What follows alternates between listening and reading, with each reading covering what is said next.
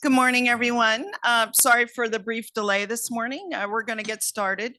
The mayor and Councilmember Reese are actually online, and if our clerk could bring up that page that shows them, that would be helpful. And then I welcome you to the City Council meeting. We have an enormous agenda today. We also have an evening hearing tonight that starts at 6. So we will be in our seats for many hours. We're going to try to take periodic breaks as appropriate. Probably the first one will be around the lunchtime, just to let you know. So with that, let me check in with our clerk and make sure she's ready to go. Vice Mayor, we are all set and ready to go. Okay, very good. All right, well, we're going to start. I should have introduced myself. I'm Naomi Dewar. I'm the Vice Mayor, and I'll be running the meeting until and if the mayor comes in person. And we're going to start this morning with the Pledge of Allegiance, and I'm going to ask Terry Brooks. Terry, would you mind? I don't think we've given you this honor to lead us in the pledge. To the flag of the United States of America and to the republic for which it stands, one nation, under God, indivisible, with liberty and justice for all. All right, great job. Thank you so much. And Madam Clerk, could we get a roll call, please? Thank you, Madam Vice Mayor. Calling roll for Wednesday, August 28th, Reno City Council meeting. Councilmember Breckus, absent at this time. Dewar. Here. Martinez. Present. Ebert, absent at this time. Taylor. Here. Reese. Here. Stevie. Here. Madam Vice Mayor, you do have a quorum of the Reno City Council. All right, excellent. And then the next item is public comment, and it looks like we have a lot of people here to speak on public comment. You can speak first time in the morning. Any action items, which is virtually almost every item, you can also speak. You need to submit a blue signing card with your name and information. And the clerk is going to read us a disclosure about how public comment will transpire. And for those online, how to participate online. So Madam Clerk. Thank you, Madam Vice Mayor. Our first item today is public comment. Members of the public may hear, observe, and provide public comment virtually by registering through the following link, which can be found on reno.gov/meetings, https://reno.gov/LINKS/COUNCIL8-28. It should be noted for those in the audience that comments are to be addressed to the mayor and council as a whole. Comments heard under this item will be limited to 3 minutes per person and may pertain to matters both on and off the council's agenda. Council may not take action upon any matter not agendized on today's agenda. When you're called on for public comment, please state your name for the record and begin speaking. The timer will begin when you say your name, and you will be afforded 3 minutes. For those participating in chambers in accordance with Council Rules 6.3.11, while in this room, please be respectful. Disruptive behavior from audience members like clapping, yelling, whistling, etc., which impede the meeting, may result in a warning issued by the presiding officer. If this behavior continues, you may be removed from chambers. If you're an attendee in the Zoom meeting and would like to make public comment, please raise your hand at this time. Madam Vice Mayor, our first public commenter today is George Campione, followed by Terry Brooks, followed by Sharon Boersma. Okay, and as our first speaker is coming up, let me just ask our acting city manager, interim city manager, for the benefit of the audience, before they begin public commenting, could you just tell us the order, and we'll come back to that item under A4, but can you tell us some items that you've decided should be time certain? Yes, thank you. We have items C1 and C2. The Canyons PUD will be set for a time certain of 1 p.m. Item D5, Pembroke Flatfield, will be set for a time certain at 3 p.m. Item D7, the downtown updates, will be taken immediately following consent. All pulled consent items will be taken immediately after item D7. Item D11, waste management, will move to September 11th. So Okay. that will not be heard today. Okay, so we'll go back over that, but in case you came to speak on one of those items, I just wanted to let you know when it's coming up on the agenda. All right, so our first speaker. My name is George Campione, and First off, I'd like to just direct this at the council, but as I left the last meeting, Councilwoman Durr told me that she considered all unlicensed, unregistered vehicles abandoned. This right here shows the owner of these 3 vehicles. They've been chased around our block for the last 6 months, okay? Mhm. Next comment, all right? They're not abandoned, by the way. They are illegally parked, all right? This here, all right, is one I discussed last week or 2 weeks ago. This has been parked now on our street since June, all right? And nothing is being done. Last week, as I left, I talked to Alex, or 2 weeks ago, and he said, oh, well, this has now been transferred to the RPD. All right? If this is one of our RPD drug dealers, let me know. If he's undercover, let me know. Why is this piece of crap still on our city blocks? All right? That's what I'd like to know, because you don't do anything about it. This is the next thing. Last 2 weeks ago, there was some lady that was showing things at the park. Well, guess what? I can't really see, but right up here is a tree house. All right. Now, a couple of weeks ago, maybe last week, I saw an RPD officer walk through York. I don't know. He maybe didn't see this, but he walked right past it because he walked to the back of the park where there are about a dozen people camped out. And I guess that's fine. All right. So we do have campers in Yory Park. They have been there for quite a while. I don't care. All right. They don't bug me. All right. I walk my dog at 4 o'clock in the morning. It's okay. It's not my dog. I'm a dog walker. All right. It's okay. But they are living there. All right. And this guy has actually built a nice tree house where he has a 3-layer house. Okay. He has storage on top. Pretty nice, isn't it? That's our city. All right. And my comment is, all right, why is parking enforcement still not doing their job? All right. The problem is,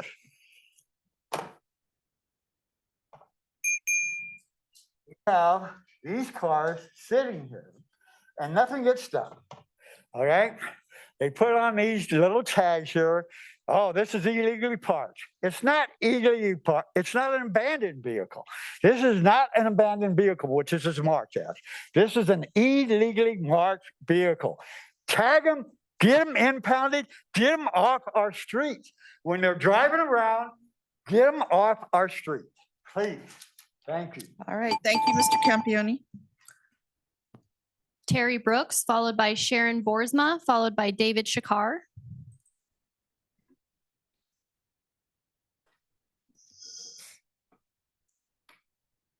Good morning. It's me, Terry Brooks, again.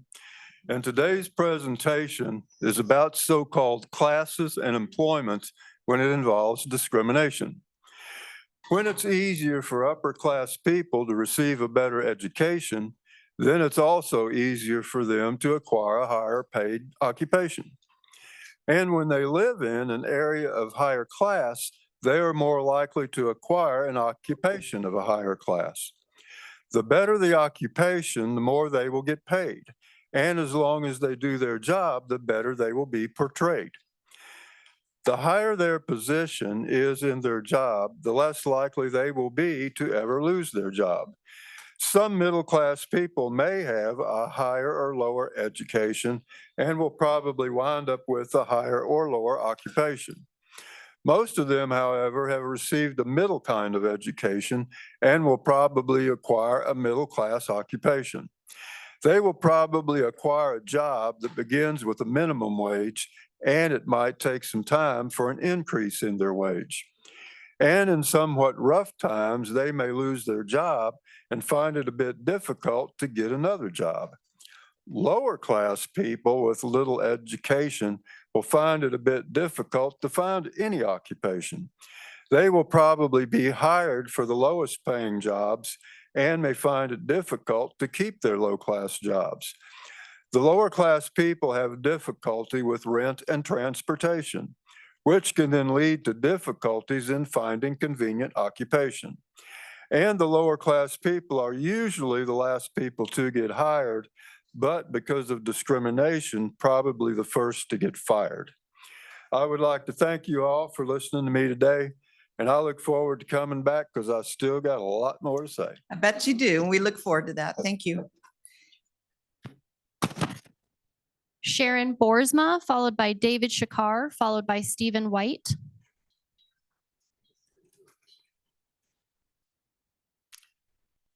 My name is Sharon Boersma. I live downtown in Arlington Towers. I'm speaking about downtown quality of life, specifically agenda item D3 and its sub-item, creation of a downtown noise ordinance. I love urban living. I have lived downtown Reno for 6 years. Before that, I lived in New York City and Manhattan for 35 years. I have lived downtown in Poughkeepsie, New York, downtown in Grand Rapids, Michigan. I love walking at night and hearing music of all sorts oozing out to the streets as patrons come and go from venues. I do not appreciate clubs and patrons propping doors open and blasting music out to attract customers from blocks away. I love the hot August nights when cars parade down downtown streets, crowding intersections with admirers. I do not appreciate it when a half dozen motorcycles repeatedly run a 6-block loop at high speed and high rev at 4:30 a.m.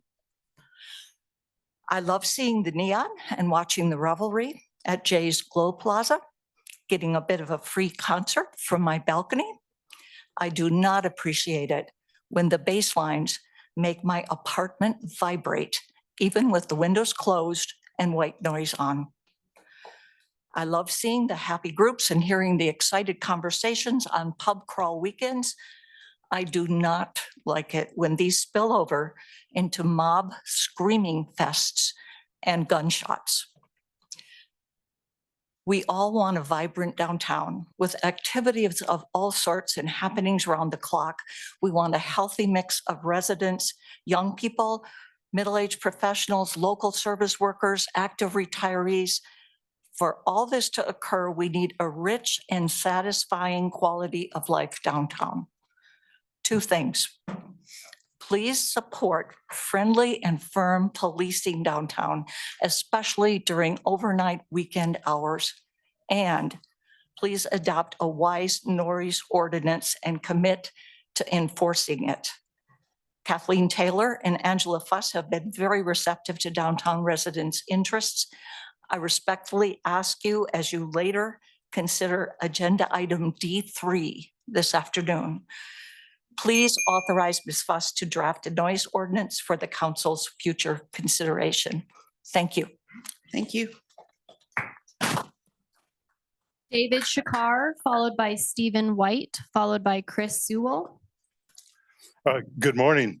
I would ask everybody to get a pen or pencil out and write down this article that was in This is Reno. The date was August 25th of this year, 2024. The title is Opinion, Denying Reno Business Licenses for Ex-Prisoners Would Be a Crime. It reads thusly.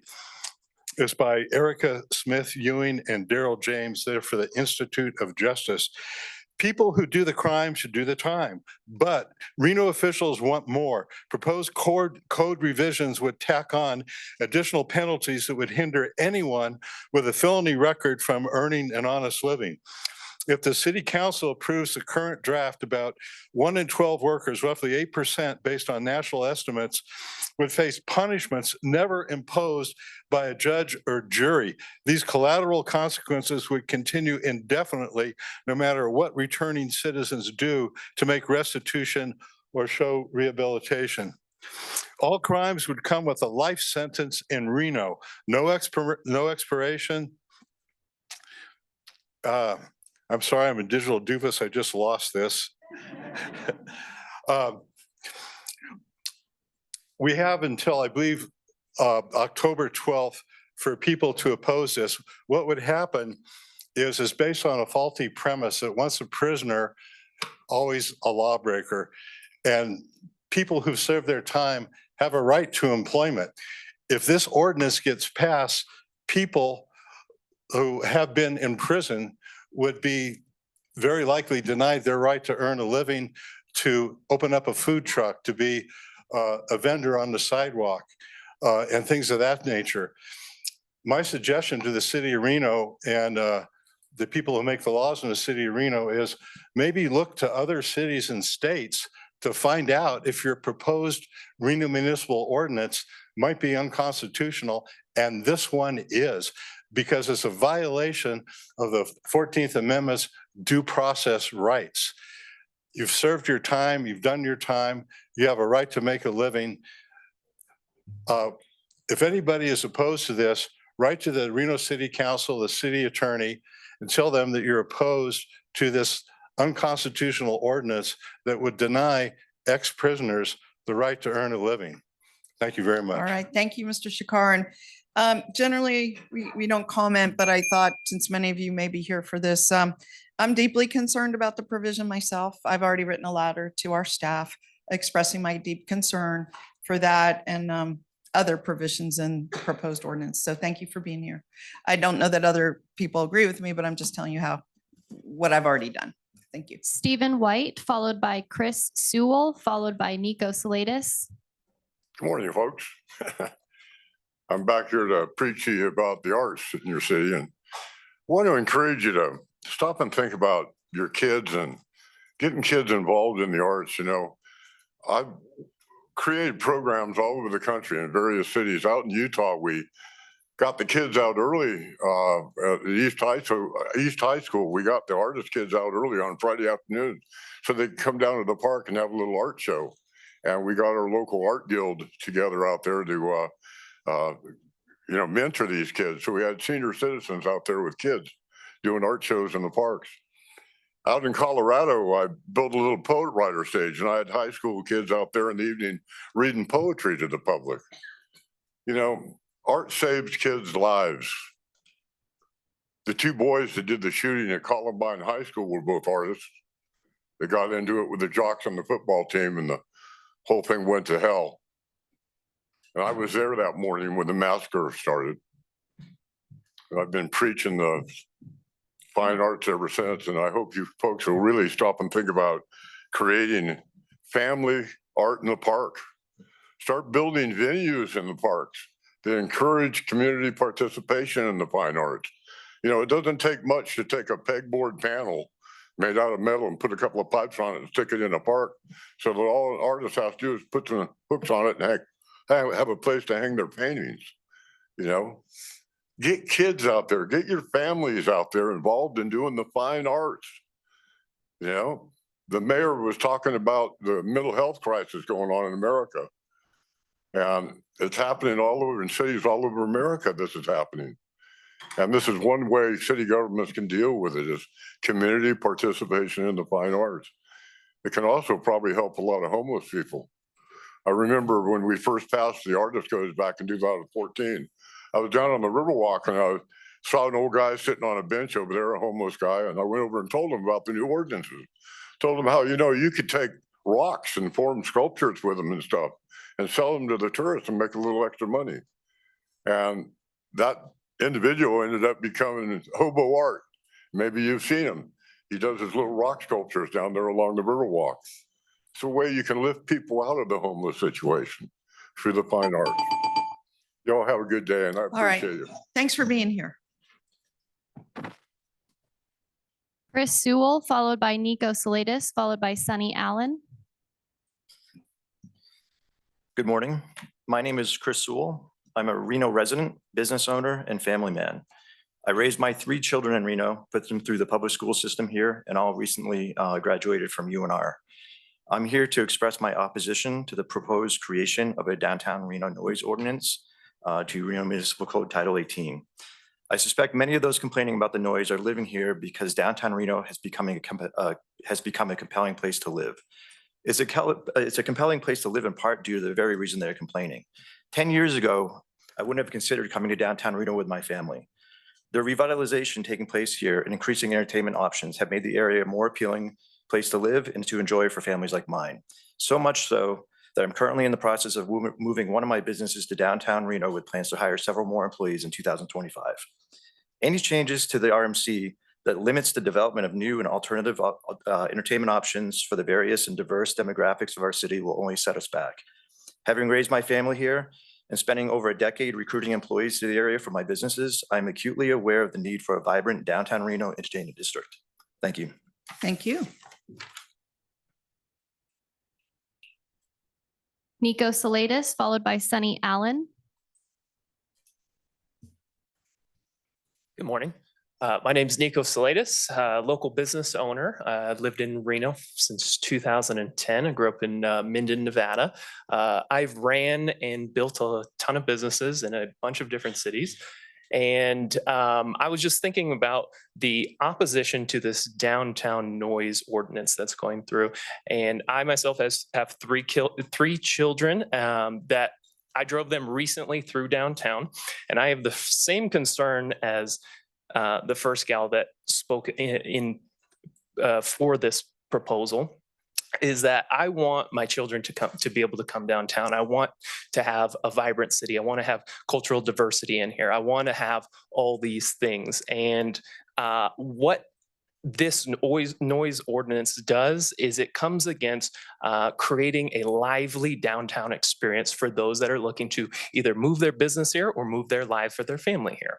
And so I also used to work for the Reno Aces, running their marketing partnerships department.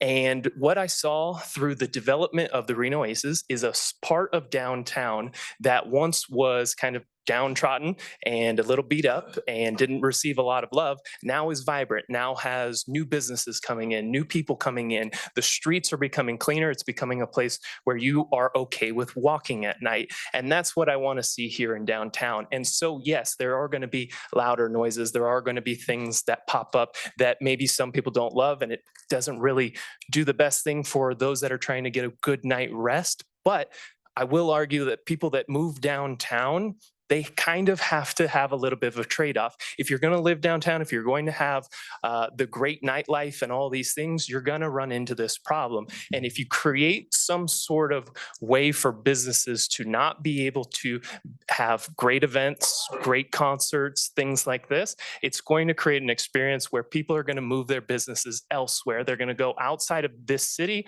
or to different parts of this city. And so if you guys could just kind of listen to this. I would love to have downtown cleaned up. I want it to be vibrant. I want it to be a place where I can take my kids, but there's going to be a little bit of trade-off. There's going to be some growth problems. There are going to be some issues there. And so last little argument I'll make here is, who's going to enforce this? We're already short on almost everything in the city. This is a growing place. There's growing problems. I think there are larger problems at hand. And so who are we going to, what dollars are we going to have to support this? Who's going to enforce it? And how is that going to go? It's just going to create more problems, more frictions with those that already live here and those that are trying to enforce the So law. just three quick questions. One, generally, you said you were supportive, but then you said you're opposed. So I just want to make Oh, sure I am opposed to having a noise ordinance. Yes, And then opposed. number two, I just wanted to say that you said this noise ordinance that's coming. Today, we're going to be talking about if Yes, we should yes. move forward with any discussion, and we wanted to hear from the public. Perfect. And then three, I have to pause our meeting. We have to go on a pause. Apparently the online video is not, audio is not Thank you. working well. So I'm just sharing, we are going to be in recess for about 10 minutes. You're welcome to get up or stay in the room. We will try to convene about 10 of, assuming that the audio gets going. We won't start before 10 of, so that's in about 7 minutes, okay? But we're gonna work on this, so I just wanted to let everyone know. All right, so we'll be in recess till 10 of by this clock.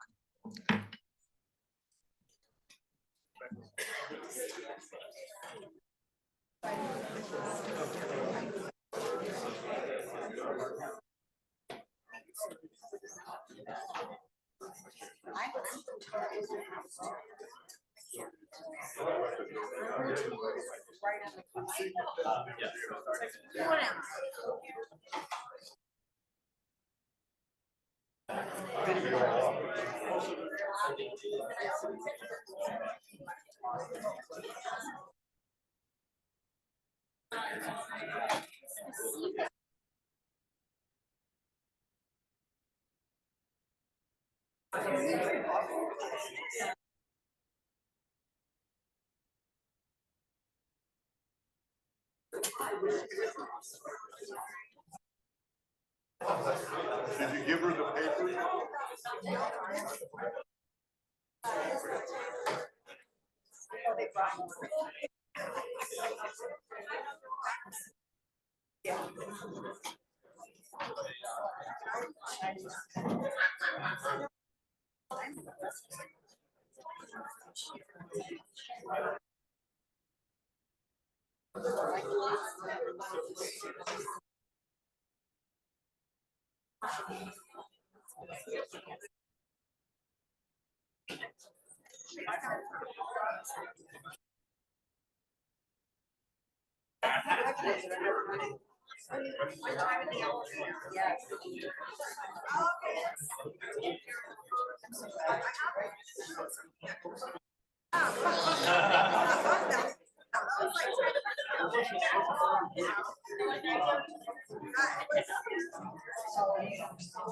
Mayor. You get my papers. Get the paper from Brian.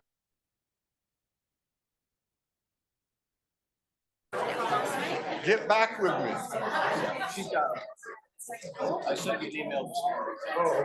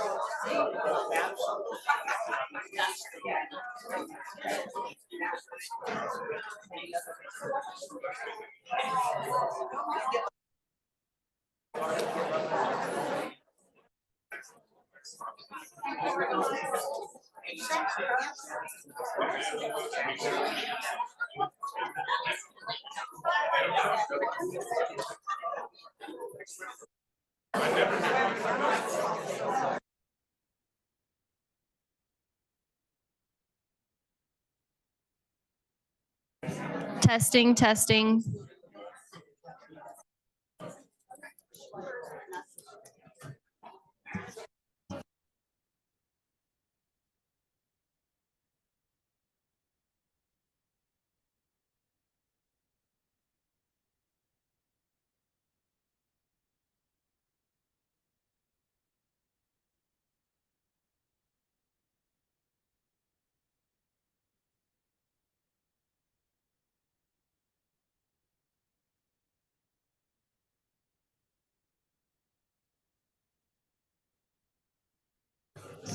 Testing, testing.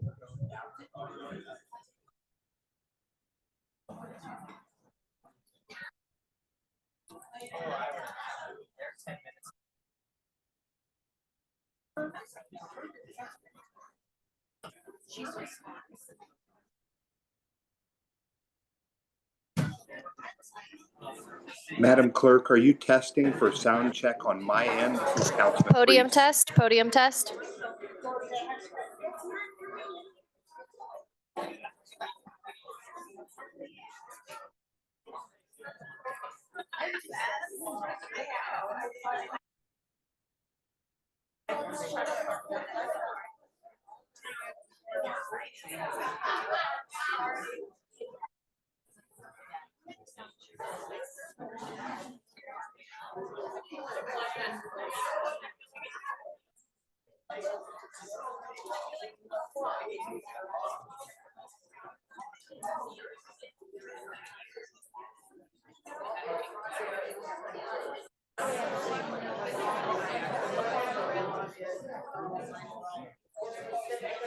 Yes.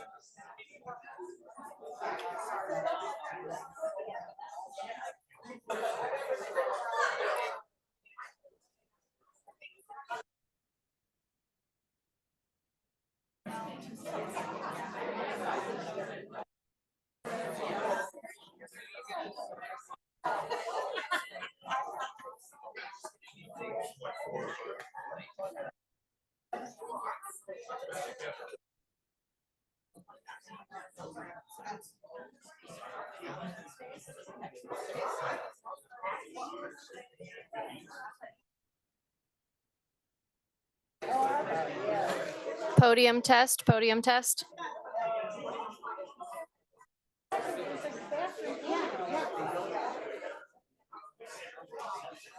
Podium test.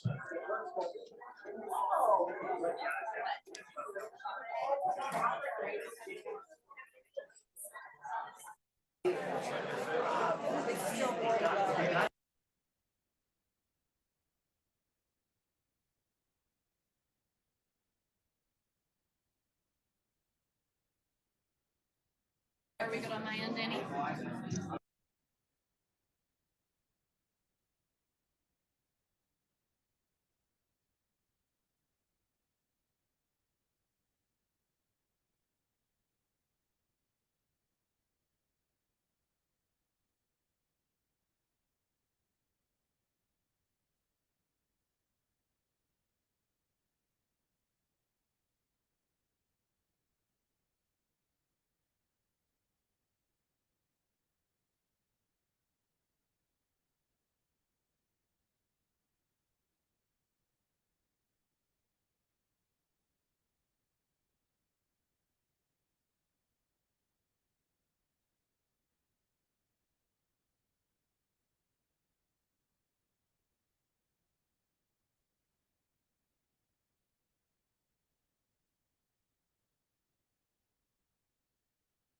If everyone could resume their seats, we're ready to get back into action.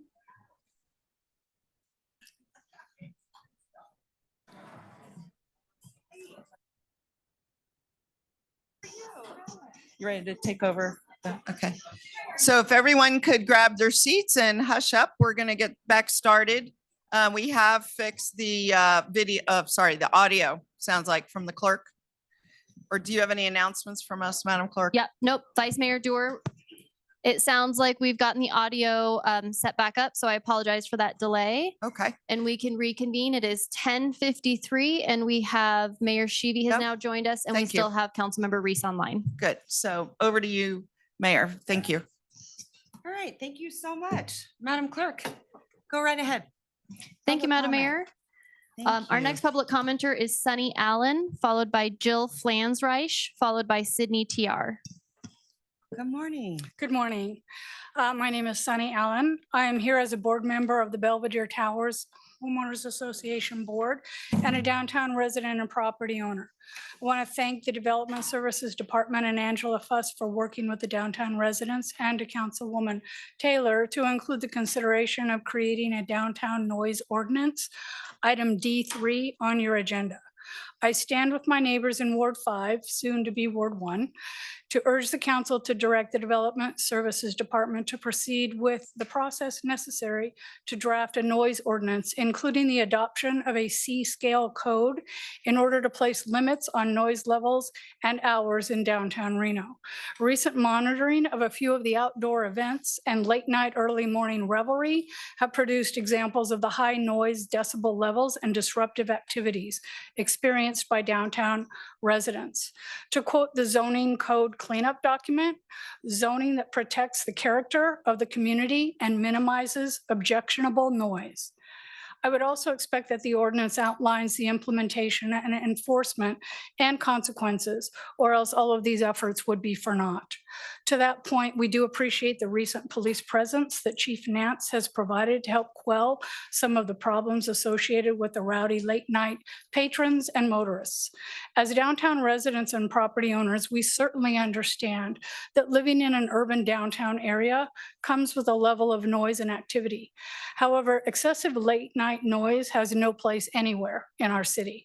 In response to the gentlemen who are opposed to the ordinance, they both referenced bringing their families and children downtown to various events. Please understand that the downtown residents are not opposed to events and music, et cetera, during the day and evening hours. We are opposed to the late night and early morning excessively loud music and revving of engines and parading motorcycles.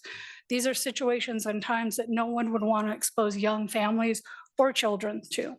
Vibrancy, yes. Distribution or disruption of sleep and safety, no. Thank you for your time. Thank you.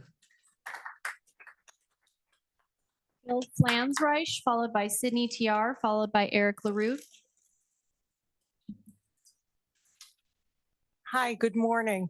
Jill Flansreich, and I've been a resident of the Montage since 2017, but a resident downtown since 2012. And I was born and raised in New York City. I spent the first 4 decades of my life hearing city noise. That's just what you do. I moved to Las Vegas. I spent those 18 years hearing city noise. That's part of living in a downtown. I wanted to live in downtown Reno for that city noise and vibrancy. As residents, we're not talking about stopping noise for festivals, for activities. It's a key part of tourism, all of the things that happen downtown. I love hearing the noise coming over the retrack when there's an outdoor concert. What we're talking about is excessive late night noise that is in every single way interfering with the lifestyle of people being able to live downtown.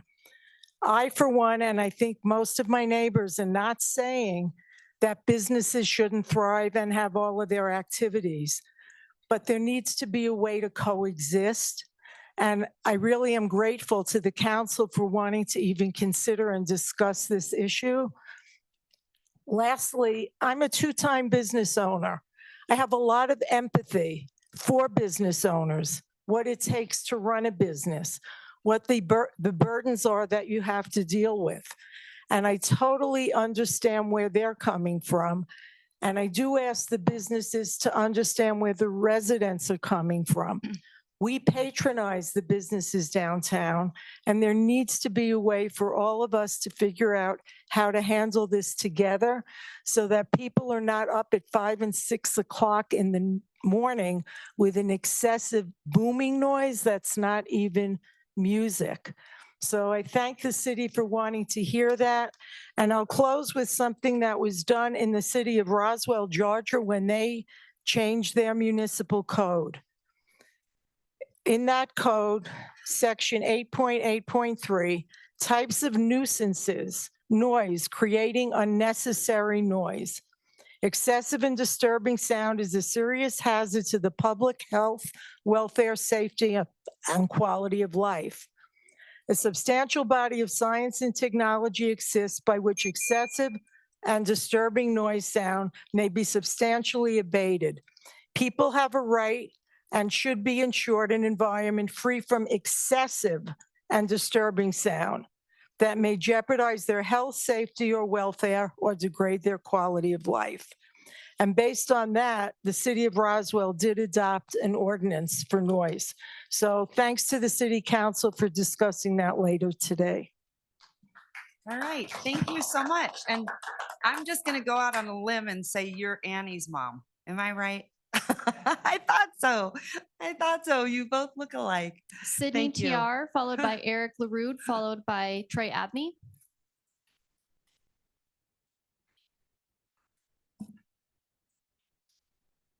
My name is Sydney TR. I'm 17 years old, a senior in high school, and I appear here today to speak about an issue affecting our community.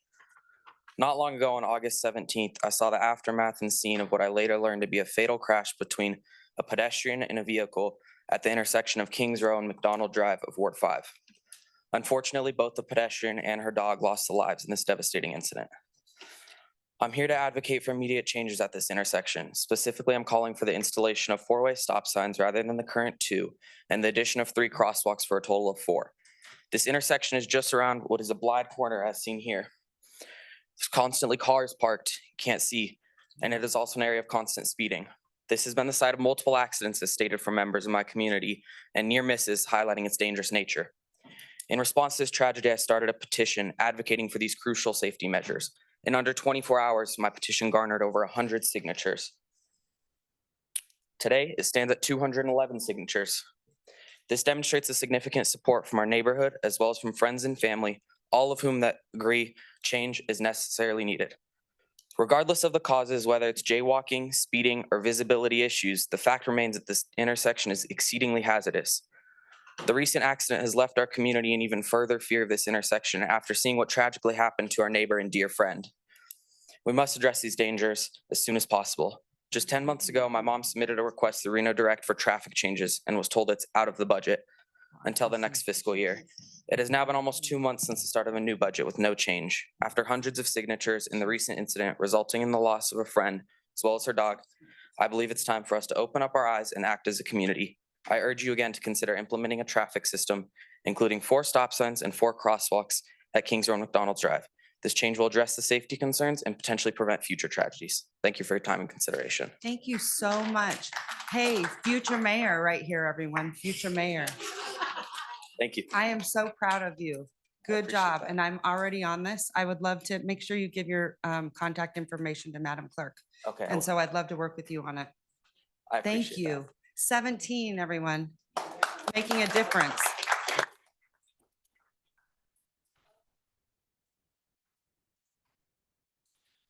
Good morning, Good Mayor morning. Sheevy and City Council members. My name is Eric LaRude, and I'm a longtime Reno resident, third generation Renoite actually, and I've lived in downtown Reno for the last 5 years. I'm here today speaking about item D3 and the consideration of a noise ordinance for downtown Reno. I request that you direct your staff to move forward with evaluating such an ordinance. As you are aware, downtown Reno is becoming a neighborhood with a lot of residents. This is not the downtown Reno of a generation or two ago when very few, if anyone, lived downtown. Part of your vision of downtown Reno is to have more residents living here as you are approving more condos and apartments. Given that that is your vision, then the time has come to take some reasonable steps to make sure that businesses and others are being good neighbors with the residents who are living here and who soon will be living here. Otherwise, residents may not live in downtown Reno, and there will be a lot of empty condos and apartments. So what should be addressed? What the biggest problem is the amount of and the variety of the excessive noises happening during the late night hours. That's what most people are concerned about. Mostly between midnight and 6 a.m. It is steadily getting worse and more out of control. At a minimum, please look into adding a C-scale measurement. That is the measurement that deals with the boom boom of the bass beat from electronic dance music. That boom boom feels like the earth is shaking, and it makes it very difficult to sleep if you are living nearby. There is no C-scale measurement in the current code anywhere. Many other cities have C-scale measurements. Gary Sussel, who most of you know, who is a member of the Ward 5 NAB and a Montage resident, has done a vast amount of research and has already shared that with your staff and even some of you. What is nice about a C-scale measurement is that also could apply to the loud cars and motorcycles who like to drive around not only downtown, but other parts of Reno. The excessive noises, the revving of engines, the screeching of tires is very disturbing, and it wakes you up every time. What else could be done for a downtown noise ordinance? Well, that remains to be seen.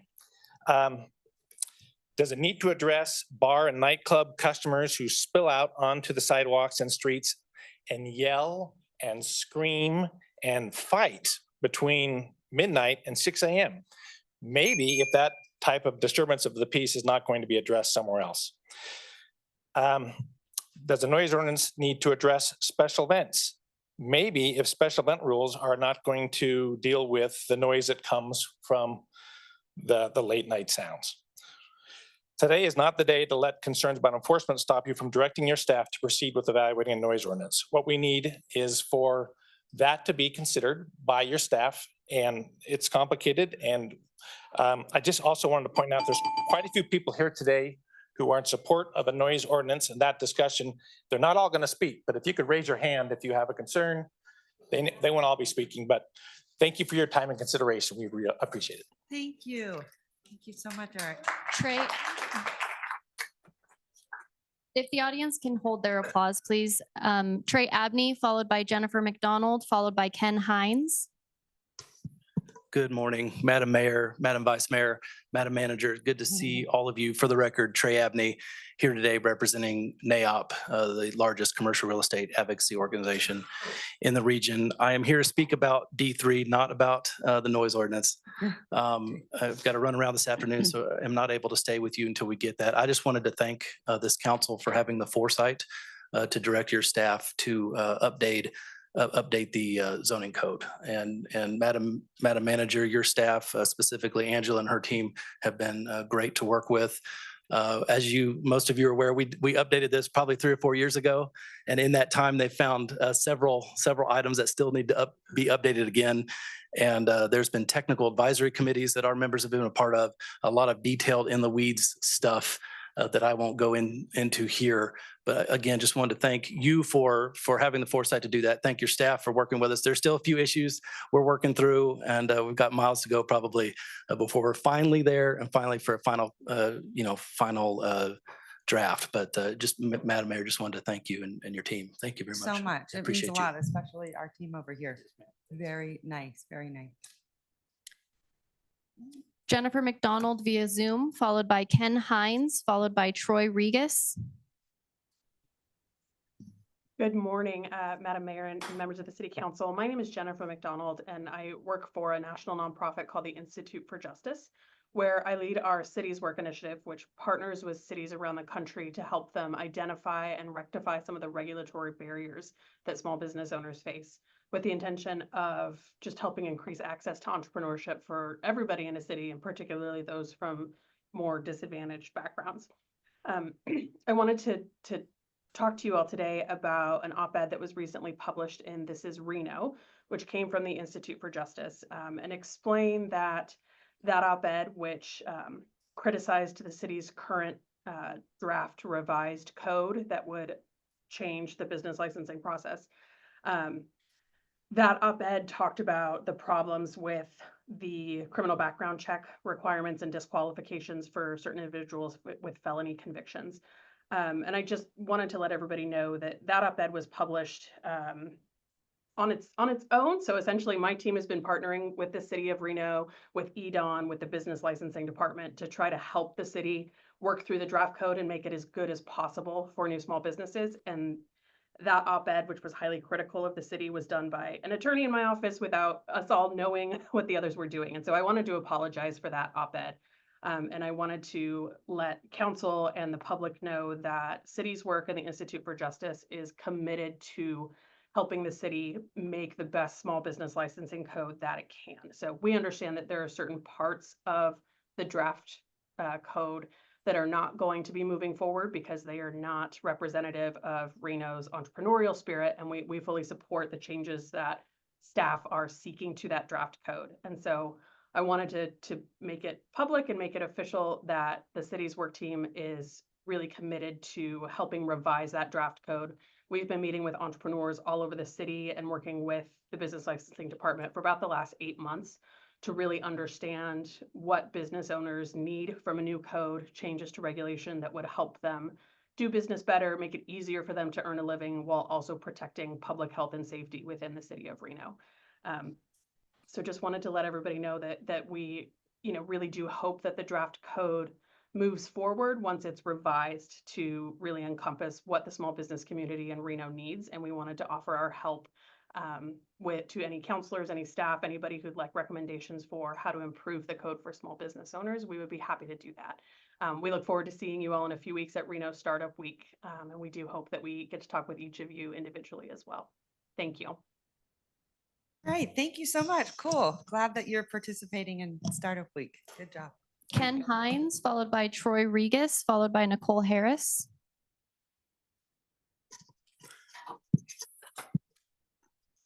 Good morning. My name is Ken Hines. I live 2 blocks away on Sierra Street.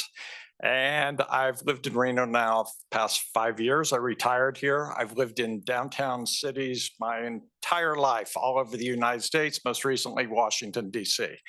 I have never experienced noise anyplace else I've ever lived that comes close to what we have downtown in Reno.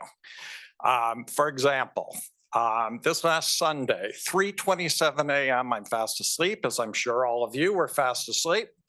And I'm bolted out of bed by rocket noise coming out of revving motorcycles that are going on for 10, 15 minutes. This is now becoming the norm. It's not an exception. We have this almost every night, especially on the weekends. It's out of control. I strongly urge you to please move forward with your consideration of a noise ordinance. We need it. And we're not talking about disrupting the vibrancy of downtown or interrupting businesses. These are taking place not in businesses, but this motorcycle noise and the cars with no mufflers and souped up engines. It's like 3, 4, 5 o'clock in the morning. This is not businesses. These are people coming down to raise hell and wake up everybody. We have a right to sleep. That has to come before everything else. It's a human right. It's a health issue.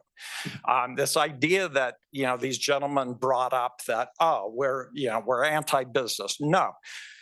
People who live downtown for the vibrancy, and we live downtown for the access to businesses. All of my neighbors do everything they can to support these businesses.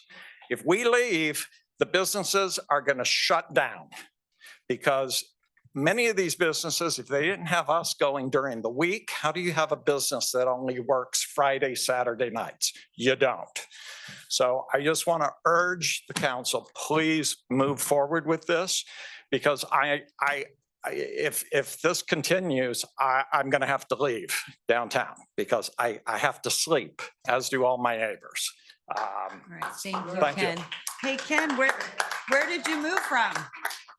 Where did you move from, Ken? Where did you move from? Washington, D.C. Oh. It's much quieter. No, there's too many politicians in Washington, D.C., so it's not very quiet there. Thanks, Ken. Troy Regas, followed by Nicole Harris, followed by Elliot Jossie. Good morning. For the record, my name is Troy Regas. The city of Reno is proposing to update a business license code and even hired an outside consultant to change the code pertaining to business license applications. These changes would allow the city to deny applications if the applicant or any key employee have been convicted of a whole list of crimes, including being convicted of a felony or a crime involving any controlled substance.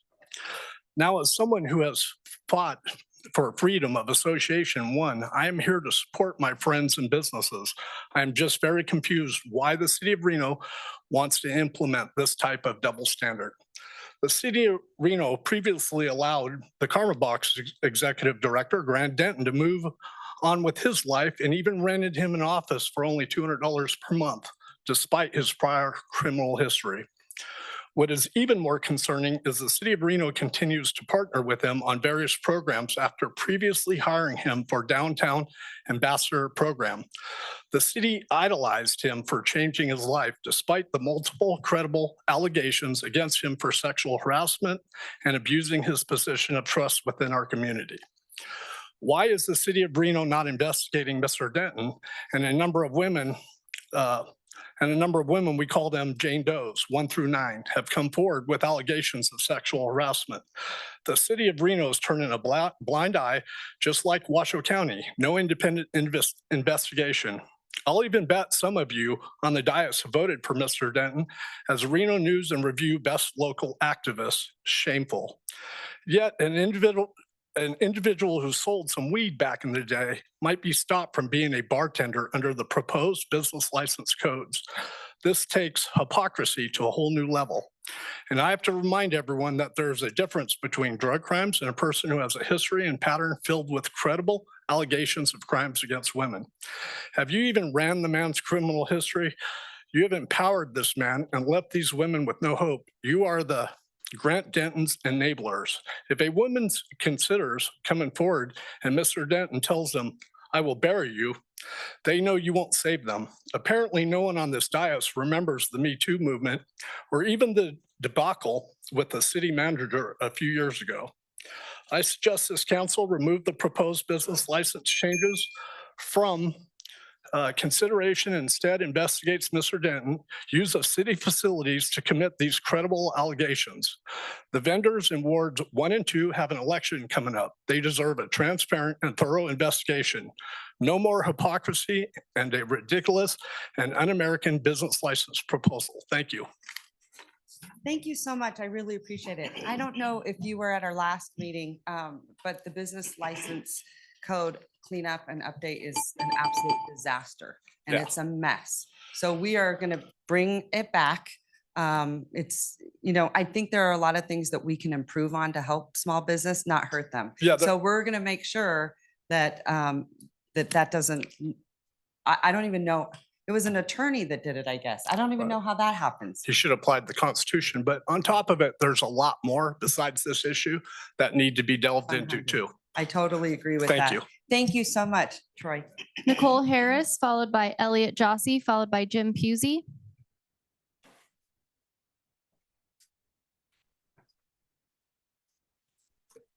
Hey, Good Good morning. Yay. City Council. I have 3 subjects I would like to speak about. Number 1 is going to be the signs that are on your parking structure. They're outdated, they're not clean, and they're embarrassing. I parked on the 6th floor, didn't know which elevator worked, says to come down to the 2nd floor, come down to the 2nd floor, wants to go in, somebody says, nope, that's only for city employees. I go, well, okay, what do I do? Well, you need to go. I think you need to update that. I don't know what your maintenance policy is. We are a world-class city, and I was kind of taken aback. So that's my first remark, even though I did not want to start off with that. I'm sorry. Second is going to be talking about this proposed business license. I find it pretty disturbing that it is very hard to find documents available to the citizens. We, the citizens, are the ones to help you govern our community to make it better. I believe transparency is number 1. All of us agree we like to be lifelong learners and we're all transparent. However, getting documents on a timely basis available to everybody at the same time seems to be very difficult. I don't understand, so I want to talk about the business license. I'm kind of disturbed on number E that you're going to deny someone to work in the city or be an applicant for a business license if the person has suffered from a legal disability under state or federal law. Well, I'm not sure I want those entities to determine my medical status, whether I am legally disabled from speaking or acting or whatever. We're not in that kind of governance. So I really question some of these things. So that's the second item. The third item is going to be talking about development. I hail from Silicon Valley. I went to Homestead High School with Steve Jobs, Steve Wozniak. And what I'm seeing here is a pattern of us becoming something like Silicon Valley. Development is a hot and heavy issue. Most of the people here, and probably those at home, are really concerned about developers coming in, not notifying citizens of what's happening. I'm not sure what the current rules are for boundaries of notifying things. However, I think currently at the county, 750 feet is not enough. I like to see you review what the boundaries are for notification, and I really implore you to have community town hall meetings in your district. The city should have a state of the city address to our residents. Development is hot and heavy. I would like to invite you to have a town hall meeting just on developments to bring all the individuals together with the developers and city staff to see if we can work together. Thank you.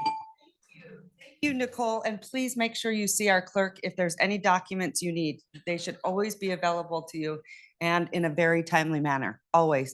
Thank you. And then I do want to just address if it was difficult to get into the building. Sometimes we do close that because we want everyone to come through the same way because we've had threats. Obviously, you know, we're living in a very divisive time, and so we're trying to keep you guys safe as well. So thank you so much. And but I do agree with you. Pain in the ass. Elliot Jossie, followed by Jim Pusey, followed by Iris Gale Papard. Sorry, Madam Clerk, hold on one second. No worries. I'm gonna actually turn it over to our city attorney, Carl Hall. I guess we are still having audio problems, and am I right, by state law, we have to have audio? What's So for the record, Madam Mayor, John Shipman. So because it is a technical issue, I'm under the understanding that the clerk's office and IT are continuing to work on the problem kind of in real time. But because it is a technical issue, we can continue with the meeting for the time being. Yeah. Okay, perfect. And the recording will be available. Yeah, the recording will be available and people, if, they need to be at the meeting, they're encouraged to come down. Question on that is, can the people on Zoom participate or no? Yes, they can. Question. Can they hear? And But can they hear on The Zoom? Zoom audio is actually not the issue. It's the YouTube feed. So Okay. that is being addressed separately. So people, we could make an announcement that and- if they and what I want to would suggest hear, is they if could log on to Zoom. Is They that correct? can absolutely register and log on via Zoom. And what I would recommend is if you are watching it via YouTube is to close out the YouTube window completely and reopen it. Well, in a they new- can't hear that. Is that something we could put on the screen? It is, there is audio playing. We're continuing to monitor and check it, and I have staff throughout the building who is monitoring and checking it too. So someone that's watching may be watching an old stream that hasn't yet closed out and opened because the audio has been playing since we came back from break. Okay, so they can hear it now. Okay, and the recording later will also include audio. Correct. Yep. Will it have the audio from the earlier portion of the meeting where you couldn't hear it? Has that been captured? Yes. Okay, thank you. People spent 2 hours of their day to be here and didn't get the opportunity to speak. You'll get your opportunity to. We're still gonna do that? Yeah, Also, I'm supposed to wait here all day. unfortunately, I know. I'm with you. Let's go. I'm just, thank you. We have a lot of people for public comment, and by Nevada law, am I correct, Carl, that we have to have that audio by Nevada law, correct? Yeah, again, for the record, John Shipman. So, yeah, I mean, when you say the audio, we have to have a record of the audio. Yeah, okay. But I mean, based upon the representations of the clerk, I mean, I think we're You're totally good going Okay. forward. Yeah, we're gonna keep going. So we're all gonna stay here, unfortunately, together. We're all gonna do this together. All right, thanks so much. Okay, Madam Clerk, go Thank ahead. you. Come on up, Elliot. sir. Elliot Jossie, followed by New and old screens. Okay. Yes, come on up. Good morning, Mayor. And good morning, council members. This is my first time commenting. And my name is Elliot Josie, and I do live in downtown Arlington Tower. And the subject of my comments is agenda item D.3, the creation of a reasonable downtown noise ordinance to achieve more reasonable calm downtown. I chose to live like many of us who are commenting from downtown because of the many local vibrancy due to the cultural, entertainment, and hospitality attributes, and of course, nearby Truckee River City Parks. These unique features are powerful draws indeed to a growing population of downtown residents and their city tax dollars, and it's in keeping with the vision of this council.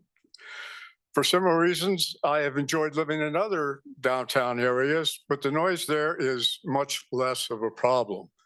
Today, many of us, as you've heard and will hear, residents feel that the area's appeal is threatened by the escalating excessive noise, and perhaps most disturbing, the excessive boom, boom C-scale that thunders from bars and clubs, and we hear and feel in our living units, windows vibrating, from at least midnight up to as late or as early, depending on how you set your clock, to 6 in the morning.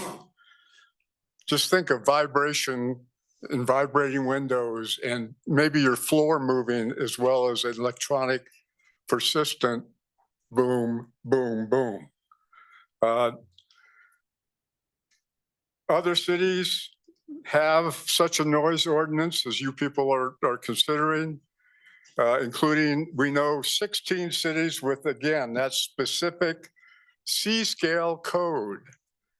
And they have seen their residential populations grow while their entertainment and commercial activities have thrived.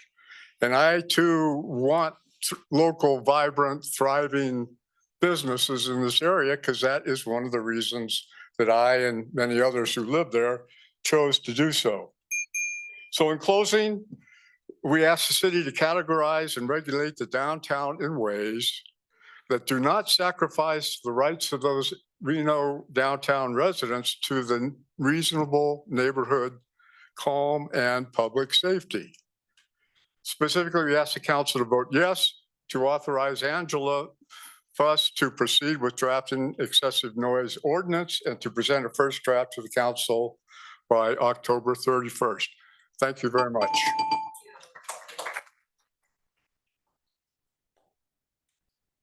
Jim Pusey, followed by Iris Gale Papard, followed by Sonia Folsom. Good morning, council members. Good morning, Mayor. Good morning, Vice Mayor.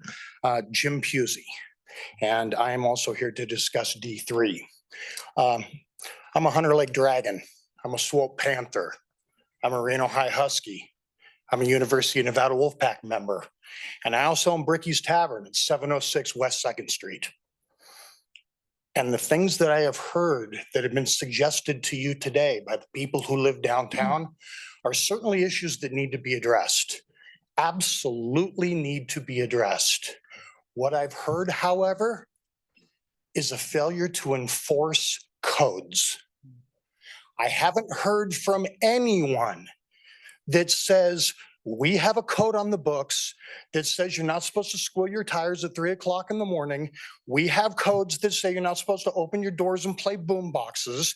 And somehow magically, because those are not being enforced, we'll enact a new code that burdens people like Bricky's Tavern has been around since 1956. And suddenly, magically, this new code will be enforced, and all the peripheral damage that will happen to bars and taverns like Bricky's Tavern are just going to have to suffer the consequences of it. That's not the intended effect. The intended effect is to stop people from squealing their tires at 3 o'clock in the morning.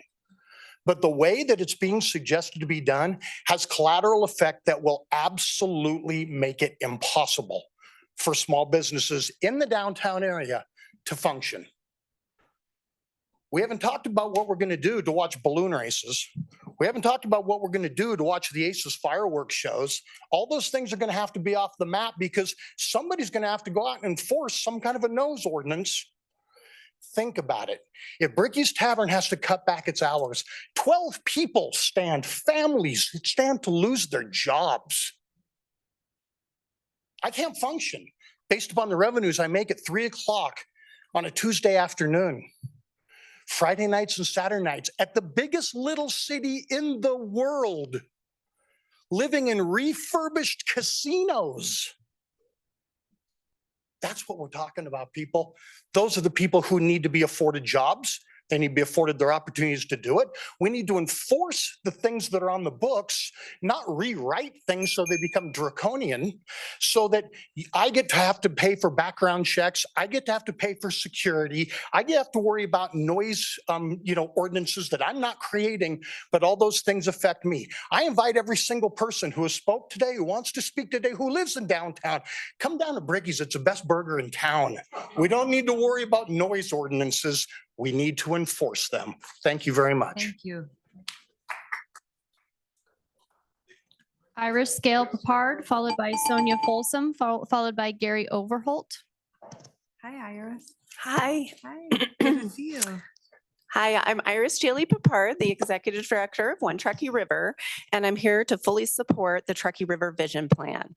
A few large items I'm excited to see proposed is an overlay zone district for the Truckee River, establishment of a special parks district, and prioritizing the ecological function of the river.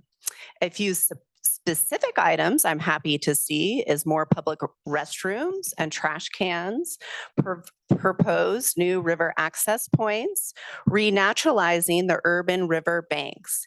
And beyond the plan, I want to thank you for your partnership with RISE, and I want to thank you for recognizing and utilizing the One Truckee River Management Plan. Now, the real journey begins, the implementation of this Truckee River Vision Plan. And I encourage you to focus on capital improvements for long-term success and explore the U.S. Transportation Reconnection Community Support and Funding. So let's all work together to make this plan come to be. And as you know, One Truckee River is here to support you in any way we can. Thank you so much. Thank you. I'm just curious, do you go to the other jurisdictions as well? I do, but you know, I'm keeping busy here because we have a lot of collaboration and funding. And know. so, but I do. But you got to do that, please, please. Yes, Because I yes. need them to understand how important it is to protect this river. Yes, understand we have two board members that are staff members of Washoe County. And then also I am really getting a lot of headway with Tum Wharf that's under the city of Sparks. Okay, yeah, we got to do more work together. Okay. with Sparks. Thank All you so together. much. Thank you, Okay. thank you. Good work. Good morning, Sonia Folsom. I work for Truckee Meadows Water Authority, but today I'm representing One Truckee River as board president. And lucky you. Oh, yes. I have the pleasure of working with Iris for the last few years and see all the great work she's done in improving the Truckee River corridor. And the collaboration has been improving tremendously over the last few years. So I'm here to support D6, the Truckee River Vision Plan, and echo Iris's comments and support of the plan. Thank you. Thank you. All right. Gary Overholt, followed by Magali Rivera, followed by Stephanie LaRude.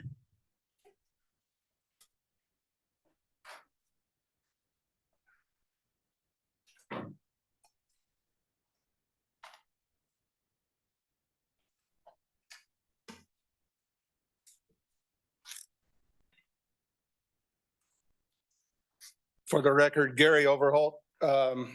I'm here wanting to discuss D3 also, specifically 18.03, which requires zoning code, basically streamlining zoning codes for developers and builders. Okay. If you look on the screen, that's our bedroom at night.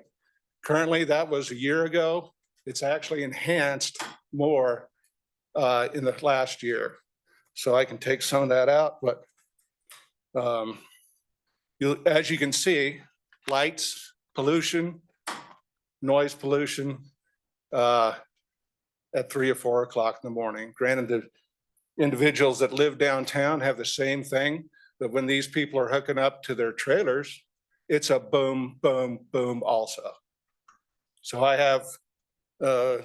we have gone to bat, went to Reno Direct. They actually cited them. And then their corporate lawyer used a very specifically worded conditional use permit, and the mediator dropped the case. They were actually fined. But this continues on today, every day, 365. So I don't care if it's 1 o'clock in the morning, 3 o'clock in the morning. The backup alarms are industrial sized backup alarms. So it's just like an alarm clock going off. Those that were hooking up to empty trailers, boom, boom, crash. They're not supposed to idle trucks during the winter months. The truck drivers want to stay warm, so they idle their trucks. So please keep this in mind. Now, the complaints to Reno Direct and the citations being dropped, we were told that they would no longer listen to our complaints. One of the reasons we were given was the complaint department can't afford the overtime pay. Okay, I don't get to sleep. Now back to the zoning, the original point. You know, this is kind of trying to fast track the builders and developers. So when they throw up these warehouses all over the city, every direction, they're getting a convenient option to just say, hey, I need conditional use permit. I want to work 24/7. I can't be loud and obnoxious between 11 and 6. They sure can. So I have a different take on B3, but it's the same kind of thing going on. Mr. Overall, could you just say where this is again?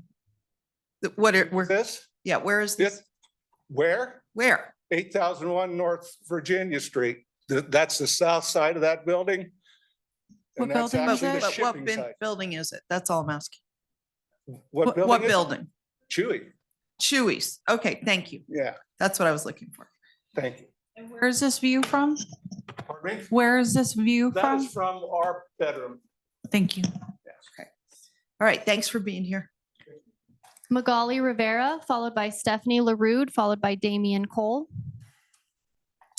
Hello, thank you for the opportunity. My name is Magali Rivera. I live at the Montage. I used to live at Park Tower. And I've lived in cities all my life. I love living in cities. I've been here for 12 years through every single noise fad that there is. And my children grew up here from middle school on. And they used to walk all the way up to UNR. When everybody told me, oh my gosh, you're letting them do that. Don't let them do that. But I grew up in a city. It's a normal thing to do in a city. Your children walk, they do things, there are dangers, there's complications, but that's part of what it is in living in a city. So I am not naive about living in a city. I'm not naive about the noise and the parties and everything. Everybody loves to visit me. It's a fun place.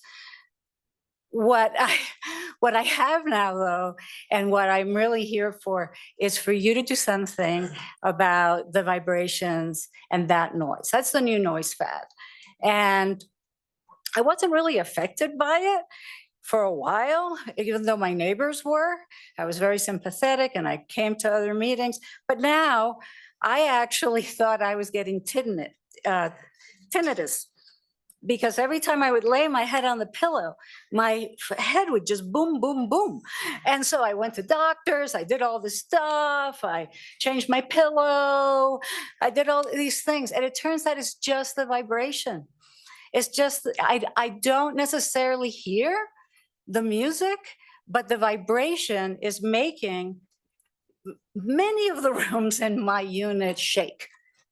So sometimes my windows shake, but the floor is shaking and it's coming through. And so, you know, the white noise machine does not help with that. Earplugs do not help with that. You feel it. I feel it in my chest, right? And so it's just gotten out of hand. And it's not just the cars that are going around doing the loop and booming. That's a big problem. But somehow all that noise from the clubs is coming through and making it just incredibly difficult to sleep. And it does wake me up. And so this is the first time that I'm really concerned about my quality of life here. And so I would urge you to go and do something about establishing a noise ordinance or investigate a noise ordinance that is, of course, reasonable about excessive noise. Thank you very much. All right, thank you, Ms. Rivera.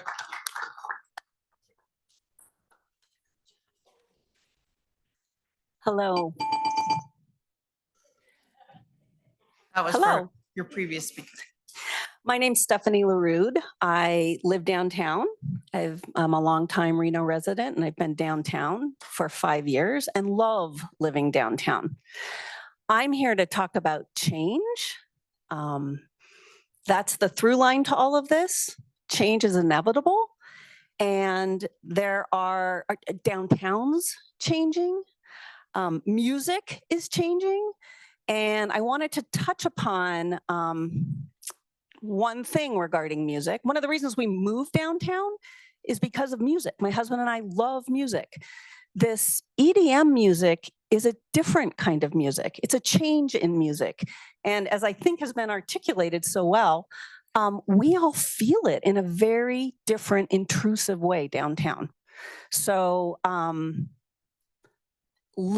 putting your resources towards looking at the data out there, the cities that have dealt with this and coming up with a balance. That's all we're talking about is a balance between a thriving downtown and an increase in residents. I look out at all the apartment buildings that are going to be filled soon. I mean, there's got to be a balance there. And I believe that's the role of government and the role of city government.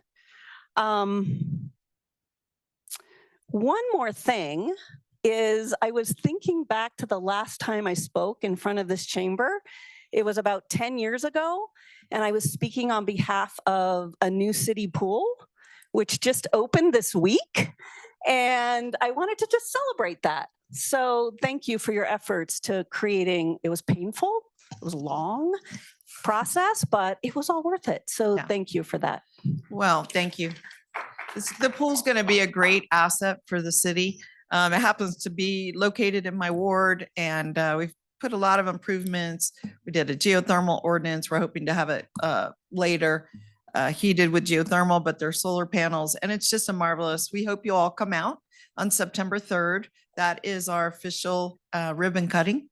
We're in a soft opening right now. The pool's being tested. So we do encourage you to participate and we're so glad that you're appreciative.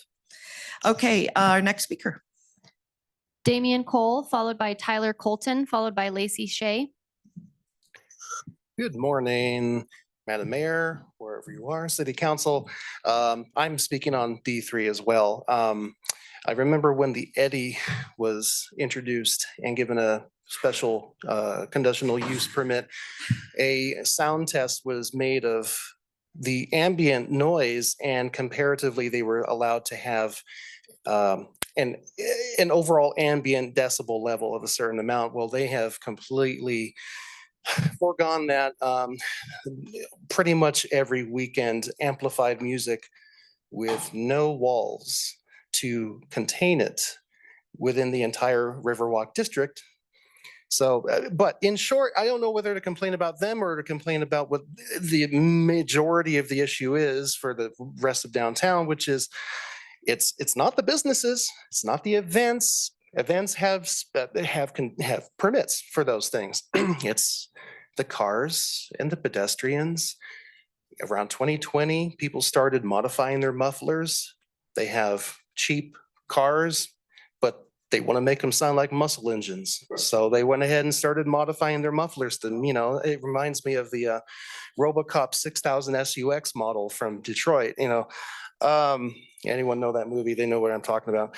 In short, it's mainly the cars and pedestrians, and it's when they let out from, you know, I mean, I've lived downtown for 17 years. 2 o'clock in the morning, bars let out. You know, China Diner, that place used to be packed on Friday and Saturday nights. But the question was asked, who would enforce the behavior? Well, years ago, you know, I was a mail carrier for 5 years, and I would go to the Top Deck restaurant and, you know, have a bite to eat, and I'd sit in the front counter. And one night I encountered this wonderful gentleman who was probably approaching his 80s. And he told me his life story. He started as a busboy for a bed and breakfast on Mount Rose back in the 40s, I believe. And I was talking to the former maitre d' of the Prima Donna Hotel, which is now the Montage. He told me, well, he goes, he missed the days when the mob kept things clean and orderly downtown. And this speaks to what I think is happening. There's a transition downtown.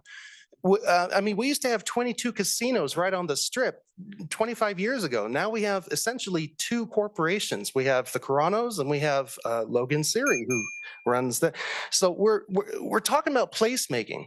We're talking about the same. It's like entertainment district was north of the river, and the Riverwalk, which all of this is on old Reno Redevelopment Agency documents. The Riverwalk was supposed to be a calm retail experience with, river. So in other words, we're changing our entire downtown corridor in this mishmash way.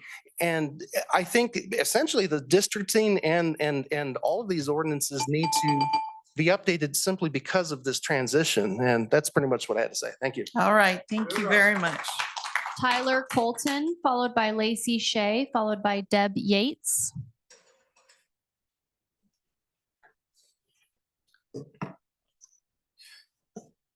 Hello, council who's still here. My name's Tyler Colton. I am a property owner in Reno, and I am a business owner in Midtown Reno. So I am against the D3, the noise ordinance, as is coming up for you guys to vote on or talk about today. Seems from what everybody has talked about that it seems much more about traffic, cars, pedestrians, not the people coming out of the bars and things like that. Yeah. It's a small group of people, and that harms small businesses, I think, in our area. But I'd like to talk more about how business licensing has opened up their code to revise that and fix it. So has the Department of Planning. And then within that is Title 18. Title 18 was passed unbeknownst to most of us small business owners and bar owners during the middle of COVID when we were trying to save our bars and businesses. On January 1, you passed Title 18, which essentially stops all entertainment at 11 p.m. In the code currently says that in all of Reno, no poetry, no music, no bands, nothing can happen after 11 p.m. If you'd like to play music after 11 p.m., you must get a conditional use permit. And even though you're not grandfathered in, even though we have cabaret licenses, that is an additional $5,000. It is non-refundable if you do not get passed to get the conditional use permit. It takes months and months. And it is an excessive burden that would be put on small businesses and just seems like it needs to be done away with. So what I'm asking for you of Title 18 in this planning zoning code update, that you create entertainment zones that Title 18 would not be applicable to, like a Virginia Street corridor that would go from downtown to Midtown, 4th Street, potentially 2nd Street, that there'd be entertainment district zones created within that code. When that code was created initially, I think that was the intent, but you did not have any input from small businesses, bars, restaurants, community events, because it was in the middle of the pandemic and there was little to no input, and that code passed, creating a blanket of entertainment stopping at 11 p.m. And it is hindering small businesses. It is hindering our ability to operate. And it is creating an undue burden on code to enforce that. And going right back to the music as well, how is code going to enforce that as well? It makes it difficult, and there's a lot of taxpayers' money being spent to get cars to stop, to get mufflers. And then there are a lot of people just commented, so this is a different subject. It is with the code revisions that's happening with the business department. A lot of people have commented on this. So I've been showing up to all of these meetings for the last 8 months with the business department. I have been working with the business department as well as Chamber of Commerce, Reno Sparks Chamber of Commerce. We're holding weekly meetings at 3:30 every Tuesday. If people would like to join in, they can do it by Zoom, get on the link, and you can see the code, how it's being updated in real time. They've talked about the felony and all these charges. That has already been removed. What will be presented from the council, that we've already discussed removing that. And there's been many updates to what everyone sees online that are already being removed, that everyone has so much concern about. Thank you so Yeah. much. Did I hear you say you've been meeting with our staff? Yes. Okay. Yeah. Every Tuesday at 3:30. And did you express your concerns to staff at that time, looking at all of these? Oh, yeah. I was the only bar owner in all of Reno that showed up to all of these meetings. Good for you. Yes. That's tough Yeah. to do, especially Yeah. when you're trying to run a business. Yes, and I'm here again for But hours they to heard speak your on this noise concerns. ordinance and Title 18, which is really hindering our businesses. I mean, it's kind of nutty that we think, hey, come to Reno, you're trying to build downtown, trying to build it, you're incentivizing these businesses by giving them money to come to Reno. And then what Reno's new model is, come downtown, come to Reno, but shh, let's be quiet. We close up at 11 o'clock. We close up at 11 Okay, o'clock. hey, you guys, we don't do that in here. Yeah, Everyone they has to do. respect each other. Please, Yeah. please. Okay. Yeah, so I did just talk to wanna know, code. We did have they been hear- talking to them. There's been a whole bunch of business owners now and bar owners that are on these meetings. Lacey Shea's here. There's been other different, we have probably over 100 different bar owners now that are working directly with Lance and Alex at business And I'm planning. not talking about the noise, you guys, what Yeah, I'm talking on the about are business the code, yes. egregious, Yes. loop. Yes, or yeah. So it is being hoops- cleaned up. Hoops that you have to All jump of through us to get a currently right business now, license. yeah, we're comfortable currently with what they're doing, how they're working with us. Already saying what will be removed, the workers permits, they've already addressed saying that will be removed. And there was a lot of other code what other people have brought up said that does actually violate some Okay. laws and rights. Thank you so much. I You're welcome. really appreciate it. Thank you. Thanks. Okay. Madam La- Clerk. Lacey Shea, followed by Deb Yates, followed by William McLarty. Hello, my name is Lacey Shea. I'm for Shea's Tavern in Midtown. I am a building owner and a longtime business runner for the last 20 years. My family has been on the block since the 70s, so with Delmar Station, Rock and the Block. I was going to come a few weeks ago when I heard about the whole business recoding and whatnot and realizing it was much more than recoding, that it was rewriting the whole thing. After the public outcry, Lance has been great working with every week through Zoom to get the terminology cleared up and realizing a lot of what was proposed from an outside consultant firm was just a little bit outlandish. During our meeting yesterday, thankfully, Tyler had brought to my attention about Title 18, which was, we didn't know the severity of it, of the noise ordinance, stating that people with a cabaret license couldn't have music past 11 p.m. What that would do to our nightlife in Midtown, which COVID hasn't done already, would be detrimental. Apparently, the planning started in 2020 and pushed through in 2021 during the height of COVID when we were just trying to save our businesses. I haven't gotten the chance to go over all of Title 18, but I believe that the biggest thing is zoning, or for like an entertainment zoning for that. It'd be wild for an outside company to come in, build apartments, condos, houses, et cetera. And then all of a sudden our neighbors don't want noise past a certain time. I've been on the block, or we have been for 50 years, and we continue to want to do that for our generations to come with small business and keeping it local. So thank you. I appreciate it. Thank you.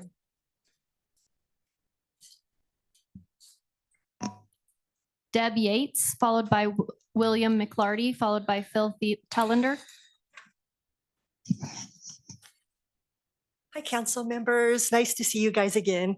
My name is Deb Yates, for the record. I live in Damani Ranch. This has been fascinating. I haven't come to a meeting in a while, but this has been really educational. I appreciate this. The diversity too. I mean, I think there's a lot of common interest here, and my HOA has been before you guys before in regard to the Damani Ranch growth and the impact of the traffic, noise, a lot of the same issues that we're hearing. I'm going to go off my script a little bit because what I realize is that it seems like we're struggling with a lot of the same issues throughout all of Reno. So this noise ordinance that you guys are talking about, I think it applies to all of Reno because we're experiencing that out in Damani Ranch. And that kind of was my global theme about all of the things that are going on, specifically the noise that we're experiencing. So, and that C scale, I didn't even know what that was. Very fascinating, but we are experiencing the same thing. We've got people that, like, for some reason at 1, 2 o'clock in the morning, and I don't know, maybe they get off at that time of work, but they'll literally drive up and down the road with this bam, bam, bam. It's really an issue. So I really appreciated hearing that from everybody. I did want to kind of talk about the exploding growth in all of Reno and the mitigations that hopefully we can implement to help us citizens have better quality of life. I think with this growth, I'd like to see more police presence. I know out in Damani Ranch, we really don't see much. The only time we see any police presence, unfortunately, is if there's a fatality, a death, or a serious accident. On my way here, there was a 4-car pileup coming up Steamboat. It's just getting crazy out there. So I would hope that we can have more police presence to help quail some of this, increase in a lot of the things. About a week ago, I was driving to my gym and I was coming down Carrot. Us locals now, we find the back ways. We know how to get around some of this stuff. So I'm coming down Carrot and here was a driver coming at me, clearly exceeding the speed, couldn't stay in his lane, literally came into my lane. Thank goodness I was paying attention. I got over and I'm heart's racing. And it could have been a head-on collision. And we see that out in Damani Ranch now. Collected myself, started heading down, got down a little further down Carrot, you come across Veterans, 4-way stop right before you get fleur-de-lis. And another car flew right through that 4-way stop. And thank goodness people were paying attention. So the compounding issues that we see with the growth are real and they're really affecting all of us. And I wanted to echo what Nicole had said. I think Nicole Harris made some good points. I feel for the Brickies business owner. I agree with a lot of the things he said. So I think we're all saying the same things. And I think we're kind of more together than we're not. Anyway, thank you very much for listening. Thank you so much. Thank I you, really guys. appreciate it. Yeah, thank you.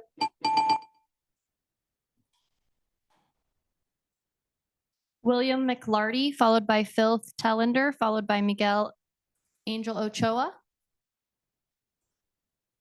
Okay. Beverly Ellis.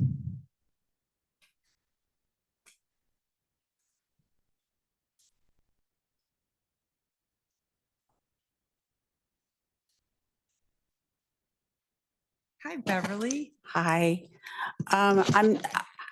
I live at Arlington Towers. I've lived downtown Reno since around the time of the flood, the big event. Oh, which one? Was it 19? I know, unfortunately, we have to say that. Anyway. 1997? Yeah, Yes. 1997. I moved to Reno in 1980. So I've watched Reno go from a little tiny town to a big city, and I love it here. But I'm not going to repeat what everybody has said about living downtown.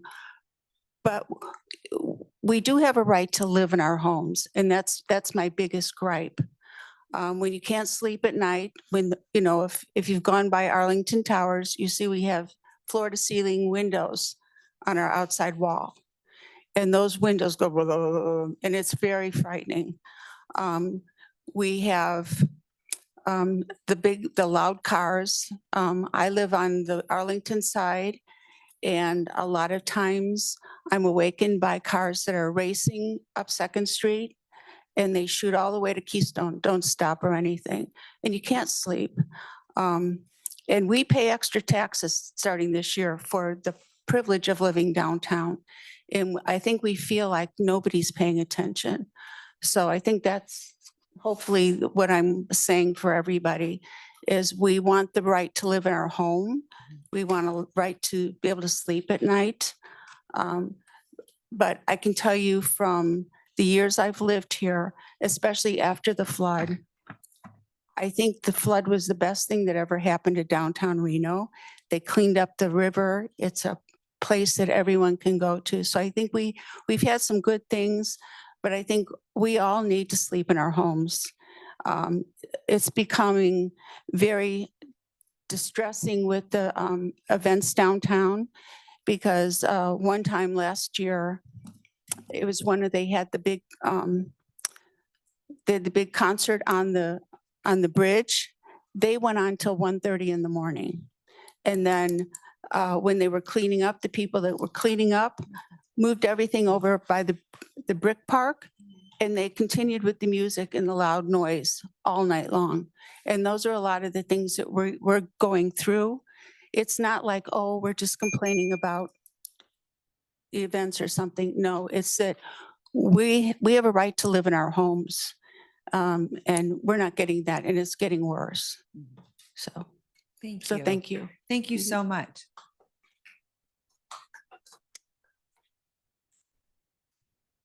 Guillermo Carey, followed by Scott Raybeck.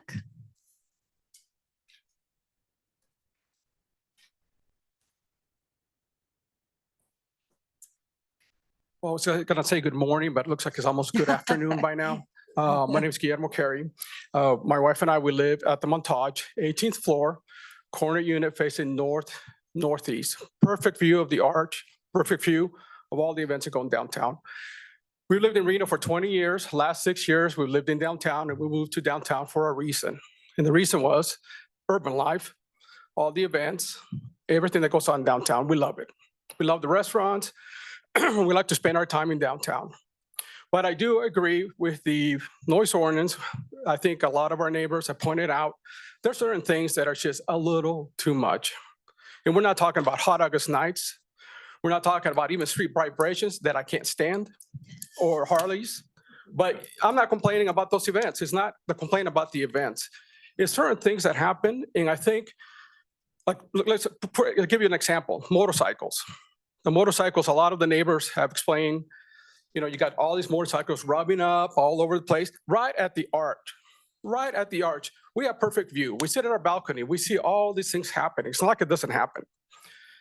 When you got, 10 motorcycles rubbing up, little wheelies right in the arc, and there's no police presence anywhere. I think that is the problem. When I think everybody agrees, right? Motorcycles, all these cars, all these racing has become a problem. When it started in downtown with the motorcycles, living there is when the lights went off during COVID. I called our Reno PD because it started going for a week straight. What I was told was we have more important things to deal with repeatedly. So I think that's the problem, is how are you going to enforce this? Because obviously we've called Reno PD, we've gone through your Reno Connect, nothing works. Same thing with another gentleman, I think everybody knows. He's asked amplified speaker, and there's two of them. One's a preacher, and I think there's two that play music, guitar, sax, whatever they do. And they love to go and stand right on Virginia Street, right over the railroad tracks where there's a sign that says free speech area. So I think you have concerts that go on, till whenever they need to go on, and we don't have a problem with that. They get done. But then this preacher shows up or this car shows up with amplified speakers that we can hear in our 18th floor very clearly, 11, 12 o'clock at night. And you call Reno PD, you call Reno Connect, oh, he's in a free speech area. There's nothing we can do. That's all we hear all the time. And the last thing too, I think a lady mentioned, it was, when was it? The chicken nugget, the chicken, whatever, the chicken barbecue fest that we just had a concert. We sat there, we listened, my wife and I listened to the concert. We sat there and listened. But you know what bothers us? Getting woken up at 3 a.m. by whoever's great idea it was to let these people dismantle this whole stage at 3 a.m. with throwing all the metal pieces on the ground, on concrete, yelling, screaming, and their own music. So I'm not sure whose great idea the city was to allow them to pick all this up at 3 a.m. And that was it. Thank you. Scott Raybeck, followed by Art Rangel. All right, Scott. Scott, you're finally here. You made it. I know. Good job. Can you guys hear me? Sure. I apologize for being a little feisty No, earlier. it's good. That means you're passionate. I'm Italian by heritage, so I like it. that's where it comes from. But it comes from a good place. I like it. I agree with the previous gentleman's comments, and I'm sure I'm going to agree with my next gentleman's comments. It's just we have to. I don't know. I wrote all these things down that I wanted to say, and now I'm just like I have no idea what I want to say. You can just go through them. No, even if I they've don't been want to said. actually, because they've all been said. But but the thing is the noise issue is a big concern, and I don't know if we need to approach it in a different way. I have great respect for the RPD. My mom was a police officer. My dad was an assistant district attorney in Douglas County. Is that there needs to be more enforcement in the evenings in downtown. And then I don't know if we need to do like traffic calming like speed bumps, whatever, to try to control the traffic downtown. Cause I know the speed limit downtown is like 25 and these people are going like 45. It's not even close to the speed limit. And my other concern is that we try to blame the row. The row is like 4,000 rooms, 300,000 square feet of gaming space, 36 restaurants, bars, whatever. There's no problems. They control their own, they control everything. All these problems come from like these small little bars that this gentleman wanted to talk about. It's like, dude, your tiny little bar causes more problems than a place the size of the MGM Grand in Reno. So, come on, let's get serious here about this. And same with like our building, like all the people of downtown pay lots of property taxes. They pay lots of fees. They pay lots of this and that. These little tiny bars that cause all the nonsense aren't doing anything for downtown Reno in terms of progress. So once again, I apologize for being rude to you. And I apologize for shouting. No, you're fine. And I respect all of you, especially my ward member, Mrs. Taylor. Your council because member. I'm going to vote for her. But the last thing I want to share is, so when I bought my place in downtown Reno, my real estate agent gave me a card and a beautiful picture of Lake Tahoe, because that's where I grew up, and said, dreams do come true. Hope you enjoy your new home. When did you move? 2 years ago Oh, you've been there 2 years. Okay. at the Montage. Yeah, Yeah. I tried to move in there. It's too expensive for me. I know. I can barely afford it. They didn't want me. But thank you, and I But you do apologize live again. in a great building. Like I said, I tried to move in there. All right, Art, it's all you. Long time no see. Yeah, 2 days, right? 2 days. Right. I thought I'd wear We were at this the is last Rotary day I can together. Wear this, the light clothing. So, Love it. Madam Mayor, members of the council and staff. One of the things I wanted to talk about, Art Rangel for the record, 255 Sierra Street. And this is in reference to Yeah. the issue of noise as part of You the can tell item you D3. have city part- experience. Yeah. Art Rangel for the record. Yeah, well, Good one of the things that just to be clear, it's a lot more than the revving of the engines and things like that. It is a few select bars. Mhm. There's only a few bad players downtown. The rest of the bars really are not an issue.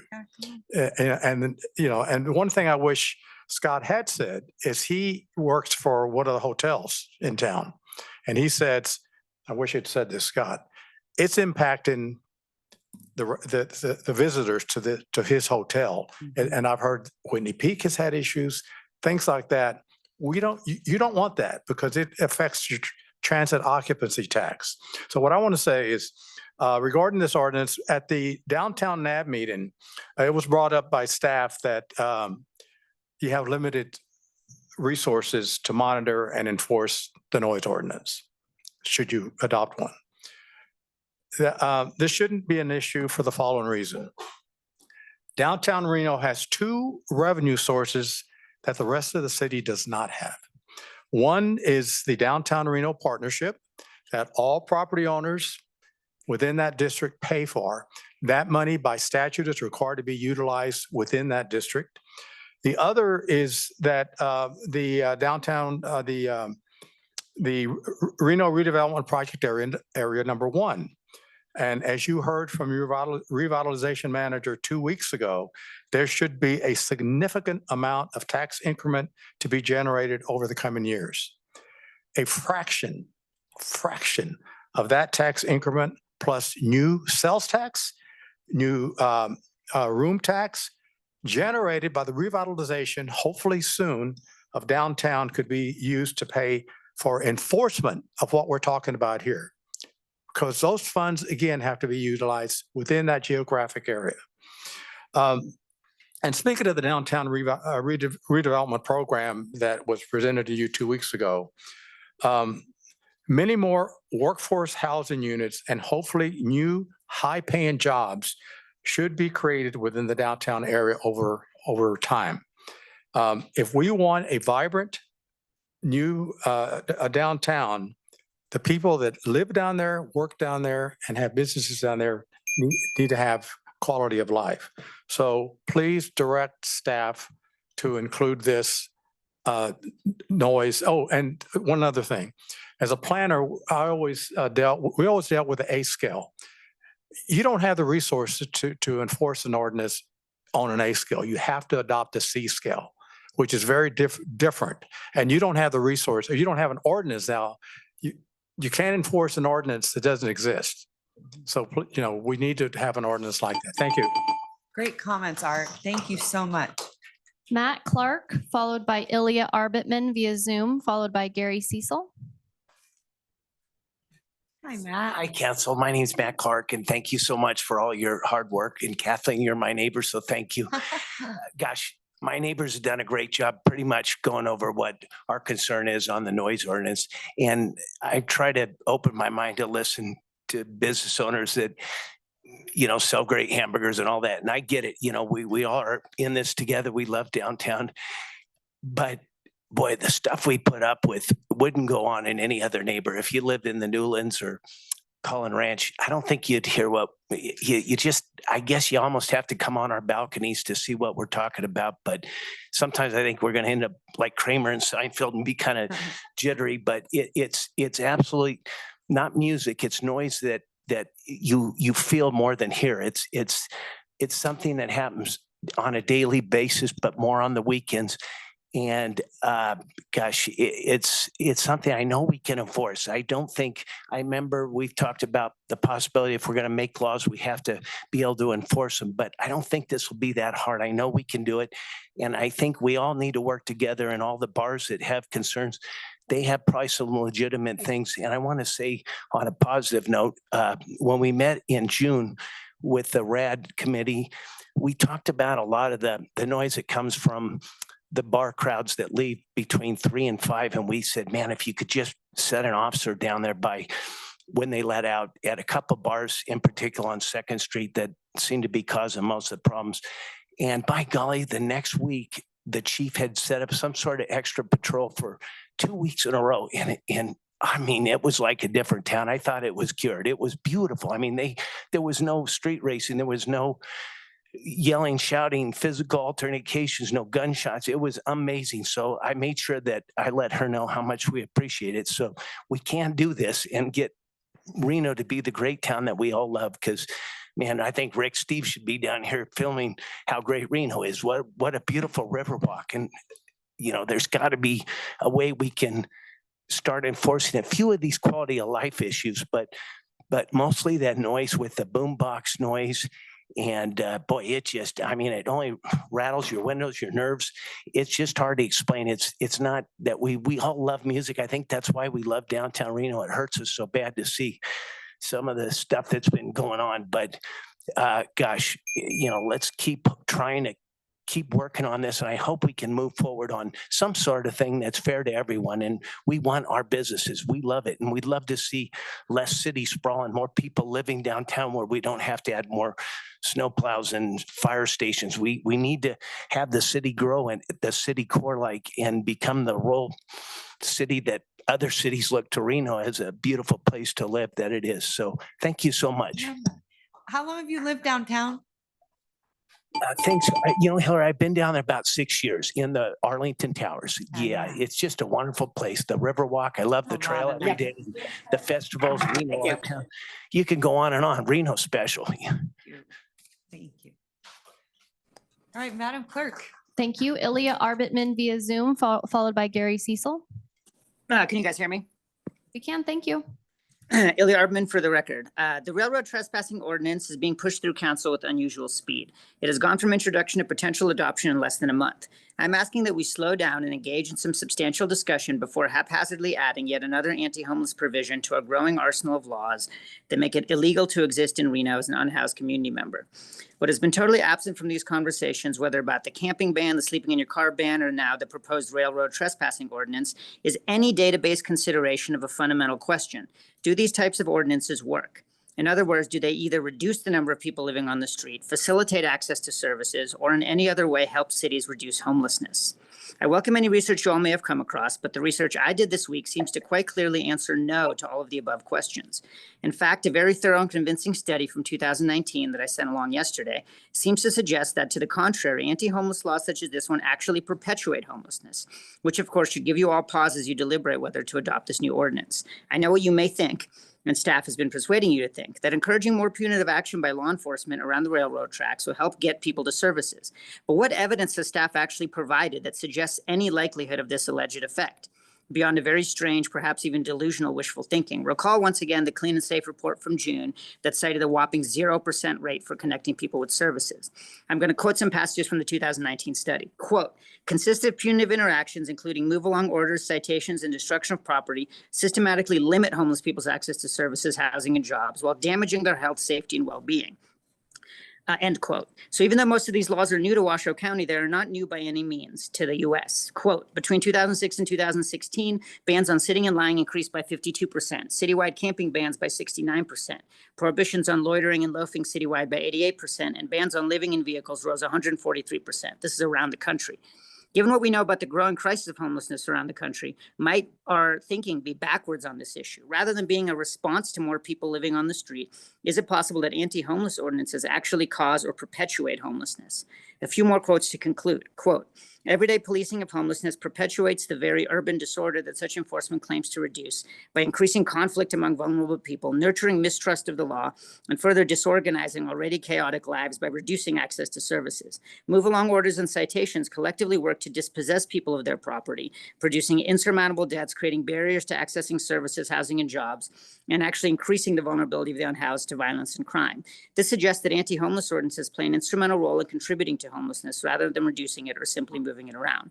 And a final quote, general lack of services offered to this group casts doubt on claims that police contact provides any benefit to homeless individuals. This is not because the police do not wish to connect homeless people with services and shelter, but rather because there are simply not enough resources. So I urge you guys to take a pause and actually try to study some data before you choose to adopt this ordinance, because it might actually have the opposite of the intended effect. I'll try and be back there later today, but if not, good luck. Thanks, Celia. Gary Cecil.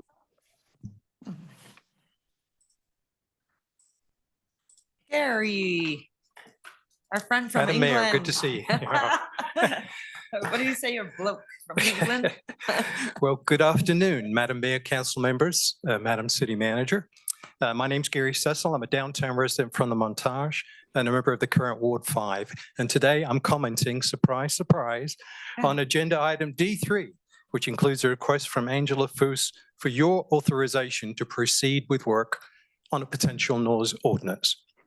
A number of concerned downtown residents have been working on this item with Angela and Councilmember Taylor for almost a year, and we truly appreciate their engagement. Happy birthday. On March 27th, Chip Hom, a Palladio resident, stood at this microphone and appealed a planning commission decision extending a downtown bar's operating time into the early morning hours. While rejecting his appeal, a number of you also expressed sympathy for the frequent noise disturbances he suffers every weekend through the night. And Chip wrote in public comment, it's still happening to him. A notable comment was made by one council member to the effect, so I'm paraphrasing, that we, the city, wants downtown to be a 24-hour district. So we should have 24-hour enforcement. The irony of this comment is that regarding excessive noise downtown, there's no noise ceiling, no upper limits, neither during the day nor the night. So there's nothing to enforce. The related comments you've heard this morning and read in your package from numerous downtown residents are clear signs to you that in our downtown mixed-use district, unchecked, excessive noise is rapidly making residential uses incompatible. And we've documented and provided to city staff accurate noise measurements from this summer that use OSHA standards to quantify what constitutes excessive. From my personal experience, such as that emotionally stated by Mr. Hom at his appeal, I assure you, this isn't an exaggeration.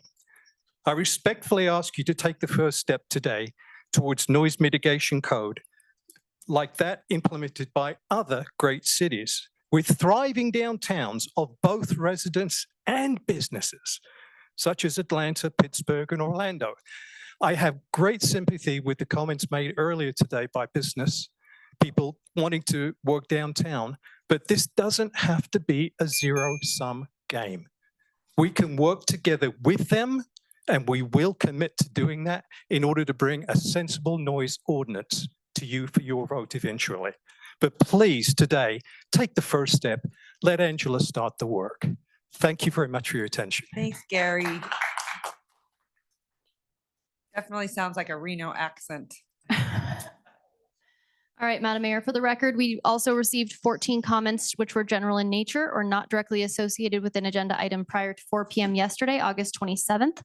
These were voicemail, written correspondence, or emails received via our reno.gov online public comment form. Copies of these have been distributed to the Reno City Council and are available to the public on reno.gov/meetings.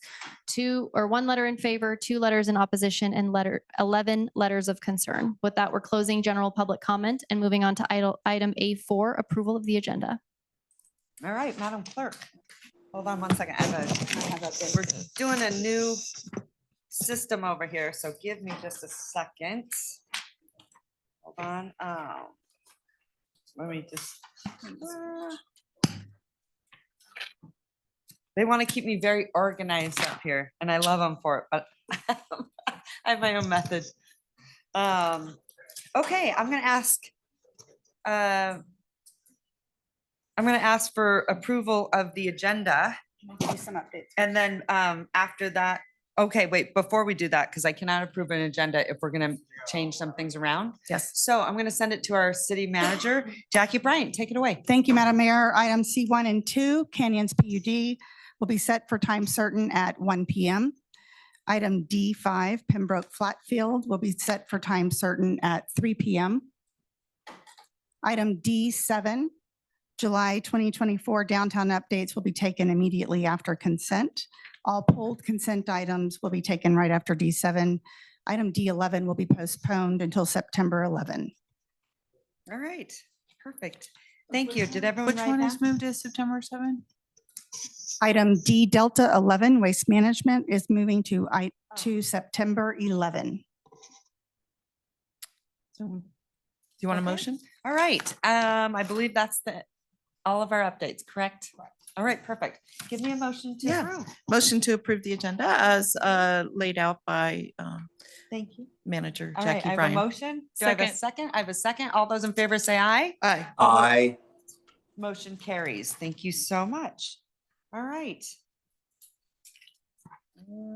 Item A5, approval of the minutes from July 24th. All right, thank you. May I get a motion to approve? Motion to approve. Thank you. I have a motion. Second. I have a second. All those in favor say aye. Aye. Aye.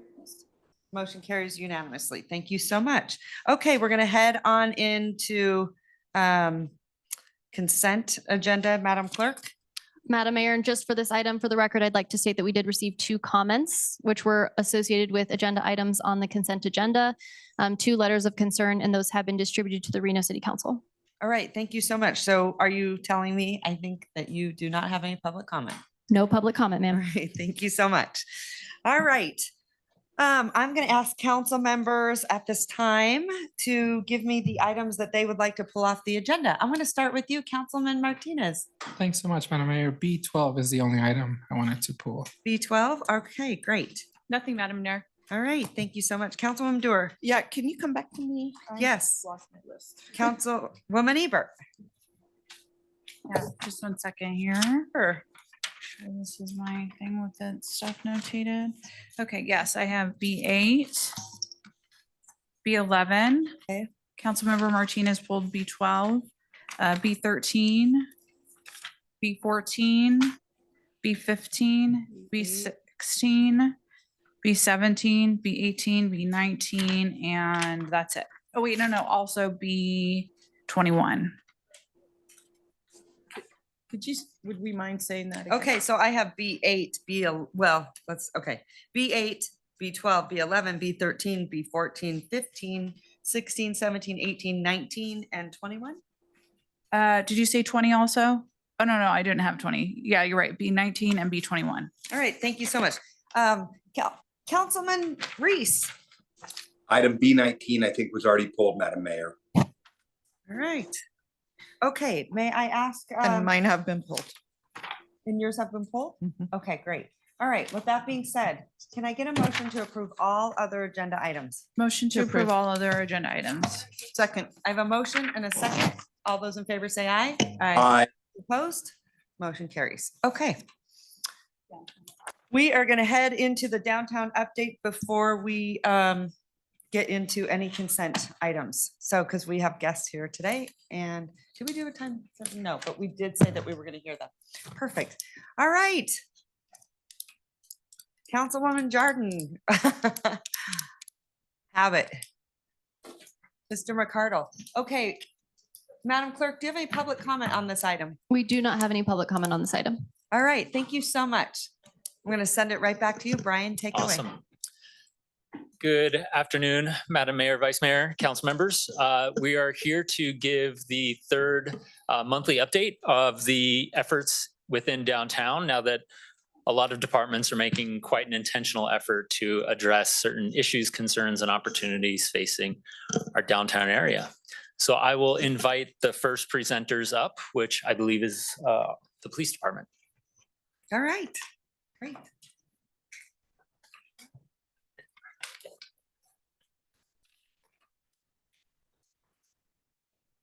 Captain Gerald Howlett for the record, Mayor and Council.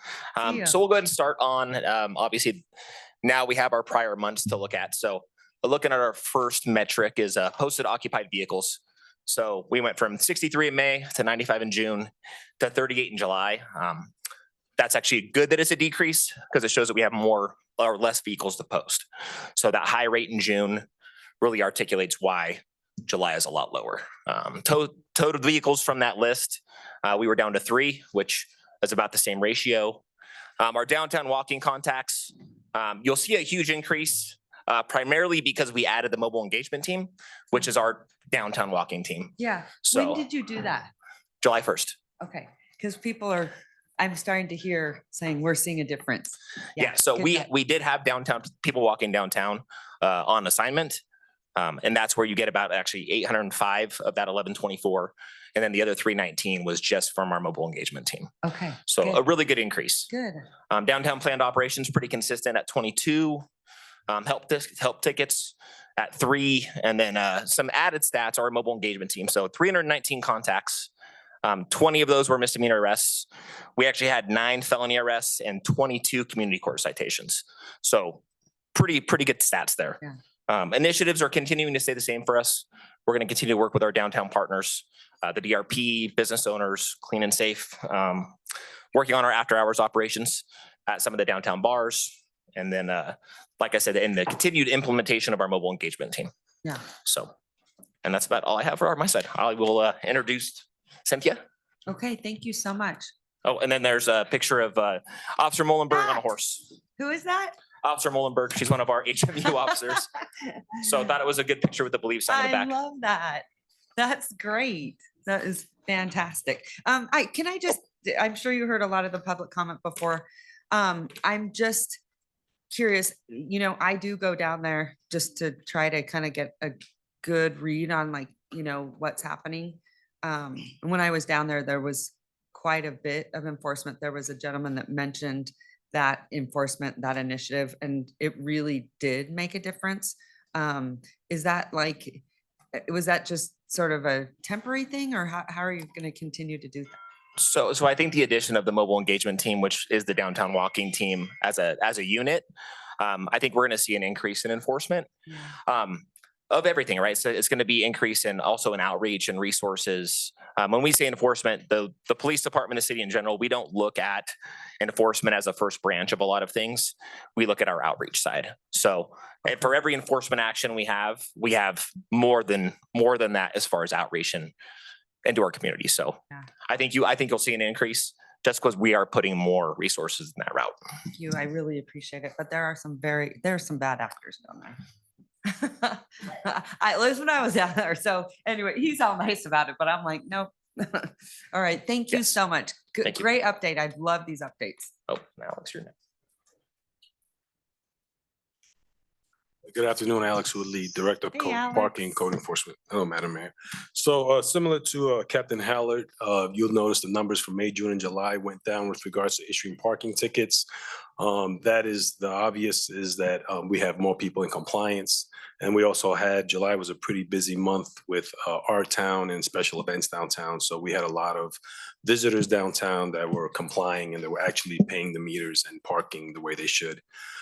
Service requests, you'll notice a similar trend, 18, 23, 30.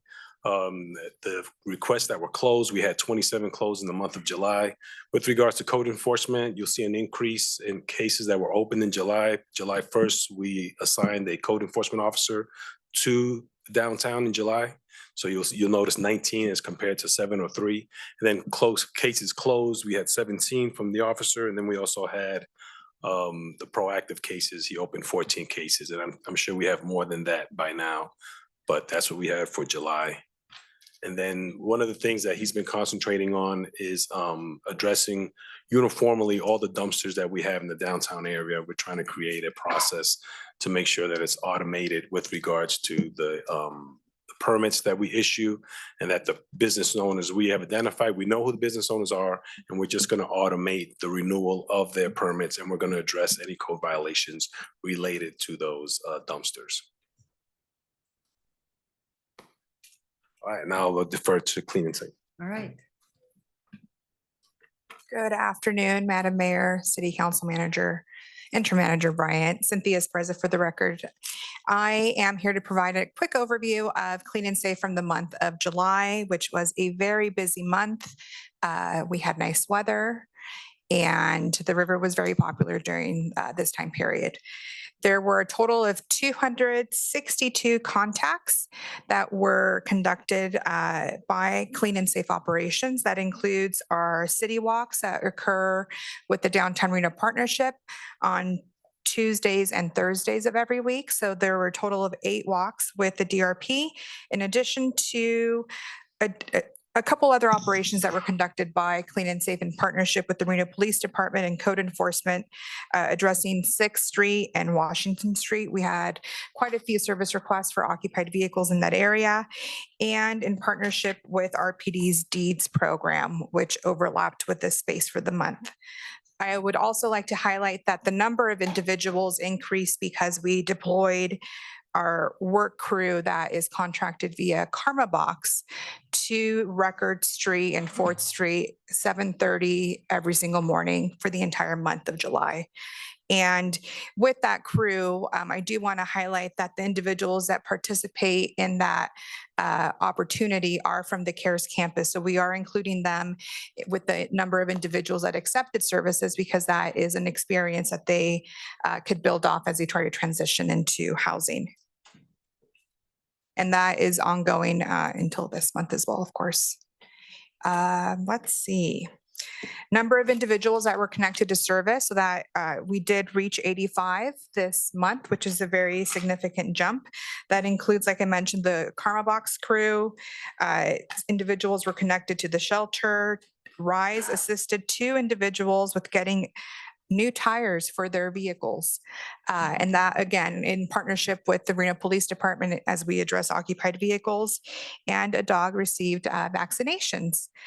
On the flip side, we did have 177 individuals that declined services in the month of July. And our team continues to serve the community and can have those connections with individuals who want the help. Later on today, item D4, you will hear about a pilot program, a rapid rehousing pilot program that our team helped connect individuals to a process. They're ready to move in. Monica will talk about that a little bit further, so I don't want to go into too many details. But we are bridging those gaps. But what we are seeing is there is a significant number of individuals that we cannot serve, we are not equipped to serve, because they are severely ill, whether it's mental health or co-occurring disorders. Our team is not equipped to provide those services. And I believe that this 177 connects with that population. So we'll continue to work with our partners in our community, but I do want to be transparent in sharing that. And last but not least, the yards of trash collected, it was also 85, which amounts to 1,313 gallon trash bags, to provide that visual for you. And that, of course, includes Clean and Safe and Karma Box and our service provider as well. And just a couple highlights from last month. There was a pretty significant cleanup along the river on July 23rd, conducted by Clean and Safe staff, our park rangers, and in partnership with the Reno Police Department as well. Outreach was conducted in this area. So again, those 262 includes all the individuals that were provided outreach for these operations. In addition to that, we conducted an operation on Washington Street and 6th Street to address occupied vehicles. 9 individuals were provided outreach services. 4 occupied vehicles received postings, and 1 vehicle was towed as well. So just a snapshot of last month. And with that, I pass it on to Cynthia, just Yes. really quickly. So the reason why you're seeing such a higher number is because there has been more outreach out there. There In the more morning. outreach. There was a large cleanup conducted, Okay. and there were additional operations that the team participated in to address 'Cause occupied one of my- vehicles. Okay. Just one of my visions is, this is why I've been pushing for river rangers, so that it stays beautiful, walkable, Right. accessible, safe, clean, the whole entire time, not just, we're just cleaning it up, every so often. It's always constantly maintained. So. Absolutely. We do have our partnership with Allied Security, who provides that additional support. But we do also see activity move quite rapidly. Yeah. So. Okay, Mayor, can I ask a question of Yeah. Cynthia? Cynthia, same topic. I didn't understand. So the River Ranger visits went from almost 200 in May to only 80 in July. And what was the reason? Do we lose people, or? I'm sorry, which? You were just on the slide. No, there Oh, was an that is, outreach team that started in the Yeah, morning. that's for Parks and Recreation. They'll go into their data. Oh, you haven't, you're not covering that No. yet. Okay. Okay, I'm sorry. thank you. Thanks so much. Hi, Hi, Dan Massey for the record, Parks and Dan, nice to Recreation see Manager. you. Pleasure. So to answer your question, we had an issue with our reporting mechanism that has been fixed. That's why the numbers look a little bit. So are they not accurate, or is it roughly accurate, or? Yes and no. It is accurate based on what was recorded, but the mechanism we had was not properly recorded. But do you think there was more then? Yes, That's what I'm absolutely. asking. Yes, ma'am. Oh, okay. So do you think it was closer to like the May number, or Yes. the June? When do you think it stopped recording, or properly just didn't? Unfortunately, I don't have that information. I apologize. Okay. But then public interactions, that didn't record properly either? So the whole form itself, our entire Oh, mechanism. the form. Okay. Yes, ma'am. Yeah, it's digital, which technology is great until it isn't. And unfortunately, it just wasn't Well, in July. I'm a big supporter of your program, so. Thank you. I hope you can get it fixed and let us know how it's working. Yeah, so a positive update for that is we have hired 2 new rangers. They're going to start on the 9th. Since our last update, we have had 1 river ranger that has resigned his position, but we have also offered and have an accepted offer letter from a 3rd one. So the lapse is going to be minimal at best. There is going to be about a 4-week onboarding process to get them familiar with the area. And that's where we are. Okay. I'm happy to take any questions. I Okay. apologize, the numbers are not. Yeah. Well, at least it Accurate. sounds like you're on track now. Now you. We're trying to be. Okay, okay. Yes, ma'am. Can you tell me how many river rangers we have? So currently we have 3. We just hired 2 more, so we'll have a total of 5. Okay. 1 is resigned, but we've already backfilled Got that it. position. 'Cause And I'd they're, love to see Washoe County have some. I'd love to see the city of Sparks. Sure. I know you're not them, but this was sort of the plan and the vision. We were collaborating together, and that has not happened. And I Right. do think if we can get some of their resources as well, and we're all working together on the River Ranger Right. project, then it will be much more smooth. I guess one of the things I'm curious to know, Dan, that you could probably tell me is where are they Housed? deployed, I guess? Housed or? Yeah, where? So we're currently working on that. The 3 new hires that are coming on, they're going to be dedicated towards the river. That is all they're going to do. So the 2 that are currently on staff right now are going to handle service requests and be deployed to other areas of the city, but the focus is going to be downtown in the river. Yeah, because really that was what it was intended to do, was Sure. really focus on those areas downtown where they were pretty unsafe and Yes, ma'am. they were not clean. I never had the vision that they would be working outside the river. So I'm not loving that, but We do I reply- understand it's like a big area that, Sure. you know, that we're trying to enforce, but the good news is that we've started. This is something that I really Yes, think ma'am. it's going to come into its own. For sure. And Nathan, do you there wanna, are, sounds like Nathan wants to jump in. But anyway, Dan, I think it's good. And I'm glad So- that we've started and we'll Yes, continue to enhance and do what we need. and I don't want to Nathan? stiff arm him, Yeah. but just for context, there are 87 parks and 3 river rangers. I know, Luckily, we are up to 5 now. So that's good. I know. We got to get you more. Yeah, let me just translate, because I think he's saying what you're expecting. So the 3 rangers that are being hired will be river rangers completely dedicated to the river. Yeah.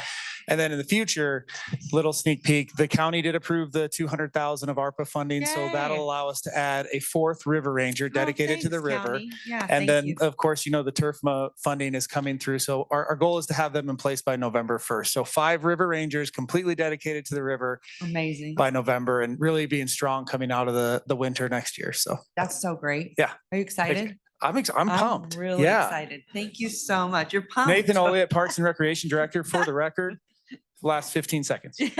Thanks, Nathan. All right. I Thanks, didn't Dan. get there yet. I was planning on it. He stole your thunder, yeah. Like that was like what I was looking for. He stole your thunder. So here's a couple of photos. The one on the left is from our Stargazing with the Rangers program that we had. Oh. It's been our most successful community engagement Cool. thing that we've done thus far since we started. Had about 150 people looking at the stars in the park. So, Cool. I love that. yeah. So from that, I'll hand it over to M&O. Okay, thank you. Hey. Good afternoon, Mayor and City Council. My name is Travis True. I'm the Director of Travis. Maintenance and Operations. So for July, we had 14 requests, and this time I'm happy to report that all 14 are closed out at the time this report was run. Great. We had 33 miles of roadway swept, 34 hours of spent in actually doing that work. I would like to note that the 7 hours in June is a misprint of some kind. That's, I think that's actually 27. Because I was going to ask you Yeah. why the difference? Yeah, no, Okay. we're pretty consistent. Where Yeah. you're gonna see difference is typically in the hours are pretty consistent. The roadway, the quantity of roadway swept will change a bit though. And that all depends on the amount of work they have to do actually on the roadway.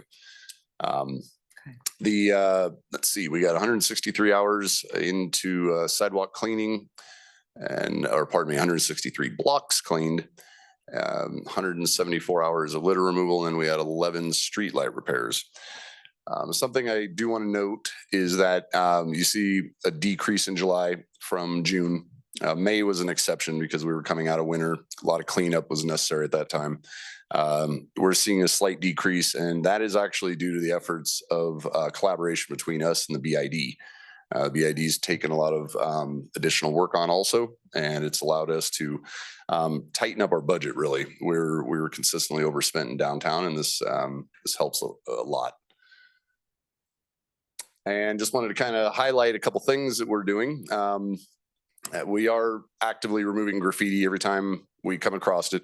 What I really want to point out, something we're very proud of, is we kind of snuck these in to see if anybody had any objections, but we had some these this is the planter. It's right across from the pawn shop, across from the row. And we built a couple of these planter boxes to try to keep people out of the bushes. We would like to probably do a lot more around our tree wells downtown. As you can see, we took some of the legacy events that Reno puts on and had them CNC machined into the steel. So anyhow, we think these are pretty cool. We'd like to do more of them. Yeah. Just a That is cost cool. issue. Is Yeah. is it working for the intended purpose? We have not seen anybody just running through the middle of the bushes any longer. And so we feel it's working. That's great. Yeah, we'd like to put more of these around the planter boxes and maybe turn or around the tree wells and maybe turn those tree wells more into planters also in addition to the trees. Kind of trying to beautify downtown a bit. Yeah, I love that. So. Good job, Travis. Great. And I will now turn over to Ms. Neoma Jordan. All right. Thank you, thank Hi, you. nice to see you. Hi, Madam Mayor, council members. Happy birthday, Councilwoman Taylor. I know she's like, why'd you call me? You're not happy. Neoma Jordan for the record. Thank you very much. I will be brief to go over our data points. As you can see, some of the numbers of the various things that we have executed on. We have an entire July report that I believe has been distributed to you, which we collect data on every data point you could ever imagine or want. But I kind of just pulled out a few that I thought would be of interest.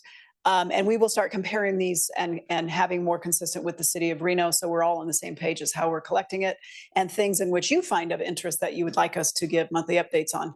Of this, I just wanted to point out rides to the shelter. We're seeing May to July. An interesting point here is even though the warmer months, the people that are needing access to services or requiring rides generally increases. And we actually saw a little bit of a dip during the June, July month, what I thought was interesting. And then the shopping carts recovered.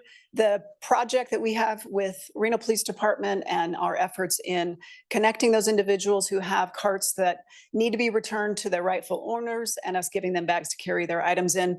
We're watching those numbers go down, which I think is a very good thing. I think we're providing the people the transport that they need for their items, but we're getting those stolen carts back to their rightful owners as well. And thank you to RPD for your assistance in that.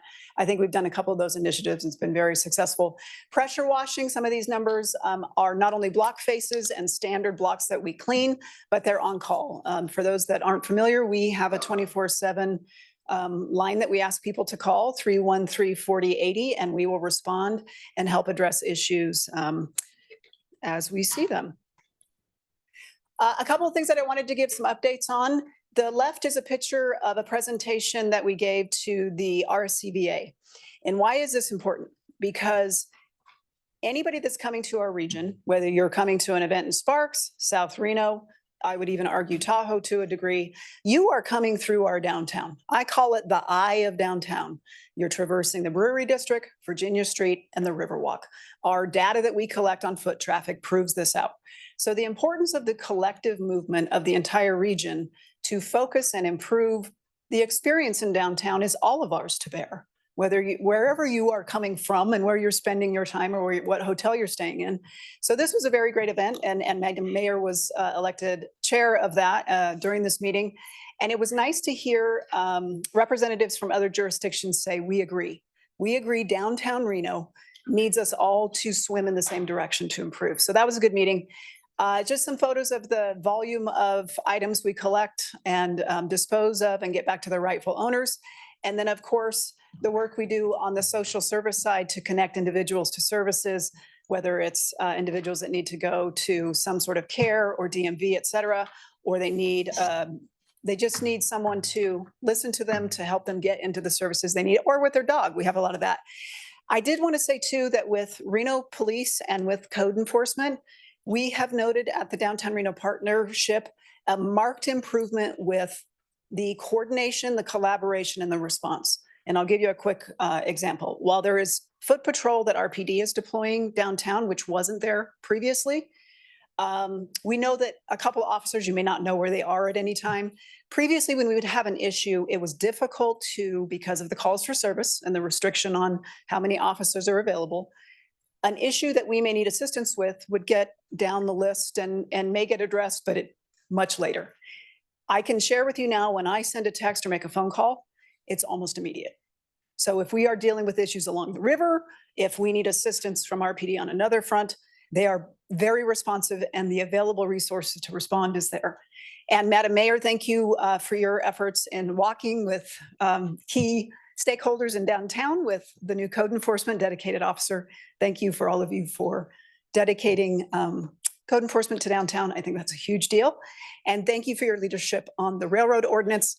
We have already noticed an improvement just on your initiating of it. And so thank you for your leadership. Great, thank you. Nice job. Thank you. All right, Brian McCardle, Revitalization Manager. So going to the revitalization efforts in downtown Reno, as you know, we have the Restore Facade and Tenant Improvement Program. We are now up to 12 completed projects in the downtown area. The 3 that have occurred since last month is, if you have noticed, the Auto Museum has redone all their landscaping around the entire corner of the building on Lake Street as well as Mill, with new landscaping, trees going in. So that project has been completed, as well as Dead Ringer on 4th Street has only done their ADA improvements on the interior, as well as sound deadening and exterior improvements to help with what they're doing over there. There are a lot of projects in the hopper right now. We have a new sushi bar coming to the area. We're waiting on Birdie's mini golf place to open. So there's 28 projects that receive funds downtown. So 12 of them have been completed so far. Number of new units, as I mentioned, we have 1,000 units coming online, roughly 1,000 units. 34 of them have been done. Those 34 is the Riverside Drive apartments near the hub.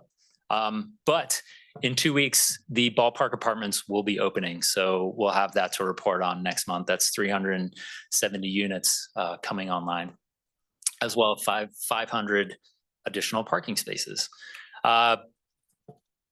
The other development projects are still coming along. We have a Jacobs entertainment project on the corner of Arlington, as well as the units on State Street and Mill next to Bertha Miranda's. Those will be coming online soon. So progress is happening. We had Bruca Theater that opened a new storefront right on 1st Street. But we haven't had any new businesses open in the last month. Bab Cafe has closed, unfortunately, due to health department, but I hope that they're going to reopen fairly soon. But again, we have new businesses coming online, probably 4 that we know of. So new business activity on its way. Property values haven't changed. This is usually an annual number. We'll try to update that quarterly. City activation events is always exciting. We had 31 events in the month of July. Our town was in the month of July. We had Wingfest downtown. We had, trying to think what other ones we had, Base Camp, all very exciting, interesting events.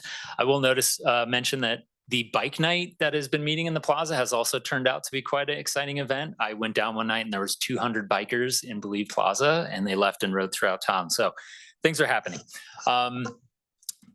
We didn't have a number on the number of participants. There was just so many events that occurred in July that we haven't done the data to show those. But I do know that our Off the Rails concert series had about 500 attendees. Harmony on the River, which is the Philharmonic, had about 50 attendees. And Flicks on the Bricks, which I'll show in a second, had about 80 attendees, as well as Dancing on the River as well. So we're going to play a quick video. We've gone out and engaged a videographer. Rachel McIntyre, our activation coordinator, has done a great job activating our public spaces, but also capturing content that we'll need for the future. So we have 2 videos we would like to highlight. The first being Harmony on the River. If you are not the biggest Philharmonic fan, but you like Nirvana and Radiohead, they have something for you. So I'd encourage you all to attend. Can we play that video on the left? Great. Is there sound? AI is hard, but AV is harder.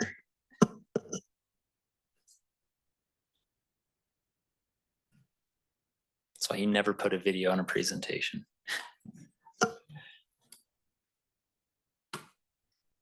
Well, it looks great, doesn't it?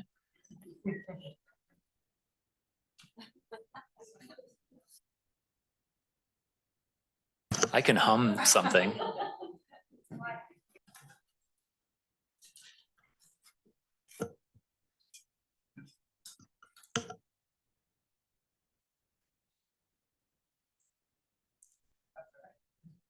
Okay.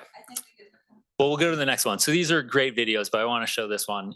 This is the newest event called Flicks on the Bricks. If you had a need for speed, you could have caught the Top Gun video in West Street Plaza. We had about 80 attendees on that one. It's loading. Next week, if you don't have anything to do on September 6th, there is Jurassic Park. And if you really have a need for speed, the first week in October, we're actually playing the movie Speed with Keanu Reeves and Sandra Bullock in that same plaza. It's great. People came out. It was, great use of the plaza. That's in partnership with Sierra Tap House, the Riverwalk, and the Cordillera Film Festival. So we wanted to see activation in that plaza. These are the type of activations that hopefully continue beyond the city supporting these things directly. All right, thank you. Yeah. What is the one though with the bands? That is off the rails. Off the rails. There's one left. I think it's the third Thursday in September. There's one left. Those have been great. Great use of the plaza, families, kids coming out. As we say, families, moms with strollers is the kind of key to showing that the space is revitalized and safe. And they have been coming out. There's a bounce house. My kids have been enjoying it for 2 hours while I watch music. And we do have plans to continue those next season with the ARPA funding through not only West Street Plaza, but the Locomotion ARPA funding allows us to continue these activations through the next 2 years. All right, good. Thank you so much. Yep. Come on up. Thank you, Madam Mayor. I know you all were wanting to take a lunch break. One of the things I forgot to mention, small thing, but a huge thing, is if you've not driven up Virginia Street, check out the curbs. The curbs are all repainted. They are bright red and bright yellow, and the contractor that we, in partnership with the city of Reno, have deployed, they are making their way out to a number of streets downtown. It's a very laborious process to remove that old paint, but drive up Virginia Street, they just finished it yesterday. So they're starting on 4th Street. I think they started this week, and looks great. So Thank you so much. And that was also paid for by the bid, correct? We helped, the city is doing a lot of the coordination and the painting of the red. We helped with funding the removal of the paint, which is a hammer and literally we've got a to chisel grinder. it off. It's a lot of work. It's going to take them a while, but we're going to get there street by street. And if you drive up Virginia, it looks really great. So Yeah, and I don't think people realize that, even the little things can make such a big difference. Those curbs look terrible. Yes, and then Madam Mayor, I did want to say, I have a meeting at 1:30 today with some closed businesses that have reached out to say they want to beautify the exterior of their business. So I think it's the collective understanding that whether you're open or not, the exterior of your business matters. It matters to the feel of safety and cleanliness. So I did get a call from a rather large property today that they want to talk about it. So looking forward to that. So, Awesome. thank Love to you. hear it. Okay. Are we finished? Brian? One question I'm going to ask council members if they have questions, but one question before it slips my mind. Where are we at on the trash cans? We've got to have the trash cans, the ones, because people are continuing to pull them out. I've been walking that I don't know, 3 times a week now. And it's really, really evident. They don't look good. And then the other thing that I want to ask, which was really important, was the dog cleanup stations with the bags. I could not believe how much, dog poop we're seeing down there. And because we have the biggest little dog park and it's a great, great park, but I watch people take their dogs home from there and they don't pick it up. So can you give me a little update? Sounds like Jackie's maybe got one. Yes, thank you, Madam Mayor. So regarding trash cans, if you recall, council approved us to order trash cans along the river. Those have been ordered and will be here in about 4 to 5 weeks. Our M&O team has been doing an assessment of the number of trash cans we would like to install of the exact same design that council approved along the river within the area between the arch and down to the other side of the bridge near kind of Wild River Grill. We are still waiting on that number and cost, and then we will come back to council with some funding request. Yeah, and I really appreciate it, Jackie. You have been on this. She walked with me and I would point this out and she had taken care of it in a second. She is amazing. I got to tell you, Jackie, you are amazing. I am a little concerned though, because if I would love for them to take more of an inventory of the whole area, because I want to stay very consistent in the look, the brand, because I think, you know, we need to, I guess, have it be conforming to Sure. What cross streets are the you whole thinking? environment. Otherwise, I think we're just kind of putting a Band-Aid on it. Are you thinking from the river By all the the way bid. to We should work on the changing entire of the bid? Yeah. Okay, we can cost that out Yeah. and then we'll have to identify a funding source and bring that back to Even council if for we approval. slowly have to get there. Understood. Yeah, thank you so much. Yeah. Okay, Councilwoman Taylor, take it away. Thank you, Madam Mayor. I know we have a time certain at 1, but I just wanted, there's a couple of things I want to talk about. First of all, I need to say thank you to everyone who got up and presented in all of your teams and all of your divisions, because I know I call you, I email you, I text you, I send you all sorts of requests and information at all hours, and you guys are on it and you're taking care of it. And I know it's constant. I know we work someplace and then we're working someplace else, and then it goes back over here. I know it's a constant effort. And I am very grateful to you. And if I don't say it enough, please know, because I know I'm always sending you requests. Now on to the things I don't like. Barbara Bennett Park, I know we're working on that. And I just want to make sure that it's on everybody's radar. We are working on the railroad. So we're starting to see people come over to Barbara Bennett Park and the other parks. It's top of mind for the residents down there. And I keep reiterating, it's the only playground downtown for families. So the more that we can work on that, the more I'm very appreciative. The other thing is I'm going to talk about noise under D3, but Alex, we love Zach. We love having a downtown representative, and he is perfect for the job. Thank you. Cynthia, I'm really concerned about the 177 folks that have declined services, and we'll just keep continuing to talk about this and what happens with those 177 people and where they go and how we get them services. And I'm hoping that under the rapid rehousing, we're going to see some of those numbers decline. Is that something that you think we'll see? I think a segment of the population contacts, or happen so frequently, and someone may not accept services on the first time that they interact with one of our outreach workers. But I think the piece that needs to be discussed is the mental health issues that we're seeing, co-occurring disorders we're seeing, that our outreach team, we don't have the resources to connect them to immediately. And I guess so the it's a bigger little bit- question is, I'm sorry, I don't want to interrupt you, but I want to make sure that we move on. We are not saying with those 177 people, goodbye, we're never going to talk to you again. We're identifying them and we're still working to get resources, getting services. We're just, it's in process. It's going to take a little bit longer. It definitely will. Well, thank you, team. I'm very much appreciative for everything you're doing. Councilman Martinez, anything?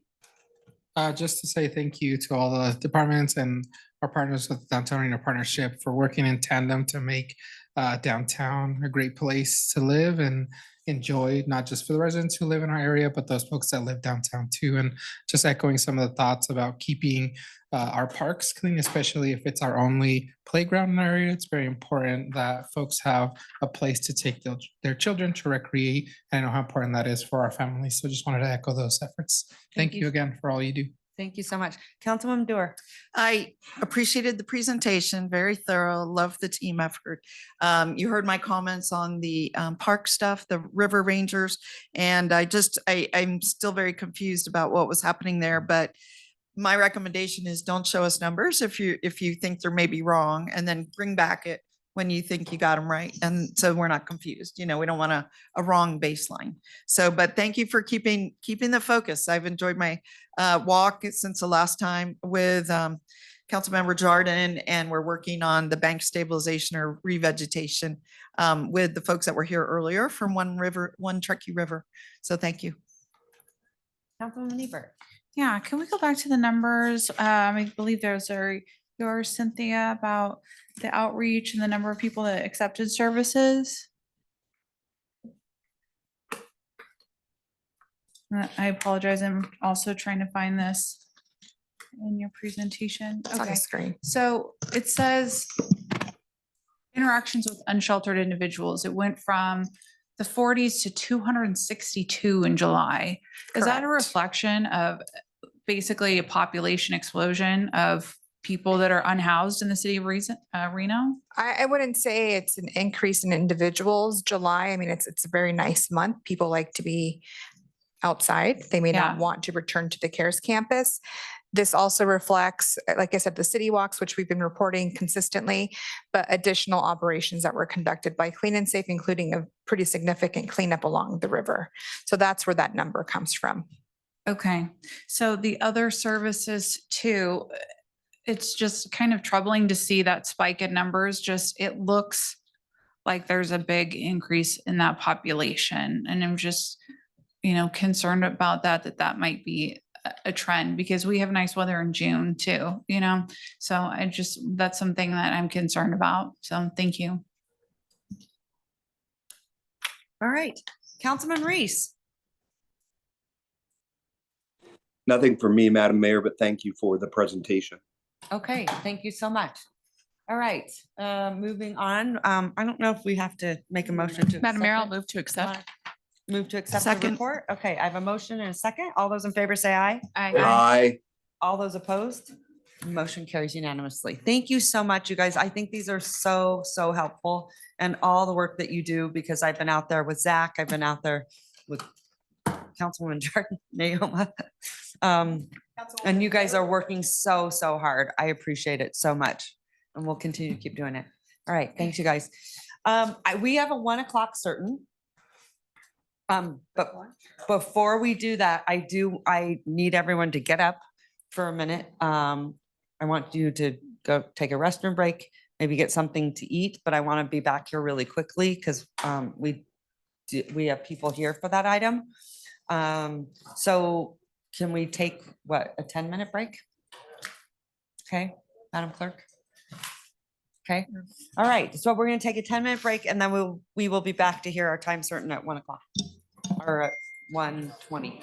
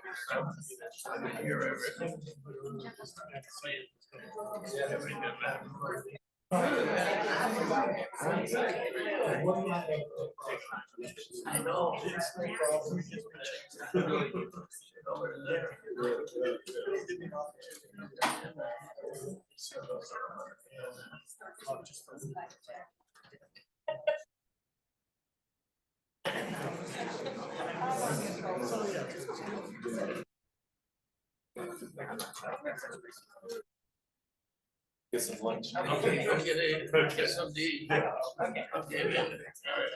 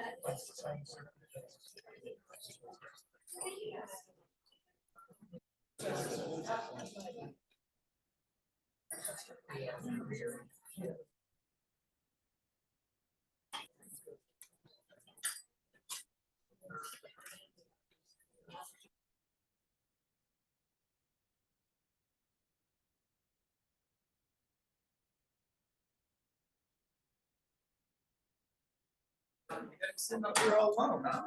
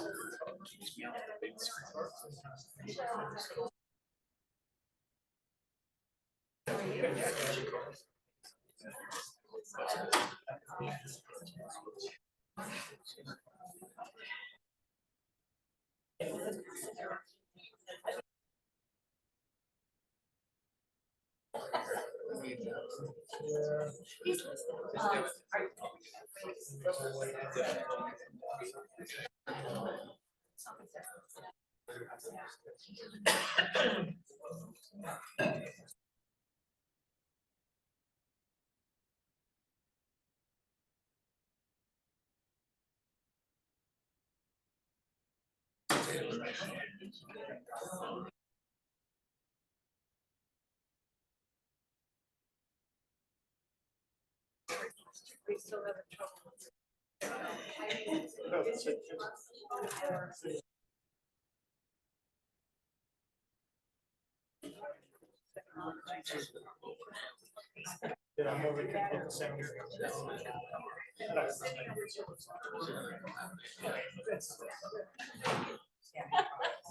So otherwise.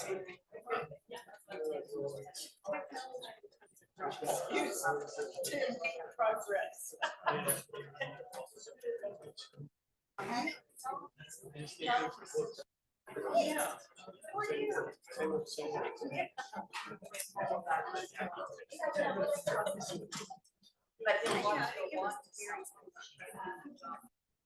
Hi, how are you doing?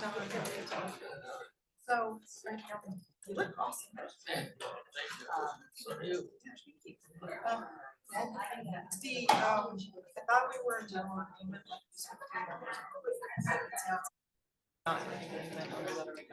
And so I want to keep working with you guys. I was ready to support you on these houses. Road, everything you can. Just needed. Because I know you're gonna be a lot of hard, and so I want to work with you to see if we can have one, you know, for let's say yeah, it was good. That's what I'm gonna recommend. I don't think, like you said, I want you to go see this. And I had no idea, I mean, agreements that you don't need, right? You know, which is how the.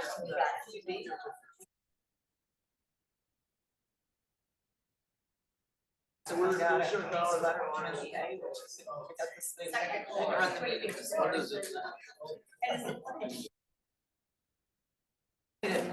So I want to make.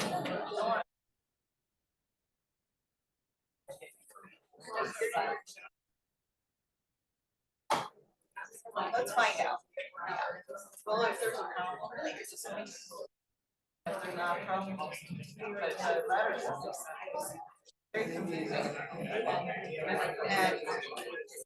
And for me, you did, which was the canyon out. Pulling back. Even the EV charging, I mean, that's an ask. But I know, but what I'm saying is whether you do it or don't do it. It's not, it'll be. I'm talking to 3 quarters. One was a king. Number 2 was the EV condition. That was agreed by. All else. Well, I understand, but unless things are so specific, and I may not be here and our staff may not be here. And the third thing was I was trying to relieve you of any requirements to do watering or anything that the NDA, that's why we came up with this idea. Instead of $1,000 was to make your city 500 and dedicate the other 500, which is only $50,000. Like, take it off your back. What's that? Okay.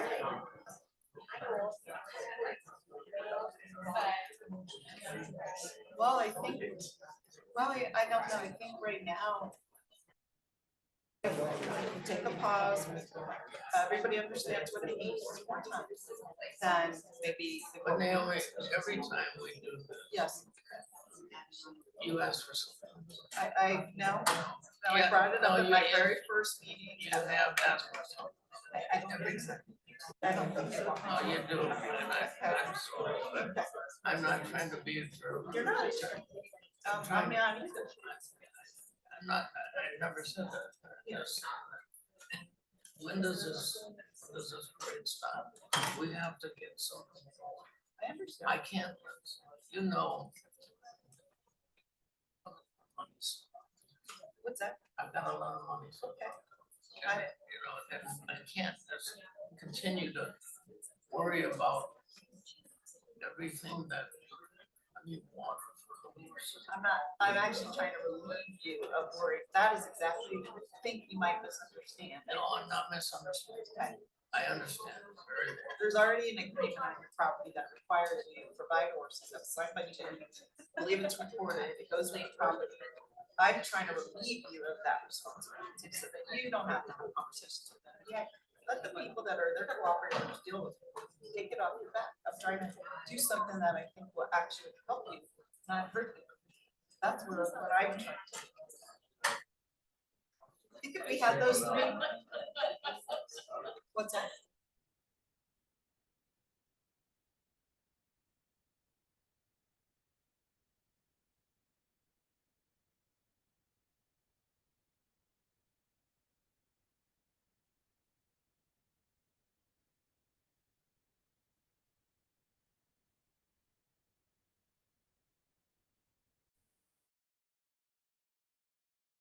Reflect that we're opening the public hearing.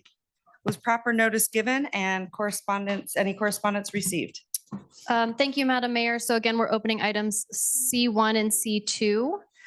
Proper notice was given and no correspondence was received on these items. Okay, But we do have a couple of public commenters. Okay, great.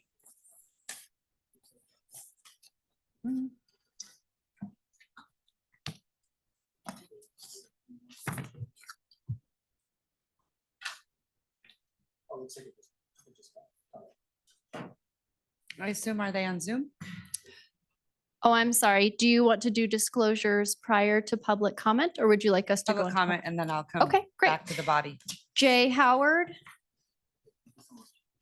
followed by Kate Tolles, followed by, that's it. Mary Harger. Good afternoon to the council and thanks for taking my comment. For the record, my name is Jay Howard and I'm with the Truckee Meadows Parks Foundation and also the program coordinator for Truckee Meadows Trails. Truckee Meadows Trails is a planning and support program for trails here in the region and seeks not only to improve our existing trail network, but to create a greater level of connectivity for neighborhoods. I'd like to go on record today in support of the Canyons project, the next item on your agenda. A key project for the program has been the Virginia Range Trail Corridor Project. This is a planning effort that we hope will result in a regional trail from the Hidden Valley Trail System all the way down to Geiger Grade or that area. So that's a big part of the Truckee Meadows region that is without trails, and it kind of makes that big part of the region. If we want to connect all the way around the Truckee Meadows, that's a big one to get out of the way. Check the box. Yeah. Awesome. The challenge for this effort has been that almost this entire area is within private ownership. But this has been a good challenge since one of our main priorities with the program is to reach out to the private sector or development community in order to coordinate a connected trail system within this region. I've met with members of the Dolan family and made other meaningful contacts with land representatives in the area to discuss the planning for a regional trail to come across their property. The Dolans have been very supportive and with the idea and are open to the concepts of trails and connectivity in the area. The conversation moved from if a trail will come through to when a trail will come through. I appreciate the fact that trails and trailhead amenities have been incorporated into their plans for their properties. As you might know, a park, trailhead with parking, wayfinding and interpretive signage, and other park and trail elements are a part of their proposal. The TMT program has just completed a regional trails program for the Truckee Meadows, and the Virginia range of Southeast Reno is an important area for trail connectivity and access in order to see a greater trail network that better connects our region. Nice. You've Thank- been working on all thank that, you. huh? Yeah, Good job. Well, and Madam Love Mayor, that. yeah. that we is have going actually on. paying for it with our ARPA project, just to connect the dots. Yes. That I used my council funds to partially fund it. And we used $50,000 from the ARPA that we were given as individuals. And so Jay is helping lead that project for us. Good job, It's Jay. for us. That's the Virginia range project, and I Yeah. owe you an update on that. Yeah, that's okay. But I'm ready to go with that. I'm just when you are. connecting some dots. It's not like Jay just showed up here. We are working with him. No, I know, but it's always good to have people outside. I just think they know more than we do because Yeah. you're the expert in that field. Yeah. So good job. Okay, Thank thanks. you. Kate Tolles, followed by Mary Harger, followed by Tracy Wilson.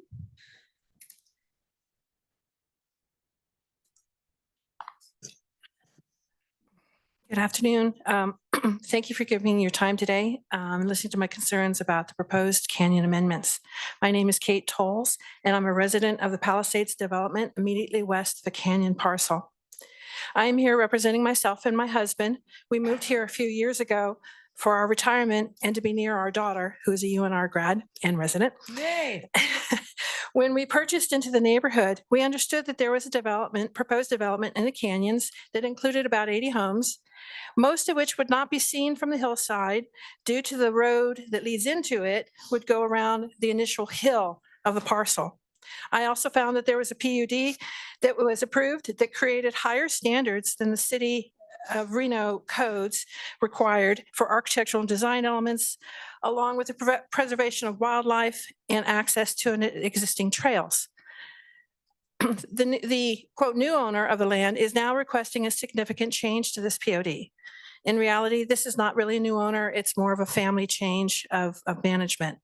So what's going on here is the original owner negotiated the original PUD through extensive meetings and agreements, are now coming to you for amendments wrapped up in a pretty package that make it look like it's an improvement to the property and the development process. In fact, there are significant changes to the PUD that effectively eliminate the higher standards that had been agreed to and bring it to the base level of city level building code. They have now included an extension to the original road so that it will now wind into the front side or the west facing side of the hill under the guise of added access to trails and emergency services for the new development. All of this so that additional homes can be added and make their development costs more effective. But what does this amendment offer the city of Reno and our community? There is not a net gain in revenue to the city. The additional homes that we desperately need for low and middle income are not being satisfied or even being assisted because we all know these are going to be $1 million+ homes up there. Access trails and what the gentleman just spoke about would still be available to be done on the canyons with the original PUD. And if a road is needed for emergency services, why can't we take one of the existing trails that's out there and just expand it enough as a 1-lane asphalt road like you see in other hillsides that's closed to regular traffic, but needed for fires, emergency access, that type of thing. Having a 2-lane road there will just add additional traffic on top of the homes that are going to be up there, the traffic for those homes, and increasing traffic. Okay. I appreciate that there will be development in the canyons based on the original PUD. That is not my disagreement. I am requesting the city to take time to look at this amendment more closely and hold the owner to the original standards. There are a lot of people living here in this community who work hard to be in our homes, and we just would like to not know that our surroundings are being diminished in the process. Thank you so much. Thank you for your time. Where did you move here from? Pardon? Where did you move here from? I moved from California. Oh, okay. All right. Don't, I mean, I love our California residents. Well, We gotta, I mean, we gotta all live together, and they open great businesses here. There was a and- lot we loved here that, and we kept visiting our daughter and realized we like it here. So. All right, thanks so much. Okay. Mary Harger, followed by Tracy Wilson. Before I start, I Mary. just want to make sure that this shows up correctly. Okay. Give us just a second, Mary.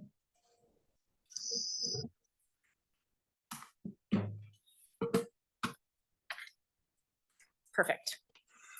So, hello, my name is Mary Harger and I live in DeMonte Ridge. Obviously, I'm here to speak about the canyons. Rio Wrangler has two major concerns with the increased traffic on that roadway. The first has to do with peak hour times and the severe congestion at the completely inappropriate intersections that are currently in place. And the second has to do with the non-peak hours, which in that area creates almost a drag strip and super high flow of traffic with excessive speeds that create safety and noise issues. But I'm talking today about the one issue with the congestion. And when it comes to the canyons, I'm concerned that this is just going to add to an already broken intersection. I'm going to bring your attention to the actual traffic study that was submitted by the canyons. And you can see that they excluded Life Church school traffic in the AM because they're claiming that it is not within the study hours. The study hours are at 7 AM to 9 AM. But you will see that in the Life Church study itself, which was also conducted by Headway Transportation, and Lauren, I guess, is here to address this afterward. The study hours are 8:15 to 9:15 AM. Sorry, I'm trying to point by looking up. So there's actually 45 minutes in that window for this study that is not included, and it's heavy AM traffic. So that data is missing from this study. The next issue with the study is the fact that they make a statement that the roundabout is actually programmed by RTC for the Macaulay and Rio Wrangler intersection. And I can tell you it's not. I had a conversation 2 days ago with Graham, I'm going to say it, Dollarhide at RTC. He is the administrator of RTP. And he gave me assurances that they are nowhere close to being finished with it. It will not be rolled out until the end of the year. And it probably will not even be implemented at all until early next year. And at this point, he gave me zero assurances that this intersection is even going to be included. I say that because in addition, what was analyzed in this study was that the existing control, which is here, for Rio Wrangler and Macaulay is a roundabout, and that's not true. It's actually a stop sign right now. So this gives a false impression that it's a level service A, which it is not. But also information that was from Headway, which was presented to City Council on April 24th, is this graph that shows during this time, it's currently a level F with a stop sign during the Damani Ranch High School time. And with the anticipated start of Life Church, it's going to be a D. If you extrapolate out that little bit, if you add about 25 passes, it's actually giving me an F. So, I mean, give me a little bit of space to say that 25 passes from adding the canyons is going to make that an F at both of those peaks. So I urge the council to please take into consideration that adding another project to an already broken intersection is very irresponsible.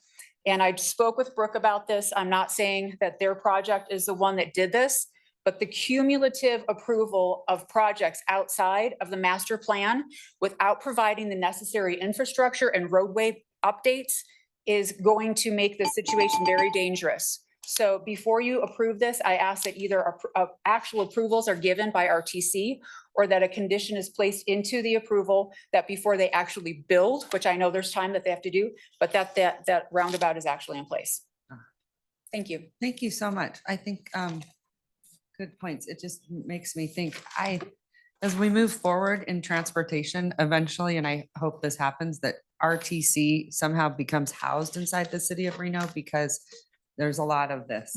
Right. And that's really, really frustrating. So thank you. Thank you. Tracy Wilson.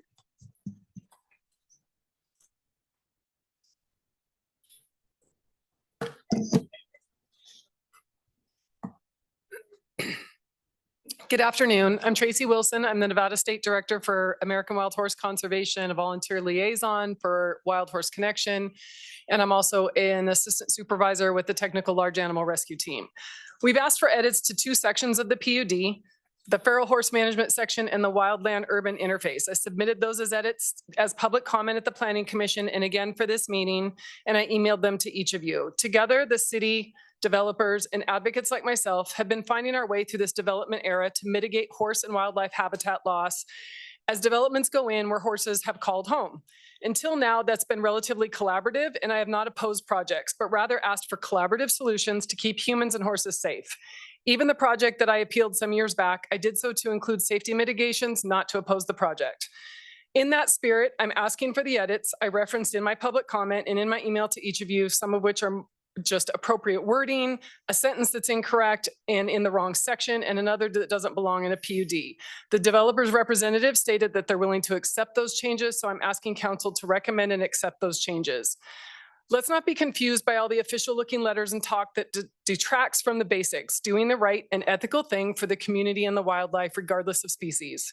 The law quoted about watering livestock, which you'll undoubtedly hear in its definition in NRS 533-485 definitions as used in NRS 533-485 to 510 says public range means all lands belonging to the United States and to the state of Nevada on which livestock are permitted to graze, including lands set apart as national forests and lands reserved for other purposes. This is not public range, it's private property. Range livestock means livestock which during the general period or season when they are being or proposed to be watered at the place involved are subsisting chiefly or entirely by grazing on the public range, which we just clarified, this is not public range. These horses are on private property. There's no grazing permits involved. The law does not apply in the way that it is quoted. One thing you won't find mentioned in any of this material is the law that prevents a nonprofit organization from entering into a private agreement with a developer, because that law doesn't exist. I simply ask of the developer that the previous agreement be honored. The agreement was not intended, as a letter suggests, to draw horses into a development, go through a residential development, or otherwise draw horses to residential areas. As anyone who looks into the hills can see, the horses already live there. The agreement's intended to keep horses out of residential areas and actually draw them to the east and away. It was never intended to prevent the developer from fencing their property in its entirety. That was due to the terrain, and the developer agreed with that. We have put considerable effort and cost into not only stopping population growth, but reducing the population of horses in this area. We didn't create the population numbers, but we are doing something about them while allowing horses to live freely on the range outside of the residential developments. We need to remember a couple of things. Reno is wild horse country. We're the gateway. We are where people come and spend their money to view wild horses. These Virginia Ranges horses have historical and cultural significance to our city, and we need to find ways forward for coexistence rather than continual opposition that benefits both horses and community. Thank you. Madam Mayor, for the record, I apologize. We did receive correspondence on item C1 as 8 letters of correspondence, 7 in opposition, 1 of concern. And on item 2C2, we did receive 4 letters of correspondence, 3 in opposition and 1 of concern. All right, thank you very much. I'm going to bring it back to the body, and I'm going to ask council members, do you have any disclosures to make? None? Well, only the usual, that I've met with the applicant several times. And I have spoken with a couple of people, and I've read the letters that came in. All right. Same disclosure that I've met with the applicant and read emails. Okay, thank you so much. Thanks. All right. I'm going to send it to the infamous Carl Hall. I think do you have to read the ordinance?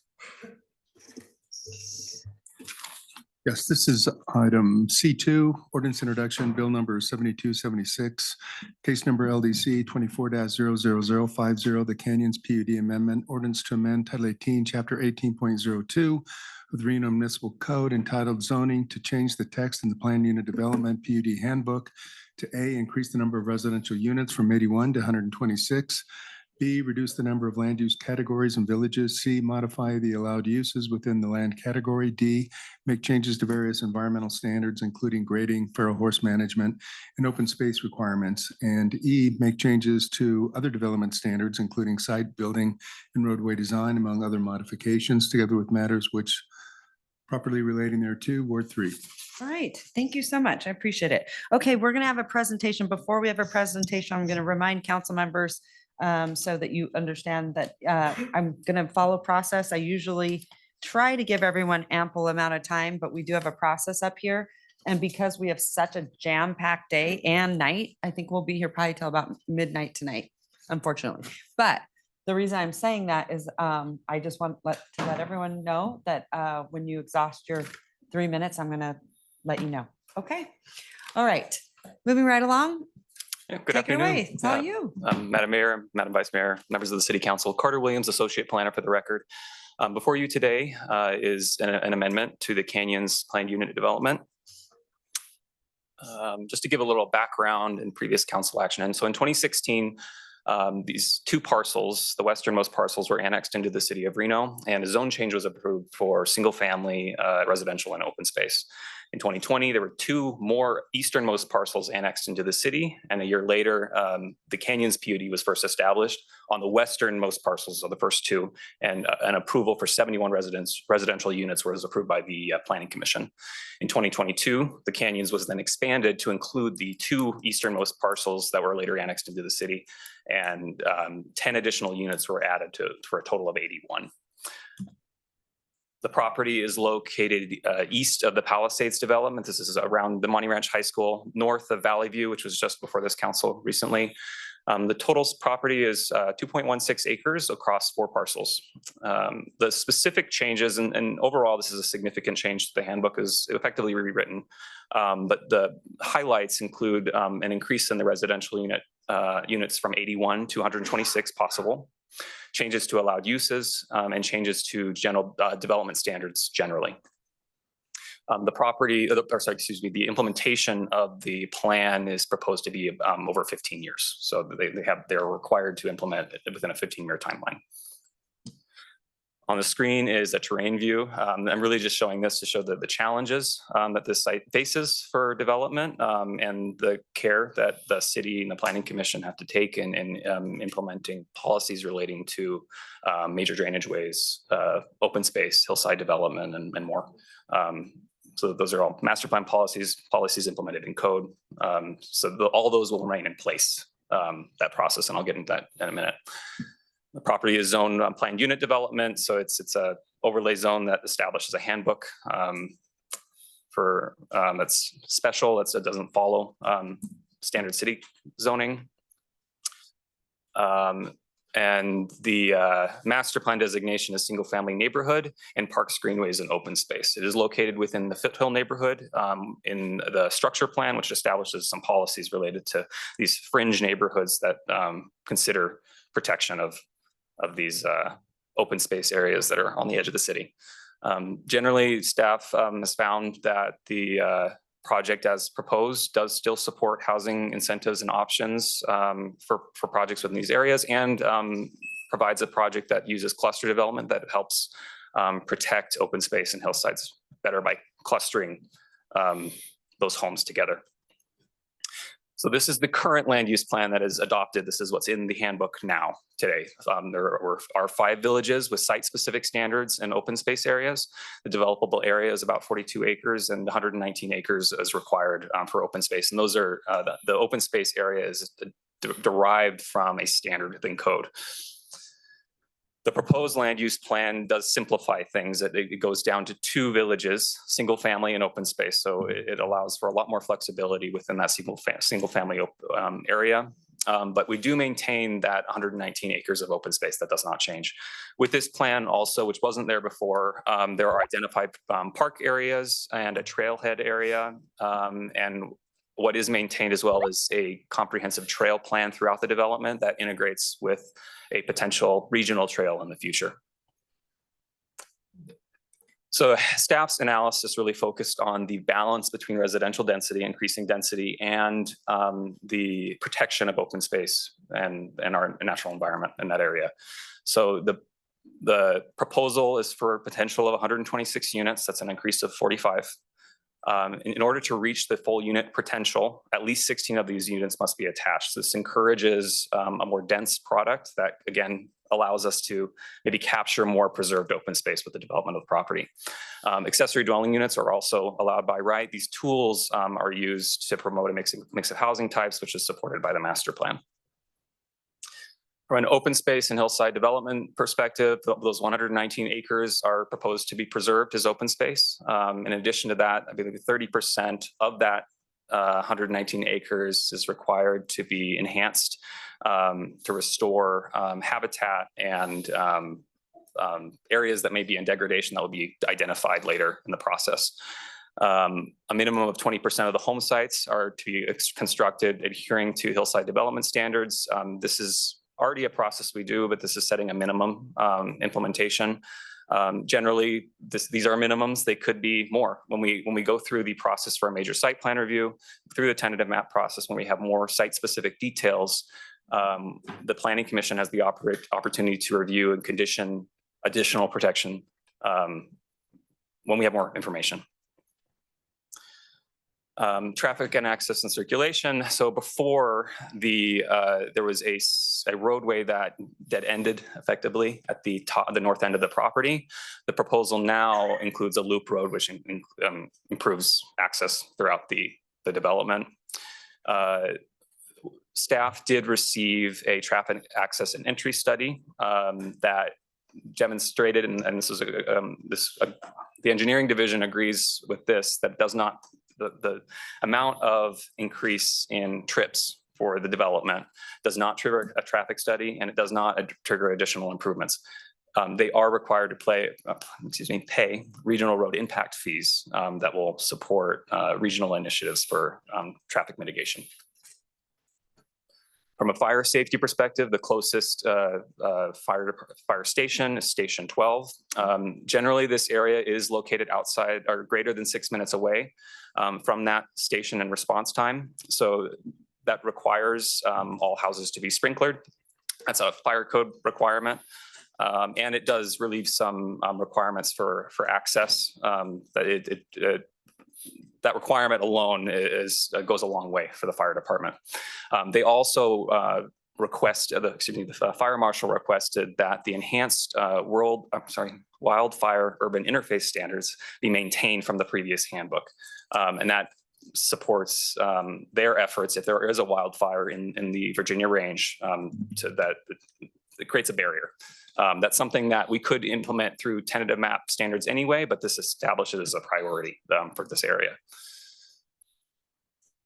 So on August 7th, the Planning Commission recommended approval of the amendment with a vote of 6-1. Most commissioners support the increase in density. There were some concerns related to the limited detail within the plan.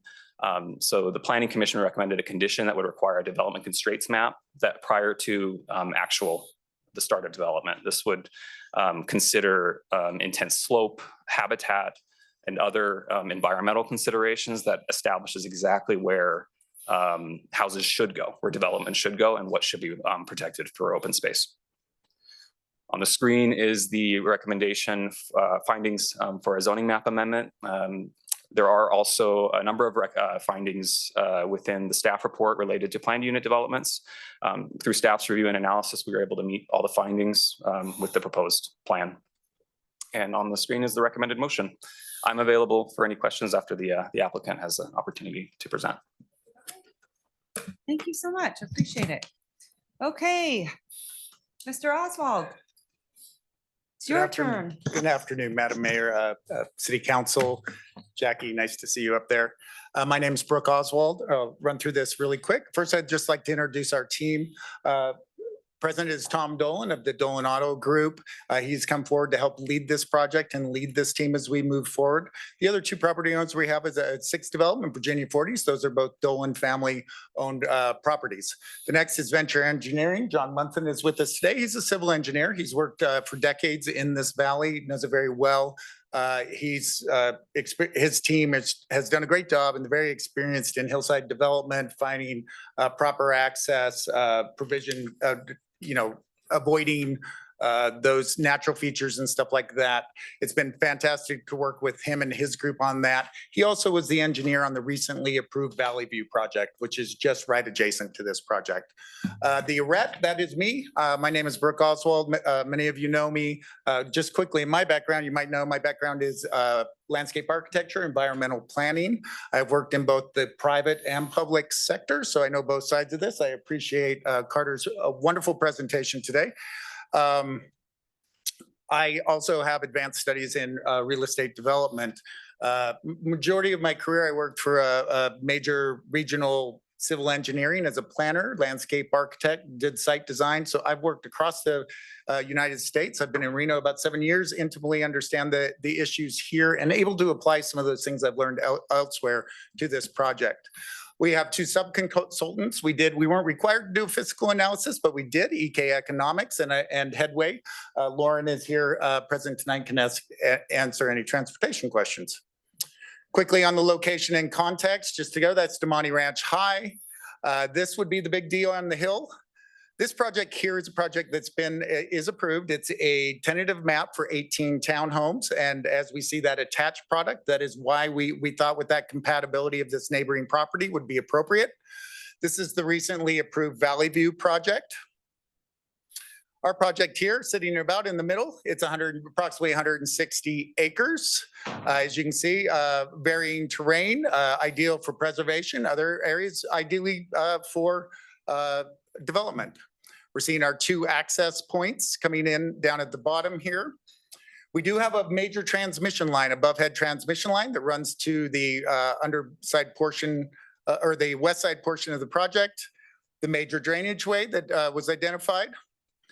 This is a big area here and something we've really moved to try to support. As you can see, the terrain varies differently. This is a very unique topographical feature. It's that big rock canyon. I have some photos that I'll show you a little bit more. And this is something that we have identified as being very important. Through my time in Reno, the last 7 years, I have worked intimately on working with the free roaming horses on the Virginia range. With that, I have established relationships with the local advocacy groups and the Nevada Department of Agriculture. And just to really go quickly into that, these horses are classified by the state as feral or estray livestock.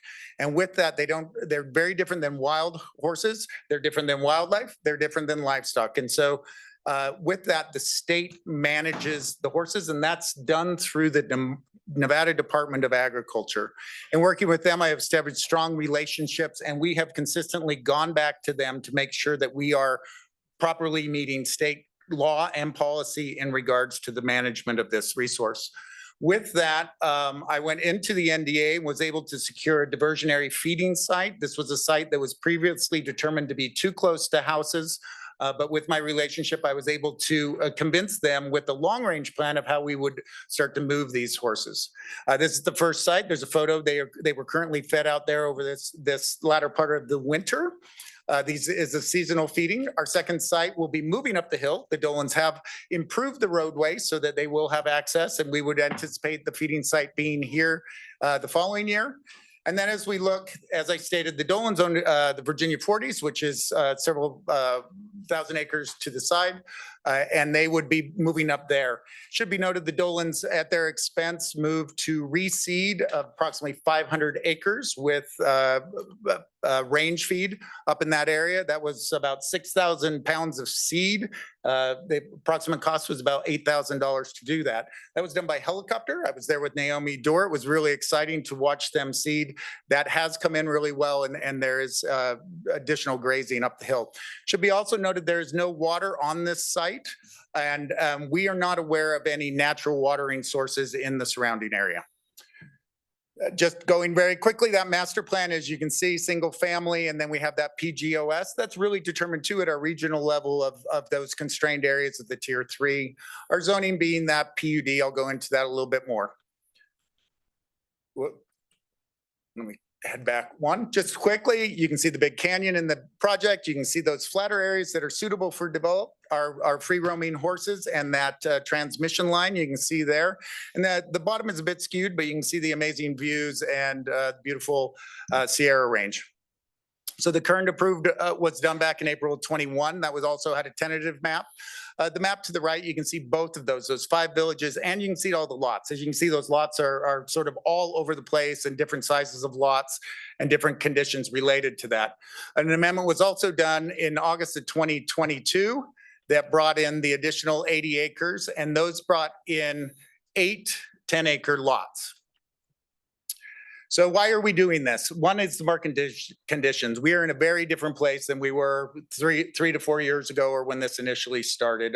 We've seen interest rates rise. We have inflation. Our supply chain, labor costs, land costs have all increased. And so to make something pencil, we really took it right back to the drawing board to see how we could make this and use this land most effectively and efficiently. The other is that challenging of access and connectivity that was mentioned by staff. As you can see, we have some dead end roads. We have the ability that we go up, but we don't further come back and connect. As we look at all these different villages, these were custom lots. We really felt there's an opportunity there to really bring those on. Those would have had private sewer pumps going up and a number of things and not on city utilities. Additionally, you see those long-term grading impacts with that, where you're not able to, you don't know the timeline. That has impacts on neighborhoods and surrounding neighborhoods. And then those top 10 acres, as we see the acres to the top, which I'll briefly mention in our next slide.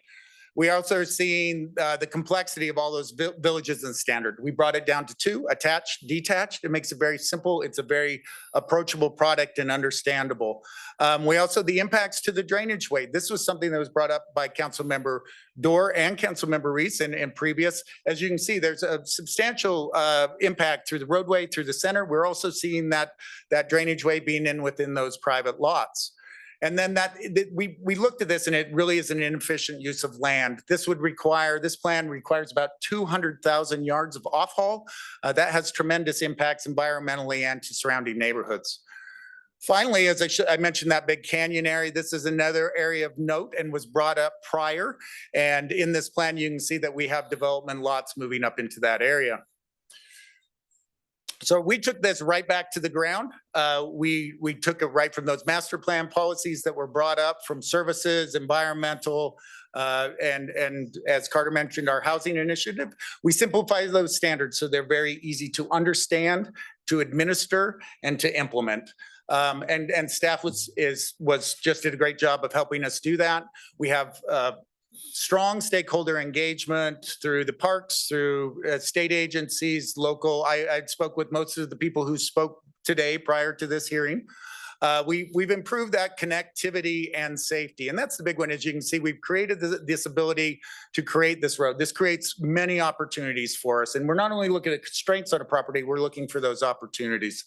As you can see, that road necks and narrows. We consider that coming down to a 20-foot roadway. There would be no side parking there. That will reduce overall impacts. And 20 feet is what is required by fire code. Our utilities and services that we're seeing, our current plan, we have our utilities up at the top here. Tumwa has changed their sort of plan and dynamic. They now go to a 2-tank system versus the 1-tank system. So, and that connection to that. Additionally, our roadway and connection provides those loops that they look for, that provides alternative systems so they can clean tanks and do things. So this alternative roadway also serves to function as for those city and other utilities. We're minimizing that drainage way. So as you can see, as before it went all through, we have taken that down to 1 point across that drainage way. And we have fairly strict standards that we can only cross that drainage way in this project once. That will be an open bottom. That open bottom prevents scour of that drainage way. It also allows wildlife to move through that area. Additionally, as the noted, let's see, Before, we had all those homes and the lots that went up here. As you can see, we significantly removed our development back to make sure that we're protecting that very substantial element of those rock cliffs. Really, this is about that efficiency and appropriateness. We weren't required, but we did go forward and do a fiscal analysis with this. This current configuration shows an additional surplus of funds in the 20-year time period. So we see it advantageous not only to the developer, but to the public on moving this forward. That efficiency comes with that density. We've increased our density to efficiently use that land. We believe that we're going to bring more consistent lots in there and create a more consistent product across there. The big thing we've done too is the open space quality. And I'll go through that in my next slide, that I really think we prioritize not quantity of open space, but the quality of that open space. And so the next is adaptable architecture, as we will have step downs and adapting to the slope. Councilmember Dorr brought forward a few items. The idea of having a requirement that it be natural covered homes. We are agreeable to that. Additionally, she has brought forward with the sustainability. We had 60% be EV ready. She has brought forward that 100% be EV ready, and we're fully supportive of that also. The protection of the enhancement of the natural resources and the public recreation opportunities. I have a whole slide because they are so important to the public and to me as a planner and environmental planner. Once again, it's that quality versus that quantity. So looking at parks, we've developed our first park down below that roadside area. This would be comparable to a community park. The handbook requires several amenities: a large shade structure, seating, 2 small shade structures, water, bike maintenance, a bike corral area. It requires public art. And so we're seeing these requirements. And then as we move through for the tentative map, those will go in.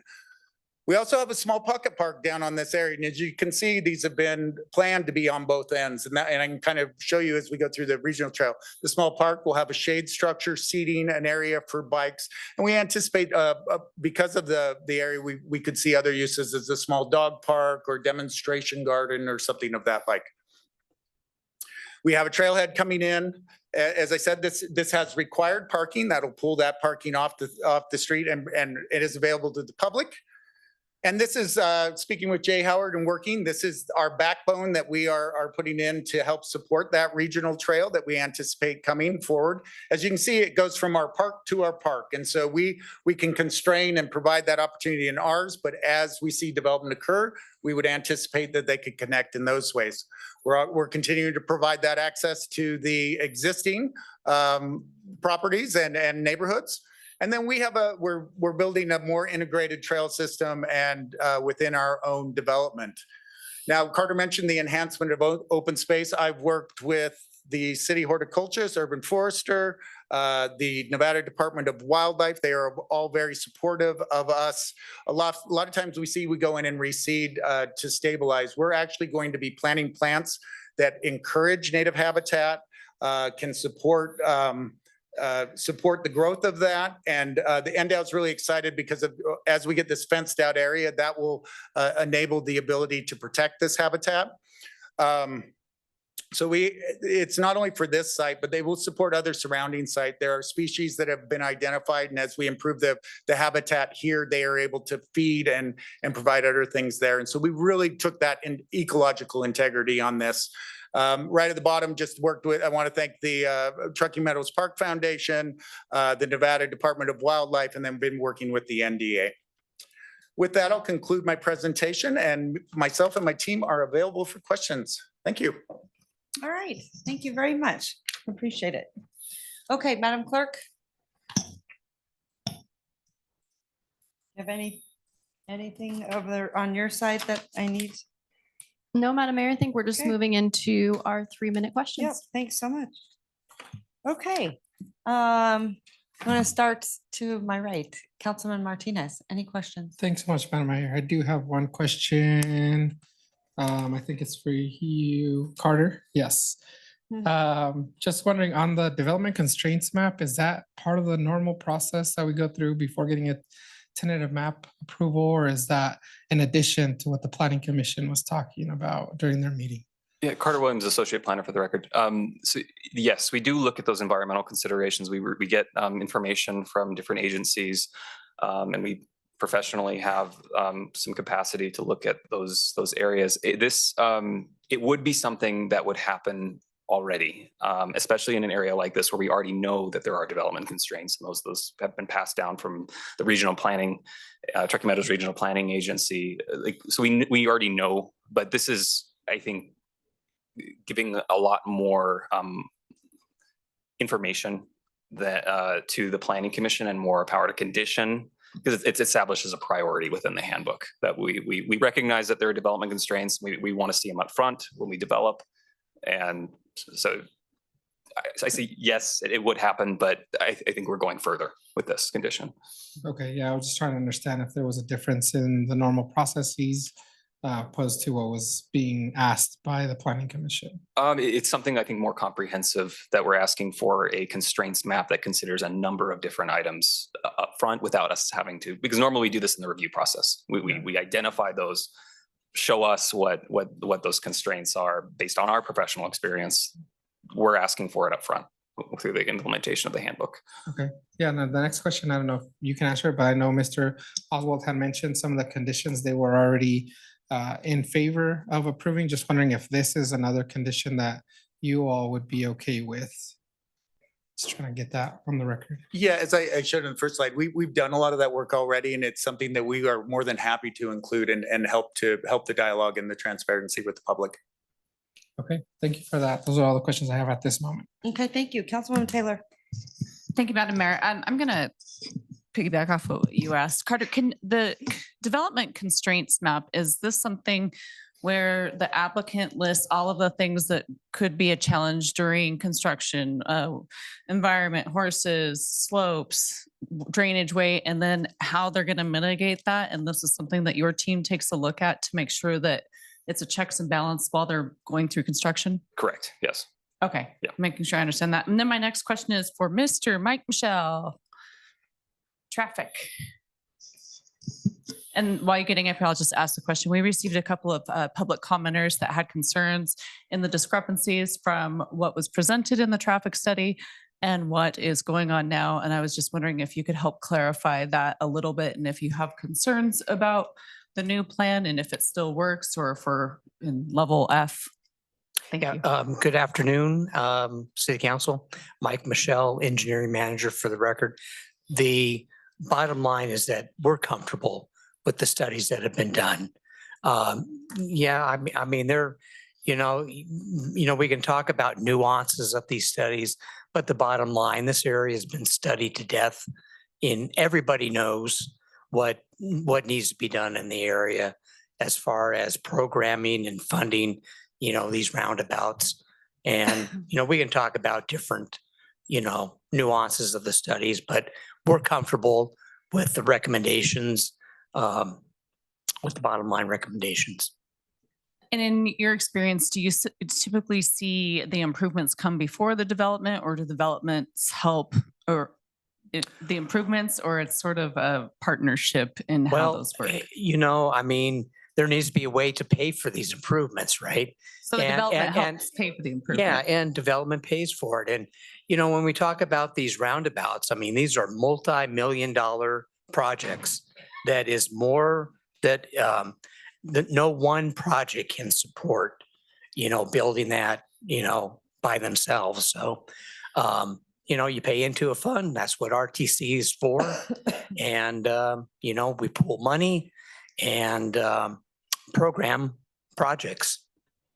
And the RTC looks at a regional approach, so they're looking at the total Cumulative effects effect, yes. of all of the projects. That is their job. Thank you, Mike. Thanks, Madam Mayor. Okay. All right, Councilwoman Dewar, go ahead. Yeah, could you go to the other two and then I'll go last? Would that be okay? Sure. Councilwoman Ebert. Go ahead. Yeah, so I have a question, and this pertains to the wildlife. I'm not sure if it's Carter or the applicant, maybe a little of both. So I know that the feeding of the horses is supposed to move up the hill. Is that correct? Yeah, so through an agreement with the NDA, the advocacy group, the Horse Connection, has an agreement to provide diversionary feeding. That's to move those horses away from our suburbs and away from our streets for that public safety issue.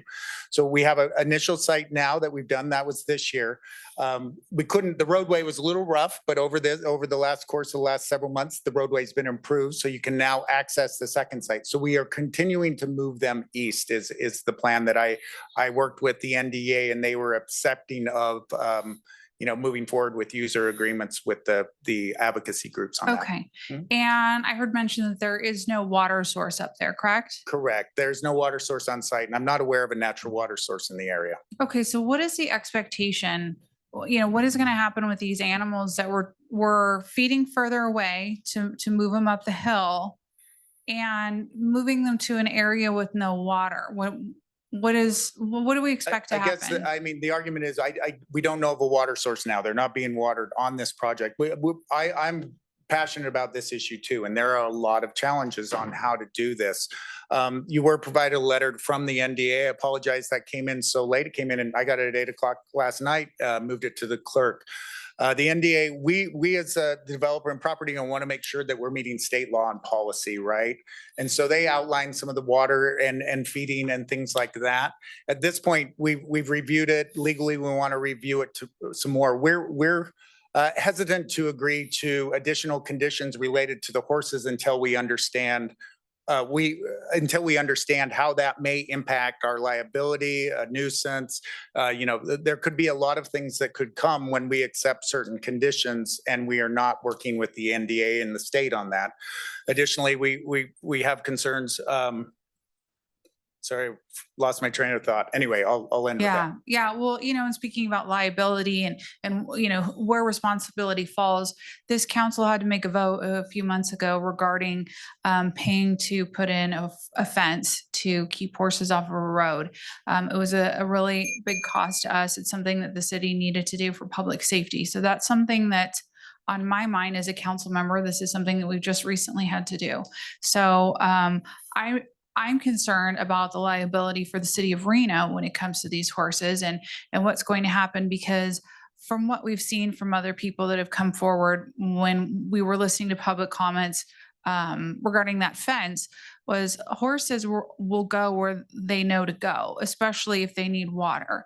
So I'm concerned about horses trying to get through fences, injuring themselves, potentially injuring residents to get to water. I can't imagine that they would just be okay with going up to an area with no water and just dying of thirst. Yeah, Something's going to happen. They may be moving further to the north for water. I'm not aware where these horses are currently gathering water.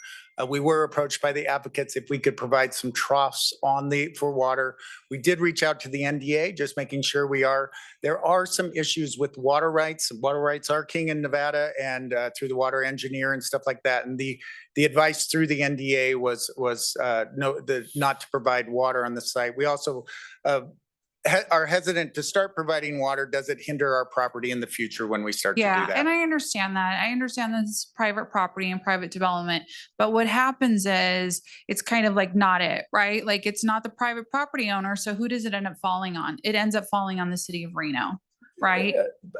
Potentially on that. Yeah. Also, I believe that the state, being the management authority, has some responsibility in that. I would just like to add, they recently received $500,000. They've hired someone specific to that range. I helped to do a letter of support they are asking the federal government for an additional $1 million to help to start manage that. What we're seeing with that money coming is they have started down. There's a very environmental sensitive area down in Washoe Valley. They are currently preparing that to be fenced, and they'll be spending the money to fence that area. Then I think they're looking more around the Geiger Grade area. I had heard they maybe have some NEPA and some things they have to go through there, but they're currently working. As they work their way, I believe that we would, a cooperation of the city and the state, that there could be additional funds that they would help to support these areas that need to be fenced. Okay, Thank thank you. you so much. All right, Councilman Reese. Madam Mayor, I have questions for Mr. Williams. Go right ahead. Thank you so much, and thanks for coming to the podium. I wanted to go to the presentation that you gave, which I thought was excellent. Can we look at the slide that sort of goes through the stage we're at now? Because I want to make sure I understand that whatever decisions we make today, there are still significant other review processes that are in place. And so I wanted to understand if you could please just explain that again, because I know that we have still the tentative map application would have to come later. Sometimes I think that we get very much ahead of our skis on what things to fix now and what things to address later. And so can you, there's a different slide other than this one. Yes, and I might have a few slides that might be explain this. So this is, again, the background where we've been, where there were previous processes to establish the PUD and then establish a tentative map. So that happened previously. So with this moving forward, if this were to be approved, the next step would be, and I'll move to kind of this to use it as a reference. So there was a major drainage way on the property. The property includes significant slopes. And there likely will be cuts and fills, like significant fill and cuts that could have some environmental impacts to the property. These all trigger a major site plan review. So with moving from here, a tentative map likely will be paired with a major site plan review to establish the where the lots will be. And then that will move on, if that is approved by the Planning Commission, to a final map. And that is a staff review to implement the tentative map, and then there could be street acceptances moving from there for public streets. So that it would only come back to us if it's appealed from a decision of the Planning Commission. That is correct. Yes. Okay. Look, I think Councilmember Dewar has spent a great deal of time working in this area, and we have seen this project in various iterations over time. My concern is simply that we eventually arrive at the best project. I think it is inevitable that development occurs here. And so what I want is for the best project. So I'm most interested, I suppose, in hearing from my colleague in Ward 2. But I will say too, I don't want us to be a council that imposes 10 conditions and then votes no. I don't think that that's fair either. So I'm trying to make sure that I am mindful of the greater knowledge about this area that my colleague from Ward 2 possesses, but also understanding that I think that, you know, the Planning Commission got it right in terms of the density increase and that sort of thing. So maybe I'll leave my next questions till after I've heard from my colleague from Ward 2. Okay, thank you so much, Councilman. I'm gonna now send it over to Councilwoman Dewar. All right, thank you. I don't have questions because I've had a lot of time to meet with the applicant, several very lengthy meetings. The most recent was almost a 3-hour meeting just on Monday. As a result of those meetings, I would try very hard to get to yes on this proposed change. And I did support a number of things that they're done, but it's also caveated on some conditions that I felt needed to be added. So the things that I thought I could support were increase in density. We always need houses. They included ADUs, so I thought that was good. And they worked really hard on the trails and parks, and I thought that was an improvement. The challenges, and if you could put up, Carter, your drawing again. The challenges were that both Councilmember Reese and I had a great concern where this dotted line is. That indicates a road going off the property. And I think there's another map that maybe shows it. But anyway, what I had asked the applicant, again, as we asked during the Canyons Edge PUD, was to remove the development in that area and the road in that area because it would create a second crossing of the drainage. And they say in their application that they're only intending one crossing. And that crossing right there would go right into the mouth of the canyon. And that's a very significant geographic feature. You don't want to block that. Number two was this council, and I understand it was a prior council, asked the applicant at the time to put on an eagle condition that the conservation plan would be developed with the Fish and Wildlife Service, because we know that there are 6 active eagle nests in this area. construction may or may not affect those eagles. And it's very important to have that said right up front so that when it comes to the tentative map, we all know what is expected. And then lastly, the wild horses. You heard from Tracy Wilson today that prior to the Planning Commission, she spoke with Carter and asked for the language to be modified. A letter I have in the record from Brooke saying that's fine. That language is fine to be modified. And then there was a letter attached when we did Canyon's Edge from an agreement was signed between the Wild Horse Connection, Tracy Wilson on behalf, and Jim Dolan on behalf of the Virginia 40s. And it lays out a number of requirements. And one of those is watering facilities. It says the applicant intends to install watering facilities within the northeast portion of the project right here. It's appended, it's expected, it was discussed in front of council. That's the expectation, but here we've heard maybe not. And so it's important to me to understand whether this letter, if they're supporting this letter that they already signed in a previous iteration of the project or not. And the other thing was there was a horse trail. One of the challenges, as you can see from this map, it's not on a topo, if you'll give me 30 seconds more, Madam Mayor, is that the yellow area backs right up to a cliff. We were concerned in a previous iteration, there was no place for the horses to get around between a cliff and the development. The developers assured me that they don't expect to do 10-acre developments, only 7,000, and they are having room. I thought we should relieve them of the requirement to build a trail as long as they lead a wide enough area and it's a reasonable slope. That's good enough for me, and I think it would be good enough for the horse advocates as long as it's something like 25 or 30 feet and the slope is reasonable. So I am supportive as long as we can put in those 3 conditions. They mentioned putting in some other things like the color of the houses. I'm fine with that. The 100% EV, I'm fine with that.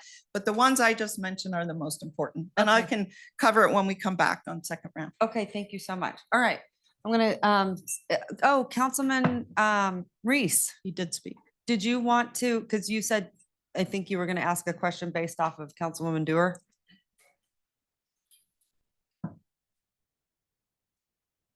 Maybe he's not there. Okay, Councilman Martinez. Any Thank- questions? Yeah, just a quick question. I know when I was watching the planning commission meeting, there was talk about the sustainability efforts that were proposed by the applicant and some of the reduction, I guess I'll say, from staff and some of the efforts. And I understand that it was mostly aspirational and there wasn't really any teeth that we could, reinforce or enforce any of those things. But I'm just wondering if there is anything outside of the 100% EV that we can do in this project to try to help more of the sustainability efforts in our region. Carter Williams, Associate Planner for the record. So the EV charger is one of them. There are a number that are still maintained. Some of the ones that were removed are totally within the right of the developer to implement, like sourcing materials locally. That's fantastic. But there is a point where we have to question, one, where can we transition those aspirational elements to something that can be implemented? And also, what is staff's capacity for tracking those sustainability measures when it's not a citywide policy that we're implementing? So we would love to implement some of these, but we had to look at those partially. But I can, if the applicant wanted to discuss other. Sure, yeah. I don't know of others that we have. I think we're comfortable with what staff is. They said they're comfortable with what staff's proposed at this point, so. Okay, I just wanted to double check because I know that was a lengthy conversation during the planning commission meeting, making sure we followed up. The only point I'll make at the end too is making sure that we highlight your collaboration with Jay at Truckee Meadows Parks Foundation and including that trailhead in here. So appreciative of expanding that trail network in our region. Thank you. All right. Councilwoman Taylor. Thank you, Madam Mayor. I fully appreciate all of the work that my colleague from Ward 2 has done. I am uncomfortable with the horses because it is not our purview. It is not that I don't like horses. It is not that I don't want people to be safe, but we received a letter, it was copied to us, and it says, the NDA has significant concern over watering and establishing a horse trail. This is not our jurisdiction at the city of Reno. I understand there's safety concerns, but when we get into things that we aren't fully aware of or understand, and I am not fully aware of the Department of Agriculture, I've never worked there, I don't know. So when I get a letter that says, basically, stay out of our business, we are going to handle it, I have to respect that to a certain degree. I understand the work has been done, but unless somebody in our staff or our team can come up and tell me how we manage horses or what our expertise is it in, what do we do? Angela, are we, somebody help me understand what our purview is here and do we have the expertise to do it? I just think when we get involved in things that we don't understand or research or know, we make mistakes. Thank you, Angela Foos, Assistant Director for Development Services. I think there's a couple things we can do. We definitely should not be managing horses. Like that letter said, we shouldn't be managing things like dictating who waters them, how they're watered. So when I think what Councilwoman Dewar was asking, one of the conditions she would be okay with is establishing a horse trail and possibly, I think, some water. And I'm just. No, I said I would take that out. Oh, you would take the horse trail and the water out? Yeah, because I proposed a horse mitigation fund that would have nothing to do with these developers. And I think some of the things that we can do is manage how we are keeping the horses out of private property. You know, we've put some standards in the code that talk about fencing and cattle guards, and that's within our purview because again, we're trying to protect our residents and our streets. It's a public safety issue. Correct. Has to do with fencing. And so we have some of those standards built in. But specifically what the NDA has said, please do not do these things based on that letter. I think Councilwoman Dewar is saying she's also agreed to take those things out. Okay, perfect. Thank you. Back to Councilwoman Ebert. Yeah, I just, again, have concerns to, you know, Council Member Taylor's point, we're not experts on this. So we are making plans here and voting on development that will have an impact on this. And we are not the experts on the impact it will have on the wildlife there. But we will for sure deal with the fallout if we get it wrong. So I'm just expressing my concerns on that. I'm not the expert on it either. I just know that we as a council, this group in particular has had to deal with the expense of the fallout within the last 6 months. So it's something that I'm really just apprehensive about because we aren't the experts on this, but we are voting on something that will potentially cause a big problem. So we need to acknowledge that. Those are my biggest things. You know, I also care about the eagles and I also care about, we need housing. I also care about having trails, but, you know, we need to be careful because we got one shot to do this. So thank you. Councilman Reese. Madam Mayor, I don't think I have any questions, but I would like to make sure that we're clear. I didn't understand if Ms. Dewar had made other proposals or conditions. I My wasn't 3 minutes was understanding up, so that. I couldn't explain it. I'm sorry. Oh, okay. It sounds like though Ms. Foos described some set of conditions which you have said you are willing to offer. Yep, with one addition that we didn't get to. Okay, then I'm going to defer any time that I have to hear those. Okay. I think that would be helpful because we're somewhat concerned. I do want to say, Councilwoman Dewar has been eating, breathing and sleeping this. And I so appreciate all your hard work on this and especially, you know, for your kindness, compassion. And listen, you guys, this is tough. This stuff is really complex and it's really tough. And I have not seen one probably housing project, any development project in this city where someone comes and doesn't oppose it. That's the world we're living in today. It's really difficult. And I would just say, you know, try to understand you're living in some place because a council previously before us approved that project, right? And so we have to be able to provide a great quality of life and allow for other people to live in this incredible region. You can see why they do, all of you do.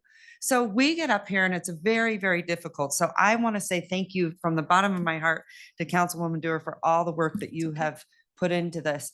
I gotta say, we went back and forth on a similar project, obviously, that was sort of connected to this, but not connected, but specifically in the area. And Councilwoman Dewar and I, and actually Councilwoman Taylor, I'm sure all my council members are, but the three of us up here are crazy animal lovers.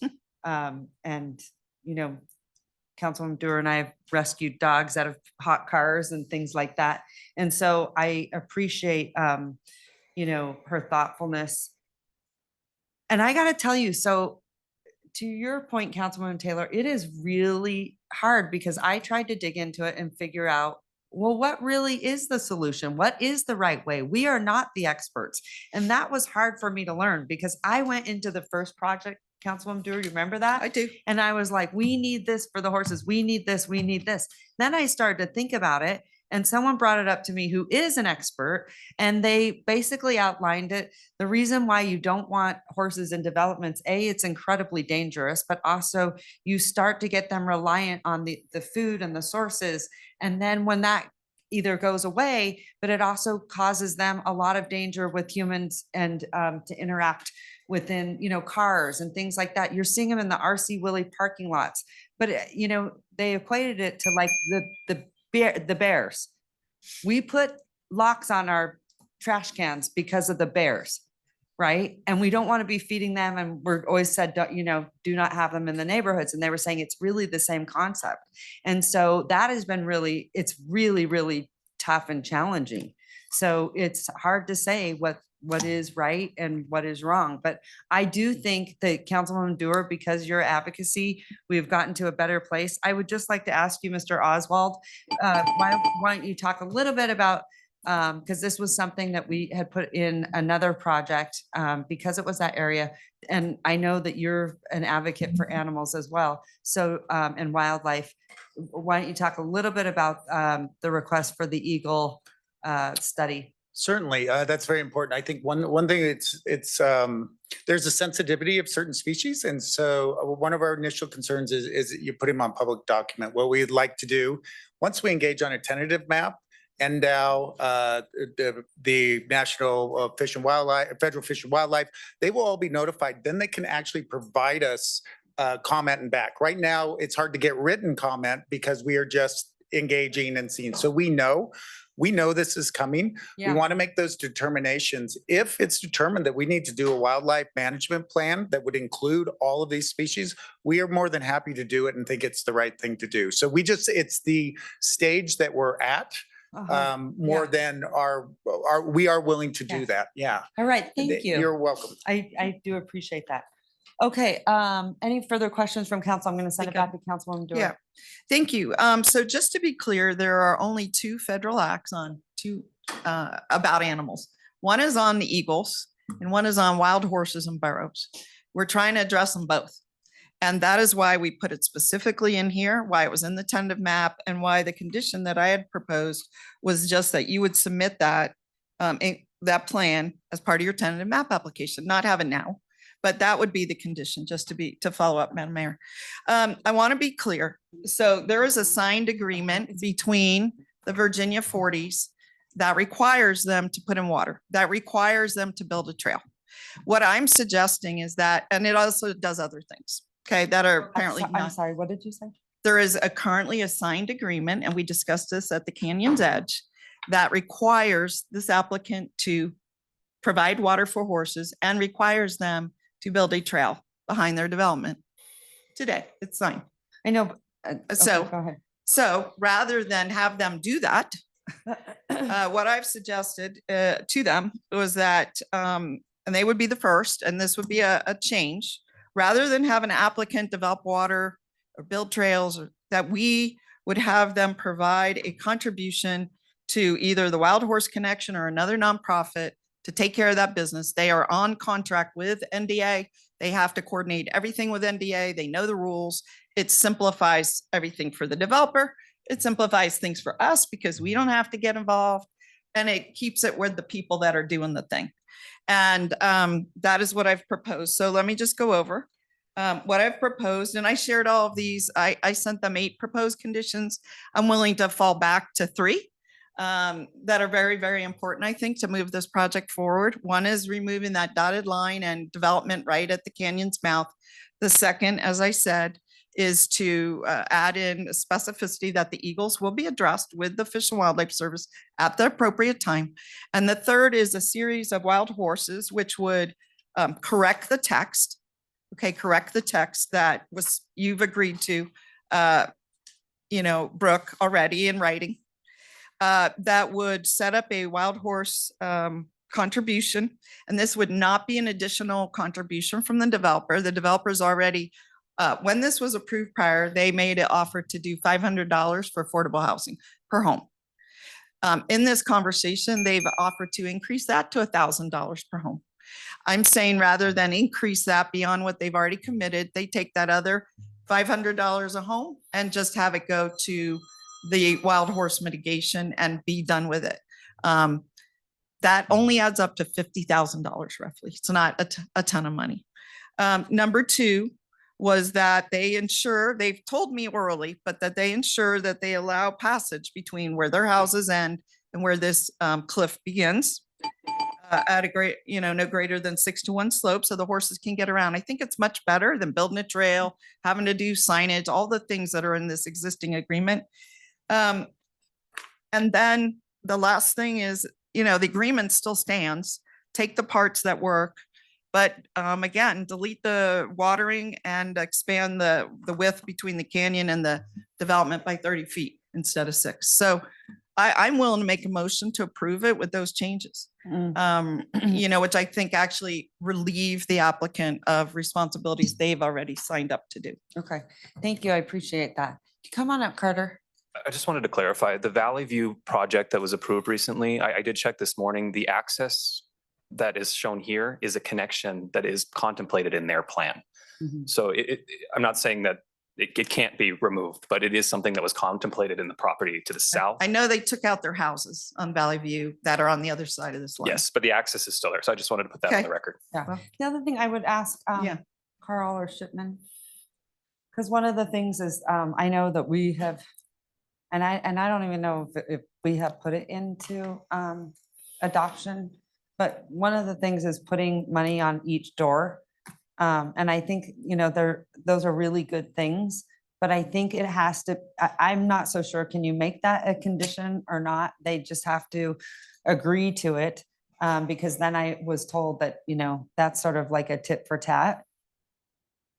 Yeah, so Is that how that works? yeah, for a general comment, and if staff wants to correct me, please do. But I think the city's policy has been to request that, and if the developer agrees to it, they agree to it. But it hasn't been conditioned on a per project basis, as far as I'm aware of. But if staff has other information that can be. Well, let me just ask, the $1,000, $500 per home for affordable housing, you're saying it hasn't been included as a condition? No, I'm saying, as I understand it, that is already something that the developer has agreed to on the current project, the $500. Yep. And maybe Spruce I has. guess my point is, last time I was having this conversation with another city attorney, they were saying, you can't make it a condition. It's something that they have got to agree to. And so I just legally, because I know we've done it on affordable. So thank you. I appreciate the clarification. Angela, did you want to chime in? Nope, just Angela Foos, just to agree. I think we've had probably 6 projects that council has added that condition and the applicant has agreed to pay it. Yeah. So it's not a standard thing. It's not something staff has proposed or the planning commission. It's really something that council has asked as a volunteer kind of contribution. Yeah. I don't know if I've been involved in those conversations. No, you haven't. I don't think so. I you've- would you have absolutely seen that. I would be absolutely against something like that. Well, Just saying. and that's But, why I bring it up, because it does, can be seen as a legal challenge. So I would ask Brooke, kind of give me a rundown where you guys are at. Listen, I think the project is better. And I know Councilwoman Dewar feels strongly about some of those things. So tell me what you're comfortable with, because I think you've already, quite honestly, I think you guys have done a lot here. I'm super excited about the work that you've been doing, Gary. So, you know, on the Certainly. trails and, Mhm. and you seem to be open to, you know, Yeah, let me- whatever needs to kind of help everyone, you know, feel a little at ease. So Brooke, Certainly, go and we ahead- go really ahead. looked at this and we've spent a lot of time with Councilmember Dewar, and I wrote her a response to what these issues that we were looking through and how we were looking at concerns. And I think the first thing I said is she makes our community better, right? Yeah. To that level. So I would, that we, knowing the right thing to do, we have there was $500 before for affordable housing. We raised that to 1,000. It's something I think is needed. It's very important to our community. It's one of our council's strategic elements. I guess, may I speak more? Yes, please. Okay. Two, we actually are doing $500 a home to go to the regional trail. We believe so much in this. The Dolans, as those homes come in, $500, which could be about $500,000, will be helped either construction, planning, or to help implement that trail along the Virginia range. So we are. Sure. Thirdly, we're doing a habitat, $250 a dome for habitat. That will go to the HOA. HOAs sometimes have trouble. So this will be a seed fund that they can help to manage. Once we establish those habitat areas, they have some funding to help manage that and do the maintenance on that work. So we are moving forward. As you can see, we're not opposed to these donations. We obviously, I think we struggle a little bit more when maybe a direct charity or something. I think we would be open. Maybe like I said, the NDA is continuing to find money for this, and they are pulling in federal money and other money. I know that they have a fund for the Virginia range. That could be something. Although we're giving a lot of money now, we would not want to sacrifice our affordable housing. We feel very strongly Can I about ask you a that. quick question? Sorry, Yes. Madam Mayor. We say that this council says that we're supportive of affordable housing. I'm really excited that you guys are doing all this stuff. What does that do to the price of the house?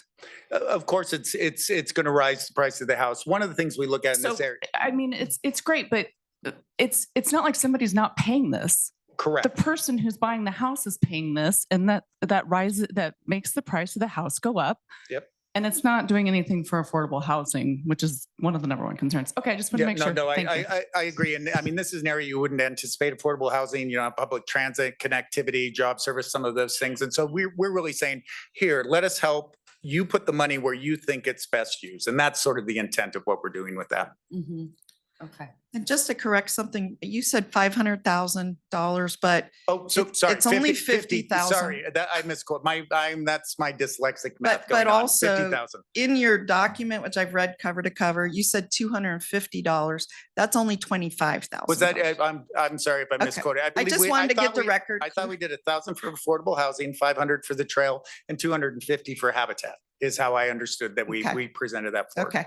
So it's just 25,000 for your habitat. It's 50,000 for your affordable housing, or 100. No, for the trails, the regional trail 50, implementation of that. And then possibly 100,000 to affordable housing. And just for Kathleen's benefit, we set up a affordable housing trust with the community foundation, and that's where it goes. Yeah, and there's no money in it. We don't have anybody from the door. We haven't built those houses yet. I'm just saying, Yeah. I understand our hearts are good and we want to do good things, but at the basic economics of it, when you increase the price of the house to the builder, it increases the price to the buyer, which drives up all the prices. Sure. So that is my Yeah, concern. I didn't ask for it.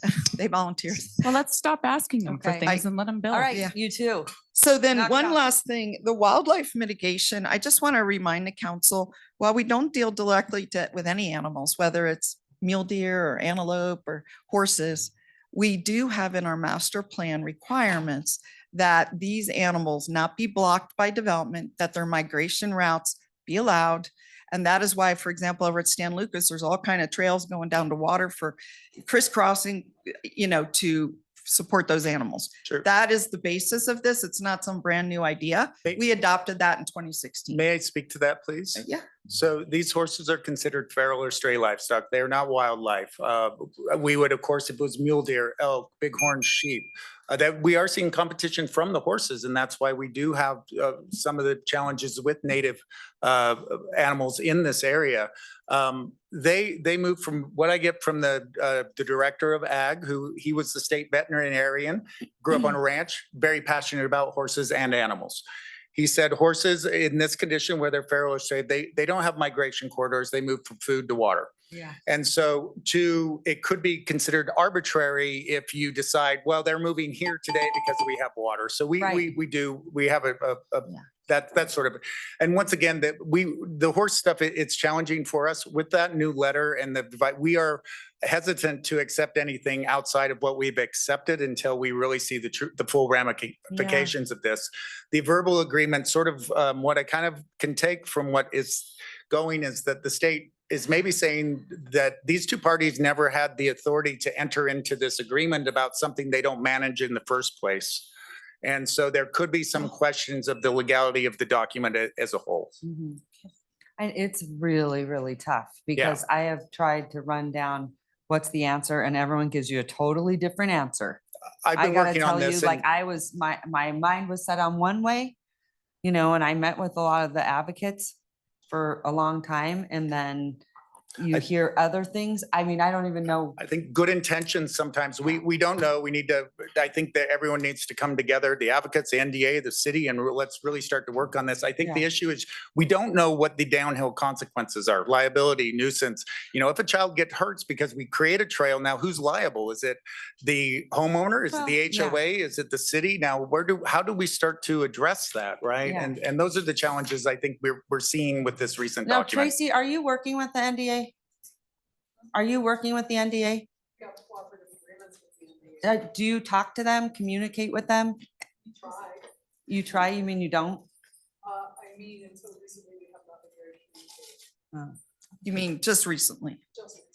Do you Yeah, want that's to? unfortunate. And like I said, I love horse. I am happy to help facilitate this, Mayor. It's a big, big deal. Yeah. I mean, but it also, like I was saying, it's really hard to understand where everyone is going. Like, I mean, I would never, ever be in favor of slaughtering an animal. I don't care what I don't it think is. anyone is. And, right. And, and then there's just all, these insinuations and things like that. And it's really, really troubling, but it's also really hard to figure out because like I said before, I was like, absolutely, we need to feed them, water them, all the stuff. And then they were saying, wait a minute. Our clients have done the That's what most you're of going to anyone. cause Yeah. is them to come down to where, they're interacting with humans and sometimes humans aren't so nice, and matter of fact, there were some kids that were shooting like pellet guns at this horse by RC Willie. It was disgusting. So important. Yeah, it's so unfortunate. So then I was like, you're right. Then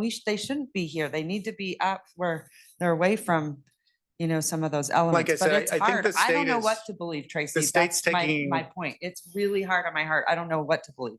The state's taking it seriously. And I think the biggest thing, it's always been resources and money, right? And they're starting to solve that. In the time I've been, there's never been the staff nor the resources. Yeah. They are searching to get money and they're going to be actively moving to help solve the Yeah. problem.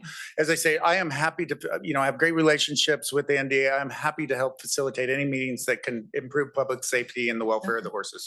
Thank you. I really, really appreciate, I do. And matter of fact, I was the one, and Councilwoman Dewar knows this, that I promised her I would help you get the $500,000 for the fencing or 600. Well, we have stepped up as a city, 850,000, I think the number is right now.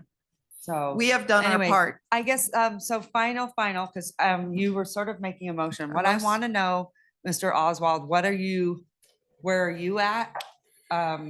Because I do think that the project is better. And I appreciate you being amenable to, several conditions. You're not new at this. You've been here before. I know your Once or twice. talent.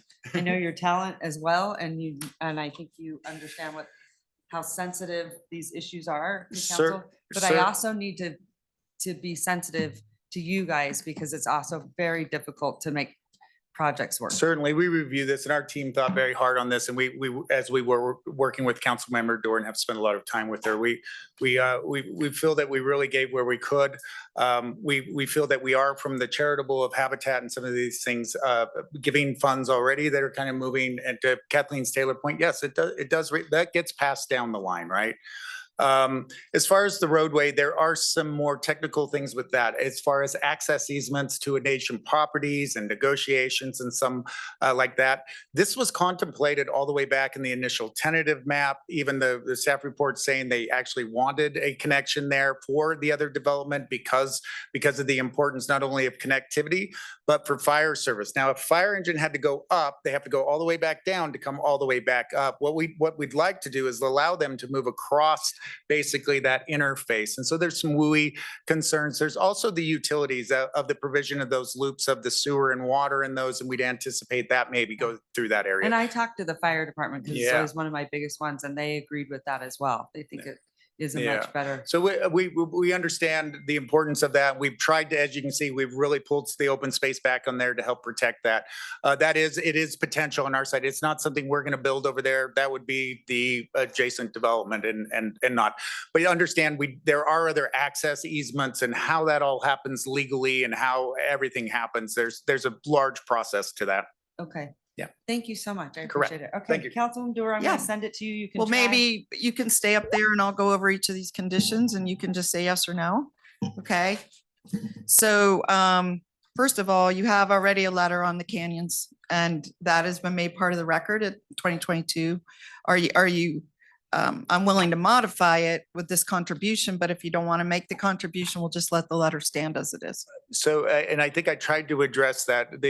There may be a question with the current letter from the state that agreement may not be binding. Yeah. And so we are very hesitant to. Well, it's tit for incorporated tat or into- Trade based on It that was a letter. premise on which we approved the last. I understand that. And I think it was done with good intention. This Yeah. is once again where we get into situations But, that are done with good intention. It's sort of but could a come bait back. and switch, like everybody's supposed to know what I- they can do. And if you pledge to do something, we approve. I and then agree, you- and working with the Dolans, they honor their word, and I have Right. worked with them, and they have done more to do this. They did the seeding, they built the trail, they're providing the things.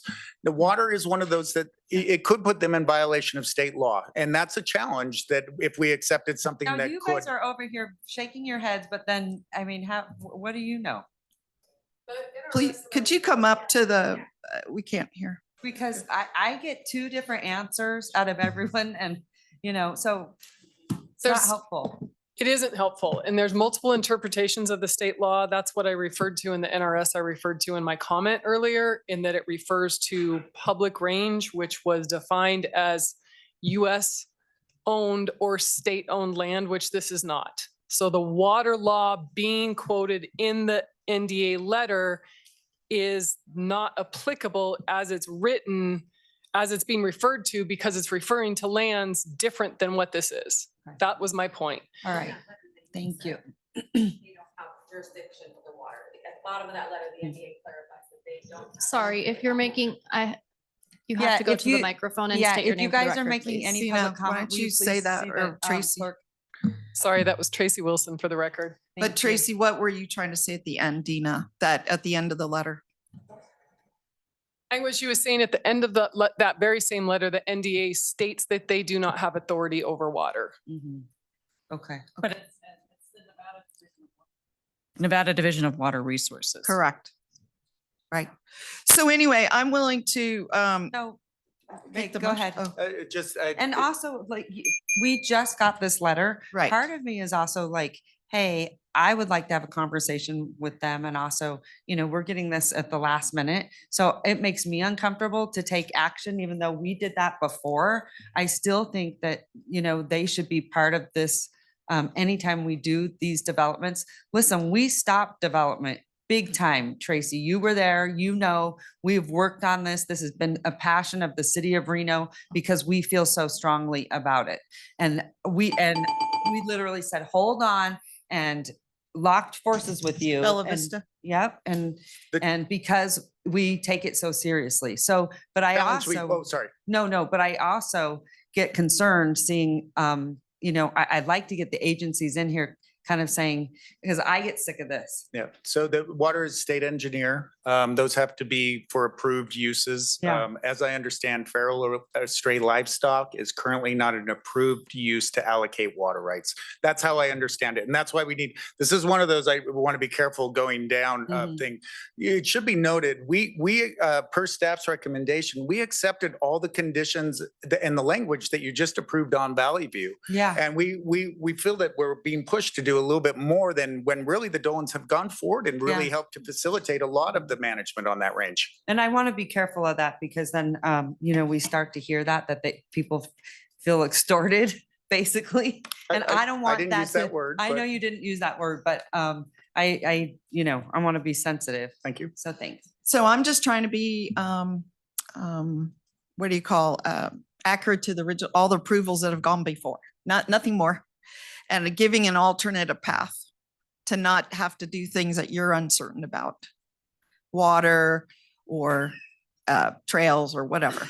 So if you don't want the alternate path, I'll just leave the letter sit. But Madam Mayor, to your point, I think you make a really good point. There are a lot of issues that we need more information on. And I am willing to continue working with these folks. If you want, if you would be supportive of a 30-day continuation, I will get with NDA. I will meet with them. I will do everything I can to clarify this with our staff. There's been a lot of questions raised and I don't know how to address them when we just got a letter at 9 o'clock essentially that I have barely read and don't know how to interpret. So I'm open to that too, if Yeah. that's a preference. I actually think we've heard this entire presentation. I would like to move forward. I mean, it's always up to the applicant. Sure, we believe we provided substantial evidence to make a decision. We have staff recommendation, we have planning recommendation. We have to obviously try to work with Councilmember Dorr, but we are in a position, we have done what is equivalent to what's been required of adjoining I would neighbors. just ask that you continue to work with her because she's a great advocate and. So I want to have a get deep clarity. Respect for Councilmember I'm, Dorr. I'm willing to make a motion to even to ahead. move forward. Go But I ahead. want to get clarity because we've skirted around the issue.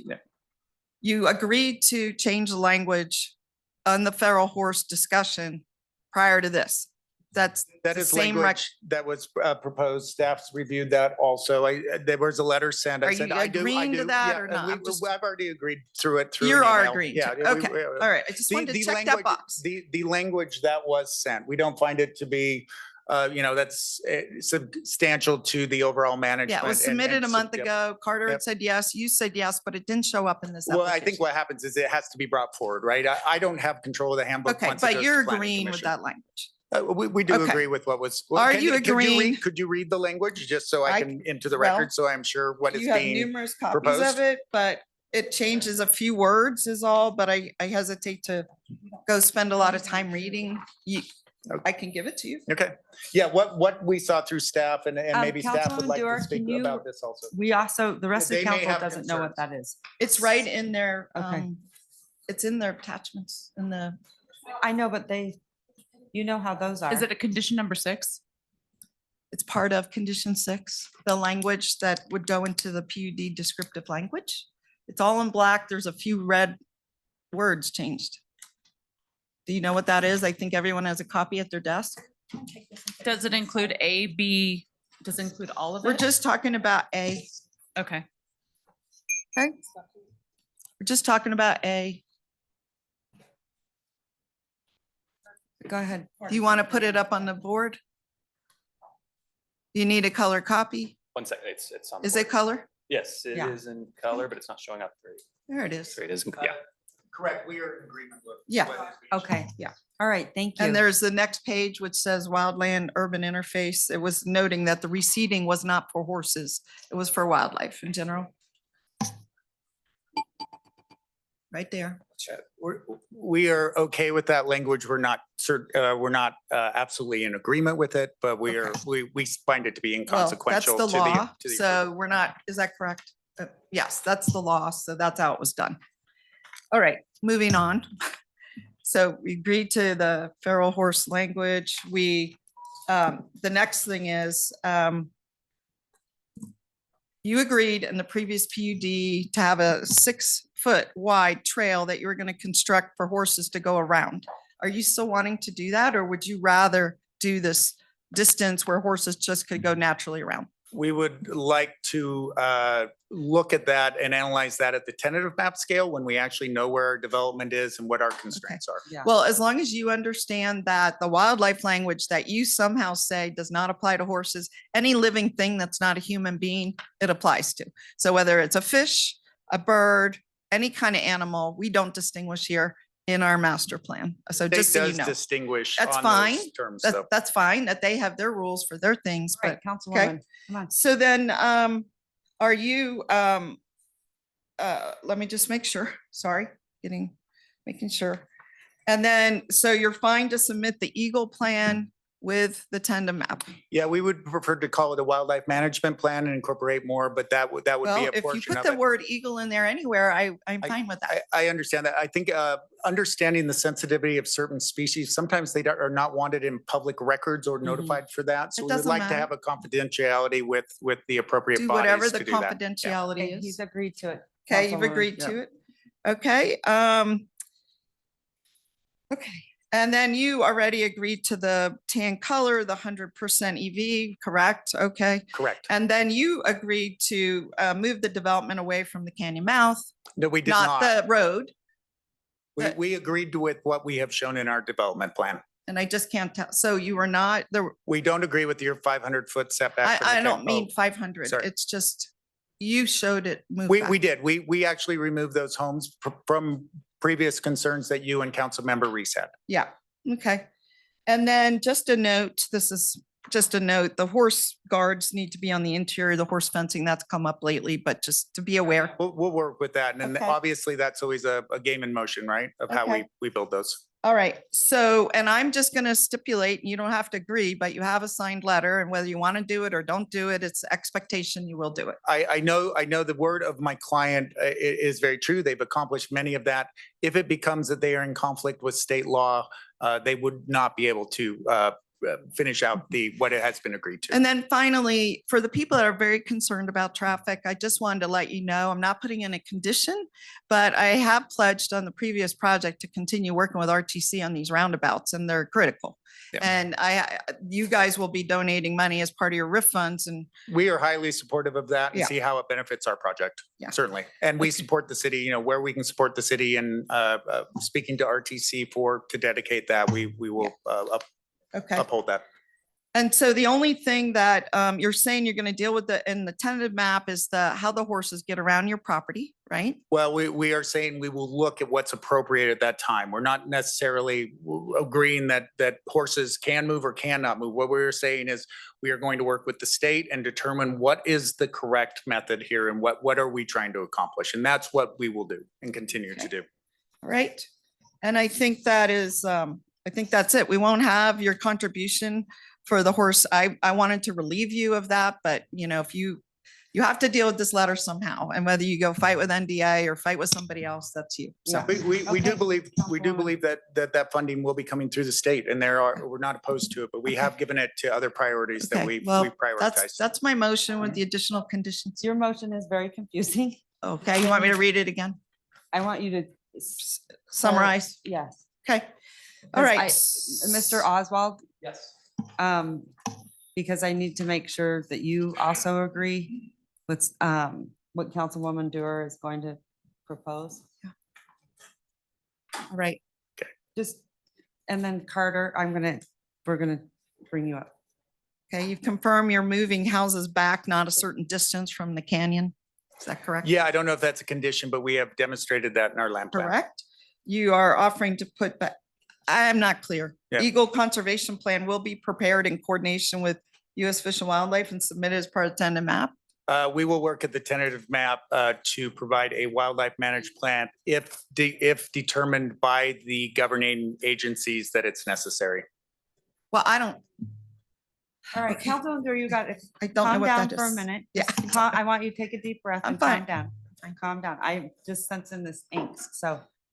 I thought they just agreed and they said it was part of their wildlife plan, but now he's adding. a And what I'm caveat. saying is we prefer to take out the language Carter, eagle and we that's will where I'm gonna- approach the appropriate species and a least our staff mitigation knows plan to something we do care it. We about. we I'm are gonna doing that, yeah, yes. Thank you, Brooklyn. Come on up. We're Carter. correcting the PUD descriptive language as we went over.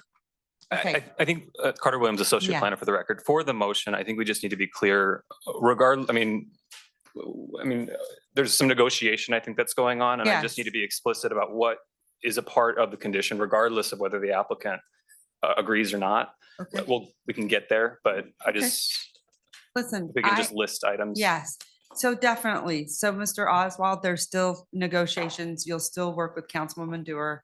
She is, she's very good at this and she's a great advocate, right? So you'll continue to work with her, correct? Yes, Madam And- Mayor. And then also, all the other things that you had agreed to.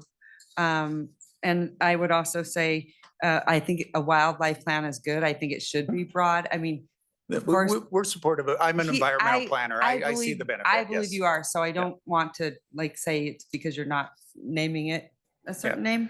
We want to make sure that it's required by the agencies and the work we do is it's meeting their goals and what they want to accomplish. What agencies? That's I think our agency? you would see NDOW. NDOW may send it up to the national, the Fish and Wildlife.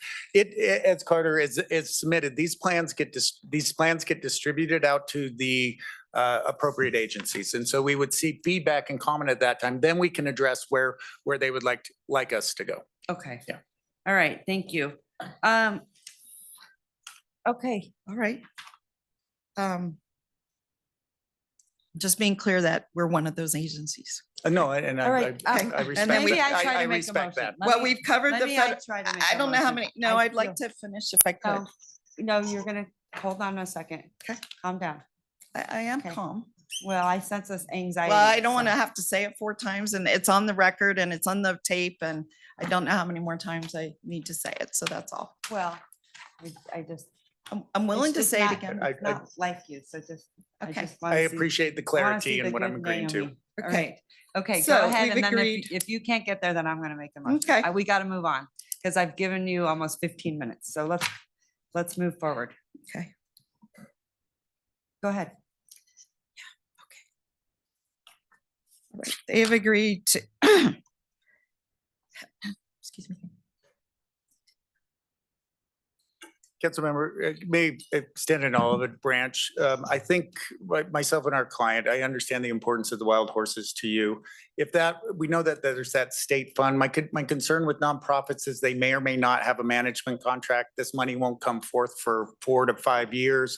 And so then we don't know that the money is being used. If it could go, if we would be willing to give $100 per home that would go to the feral horse and I could put contingencies back and speak with the NDA that it could come back to the nonprofits that are doing the great work in our community. So you're saying you would agree to that? I would agree to $100 a home, going to the state of Nevada and then with the stipulation to them that they could distribute it to the Well, how about to nonprofits that the are city? You can, I would prefer, I like Okay, that you it goes guys. to the advocates, I really think, but I'd love it to be distributed through the state. So. yeah. Well, I think it should come to the city, but Or give me a motion. Let's see if we can get there. okay, 'Cause okay. If we can't, then I'll try. All right. Go ahead. All right. I'm trying to figure out which one of these is already covered, but anyway, we will change the language in the PUD descriptive language as we've already discussed and you've already Correct. agreed to. Agreeable. You now have offered $100 per home, which is about $10,000 total roughly. I'm requiring that to go to the city. We can take care of this issue and we'll properly distribute it. It'll be in accordance with all laws. I do have a challenge and prefer that the managing agency of those horses, they have a fund set up and I prefer it goes to them and they can continue to decide how to use those funds appropriately. Maybe we should, could you just move Carter? I can. Carter we Williams, just forget it? Associate mean- Planner for the record, that we actually would prefer it not to go to the city and to a specific agency, or if not, if not at all.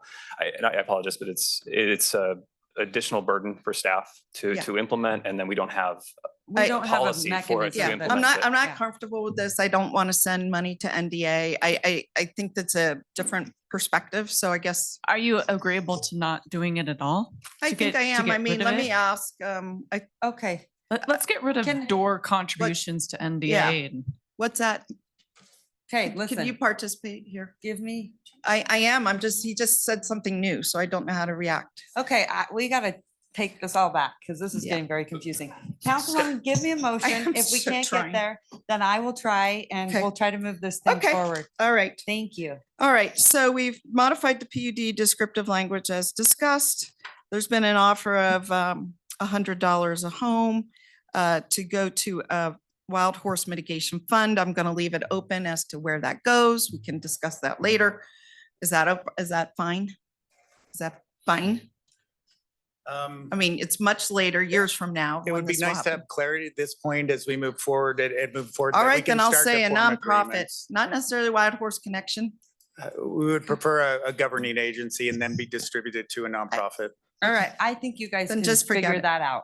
And I, we can stipulate with the NDA, I have a great relationship. I'm sure they're happy to move that, but then they, as management contracts change, they can help Then to do just that. Drop it. Yeah, I think I drop just it. drop it. Yeah. So then, I just have to find where I am. I'm sorry.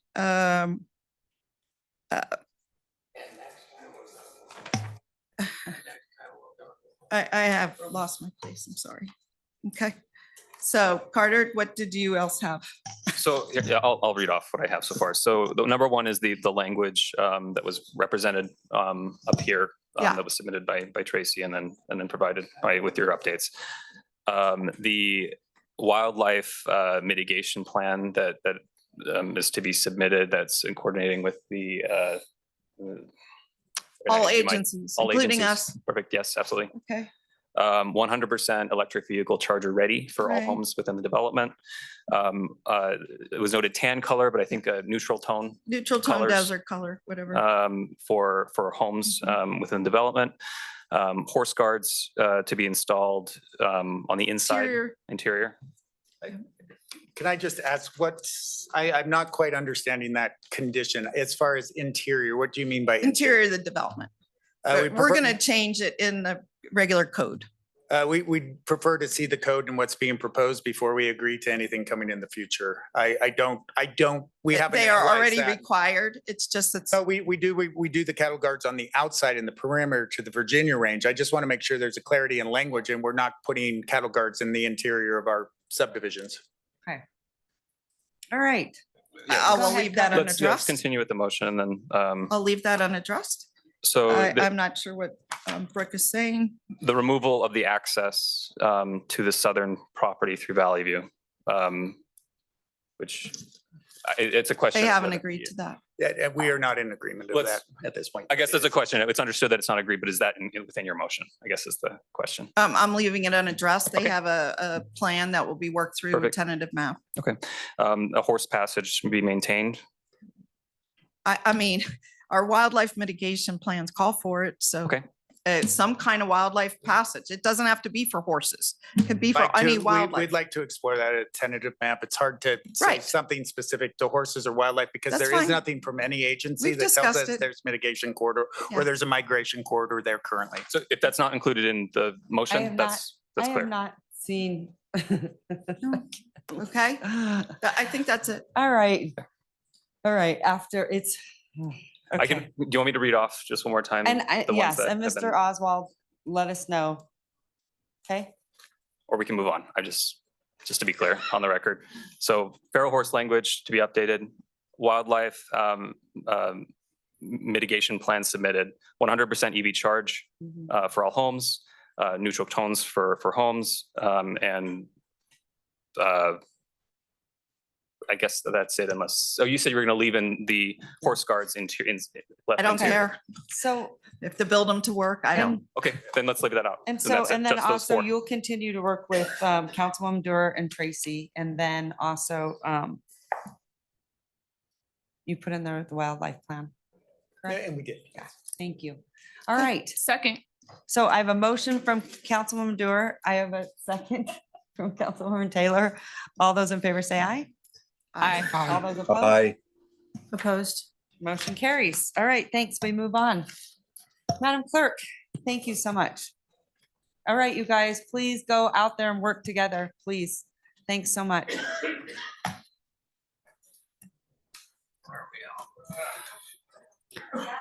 All right, Madam Mayor, we did have a time certain for 3 o'clock on item D5, the flat field. So if you'd like to go to that next. I'm gonna. Me too. I never ate. Yeah, you guys go. Fine. So, we are gonna take a 10-minute break. We'll be right back. Oh, because I'm losing my quorum. Okay.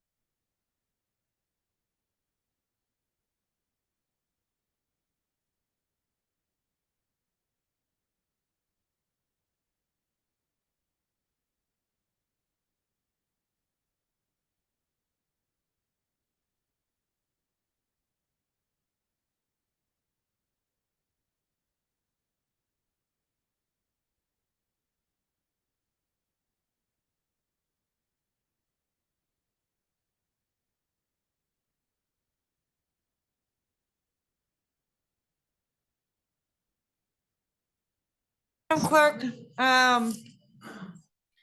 we are now, where are we? Aren't we? So Madam Mayor, we'll reconvene the meeting. It's 3:40. And just for the record, Council Member Reese and Vice Mayor Dewar are on Zoom with us. All right, thank you so much. Okay, item D5. Madam Clerk, do you have any public comment on this item? Madam Mayor, we do not have any public comment and have not received any correspondence on this item.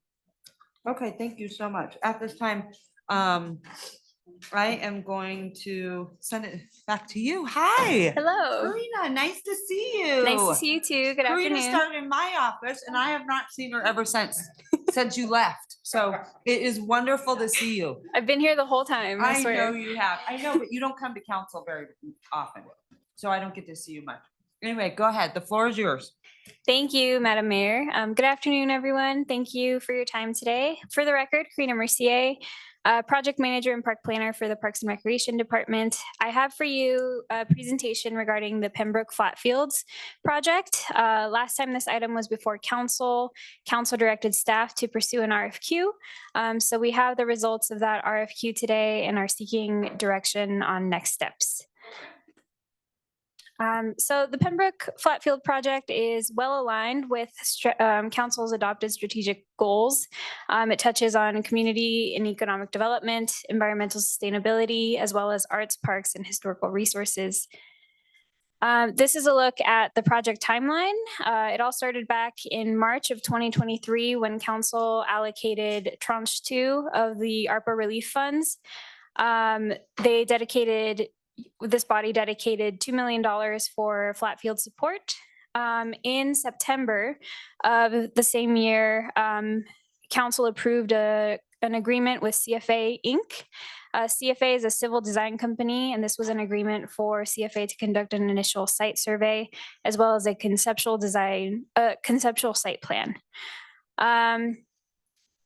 In April of this year, council directed staff to pursue an RFQ in response to a letter of interest that was received from the Great Basin Youth Soccer League. So in response to that, a request for qualifications was advertised on June 4th of 2024 for the development of the Pembroke Flatfields for a potential a prospective bidder to design, build, operate, and maintain a multi-use flatfield complex. This RFQ was published on Planet Bids, which is available to prospective bidders nationwide, and it resulted in one submission that was reviewed by a panel of evaluators. Last week, on August 20th, the Recreation and Parks Commission heard this update from staff and supported staff's recommendation to City Council today. This is a gap analysis that illustrates our need for flat fields in our city. In the first column, you can see, and this is information that's in the pros plan. These are national standards that are developed by the National Recreation and Park Association for an agency of Reno size. So NRPA, what they do is they survey agencies across the nation. And what they determine is that the median amount of flat fields for agencies in the United States is 49 flat fields. That number for Reno is 19. And there's two different ways that we can look at this information. So that is fields per 10,000 residents. The national standard is that there be 2 fields for every 10,000 residents. That number for Reno is 0.7, meaning also that for every field that we do have, that field is shared or services approximately 12,956 residents, and the national standard that is recommended is 5,000. The column on the far right illustrates what the impact of the Pembroke project would be on these numbers. It would bring our fields per 10,000 residents to 1.2 and decrease the amount of residents served to 8,488. So it would lessen our gap from 30 fields needed to 20 fields to reach the national standards.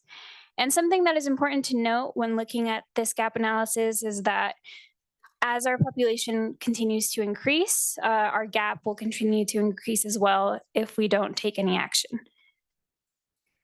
So as a reminder, this is the project site. This runs along Veterans Parkway at Pembroke Drive. And then this is the site plan that was provided by CFA. This area is 60 acres and could accommodate approximately 10 fields. And it is in a flood zone, which means that flat fields are one of the best and only uses that are allowed in this area. And for that same reason, there are no proposed structures at this site, as well as no proposed lighting for these fields. So getting into the RFQ itself, there were some key expectations for this RFQ from the city. We were looking for a prospective bidder to provide a comprehensive conceptual design, demonstrate an understanding of operational impacts, as well as provide a detailed financial plan that outlined expected cost, anticipated revenues, that included maintenance, staffing, and capital expenses. The respondent needed to detail revenue sources and present a clear investment plan that included the use of ARPA funds. So as I mentioned before, we only received one submission, and the submission provided was from the Great Basin Youth Soccer League in collaboration with the Reno Youth Sports Association. And we are grateful and thank this group for the time and effort dedicated to developing their submission. However, the proposal reflected a deep understanding for the need of the project, as well as the value that it would bring to the community. And it estimated that the construction cost would exceed $22 million. This middle group acknowledged that funding the project through their typical methods left a gap that was too large to complete the project within the desired timeframe. And the primary funding source that was identified in the proposal was a suggested revenue bond to be taken out by the city. So for these reasons, the evaluation panel determined that the phase development timeline was not feasible and that the financial plan was insufficient when addressing the timely allocation and expenditure that is required of ARPA funds.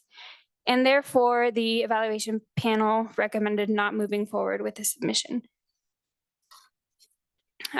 So this is what staff is recommending as next steps. We would like for council to direct staff to proceed with a final design and procure final construction documents using the city's civil site unranked list of consultants from the 24-26 statement of qualifications. And we estimate that this would be in an amount not to exceed $450,000. So this is our recommendation because we feel it is the best step to take given the upcoming ARPA deadline. The construction documents would include permitting and would bring the project to a shovel-ready status. And a final design would improve outcomes for fundraising by making it easier to apply for grants. It would also provide essential information needed in order to develop an operational plan. So if approved, we would get this under contract by the deadline of December 31st, and the design should be finalized in early 2025. So with that, this is a funding breakdown of the ARPA funds as they stand. So as a reminder, the initial allocation was $2 million. $160,000 was expensed for CFA, meaning that the amount remaining today is 1.84 million. And then with the proposal, including the proposal of staff today for the final design documents, that would be an additional 450, meaning that there would be an allocation balance of 1.39 million. So with that, this is the recommended motion. And I'm happy to take questions at this time. Okay, thank you so much. I appreciate it. All right, Madam Clerk, just again, any public comment on this item? Richard J. All right. Come on up, Mr. J. How many times have I been here? Well, you do sit on a lot of our boards, so. Yeah, I guess so. Anyway, Right? Yeah. I do. Airport, Anyway, FAB, yeah, FAB. Yeah, yeah, I know. Well, NAB, you keep on putting me CAB. on these. Thank you. Go Anyway, ahead. Good afternoon, Mayor and council members. For the record, my name is Richard J. And over the years, I have worn many hats. However, today I wear the hat of reality. I'm here advocating for flat fields, and I've been advocating for flat fields longer than any of you have been on the council. I started in 1999 coaching my son's team and soon realized that we were desperately short of fields. And I remember one season we had to use the grass in front of Mount Rose Elementary School. Worked, but we made it. I've been involved in helping Echoloader, Jesse Beck, DeMonte Ranch, and other projects out there.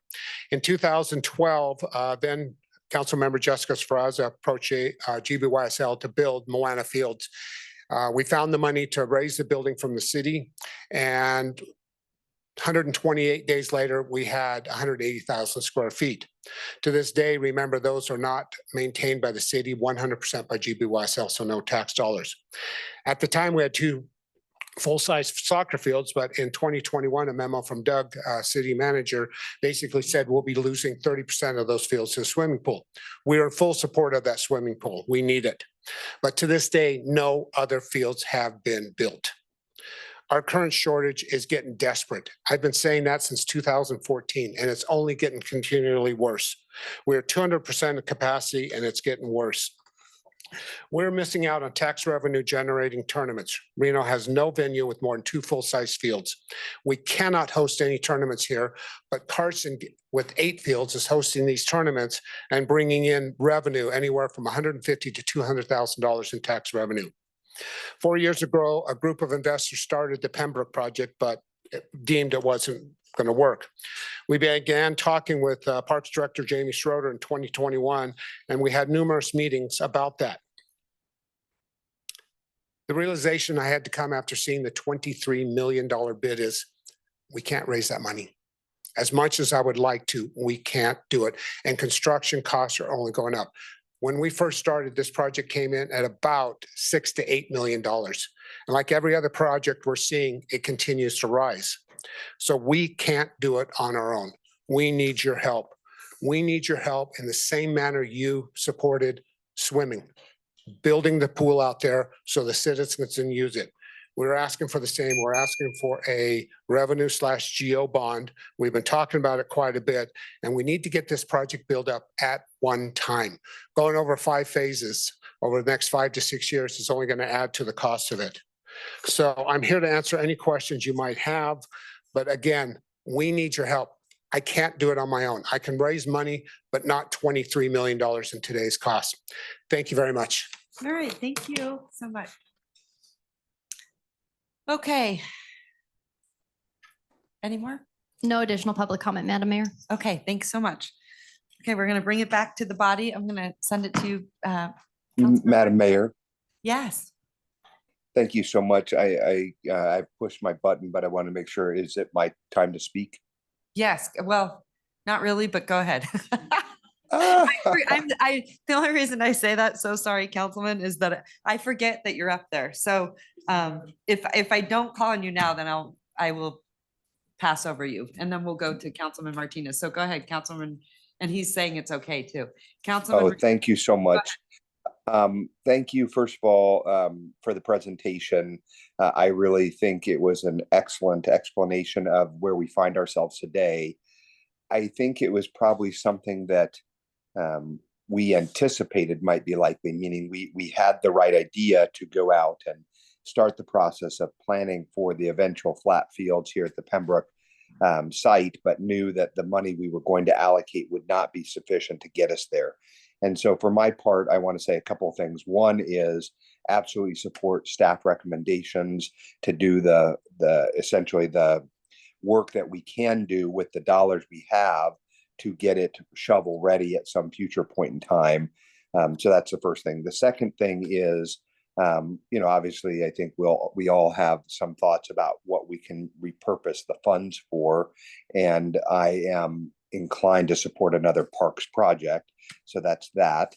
And then the third thing is more a broad statement of policy, which is I believe strongly that this body has highly valued our parks and recreation opportunities in this community, but we always have not had the funds to match the vision. So what I am essentially saying is that we have, lots of ways to go about carrying out our park plan that we've gone out and done, but we need to start putting meat on the bones to figure out how to pay for it. And so that could be, a high level bond issuance. That could be going out to the voters and looking for a WC1 level, funding mechanism, much like the school district has done for their capital improvements.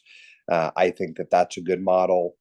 Certainly understanding the way in which we can use our parks districts to leverage revenue sources, because at the end of the day, I think we have a commitment to our community to make the best parks and recreation department that we can. And that includes flat fields, that includes pools. I know we're short on things like skateboard parks and pup tracks.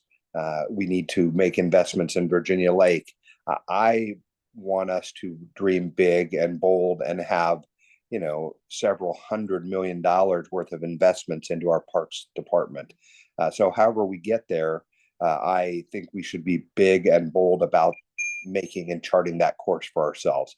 I think councils of yester and past times made strategic investments, whether it was the bowling stadium or the event center, retrack, all of these things. This is our strategic time to really reinvest in this community. And we need more lacrosse fields. We need more, baseball and softball fields, soccer fields. And I don't think anyone's going to dispute that we need all those things. Now the question is, how do we pay for them?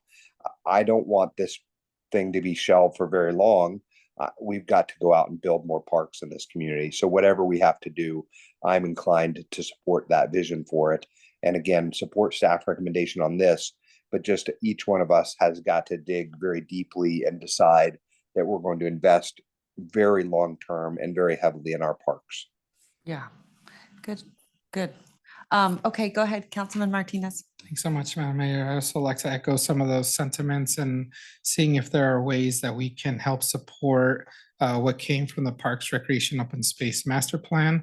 And I don't know if I can ask Mr. Uliat to come and kind of mention, I know you and I had touched base a little bit about what some of the folks said during the Rec and Parks Commission meeting. So I'm just wondering if you can share with us some of the comments that they made when they were talking about flat fields during the Sure. last meeting.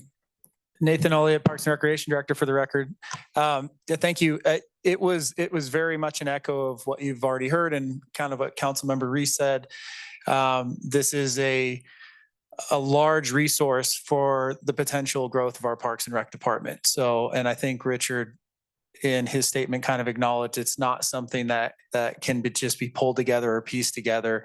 It would represent the largest possibility for us to improve our park system and our park service level. And that was the comments from the Parks and Recreation Commission as well, to talk about that and to move forward. They did make a recommendation to move forward with the proposed motion and to do everything we could to ensure that the project continues to go forward.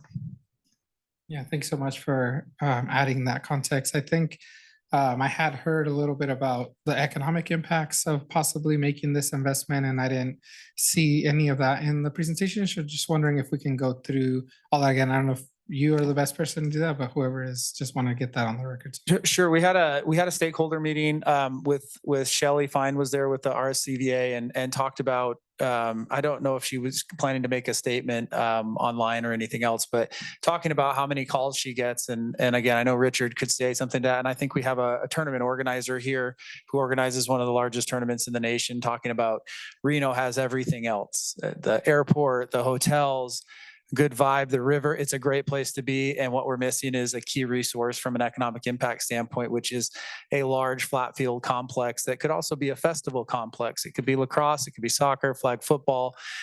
So having that flexible space at Reno, we have San Rafael as the county park, but it's not really flat enough to have the significant impact in the sports tourism area. Okay, thank you so much. Okay, Councilman Taylor. Thank you, Madam Mayor. I guess I'll be doom and gloom. So I just want to understand that we'll spend $450,000 on design and the total cost of construction is somewhere around $23 million. And that has not been, we haven't identified that funding source yet. So, and I think it's an important part of this motion is that by moving to final design, we don't have to guess. We'll have a firm number. And I think Richard would probably say too, there's so many unknowns when you don't move to final design that a construction estimate, it could be significantly less. It could be more, but we will know. And then we have that case to go forward and try to fundraise at that point and understand what we're getting into. But yes, this would get us to a point where permitting's taken care of.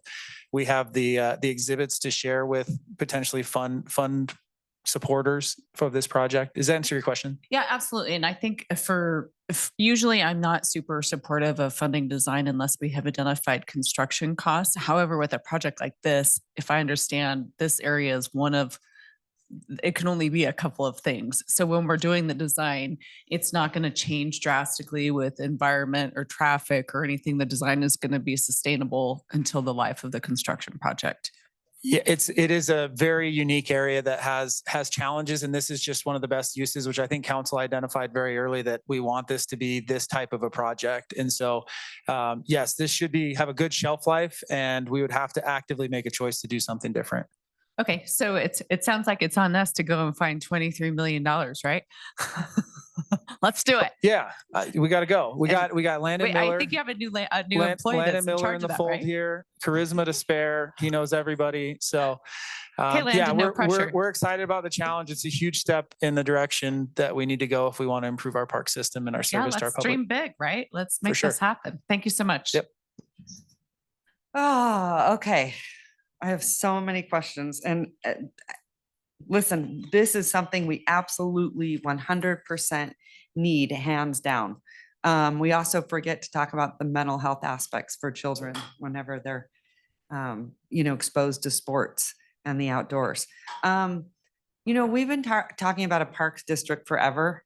I mean, the whole time that I've been on this council, I have not seen us move the needle. Like we have the pros plan. I mean, I've been sitting here 12 years now and Nathan, you're new, so you know, you don't know this, but we go round and round and round. We really haven't, I just feel like we really haven't moved the needle to where we need to get something done. I mean, there's been talk of those fields over there that the flood project owns. I mean, that'll never get off the ground. We've been talking about that forever. What is the likelihood of having the Parks District move forward? Is that something we can do at the legislature? The other thing is, I also wonder, and maybe Mr. J, you want to come up and kind of speak to this because you are on the FAB. So let's talk about bonding, okay? The other thing is there are other players here that should be at the table. That is our CVA, that's the university, that is the flood project, even RTC, so there are other stakeholders.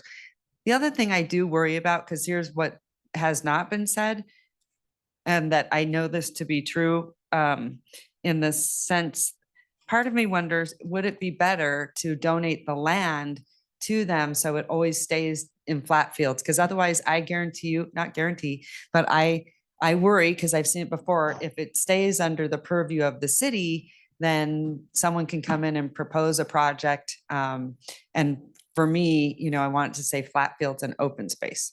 So that's another one that I would much rather have it under your control to agree to keep it for those purposes in perpetuity for one. So I don't know if that's advantageous to you guys or not. If you want, I'll answer the Parks District and then turn it over. Yeah. Is that okay? Go So ahead. on the Parks District, we have the ability to do it. Legislature allowed that many years ago. We have the ability to do a park district. The first step would to be do I know, a, but we haven't done it. So we need direction from council to do a plan. And the plan is required by state legislature, and we can do that. It would cost about 180,000. I know it's part of the Truckee River suggestion as well. So it is possible. We're ready to move on that if we get the direction. And it is something that is recommended in the pros plan to find out if it's a viable solution. It doesn't mean by doing the plan we have to do it. It just lets us know what would happen if we did. Well, when are we going to do the plan? If we get direction to do it, I have a number and I can. They're Okay, waiting well, for an answer. We got to do it like now. Okay.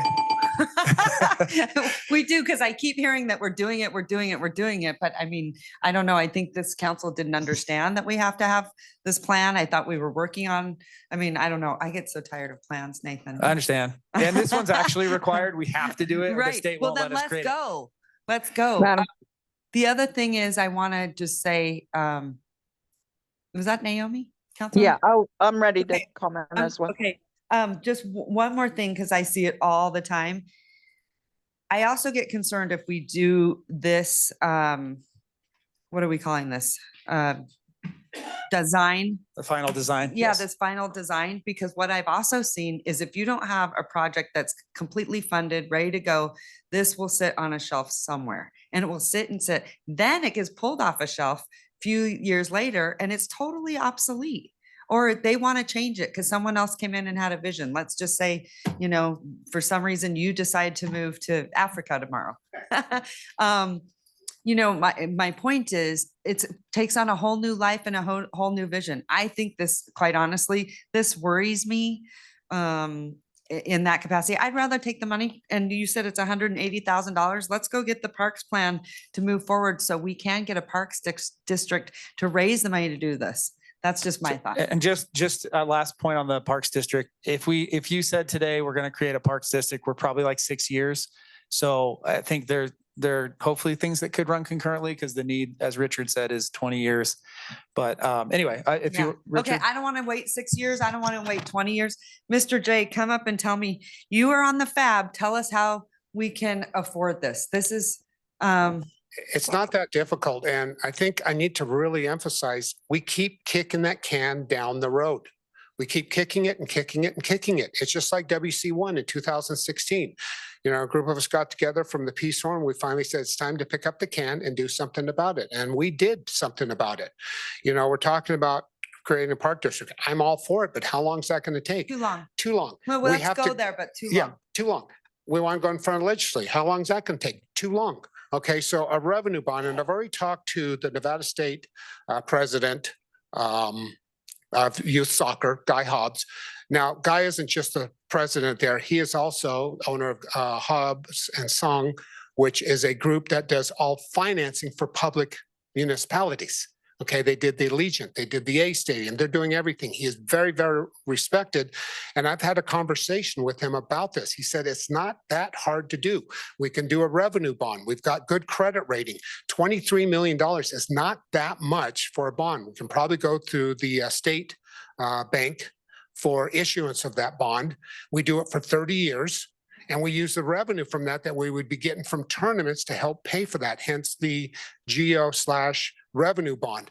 When you attach the GO to it, that makes it a little more palatable to the investors, but it also gives you the ability to pay a little bit lower interest rates. Interest rates are coming down right now. We're going to probably see an interest rate decline next month. So we want to strike while it's hot, but we just can't. You know, we're missing out on too much. I hate sending tournaments down to Carson City. And one of the biggest things is in 2015, Jeff Mann, Parks manager, then says, maybe it's time for you guys to start saying no to new players. I'm sorry, I cannot and I will not say no to somebody who wants to play soccer or lacrosse. I'm sorry, I put my foot down right there. But it's getting harder and harder, especially since we've had to displace 750 players from Moana when we lost that 30%. So Mayor, I agree with you right now. We need to get moving on this. And I think the best way is finish the design. And I'm not an expert here, but 450,000 seems like a lot. I think we can shave. I've already talked to a number. Seems like a lot, right? Yes, I I'm agree. sorry. I swear to God, when it comes to government, everything gets jacked up. Exactly. I think we do too. I've already been able to knock off $1 million off the side by going directly to a source. I've already talked to a fencing company about some stuff. I've already talked to a number of people, including Rick over at Western Supply, who has been very generous. I think we can do it cheaper. I think we have to anticipate 23, but I have no problem getting on the phone, making these phone calls and say, listen, community's been very good to you. It's time for you now to get back to the community a little bit. Okay, I'm way over, so I got to move on. But the next question I'm going to ask you, and I want you to think about it, is predict how much revenue that those flat fields will produce. Well, I can tell you this much right now, and I've got an expert here, but a 250 team tournament with 60% out of state, which is a low number, would generate $150,000 in taxable, not economic impact, but the taxable revenue, the taxes we would receive.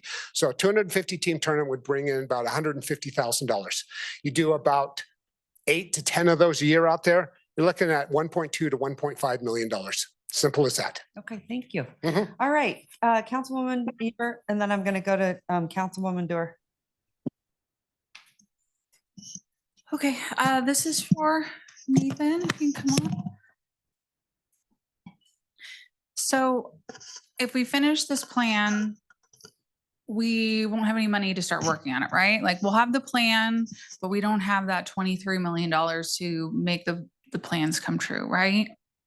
That's correct. Yeah, there's not an identified funding source, and that would be the hope is that with the plans, we can then attack this with our community With a wish and a stakeholders. dream. Yeah.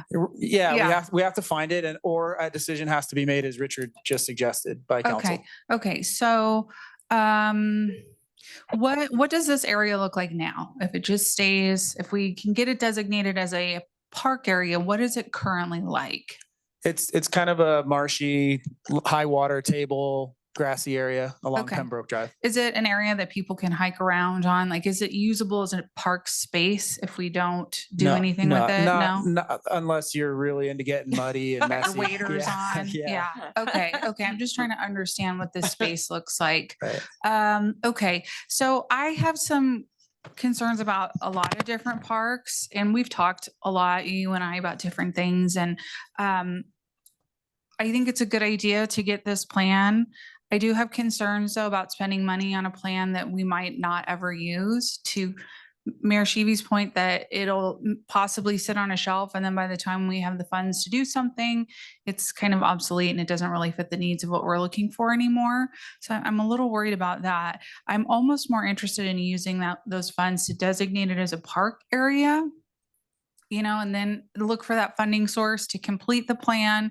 And at that time, also work on finishing the plan too, not just having the plan, but finish the plan and do the plan. I know you had mentioned it costs like $180,000 to create this park area. So no, that's for the park district. The park district, district. So yeah. it's a service plan that we have to do to create a park district, which would then be kind of that one of the solutions to funding our parks and rec in perpetuity. Okay. And it could be capital, it could be maintenance.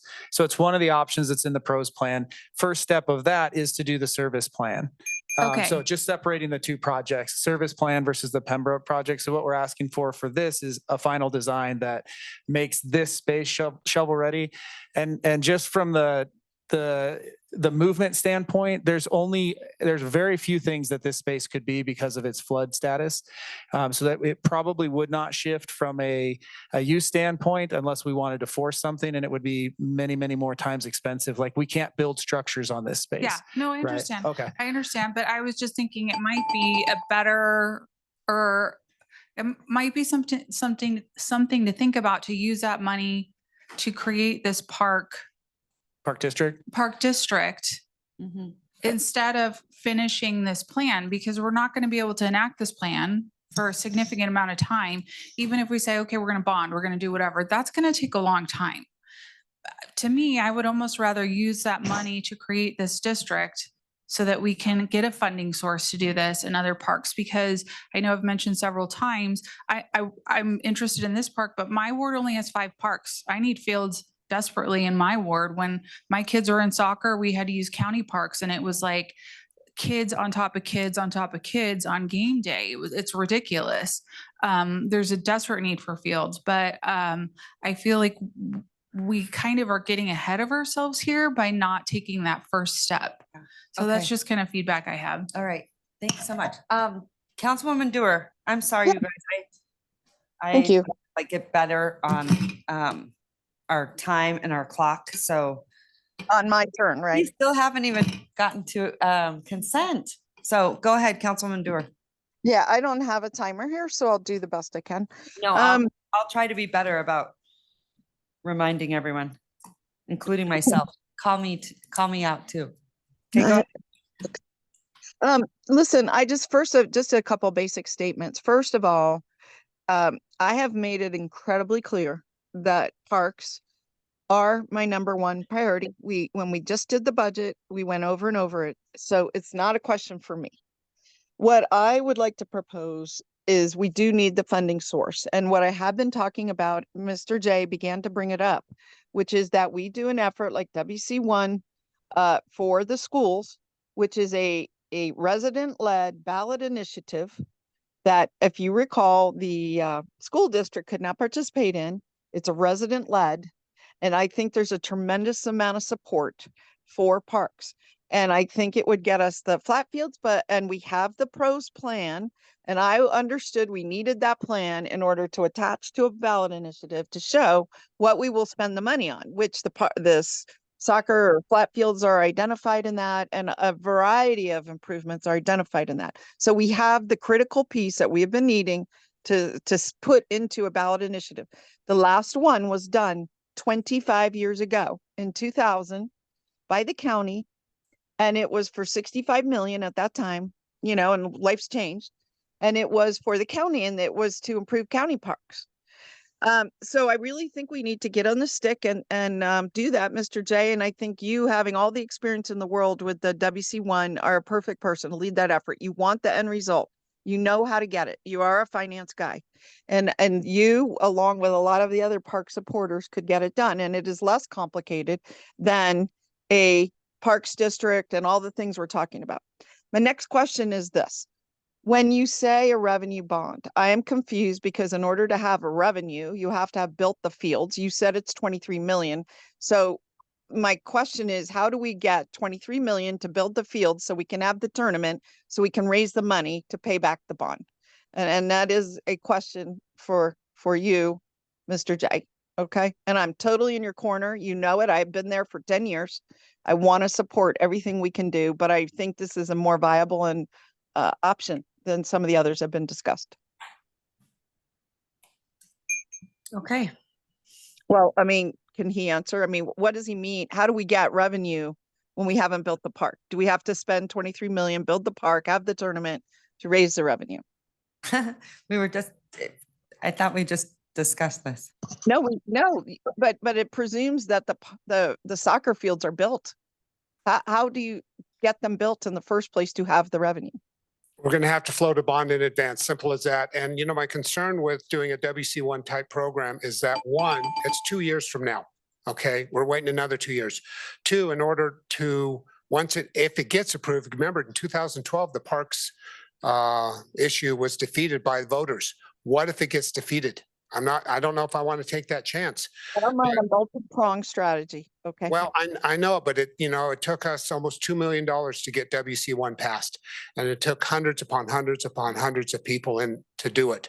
It's a huge undertaking. I can tell you that, but it's 2 years away. Then you wouldn't be able to start collecting any kind of revenue until July of 27. So now we're talking 2.5, 3 years away. By then, construction costs are probably going to be pushing, using the Turner Construction Inflation Index. We're probably looking at $28 million there.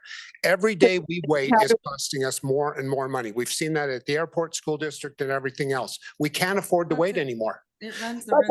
How do how do you build it? What did you say? We have to float a bond, but without revenue? Bond. Yeah, issue a bond and use the revenue that would come in from C-Tax to pay it. So not a revenue bond, but rather a regular C-Tax style. Yeah, and I know that the city has their own financial advisor for bonds. Guy Hobbs from the state of Nevada, without stepping on anybody's toes, said he'd be more than happy to help us. I have his representative here if we need any questions in there, but every day we wait, we're missing out on that revenue from soccer and lacrosse tournaments. Every day is just another day of no money coming in. Every day is more and more fields being taken up that we just don't have space for. It's getting ridiculous. Like Councilman Ebert said, these kids are on top of each other and we're growing. How do we address this? How we address it is we issue the bond, we pick up that can, and we start doing something about it now. Simple as that. Okay. All right. Anyone else? Okay, so Nathan, one of the things I think Richard is really right. What I would love to see, just to get us down the road, is getting Vicky Van Buren in here, our and what's his name that does our bonds? What's his name? I can't think of his name off the top of my head, but I would love to see a presentation on like how feasible that is. What's the financial risk? Also feedback from the FAB on this, because you sit on there. And then the other thing I'd love to have is figuring out which stakeholders also should be in the room, like RSCVA, flood project. There's other people that should be in the room on this, because I do think then we have to wait another 2 years. So that I would love to see a staff presentation on how we can get there. Now, I know that's not really your department. It's going to be more finance. No, absolutely. I think a funding plan for however we decide to move forward is great. And what will be important to a funding plan is knowing what it actually costs. So if we can get to that design level, then we can actually say, this is what it costs. This is how much council you need to make a decision for, from Richard's standpoint of a bond, to say, this is exactly what it'll cost, this is how long it'll take to pay back. But without having a number, we're really kind of guessing. And so this is a practical next step in that process if we're committed to continuing council's goal of improving the flat field capacity. So, and then also Richard agrees that this is exorbitant, I guess. Is that what the word? So important on this one, it's a not to exceeds. So we hope it won't, but we are going to ask for more than probably a basic. We're going to ask for the exhibits to show possible funding partners and things like that. We're to cast the vision the same way the school district is showing schools coming out of the ground. Like, that's important, we think, to people who might consider funding it, to see that you're ready to go, rather than you have an idea and you hope to be ready. So this is that next, I think, firm step for us to take and put us and change the trajectory of where we're at with our flat fields, is to get to a full design. It may not come close to that amount, but we want to make sure we have everything we need. I get so nervous now, because my experience has been on any build out that I've ever had to do, if I tell someone my budget, yeah, I have 50,000, you know what they spend? 55,000. Yeah, 455. Yeah. You can be sure as a city, same, even worse. You know what I mean? So I worry about that. And you think we could do it cheaper. I would like to see that. And then the other thing I would like to see, and I'm happy to make these in motions if everyone's good with me making a motion. But the other thing I want to see is I actually want to see that land given to you guys for that project. So it remains flat fields and it doesn't get developed.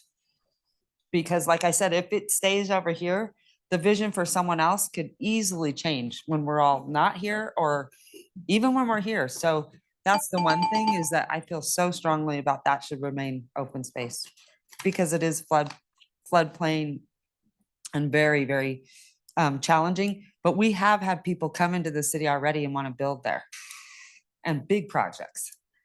Sure. Big ones. Yeah. So that's another thing I'd like to see. So anyway, any questions for Nathan? Let me ask you, Mr. J, how do you think that we do this more affordable with the plan? Simple. Tell them I have $200,000 to spend. That's what your budget is. See? You know, Right. I have no problem, like I already did with the construction company, basically say, listen, you've been very, you've made a lot of money off your projects here. That's great, but it's time for you to give back. So some of these people, I have no problem saying, I need you to come in cheaper than what you normally would. I need some pro bono work. CFA has done and I'd like to shout them out. CFA Inc. has done a great job. They provide us all the marketing material at no charge. They're providing us with a grant writer. They've knocked off $40,000 in pro bono work. Plus they did that at a reduced fee. So that 160 we paid would have been well over 225,000. So we already knocked some off. I have no problem asking people for a discount. Yeah, Worst they listen, could do is say no. one thing I know about Richard, he can get it done. He can always get it done for a lot less. You put your money where your mouth was on Absolutely. Moana Field. You have proven to be successful. You've proven to get it done and accomplished. So I value We'll do your it. opinion and expertise more than you know. Yeah, well, thank you. I appreciate it. We'll get it done. Okay. And I have no problem twisting arms. You know how I am. Okay, I'm gonna make a motion then. Thank you. Okay. Just, So- Madam Mayor, just for Yeah. the, apologies, City ahead. Attorney's Office. So the item in front of you is for specifically what the recommended motion is.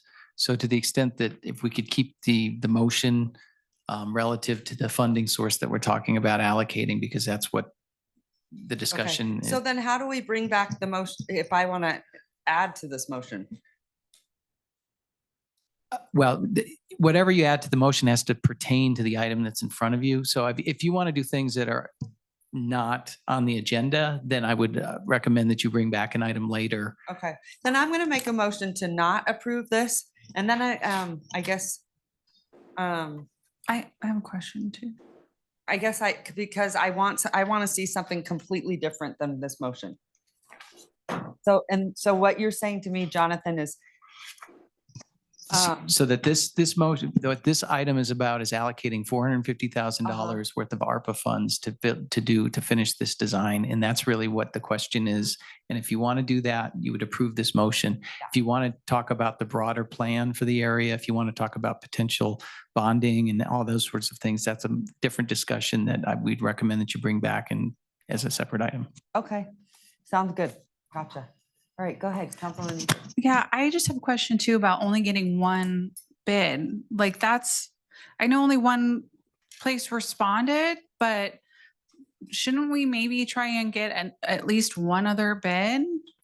So the bid, Nathan Elliott, Parks and Recreation, for the record, it did go out nationally. And I Yeah. think we're looking for a unicorn. We're looking for somebody who wants to build something for the community, has their own money to do it, and can do it, right? And wants to do it. And so I think our best chance was the submission we got was with GBYSL and RYSA. And essentially in the document, they said that they cannot do it. And Richard said that today, that they cannot do it because it's too expensive and too big of a project. And frankly, we were looking for that perfect opportunity, and we can keep looking, but. Well, I mean, if yeah. we're gonna have to pay somebody to do it anyways, I mean, why don't we go out to bid for somebody that we're gonna have to pay to do it? Well, and so as far as construction, that's, I think, what we would do after design and finding funding resources. But as far as going out for bid, we're asking somebody to bring their money to the table to build it because that was the direction from council. Okay. And we only had the one submission. And they said they can't afford to do it, so we have to pay for it. That Okay. was the gap analysis that they led with. Okay, Yes. so can we go out to bid and see if we get somebody to do it for less? I mean, we can. There's timing issues with ARPA, the ARPA allocation. And so if we open it up again for 45 or 60 days with no guarantee anyone would come forward, we get closer and closer to that deadline and then really challenged with getting it. So this was the next step we felt like we could take that would put us in a position to take another step after. Okay, thank you. Okay. Madam Mayor, may I speak? Okay, I do believe that we should move forward with the design, and I think the proposal was that we do the design so that we actually have some hard numbers on which to go out with any kind of bid. I hear you. Not you. Sorry, someone else is screaming at me over here. Oh, do you want me to stop? Go ahead. No, I want you to go ahead. Okay, well, my point is I think the staff have made a compelling point, which is that just like when we did on the 5 million on the the health center at Neil Road, I think that we need to spend the money to do the design so we know how much it costs. And I understood our staff to say that they have on-call engineers that are on a list that are ready to do a design for us. And we would pay for it with ARPA money. And I think that's a very straightforward process. And it gets us where we want to go so that we could do what Richard is asking us to do. We cannot go out for a bond to build something if we don't have a design and a cost. So I get that. I understand. But there it seemed like there's a lot of confusion about this. That isn't it the proposal, Mr. Ulia, to use an on-call engineer that we already have on a list that can go out and do this design? Yes, that's the proposal. Yeah, and I'm fine with that. Yeah, I want to get this done and I want to go raise the money and I want to go build it. So this is the next step. So I'm supportive of moving forward.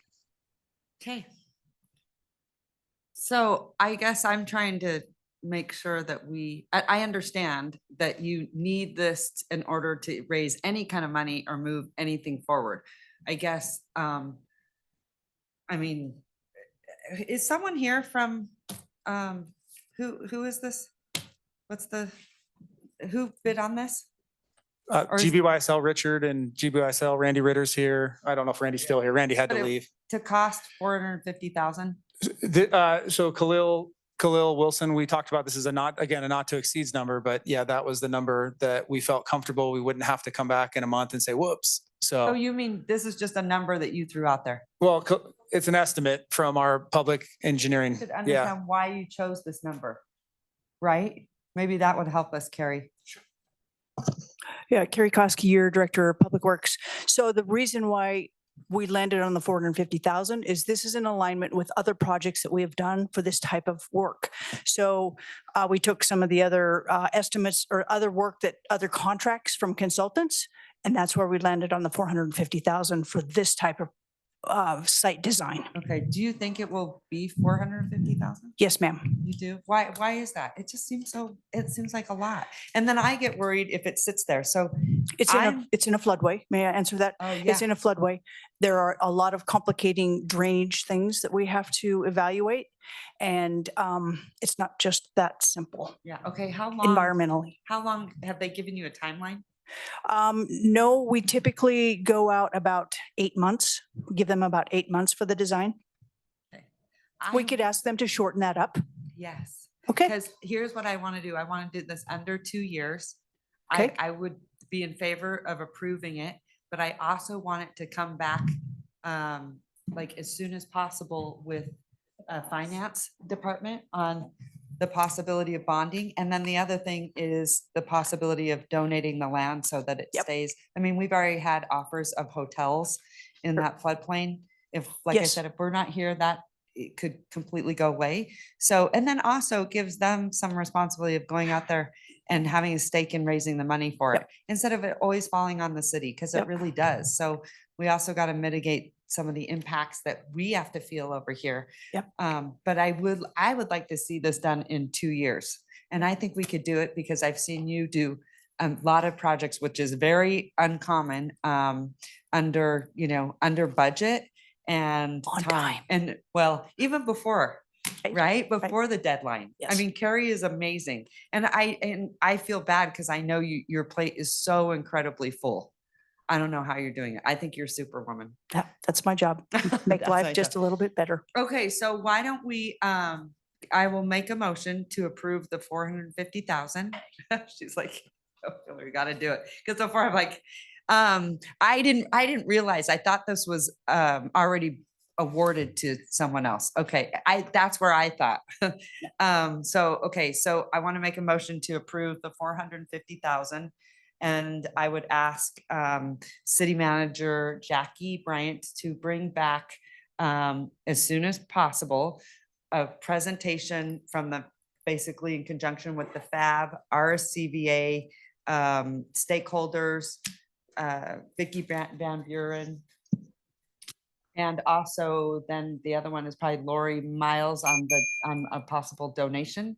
But I don't want to drag our feet on this. I want to show that actually government can get something done pretty quickly. I know Carrie can, like she just is I mean, I've never seen anything like it, right? So, but I have anxiety when it comes to this park situation because we've been talking about it for so long, Nathan, and nothing's happened for those kids. Second. So can we do it? Okay, I'll all right. second that I motion. have a motion and a second. All those in favor say aye. Aye. All those opposed? Aye. Motion carries. All right, thank you so much. Madam Mayor, may I speak? Madam Mayor? Go right ahead. Oh, thank you. I appreciate that motion. I think we're on our way. So I think to your point, there is remaining money and it seems like we could contract to continue this discussion on the park district or whatever else we need to do to get the funding wrapped up. So why not bring back a future agenda item to take the remainder of the money to put towards process and financing, whatever we need to do to get where we need to go. I totally agree. So And so, Madam Mayor, I mean, that's going to have to come back at another agenda item. That's what I just said, though. I'm saying on a future agenda item, I'm just not saying it at 8 o'clock tonight. Could we bring it back to discuss that with the remaining funds? what? She wants to come back on a future. So the agenda. question is, can that money come back to be discussed about its reallocation? And the answer is yes, but that just can't happen today. That's going to happen on a separate agenda item. Correct. So what I'll do is I'll send an email with a request for a future agenda. Sound good? Yeah. Okay, perfect. All right, we are going to now go back to consent. So we're going to head to item B8.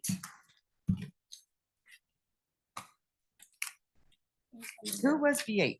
Orange tab, please. Oh, yay. The orange. Do you have any public comment? We did public comment on the consent agenda item, so we have none remaining. Yep. Okay, who's council member Ebert? You are 8, 11, 13, 14, 15, 16, 17, 19, and 21, and Councilman Martinez is 12. So take it away, Councilwoman Ebert.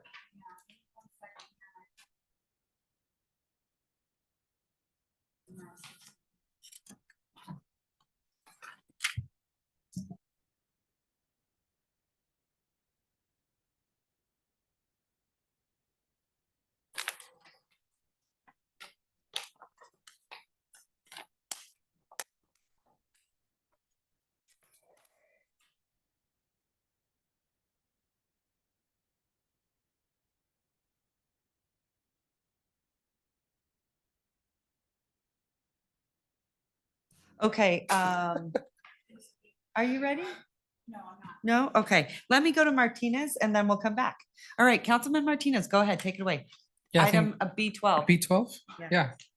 Going to B12, Yeah, looks like sorry, so I get a reprieve? just stay right there. Okay. Mrs. Weissman, I think Miss this is just, Wiseman, nice this to is just a see great- you. Thank you. Good great, to see great you. project. Thank you for waiting while we got through all that to highlight this.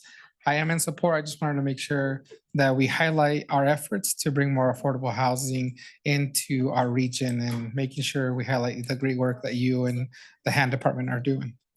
Thank you. I appreciate that. For the record, Elaine Wiseman, Housing and Neighborhood Development. Yes, this is very exciting to be able to support an affordable housing project such as Arrowleaf at Harvard. It's 168 new units. It's an infill development. It's very exciting. We do have representatives here from PacWest Housing. They're the developer. And they would be happy to answer any project questions if you need it, or I can answer questions about the allocation of volume cap if that's desired. I don't have any other questions. I just wanted to make sure we highlighted that, and I appreciate Thank your you. efforts. I'm ready. I to appreciate make that. a motion. Yeah, a motion to approve. All right. Second. I have a motion and a second. All those in favor say aye. Aye. Aye. All those opposed? Aye. Aye. Carries unanimously. All right. Thank you. Heading back to you, Councilwoman Ebert. Oh, sorry.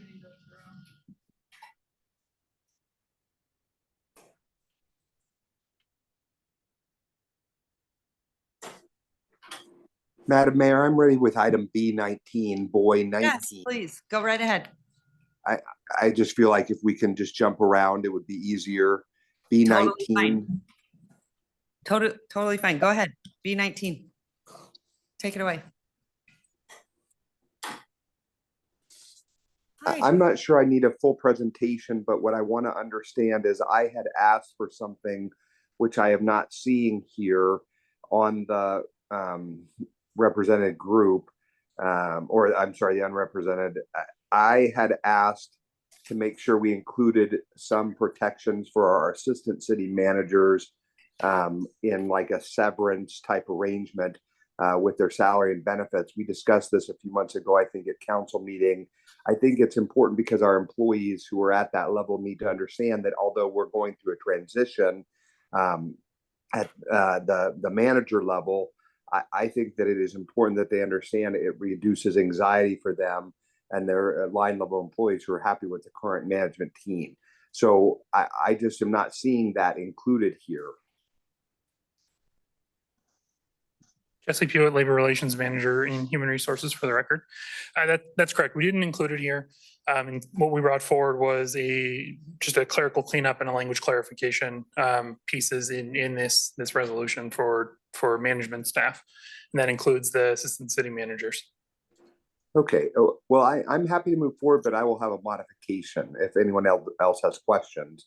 I mean, I think it's the right approach. The resolution is correct. It's just doesn't cover one of the things that I think is important that it should cover. Madam Mayor, I'll make a motion. I'll move to approve with the addition of 6 months salary and benefits for termination without cause for the ACM level employees. Second. If I could just, this Yeah. is Mark Dunnigan, City Attorney's Office, for the record. If I could just add some qualifying language just to put onto the end of whatever staff comes up with, just that the provision of that benefit be subject to the provisions of the Reno City Charter and the Nevada Revised Statutes. That the provision. Yeah, I have no objection to that, Mr. Dunnigan. I assume they always would be.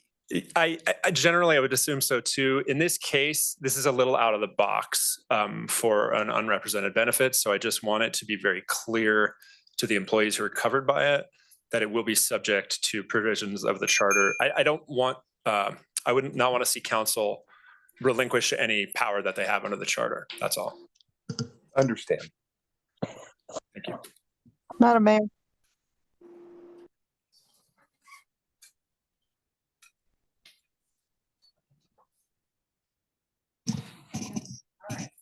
Hi, Madam Mayor, if Yeah. I could just real quick. So what exactly is the language that is being offered to be amended in the resolution? Just so that we have clarity on that for the record. Thanks.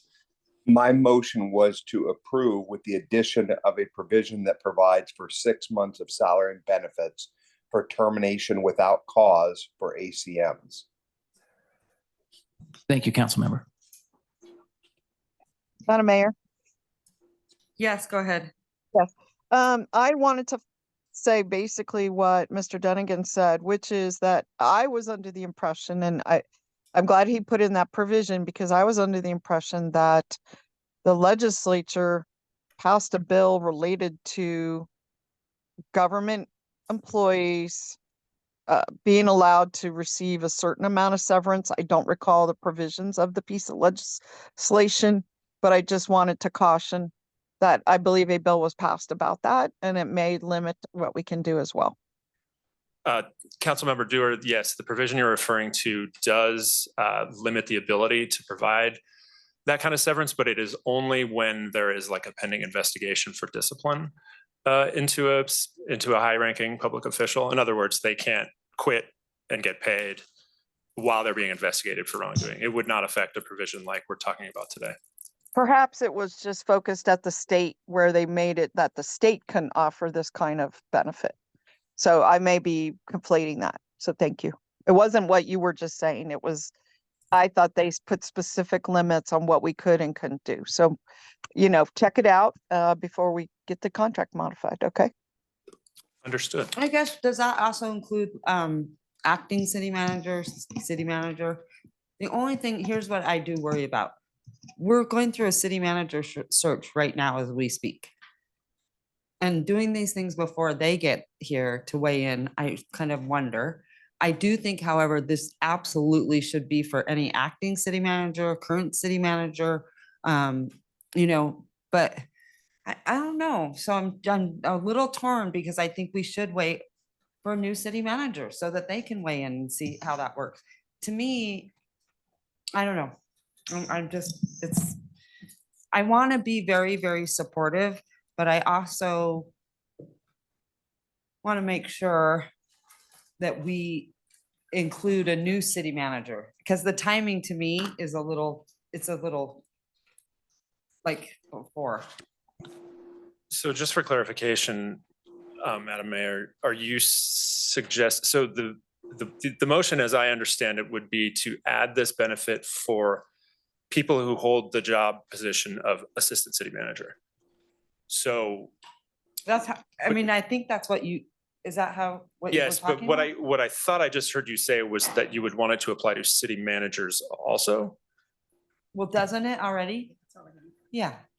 I think it's No, the city manager has a contract. Yeah. If I could, Madam Mayor, so currently you don't have a city manager under contract. The city manager is the only employee that you will have under contract. The law that is being referenced, and Mr. Dunnigan, correct me if this is wrong, but the law that is being referenced really only refers to contract employees of the local governing body. Yes, that's correct. So what has been offered by Councilmember Reese is a severance benefit for 6 months. It's not, and I heard Councilmember Dewar refer to a contract. There is no contract here because no assistant city manager is under contract. And at this point in time, there is no current city manager under contract. It's kind of at will at this point. So I just want to make sure that everybody's looking at the same thing. And yes, if and when another city manager comes in, that would be an employee that you would get under contract. That's where you would potentially negotiate a severance benefit, similar to what you've seen. Just to be clear, I was not referencing a contract. If I said the word contract, that was an error. Madam Mayor, can I ask a question? Clear. May I ask a question, Madam Mayor?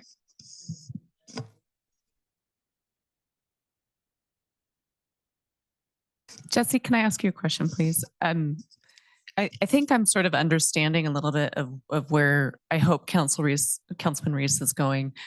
With our city manager vacancy, there might be some concern that if a new city manager were to come in and try and clean house or get rid of everybody, that creates some anxiety.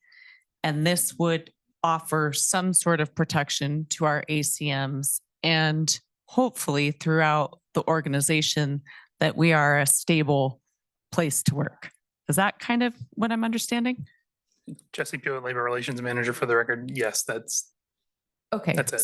And I'm super happy with our ACMs and our interim city managers. So I'm okay with supporting this.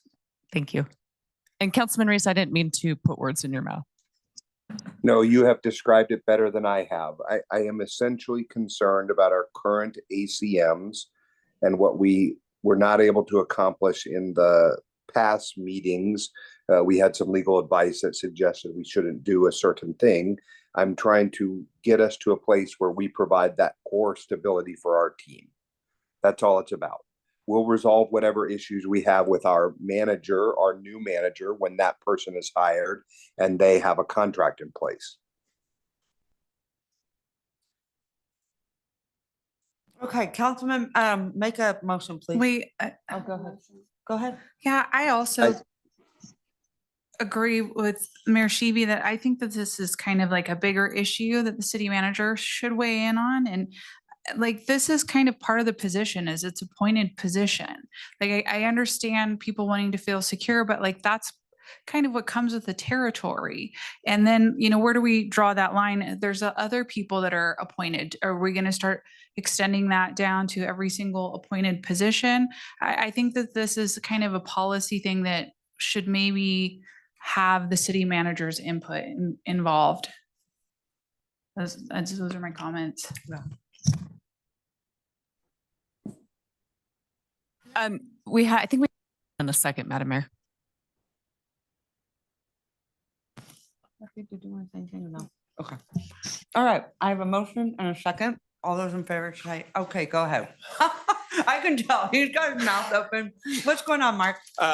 If it would be helpful to have the exact language, just so that staff doesn't sort of misstate anything out of any vagaries that Councilmember Reese provided. I have some draft language that I could read into the motion to be put in as a new section on this resolution, if I may do that. Yeah, you want to, Okay. Go ahead, Mark. In the event of termination for convenience or otherwise for no cause, for employees in the assistant city manager classification, the employee shall be entitled to payment equal to 6 months' salary and the value of 6 months' equivalent benefits. The provision of this benefit is subject to the provisions of the Reno City Charter and Nevada Revised Statutes. Yeah, I just want to be clear because I've seen this before, not here, other boards that I sit on. And it really made, I mean, it was very clear that these individuals should have been let go for very, very egregious things. Now, listen, our team is amazing, but I think I get anxiety from the other boards that I've sat on where we went through 5 CEOs.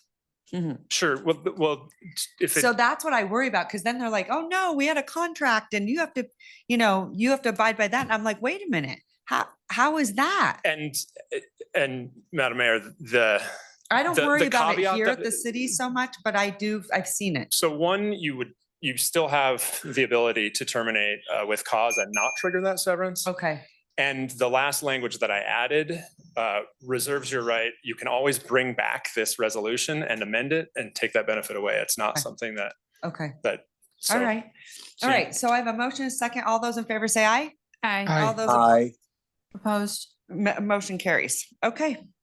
Moving on, Madam Clerk. Thanks, Jesse. Are you staying with us? No. Yes. Yeah, Madam. Okay.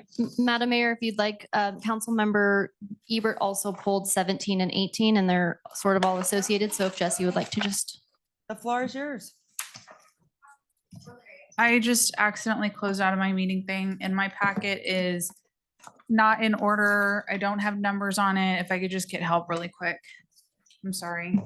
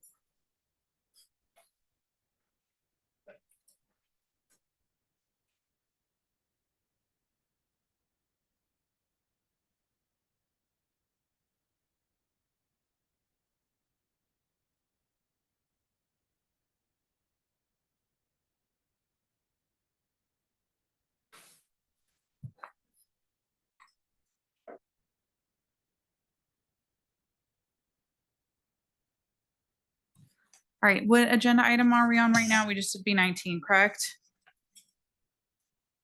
17 and 19. 17 and 19. Okay, just one second. 17, 18. We just did 19. Duh. Okay.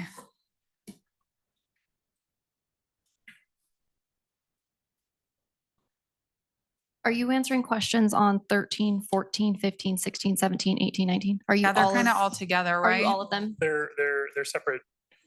I'm just asking because Stacks. Councilmember Ebert pulled all of them. So, But yes, okay. I'll be here for all of them. Okay. So Councilmember Ebert, if you want to start on number 13. Great. So yeah, I just want to kind of go over these. I just didn't think that we should have these as consent items. I thought they should kind of be reviewed. So I don't really have specific questions yet, but I would just kind of like to go over them. I think they're important to talk about. Sure. Jesse Pewitt, Labor Relations Manager for the record. Can we get, thank you. I appreciate it. Okay, so here to talk about the unrepresented cost of living adjustments. These are for items B13, 14, 15, and 16. These all align with our strategic plan and the goal of governance and organizational effectiveness. These provide retention and recruitment opportunities for staff. Just a little bit of background before I dive in though. Our city's workforce includes about 1,900 employees, a little over 1,900 employees. 62% of those employees are under collective bargaining agreements. 27% of those are part-time temporary employees, and 11% of those are full-time and not under a collective bargaining agreement. Largely, that's folks out of the city manager's office, HR, the city attorney's office, and then your department heads and your assistant department heads. And then we have a municipal court and then a sprinkling of folks throughout the city. B13 really is for the municipal court, and this is a resolution that offers 3 annual 3% increases. This is in line with the CBAs that were approved by council earlier this year. So 3% increases, one in July of 24, again in 25, and again in 26. We've also implemented the classification and compensation study through this resolution in the staff report. This is about 49 employees for item B13. The year one cost, little over $613,000, a little over $854,000 in year 2, and a little over 1.1 million in year 3. It's important to note that all of these costs include the cost from the previous year, so it compounds as we go forward. And does this include like PERS contributions too? Yes. Okay, Yeah. thank you. Yep, it's in total. B14 then is for your unrepresented hourly folks. These are your clerical staff, largely, again, out of HR, the attorney's office, and the city manager's office. Again, here, this resolution is for 3 annual 3% increases, one in July of 24, 25, and 26. We're implementing the classification and compensation study through the resolution and the staff report. 57 employees here. Year one cost, we're looking at 352,000, a little north of that. About 538,000 for year 2 and about 741,000 for year 3. And again, these costs are compounded. B15 then is for mid-management. These are analysts, deputy city attorneys, managers, assistant department heads, again in city manager's office, HR, and the city attorney's office, and then the assistant department heads throughout the city. Again, here we're seeing 3 annual 3% increases. Same time frame as the others, July of 24, 25, and 26. We're implementing the classification and compensation study through this as well. This is about 75 employees. Well, it is 75 employees. About 976,000 in year 1, a little north of 1.5 million in year 2, and then about 2.1 million in year 3. And again, these costs are compounded. B16 then is for your management. This is your department heads, your assistant city managers. Here, we're only looking at 3 annual 3% increases with that same cadence, July of 24, 25, and 26. There are 24 employees in this group, 261,000 for year 1, 542,000 for year 2, and about 840,000 for year 3. But we don't have a classification and compensation implementation here. We're not quite ready for that yet. There's a little more work to do on our end, but that will be coming in the future, and bless you. What I have here are recommended motions for B13, 14, 15, and 16, but I have them separated so it's easier to read and mark off as we go through. And I'm happy to answer any questions. Thank you. I actually don't have any questions. I just wanted, like you said, a presentation to review and for anybody watching this to see what's going on because this affects our budget at the city of Reno. So thank you very much for your presentation. I appreciate it. Anybody else have any questions or anything? No? Okay, motion to approve? Second. Aye. Aye. Thank you. And Madam Mayor, just for clarification, I'm sorry, that was for all of the items that were provided? Yes, Correct. Thank you. B 13 through 18, I believe. No, we still need Oh. 17. Oh, I'm sorry. Yeah, that was a motion to adopt for B 13, 14, 15, and 16. We're now looking at B 17 and 18. Got it. Sorry about that. I voted yes. I don't know if you heard that. Got it. Thank you.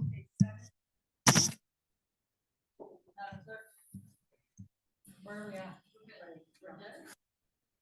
Go ahead. Jesse, hang out a little longer. Absolutely. Jesse Pewitt, Labor Relations Manager for the record here to present on items B17 and 18. These are unrepresented benefit resolutions for your unrepresented employees. Again, this aligns with the strategic plan and aligns very well with the goal of governance and organizational effectiveness. This is recruitment, all about recruitment and retention of your staff. B17 is the item for unrepresented hourly employees. Largely, this is clerical cleanup. This is language cleanup, some clarification in spaces where things were confusing. We've adjusted percentage incentives as opposed to dollar incentives for bilingual and education pay for these groups. The cost for this is close to $33,000 for that first year. The adjustment to percentage incentives is right in line with the same adjustments we've done for the collective bargaining groups that most closely mirror these folks. For B18, these are your mid-management employees. Again, largely clerical cleanup, some language clarification. We've added a bilingual incentive for these folks. We found that these folks are using bilingual folks are using that skill in the scope and course of their work. And so we wanted to incentivize them to continue to use that. The fiscal year cost for this is just under $13,000 for that first year. So is that, I'm sorry, can you go back? Yeah, absolutely. That's the 12,827. That's the total cost of bilingual? Yes. Okay, Yeah. okay. So how many employees do we have that fall into that? I don't know off the top of my Okay, head, but it's okay. a small percentage as Okay. All right, thank a you. ratio for this group. I've got recommended motions for B17 and B18 up on the board for you, and I'm happy to answer any questions. Okay, thank you. Go ahead. Okay, I'll go ahead and move to approve unless anybody has any questions. Second. Thank you. I have a second. All those in favor say aye. Aye. All those opposed, motion carries. Okay. All right. you. Madam Mayor, we're moving back to item B8 pulled by Councilmember Ebert. Kurt, go ahead. Then we're.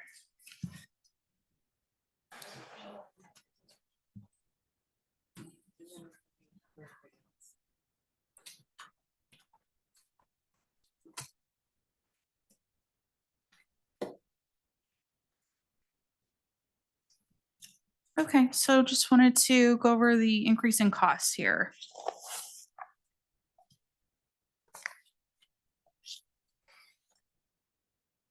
Okay, so to be clear, Chris Harper, security manager for the city.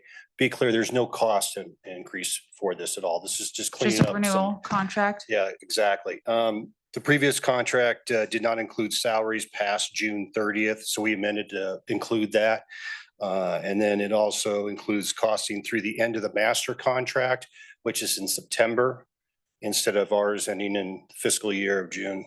And then provides better clarity for the ARPA funding that is funding half of this, what the council's already approved. And like I said, this has, it's already included in the approved budget and will not have any additional cost to the general fund. Okay. All right, so anybody have any questions? You know what, I just want to say, I really appreciate Allied. Whenever I come into the building, they're, incredibly nice to people. They're doing a really good job. And I appreciate your collaboration with them. That's good to hear. Yep. Yeah. So and they're really, I don't know, they've been paying a lot of attention outside and what's going on. And I just think, they've done a good job. Okay, so I have a motion from Councilwoman Ebert. I have a second. All those in favor say aye. Aye. Motion carries. Okay, thanks. Okay, B11.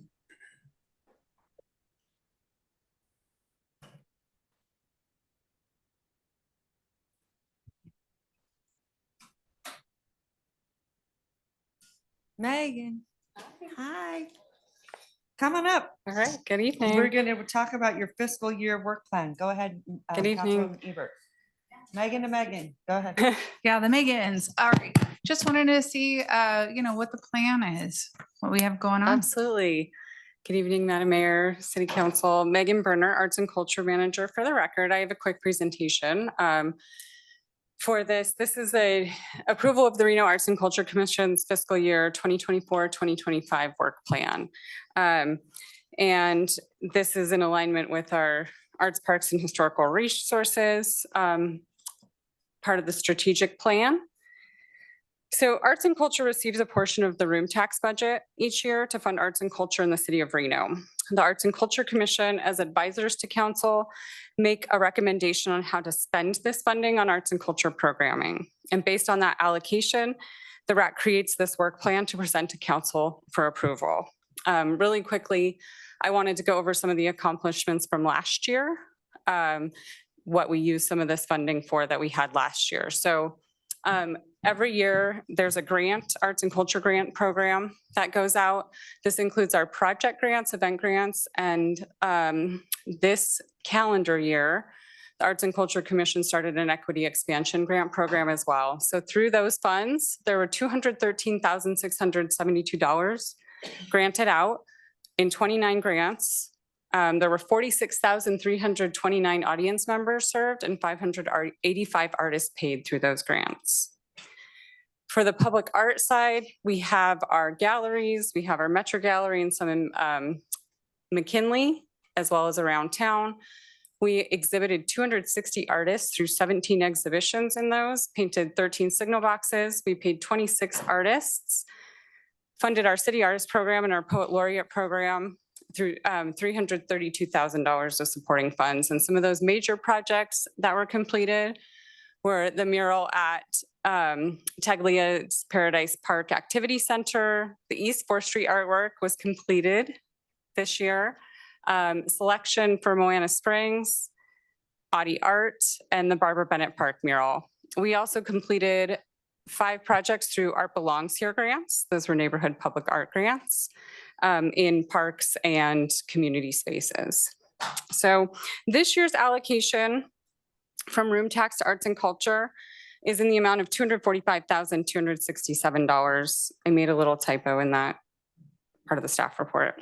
An additional $40,000 is allocated to public art.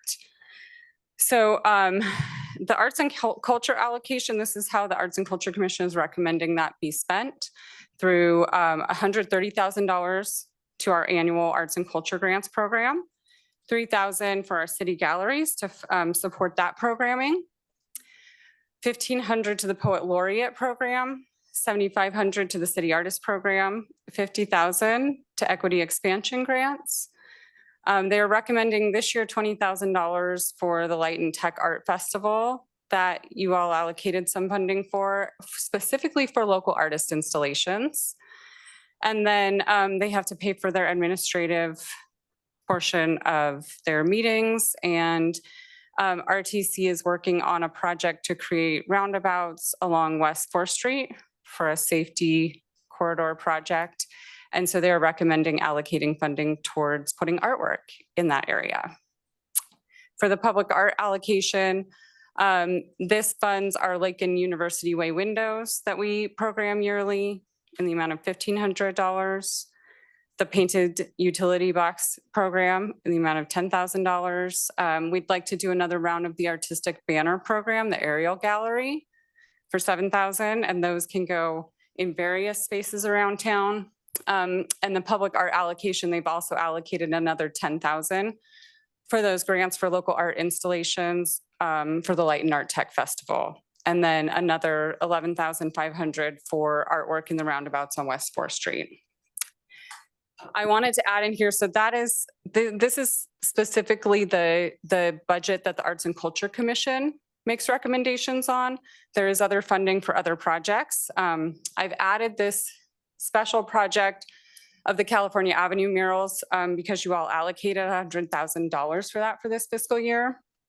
Just so you know, that's on our radar. Yeah, when are we doing that? Come on, let's We are, go. okay, so we have so much going on right now.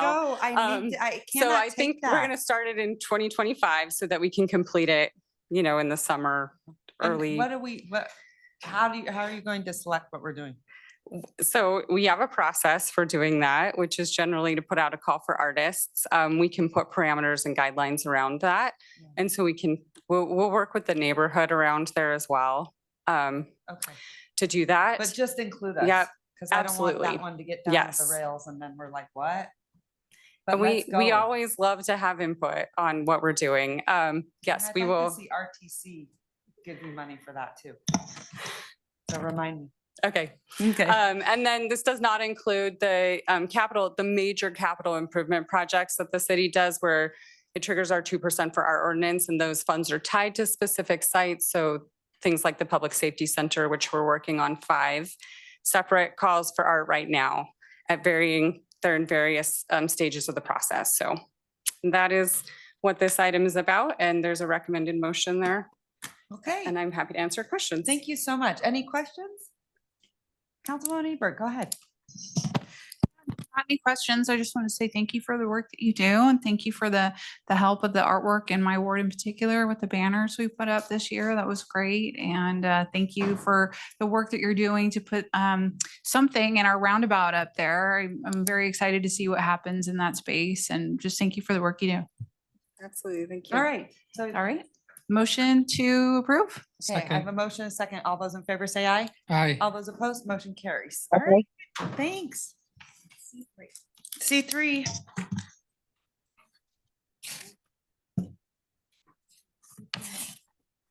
Jackie, that's 21. Sorry, Madam Mayor, we're actually on item B21. Boy 21.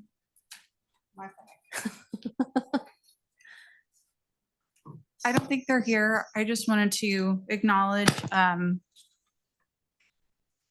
this group called Sleep in Heavenly Peace. They're a nonprofit that's dedicated to building beds for children that, you know, their parents maybe can't afford it or not able to do that for them. So just something I wanted to kind of shine a little light on. It's a great group, so made a discretionary donation. Thank you. Yeah, Go thank ahead. you. Motion to approve. I have a motion. I have a second. All those in favor say aye. Aye. All those opposed? Motion carries. That's good work. Thanks. Okay, next, Madam. Now we're on item C3 and C4. Okay.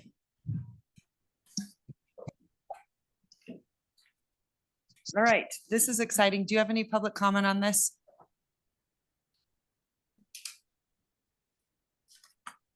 All right, this is good work. I do not have any public comment, Madam Mayor, and for the record, we did not receive any correspondence. Okay, thank you so much. Okay, Monica, take it away. Good Oh. evening. No, What? Madam No. Mayor, can you open the public hearing? Yep, Oh, sorry. I will now open the public hearing. Has proper notice been given and any correspondence received? Thank you. Proper notice was given, and as I stated, no correspondence was received. Ethan, what's the purpose of recording an agreement? What? I'm sorry?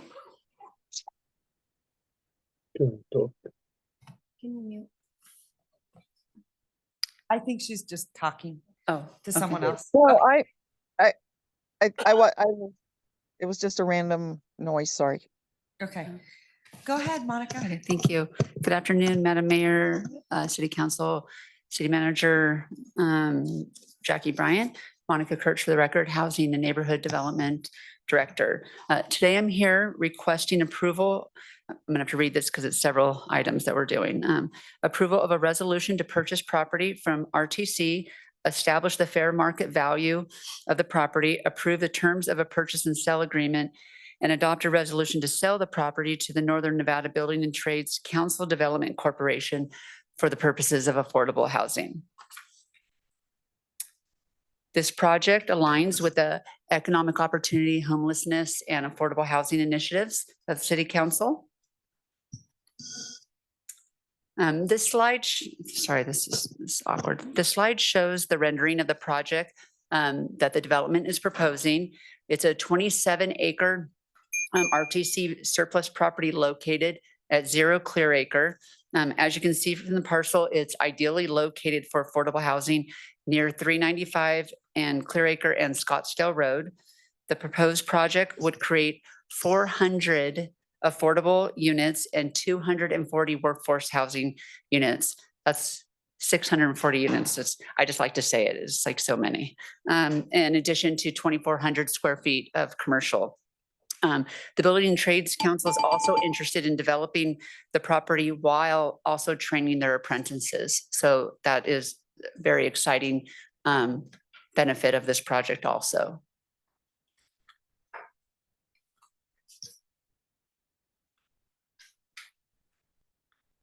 Thank you. Okay, cool. So this slide shows our process, where we've been and where we're at today. So again, we're here today for the approval of the purchase and immediate sale of this property. On May 8th, council gave direction to staff to move forward with the purchase of the property. And on May 21st, the appraisal was complete. The value came in at $2.56 million. The city offered to purchase the property at $2.256 million, which also reflects the $400 reduction for Tumwa tank and some easements on the property. That decreased the value of the appraised value. Today, we're here to finalize the transactions required to purchase and sell the property. And again, the city is only serving as the intermediary of this transaction to enable a developer to get this property up and going as affordable units, and all the costs will be paid by the developer. I have the recommendation for C3 and the recommendation for C4. And we have with us, yes, they're still here, just making sure. We have the developers, Pat and Rob, and then we also have Eric Menes from the state, if there are any questions that the council has on this project.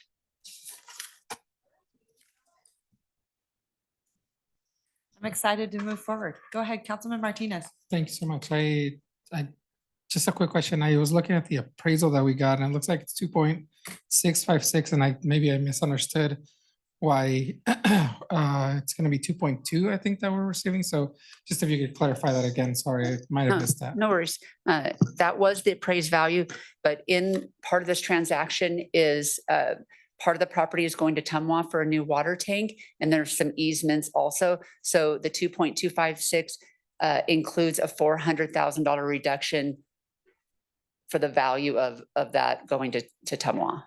Because of the loss of property. Yes. Okay. Yeah. Just making sure I understood that. Perfect. Thank you. Okay, I move to adopt the resolution. Second. I have a motion and a second. All those in favor say aye. Aye. Opposed? Motion carries unanimously. Okay. Yep, we have two And then, items here. I move to determine the fair market value of the property to be $2,256,000. I move to approve the purchase and sale agreement with Northern Nevada Building and Trades Council Development Corporation. I move to adopt resolution. Second. I have a motion and a second. All those in favor say aye. Aye. All those opposed? Aye. Motion carries. Monica, you seem Yay. so comfortable up there now. I mean, you used to hate getting up. Are you used to it now? You seem like you're just, I feel it's like as I easy. get less young, I hate it more. God, isn't that the truth? But you do it so well. Like you really just seem like, "No, no problem." You'll see me in a few minutes, so. Okay, good, perfect. All right, good job. All right, moving on. C5. Madam Clerk, do we have any public comment on C5? Madam Mayor, if you'd like to open the public hearing for item Yes, I C5. would.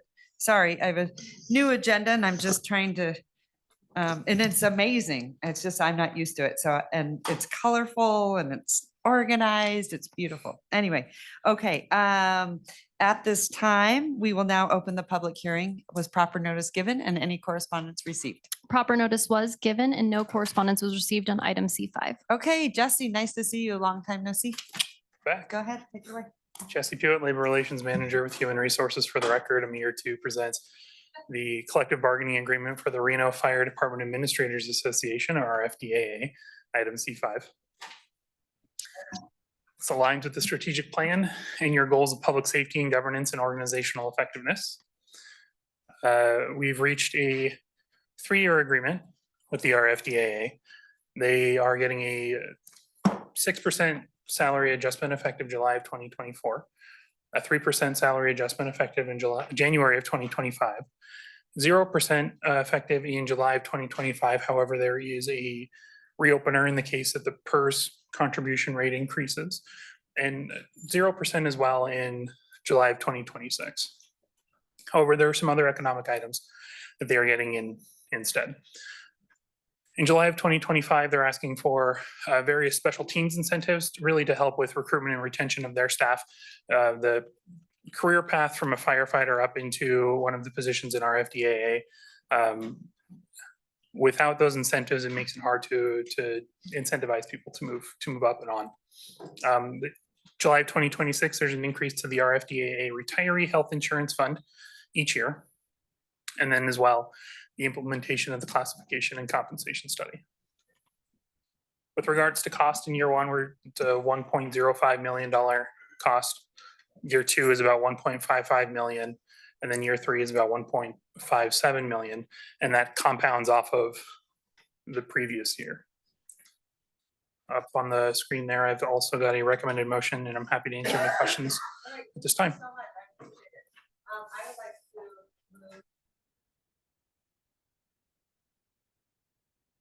If there are any questions, and I'm happy to take those, but I just gave you a motion. Can I have a second? Second. Anyone else? Okay, all those in favor say aye. Aye. All those opposed? Motion carries. Thanks, Jesse. Thank you. That's it for me. D3. Are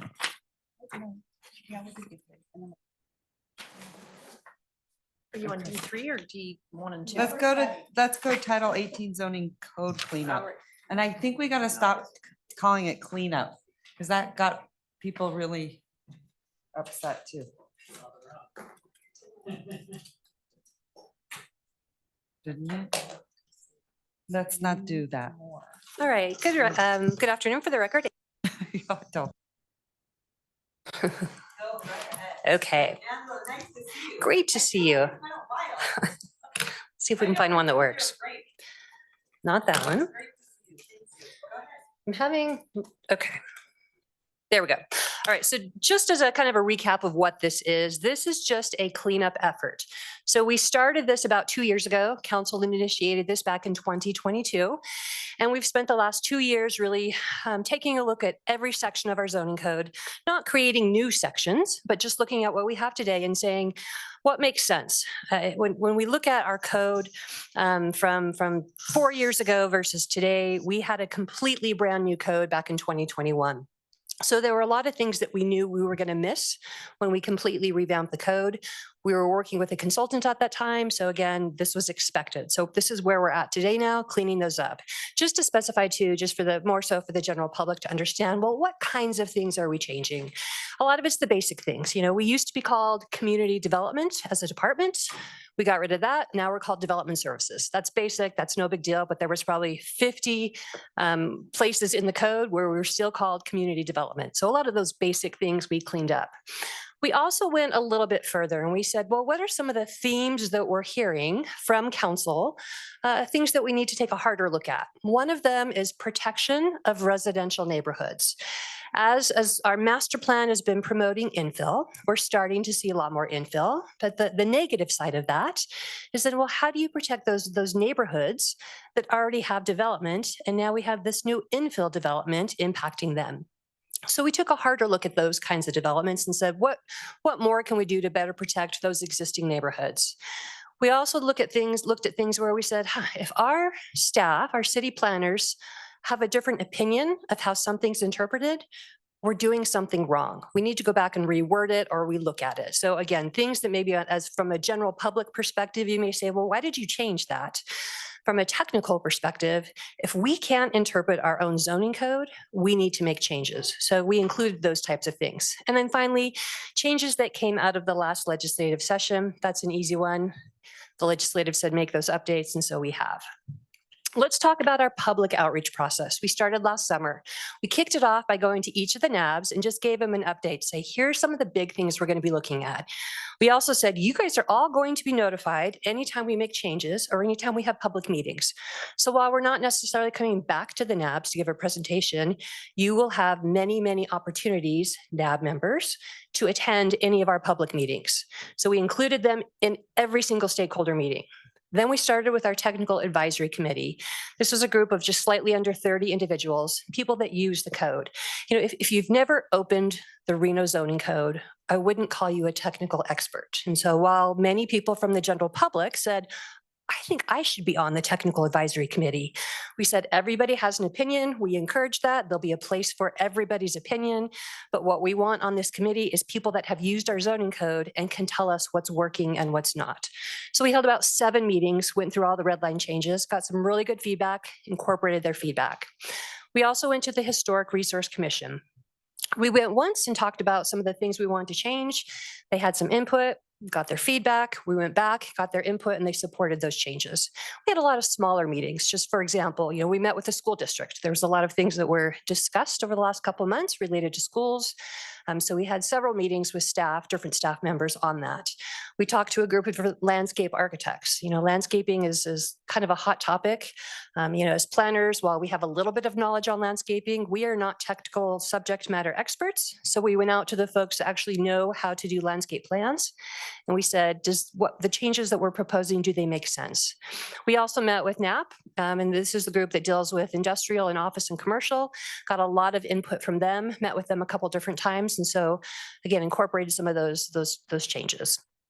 Bigger picture, citywide, we had 9 stakeholder meetings. That's a lot. Again, for a document that's 600 pages and very technical, we didn't get a ton of feedback at our stakeholder meetings. We had meetings in person, we held meetings virtually. We actually had one meeting that nobody showed up at. And we tried to spread it out. So we had one in North Valleys, we had one in South Meadows, we had one at City Hall, we had one at McKinley, trying to just, again, go to where the people are rather than them having to come to us. We actually had more input during our virtual meetings. So we found that to be a success. After we got through the stakeholder meetings, then we went to Planning Commission, because Planning Commission really utilizes the zoning code, I would say probably more than the City Council does, because so many land use cases come before them. We did a deep dive with our Planning Commission. We went to them 3 times. We had several hours worth of workshops with them just to get their feedback. So nobody has made any formal recommendations. I will highlight this is strictly just feedback. Planning Commission just gave us feedback. They did not approve or deny anything. We're here before you today just for input. You're not approving or denying anything today. So a couple of key topics that I specifically want your input on. I'm going to go over, there's about 6 items. Other than that, again, the whole zoning code is open for you to discuss. So I don't want you to feel like we're only talking about those key items, but these are areas that specifically I would like your input before we move forward. So number 1 is tattoo parlors. Again, you wouldn't think that this is really a hot topic. We actually have a ton of tattoo parlors that will come in, they'll lease space, get a business license, and then we will have to turn them down at the time of business license because they say, oh, I assumed I could go in at this location. It seems like this is where other tattoo parlors are. Why can't I go? So we did get some public feedback at the Planning Commission. Planning Commission specifically said, this seems like something worthwhile changing. So their recommendation was that we change where we allow tattoo parlors and really open it up to more zoning districts. Just to give you an idea, where we currently allow them is more of our kind of mixed use. So like our main Virginia Street, 4th Street corridors, and then our industrial areas. Where we would like to open them up to is more of our kind of downtown area. We currently do not allow tattoo parlors in any of our downtown zoning districts. And again, that's kind of where we're starting to see a lot more interest in tattoo parlors. So if this is something you would support, we would lump tattoo parlors into what we call personal services. This is kind of a catch-all for things like salons, weight loss places, psychics. And so looking at kind of best practices, most other jurisdictions also kind of lump tattoo parlors into that type of use. So that made sense. Now, did you guys want to go slide by slide and give feedback? Would that make the most sense, kind of while it's fresh in your mind? Okay, and again, if you have an opinion on this, let me know. If you don't, just know that this is kind of the direction Planning Commission suggested. So we're seeking input. Yeah. Okay. Thank you so much, Angela. I really appreciate it. I guess for me, like all I'm hearing everywhere, and I own a business, so I'm super sensitive to it. And it's so hard now more than ever to make it. It really is. And so for the city to not understand the partnership and how our tax dollars enhance our city, is really, really challenging. So I'm all for, and I like what you're saying, because you're actually, to me, it looks like you're saying, hey, we want to make it easier. We want to make it streamlined, but with also, with, oversight in a way that seems, I think, common sense. And I think most people that want to go to a tattoo parlor aren't looking to go to industrial Reno to get a tattoo. We also find there's a lot of ear piercings. A lot of little kids go to tattoo parlors to get their ears pierced. So in looking at bigger picture, it makes more sense. If you're in downtown, it probably makes sense you would have tattoo parlors in your downtown. I think at one time tattoo parlors had a very negative connotation, and I think that has changed over time. So I think that kind of gave us a little bit more comfort to say, again, from a best practices perspective, they really meld well with a downtown area, even a neighborhood commercial type area. And so we propose expanding it into those types of zoning districts. Yeah, and some of them are just absolutely beautiful. They're very artistic, and my mother did tell me she will kill me if I come home with a tattoo. So can't do that. No tramp stamps. Got it. My point is, is that some are, look at Midtown. They look great. Right. You know what I mean? So thank you. I appreciate it. I do. didn't refer to you as a tramp. I No, was no. referring to the lower back No, tattoo. I knew what you meant. Okay, just to clarify. I was gonna say, if I ever came home with a hickey or a tattoo, I was in trouble. I remember that stuck with me forever. But no, I'm a big baby. I don't like pain, so I wouldn't be good at that. But no, I mean, they're artistic expression for a lot of people. Much so. So anyway, thank you. Any other thoughts from council? Okay, we're doing good. Go Just ahead, Councilman. Quickly, I think all of these make sense to me. Just wondering what the thought process was for MF30. It looks like that's the only one that's residential. It is. And Strictly residential? typically in our MF30, we allow a lot more commercial type uses. It's not just apartments. It's more of a high density. So that one in our mind made more sense. If you're going to have more commercial retail type activities, probably makes sense that you would have a tattoo parlor there. I will say for other sections of our code, we have restrictions. When you have new development that's not residential, so let's say a tattoo parlor, and you want to come in next to residentially zoned property, you trigger an additional public review process. So for the most part, I don't envision we're going to get a ton of tattoo parlors in these MF30 zoning districts, but it made sense because we do allow a lot of commercial retail in that zoning district. Right. Thanks for the context. Okay, any further questions? May I get a motion? Just No. feedback. Oh, just No need feedback? to, yep, we're good. Okay, listen, the feedback is, I want to be business friendly. I want people to say, I was telling Jackie this today. I'm so proud when I'm out in public and people say, I just love working with the city of Reno. I just love it. And I love, and they mention you and they mention Jackie and just all of you. And it makes me feel really proud. And that's when I know we're doing a good job. When I know we're doing a bad job is when they tell me that how miserable they are working with the city. And that is not good. We got to look at our businesses as partners, and we're in this together. So let's figure it out. I mean, just like little things like, oh, got to have a permit for a parklet, got to have a permit for a sign. I mean, we got to stop. a lot. All I can say is I'm supportive whenever we can collaborate, but also government does do a lot of overreaching. So, and you're also very, very moderate like me and business friendly. You came from the private sector, so firsthand. So I trust you. So thank you. Okay. Good job. So this next one's really a big topic. For the last, I think, 8 years, Councilwoman Dewar has been working on a tree ordinance. And the last time it was brought to the Urban Forestry Commission, the items that they were talking about that they agreed on were our tree protection standards. So we went back and we looked at the areas that, again, everybody was in agreement and they were not contentious. And we said, well, if everyone's in agreement for the most part, these are good things. Let's put them in right now as part of the code cleanup. So high level, these are the trees. Anytime you have an existing site, let's say you're going to demolish a building and put something new there. So we want to look at which trees on that site we want to see protected. So rule number one is you come with, let's say, a demolition permit, like a building permit, you have to show us all the trees on the site. And so we've clarified, well, which trees? What if it's a tiny little twig? Do you have to show those? So we've clarified anything that has a tree caliper that's 2.5 inches or bigger. So that made it very black and white. We know which trees you have to show that are there existing today. And then you're allowed to demo trees, right? This isn't saying you can't take those trees down. What this is saying is any tree that's in a city right of way, like a parkway strip, that's technically our city asset. That's our city tree. You have to protect those. You can't take those down. If you do want to take those down, we charge you a fee. And that's not part of this, that's already in code. We also have a regulation that anything in your front setback, it's already in code. We're not making any new changes here.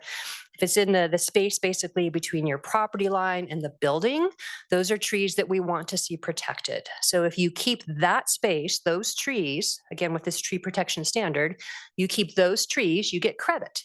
So any trees that are mature, you're keeping, you go to build the rest of your site, you get credit for keeping the good trees. So you don't have to put as many trees on the rest of your site because you kept the mature ones. A lot of that was already in code, but we're kind of just cleaning up the verbiage so it's more black and white so people understand what needs to stay and what is allowed to be torn down. There's a couple things that we have exempted. And again, this is something that the Urban Forestry Commission had agreed on. So any tree that's in a single family or a duplex, we're not going to look at. You guys have jurisdiction over your own single family homes or your duplex. You're not required to be under these tree protection standards. Anything that's within that defensible space. This is a big one for fire safety. So if you have trees and you're in a high wildfire area, you can take those trees out. We're not going to make you protect them if it's an area that's close to your house and you're trying to kind of create that fire buffer. So that again is a good thing for fire safety. Anytime you have a tree that has overhead power lines interfering, you can take those down. We would consider that to be a safety threat. Again, from a safety perspective, from a fire perspective, we're okay with you taking those down. We're not gonna penalize you. And then anything that's on our tree prohibited list, meaning trees we don't want, or trees that are considered a nuisance, like cottonwoods forever, or for instance, if you've dealt with cottonwoods, they're big trees, but they tend to break easily, very brittle, and so they're dangerous. So those trees, we're not going to make you protect. You can tear those down. We just provided some additional clarification on examples of how we calculate tree credits. Again, nothing new. This was just already in code. We cleaned it up to make it easier to understand. And then we talked about if you have trees that we're trying to protect, if you're going to be out there pruning them, you're not allowed to damage them. We've had a lot of concerns from existing parking lots in some of these shopping centers where somebody will come in, an urban forester type person, not our urban forester, but somebody that is an arborist. And they will say, oh, well, the trees were pruned. And they completely take the limbs off and they just look naked and they look horrible. And we think, how did we allow that? So we added some language to say, no, these are trees we need you to protect. Don't damage them. If you're going to prune them, do them in the right way. So again, all of this stuff hopefully is clean and simple. We did run this past the landscape architect community. They were in support of it. A lot of this is existing, so we're not creating any new standards. We're just cleaning up the language so everyone kind of understands now, which trees are protected, which area is protected, and what size of tree we need to look at. Questions on this one? Madam Mayor, I do have some questions. Yes, go right ahead. Okay, well, first I wanted to thank the staff for even including this. It's really welcome. I really appreciate it. I really appreciate the fact that you went to the landscape architects. But what I think we need to do, because it's been so long, is I really think we need to at least. I'm going to guess what she's saying is we need to go back to the Urban Forestry Commission. Yeah, that's what something happened. Can you hear me now? We can. Okay, yes, I was saying it would be good to revisit this with the Urban Forestry Commission because it's been a number of years and things may have changed. And then I did see one, and that was well, maybe two. You talk about prohibited trees, but there actually are no prohibited trees. You use the example of cottonwoods. Those aren't prohibited. There is a recommended street trees, okay? And cottonwoods aren't recommended for street trees on a streetway, but they're certainly recommended for many spaces. And we've put them in other places, such as parks that are wet. They're very useful. So they're absolutely not prohibited. There is no prohibited tree list. And if something like that is still posted, it should be taken off our website. Urban Forestry, we did away with that years ago. The other thing is you have a protected tree, and I read the whole thing, but I didn't see a definition other than in the purpose. And I think we actually need a separate definition for what that is so people know what we're talking about.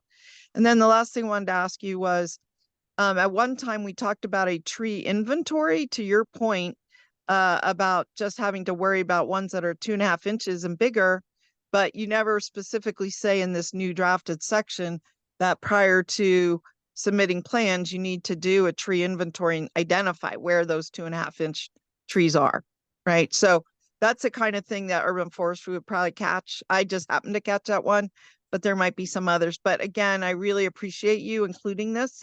I want to make sure the timing jives. So if we could get that scheduled for urban forestry at their very next meeting, that would be much appreciated. Perfect. We can do that. Okay, Any other comments on this one? All right. Yeah, I have a question. Go ahead. So were some of these areas to remove trees, were these all permitted before, like in the duplex, single family areas? Was there penalties there before for removing trees? This is where I think there was more confusion than clarity. So this has been specifically called out that single family, we're not going to make you, if you own a home and you want to take the tree down in your front yard or your backyard, we don't make you submit anything to the city. You can do that today as much as you want. Okay, so that's currently happening and that'll continue to happen. So this clarifies that. I will say, I think there was some confusion as to, well, if you're single family, does that count? If it's in the front yard, does it count? So we now call out specifically who's exempt from having to provide us with a tree protection plan. Okay. And if somebody takes out a tree, you said in a city of Reno right of way, they have to pay a fee? There's a completely separate process and application. You have to go through our urban forester to remove any tree in the public right of way. And then there's basically a mathematical formula for the size of the tree and the type of tree. And then there's a fee associated with that. And where does that fee go? I couldn't tell you. I think it goes to the urban forestry, beer fund, maybe. I'm kidding. No, I don't know. Okay. There's a fund for it. Yeah, I mean, I'd be curious to find out because we're supposed to be a tree city. So it'd be nice if those funds would go into an account to plant trees, right? We do have a tree fund. I can double check and see if it goes into that or I'd something like to find else. out where those funds go and see if we can maybe, have those funds go to the tree fund. Yep. So, And again, something that we as the zoning administrator have zero control over, but I will follow up with Matt and find out where that is so we Great. can get an answer for you. Wonderful. Thank Okay. you. Okay, any other questions on this one? Okay, next topic is school standards. Back in 2013, the state legislature came forth and said, hey, we're building all these schools, Reno, Sparks, Washoe County, you all have different standards for schools. And there was, I think, a lot of kind of infighting going on at that time. So the state legislature basically put in some requirements into state law that said, Reno, Sparks, Washoe County, you guys have to come up with the same standards. And they were very specific. We have to have the same parking requirements for schools, the same landscape requirements, the same height requirements, and the same setback requirements. And that was it. So those 4 things, we all had to do the same. So Reno, Sparks, Washoe County staff all got together. Again, this was back in 2013, 2014. And we put all those standards in our code to match. Now, what we have found is that over time, as our code has been updated, ours wasn't matching what we'd all agreed to over the years. So we went back, we cleaned that up. So now we're consistent with the other jurisdictions. We did add one additional thing. One of the challenges we've had with all these new schools coming forward, whether they're public or private or school district, is circulation, it's drop off pickup, it's where these, bright flashers need to go, where the Yeah. crosswalks need to go. And so One every size school that doesn't fit comes all. in, we're kind of battling these same issues. And so we put something in the code that says, hey, as a heads up, every school, whether you're in for a building permit or a public review process, we're going to ask you to show us how you're addressing these items. Again, it's more of clarity. We're not telling you how to do it. We're saying every school that comes in, we want to see how you're addressing these things. Again, we talked to the school district about these. They helped us come up with that language that they were comfortable with. So everyone's, I feel like working okay on that topic. Now, this last bullet point is a new one. As we just had the Matter Academy appeal, one thing that got brought up by Councilwoman Dewar was, well, how come some schools have to go through a conditional use permit or a planning commission approval, and some don't go through any public review? And so she kind of threw out there a couple times that maybe we should require all schools to have to go through a public review process. Doesn't matter if you're public, like a Washoe County school district or a charter school or a private school. So we've added some language that all schools with more than 400 kids shall go through a conditional use permit. And again, that is a 3-month process, and it does go to Planning Commission for review. Now, where we came up with the 400 student trigger, we went back and we looked at traffic. When you look at whether it's elementary school or middle school or high school, there's a certain number of kids that would trigger a traffic study, and it's about 400 kids. So that kind of made sense to us to say, if it's less than 400 kids, we typically would see that like a lot of the churches have schools or kind of preschools as part of their program. So they probably aren't a big school. So anything with less than 400 kids, we would still trigger a minor conditional use permit, which is still a staff review before you can do it, before you can submit for a building permit. We send out public notices. We give the public the ability to provide input and comment. Those do not go to NAB. And those do not go to Planning Commission. That's just a minor conditional use permit. So anything less than 400 students has to go through that minor process. Anything with more than 400 students would go through the full conditional use permit Planning Commission approval. Questions on this one? Does this include, oh, sorry. Does this include all types of schools? So Washoe County School District, private schools, charter schools, everybody? It does. Okay, thank you. I'd like to speak. Go ahead, Councilman Martinez. Thanks so much, Madam Mayor. I know you identified driveway circulation, parking, crosswalks, and flashers. Is there anything in there about the 15-mile-per-hour school zone as well? Is that a consideration?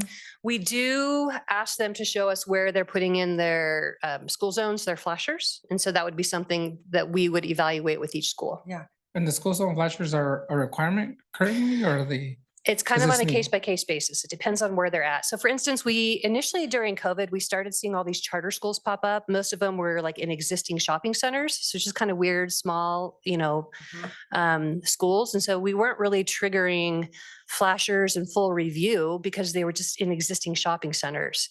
But as they've really blown up, I mean, we've had so many schools come forward, and you guys never see, probably 90% of them, but we have had a ton of public, private, Washoe County School District schools over the last couple of years. And the reoccurring problems are, we should have caught this. We should have asked for a queuing plan. We should have said, how are you doing drop off and pickup? And where are you putting the kids that have to cross streets?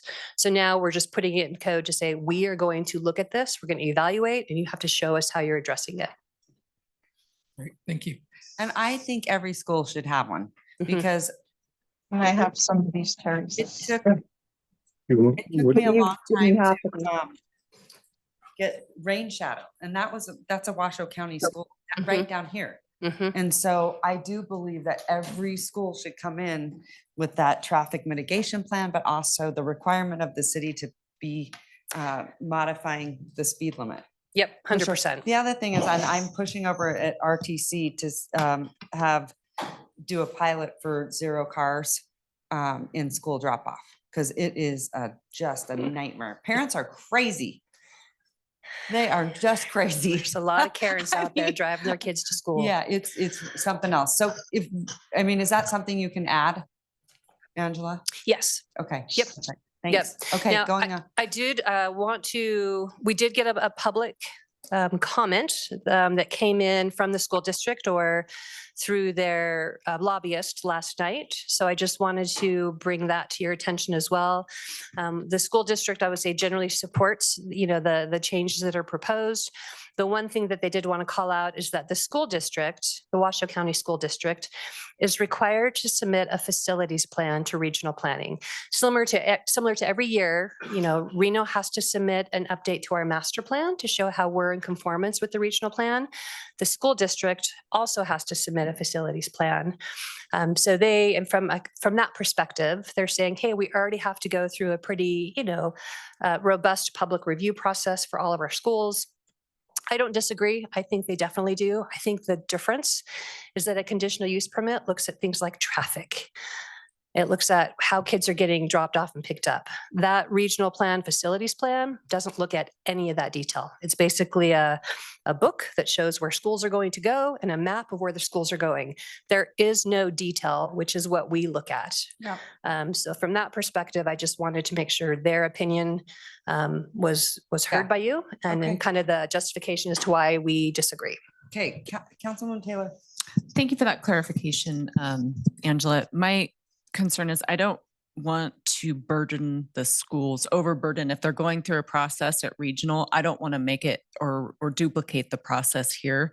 So if there's any way we can work to consolidate or collaborate or work together, I would be in favor with that. And then because we did get that public comment, probably need to have more discussions with Washoe County School District going forward on this. Thank Okay. you. I should clarify. Naomi? Parents aren't crazy, but they do drive crazy sometimes. Because I know my email will be like, you called me crazy, but I meant they drive crazy. That's my point. That's why. So, okay, go ahead. Madam Mayor? Go ahead. Yeah, thank you. Hey, staff, Angela, thank you so much for bringing this forward. I've been a champion for this better, review, because so many schools do come near borders, Reno, Sparks, and Washoe County. More and more charter schools are coming in. I do think that the review should include a planning commission trip. That's where the public can engage and let their issues be known. It's a more thorough review. And I do think that the school district should be participating in that review, because the other types of review are not at the same level of detail that you would do by your planning staff. They're not looking at traffic the same way we are. They're not looking at other impacts. We're the ones who've set the standards through public works, through the overheads and the flashers and so on. So I think you've hit the nail on the head in what you've proposed. I am not entirely sure about the 400. I thought you gave a good rationale, but it may need to be 350. I think it was, but I'd love to talk about what that threshold should be. I'm comfortable with 400. It might need to be a little bit lower, but a question I have for you is, what if a group comes in and says, oh, we're going to have 350 kids, but then just like we had today on other projects, they come in and modify, and now they want 100 more kids. Now they're over the 400 threshold. Maybe they came in without a planning commission review. Would that then trigger them to go, in your mind? Yes, if they initially came in, let's say with 300 kids, they would go through a minor conditional use permit. And let's say 10 years later, they want to expand and have more enrollment. They would then have to upgrade to a conditional use permit. Okay, that sounds good to me. And again, I'm just very grateful. We don't need any more of these very contentious 4-hour hearings at council when much of this work can be done by staff with the planning commission. Okay. All right, we're almost done. So the next one, kind of, again, higher level, big picture topic, protection of neighborhoods. We've just seen a lot of infill, which is great. We support that. We want to make sure that we're doing it right. So we've added some additional regulations. One of the things we looked at was, what about the non-residential things? So we've got a lot of car washes coming in or industrial coming in near residential development. And how are we protecting those homes and those kind of apartments and everything around that commercial and in industrial development? So we went back, we added some additional standards for anything that we felt was really kind of concerning to residents. So anything with a loading dock, we would see a lot of these if you have like a a small shopping center where maybe the back of it has loading docks. So we added some requirements that loading docks cannot face the residential development. We do have some additional screening requirements, and then we have a kind of an out. If you're not able to meet those requirements, you can go through a public review process to show what you're doing instead of these requirements. Car washes are another big one. We're seeing a lot of new car washes come in. A lot of these are in more of these kind of residential neighborhood commercial areas, which is great, but they're loud, you know, and a lot of them are 24 hours. So what can we do to protect people that live next door to these big car washes? Again, we added some screening requirements, added requirements for where the opening of these car washes is located, cannot open near residential. So all those things hopefully give us a little bit more tools in the toolbox to be able to protect residential. The next one is residential adjacency buffers. So we already have requirements that if you are within a certain distance of residential zoning, you have to go through an additional review process. Our code was kind of confusing. In some sections it said, well, if you're within 150 feet of residential, you have these additional standards. Other sections said 300 feet. We said, whoa, we've got two sets of standards. Let's be a little bit more conservative in protecting residents. So we upped all of the triggers to within 300 feet. So we basically have a new buffer of 300 feet. So all residential development kind of has a better level of protection for any non-residential development coming into their neighborhood. And then we also looked at kind of our, we call it setback and step backs. We're seeing a lot of 2 stories and 3 stories and 4 stories coming in. This is great if you're in an infill area, but it's tough. If you have a single story house and you have an apartment project coming in next to you that's 3 stories, now you've got somebody that's 3 stories above looking into your backyard, looking into your bathroom. So what can we do to kind of better protect you? So we have a new requirement. If it's a new development over 24 feet, so it's 2 stories, anything over 24 feet, you have to push back or step back inside your parcel. So you can have a 2-story building, and that's fine. You just meet your normal setbacks. Anything above that, you have to do, call it a 1-for-1. So every foot tall, you have to go a foot in. We did get a lot of kind of feedback on this from some of the architectural community. They're saying this is kind of hindering infill. You know, if we're trying to promote infill, saying we want 3 stories and 4 stories, it kind of makes it tough because we're saying we want you, but we don't want you to do it so tall if in these single family neighborhoods. So interested to kind of hear your feedback if this is something you want us to move forward with. Again, we hear so much negativity about why are you allowing all these 3- and 4-story apartments next door to single family homes. So this was our attempt to try and find a better kind of happy median to still get infill, but protect those houses. I have a quick question on that. Would this require like letting the neighborhood know about these developments? Like, so this does not. This is just something that would be required. We have a lot of zoning districts where they are required to go through a public review process, okay. but it's based on what the zoning is. So all of Okay. these, for instance, MF30. So MF30 is your, you know, multifamily. Those Yeah. would require a public review process. Yeah. Neighborhood commercial, I believe, would require a public review process. So a lot of them would trigger it anyway, not because of this. Yeah, because I would be okay with it as long as like the surrounding neighborhood was okay with it, Mhm. right? Like to make exceptions on that. I don't know how to do that though. You know, where it's like, we would prefer these setbacks just in the interest of preserving, you know, the character of the neighborhood or whatnot. But if the neighbors have been notified and they're okay with this, they want this infill, to make that exception. But I don't know how we do that without having that communication piece with the neighbors. We do have some language built in. If you are not able to meet these standards or you're choosing not to try and design your project, you can go through a public review process and show what you're doing instead. So for that perfect reason, maybe you have neighbors that are in support of it, or maybe you want to put in some tall fencing or some trees instead. And then that would give the neighborhood the ability to comment. And so it wouldn't go straight to a building permit. It would require a public review process. Yep. Nothing? Okay. All right. And then finally, wild horse protection standards. I do have one more after this. This is more of just a heads up. We currently have some sections in our zoning code on fencing and whatnot related to wild horse protection.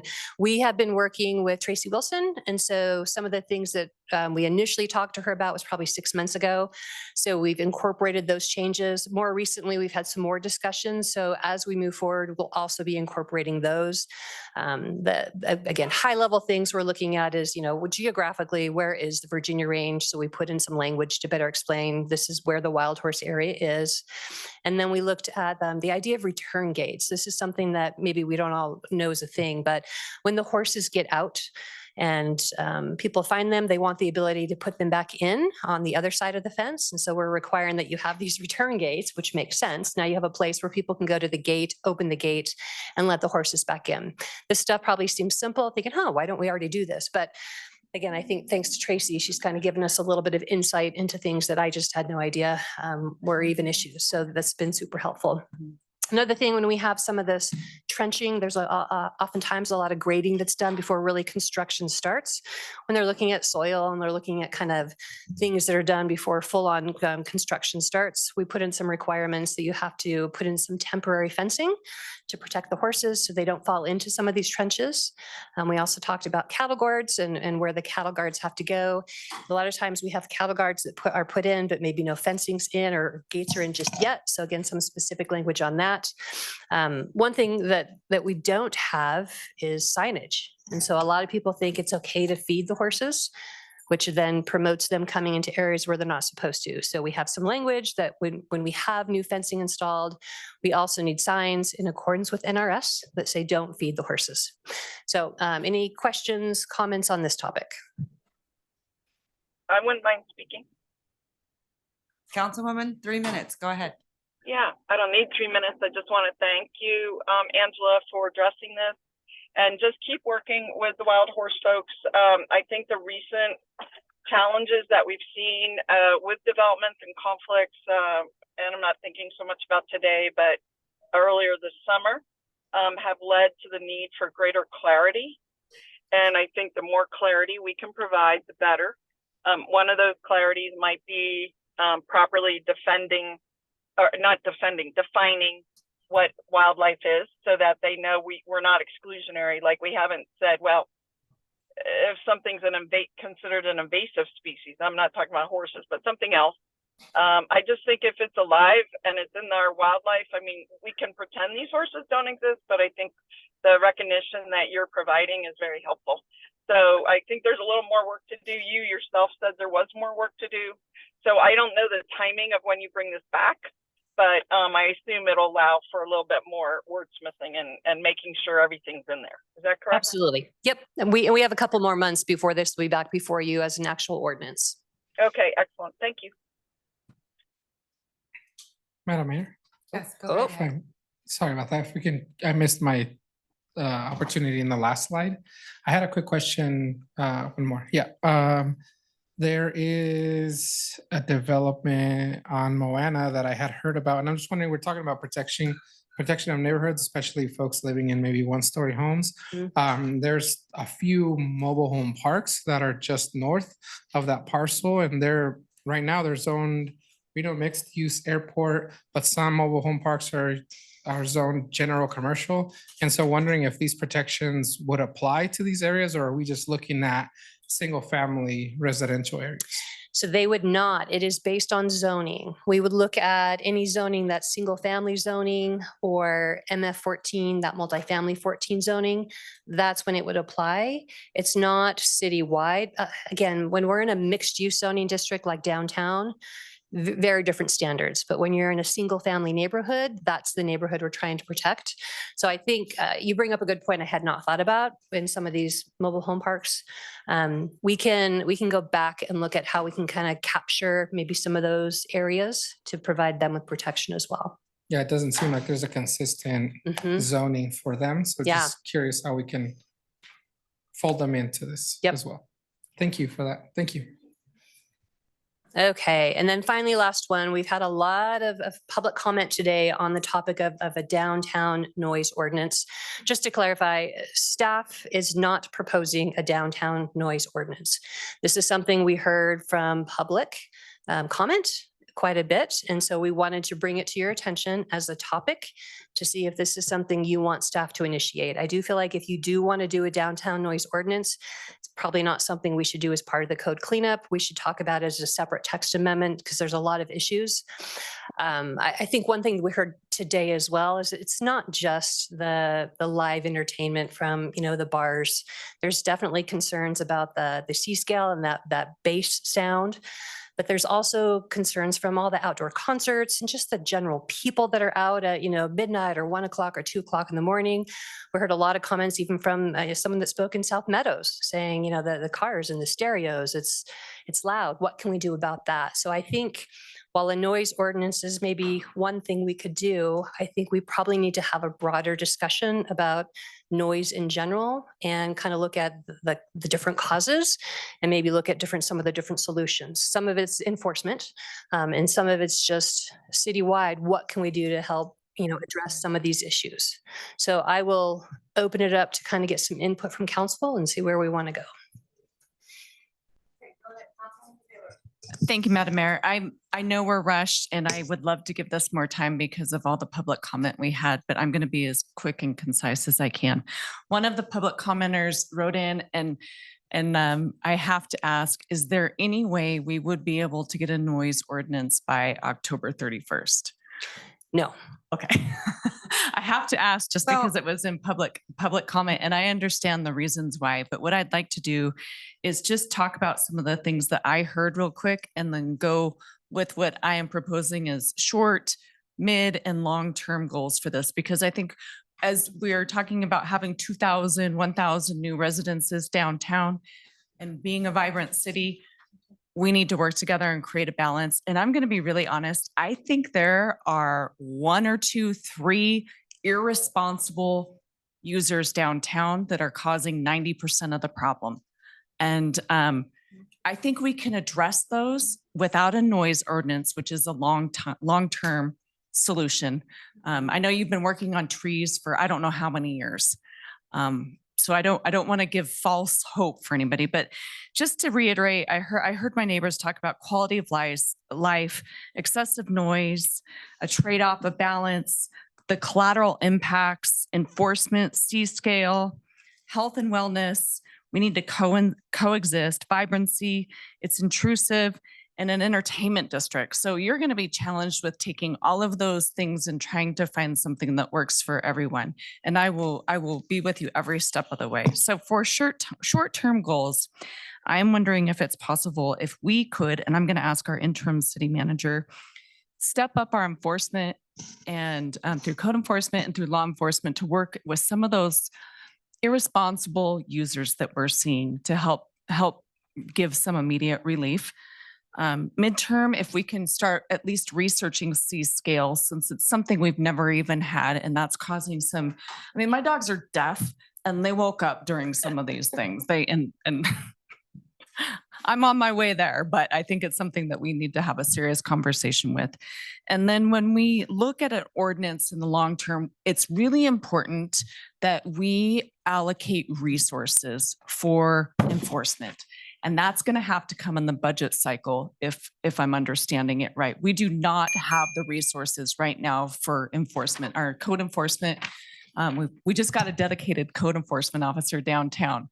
So when we look at the long-term solutions, this council has to be ready to put resources, financial behind it.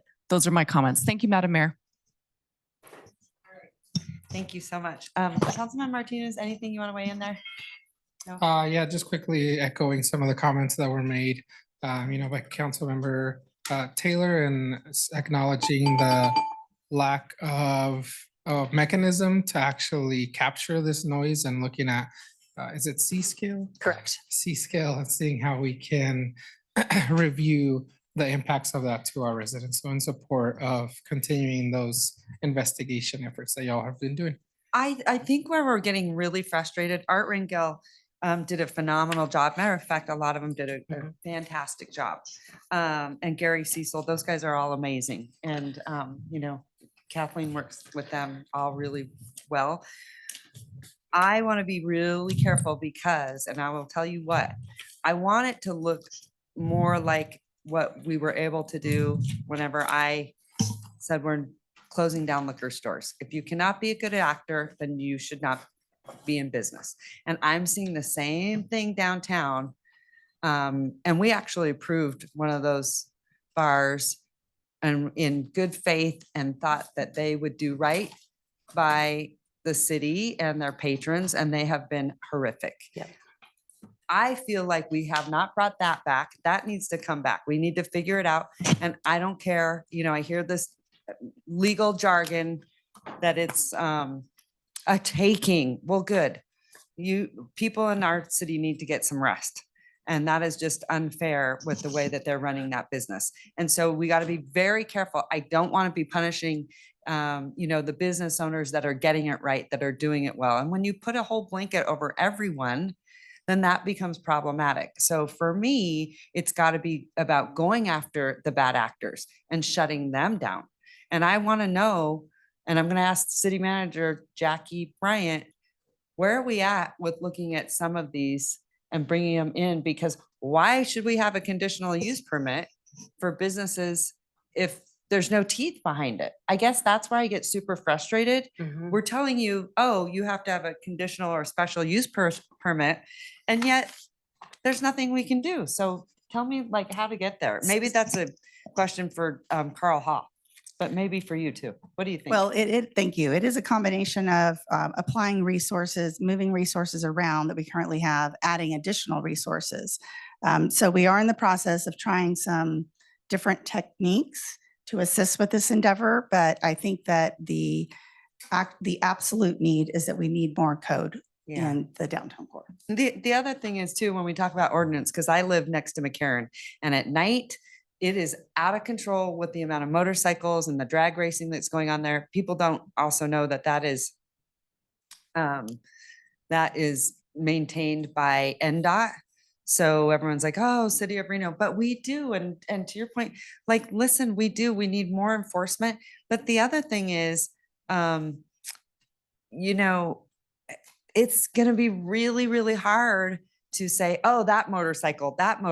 I mean, come on, really, like, okay, we can do that all day long, but don't expect it to go away because unfortunately people are disrespectful to others.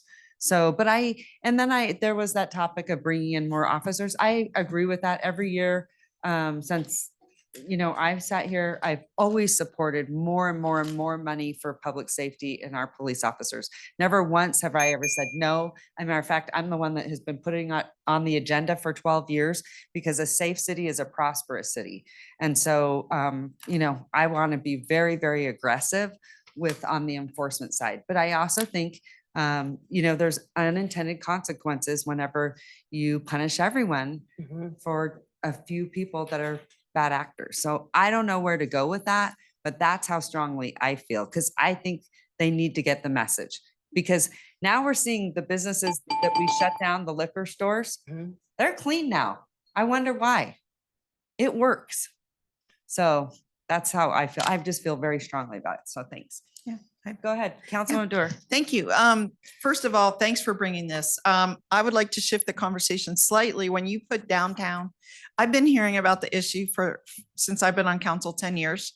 And it's not just about downtown. I can't tell you how many complaints I've had even from what we would call Old Northwest. So Keystone, 7th, those kind of areas where there are these, motorcycles, the amped up cars and that kind of thing.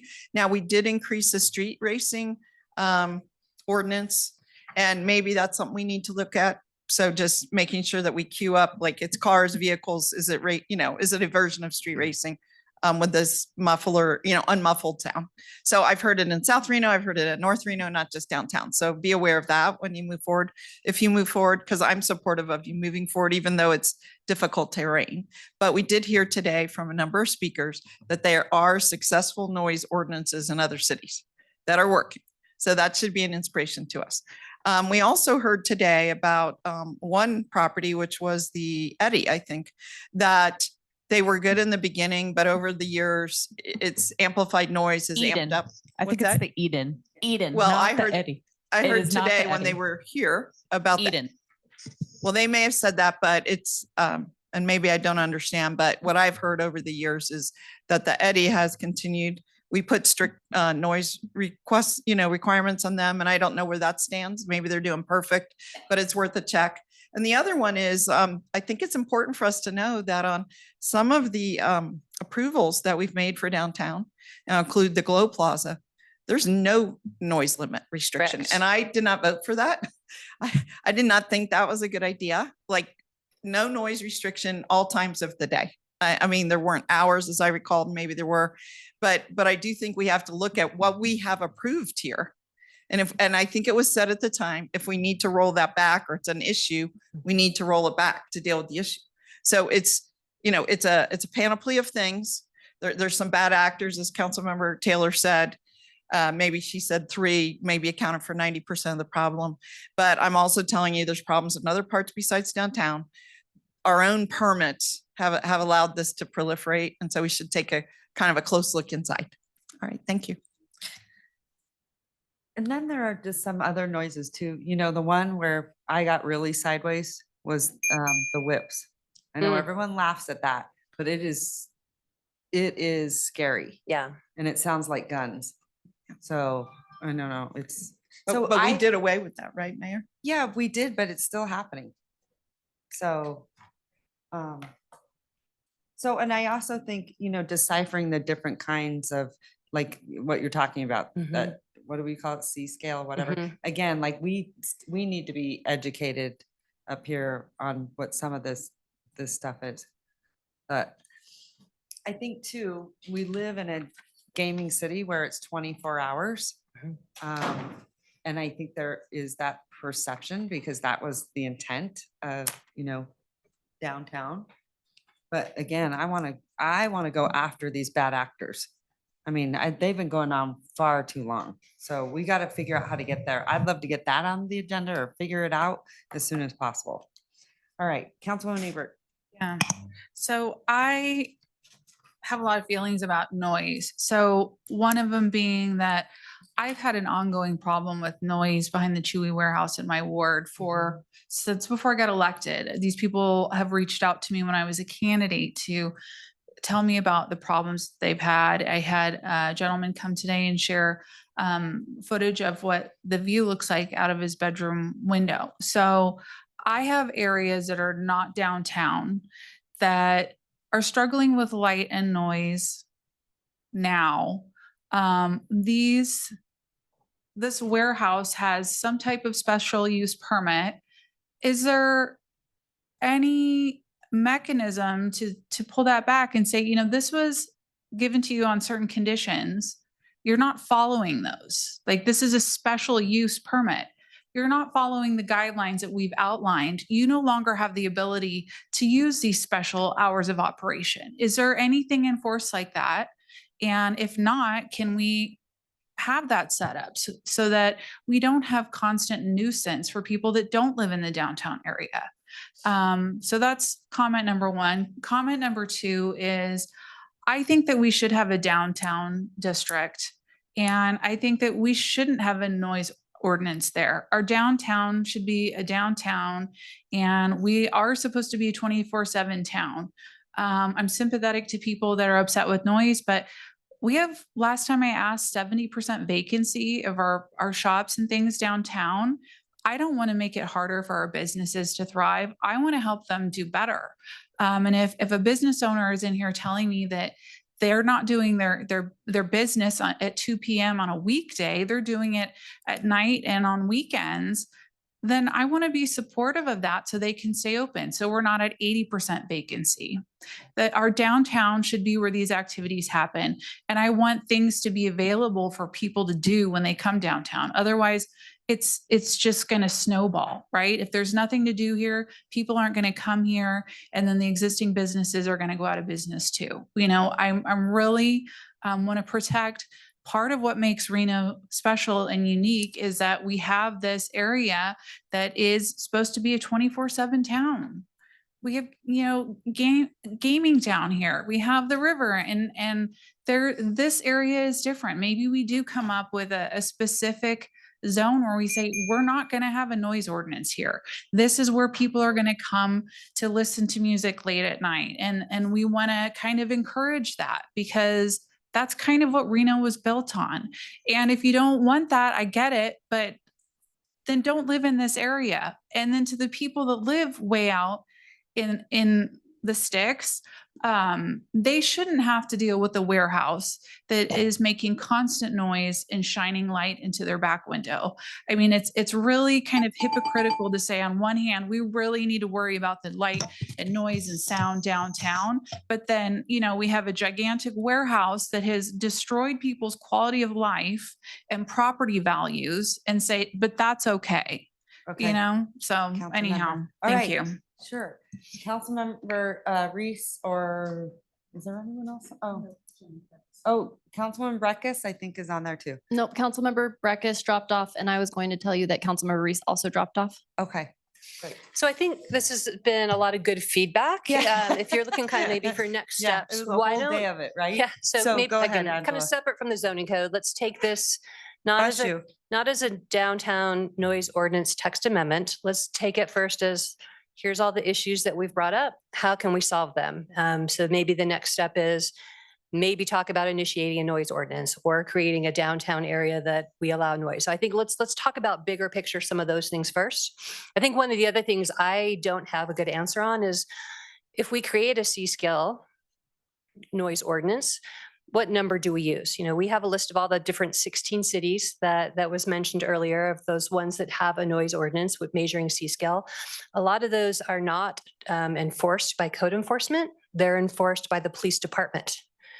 So I'm kind of interested in that perspective. Is this something we want our police now enforcing?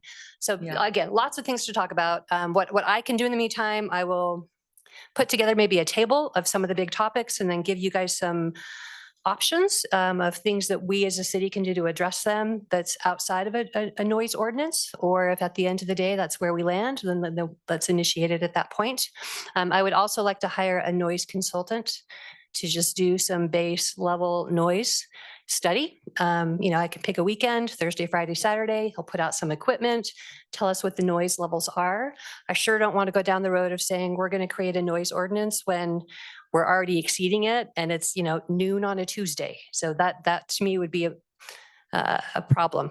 What are we enforcing on a noise if every day the noise always exceeds it? So I think we need to understand what the base level is today so we can understand what would be an appropriate noise ordinance if we were to go down that road. And Angela, I would just say there are a lot of stakeholders, I think, in this space that we need to pull in. So, I mean, there's Absolutely. going to be a lot of work to do, but I would say, you know, from code to PD to, I mean, the businesses, you know, everyone that's living down there, the residents.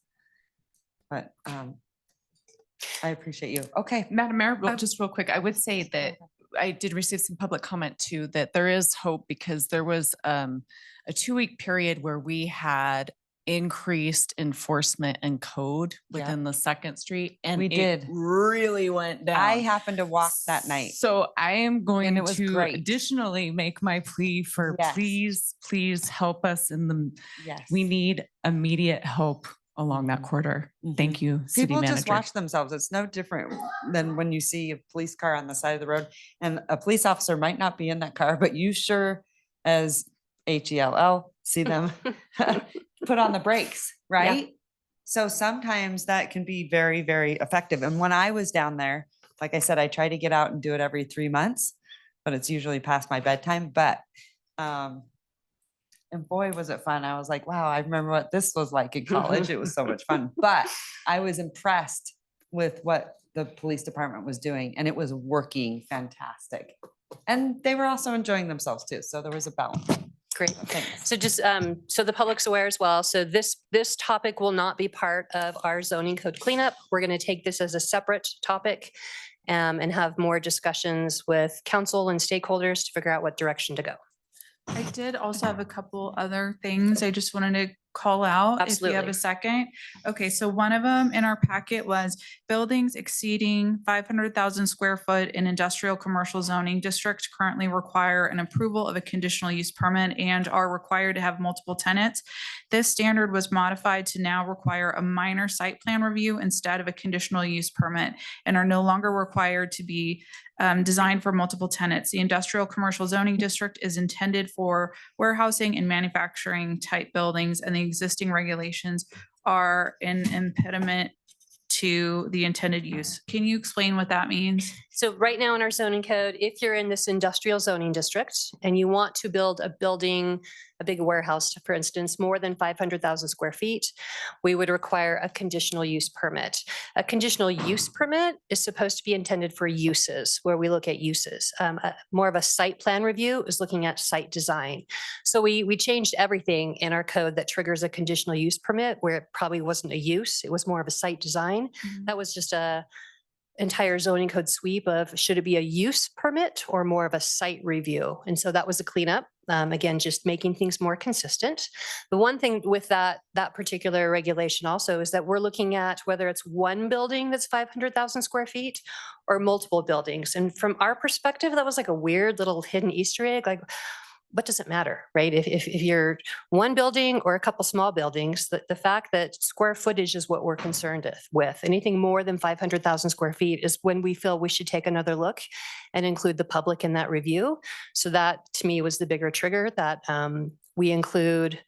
Yeah, it doesn't matter if it's one building or multiple buildings. Let's just say the square footage is the thing we're concerned about. Okay, so it will require anything 500,000 square foot or more will require a conditional use permit now or Not a review for conditional use that? permit. We're changing that to a site plan review. Site plan review. Okay, so what's involved with that? Does it need to come to planning commission? Does it need to be neighbors notified? Does it need to come to city council? So that this is just a minor site plan review. So it's a 30-day review.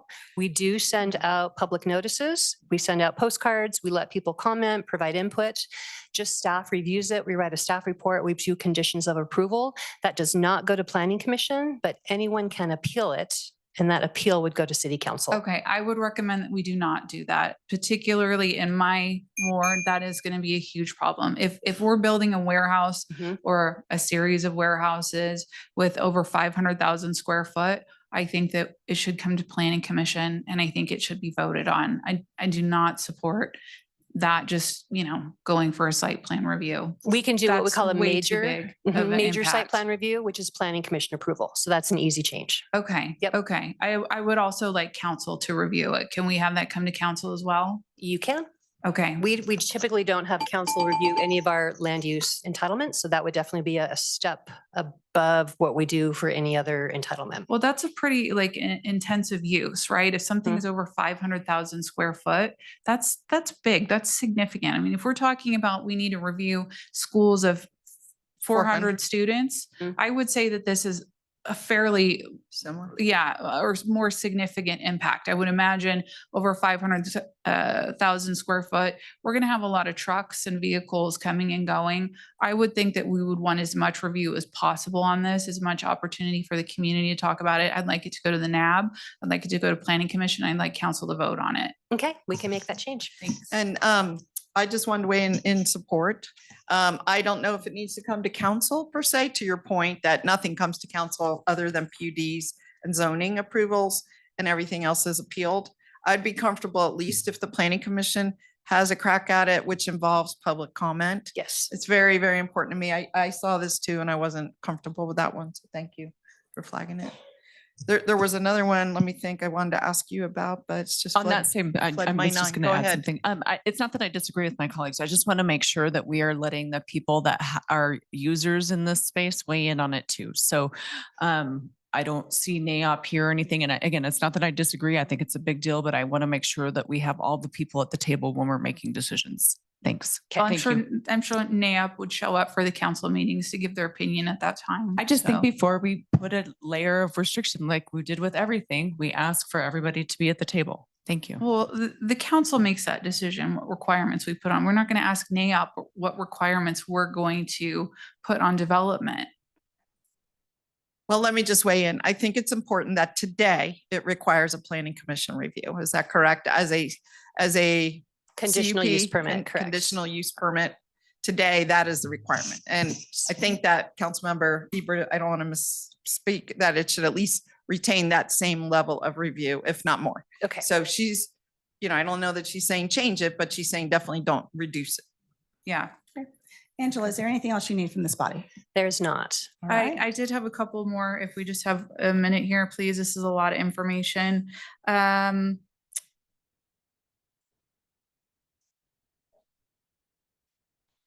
Okay, warehouse distribution centers have been modified to require additional entitlement review in certain zoning districts. So is that more restrictive or is that less? Yes, that has to do with right now, if you're a warehouse distribution in these industrial zoning districts and you want to operate 24 hours a day.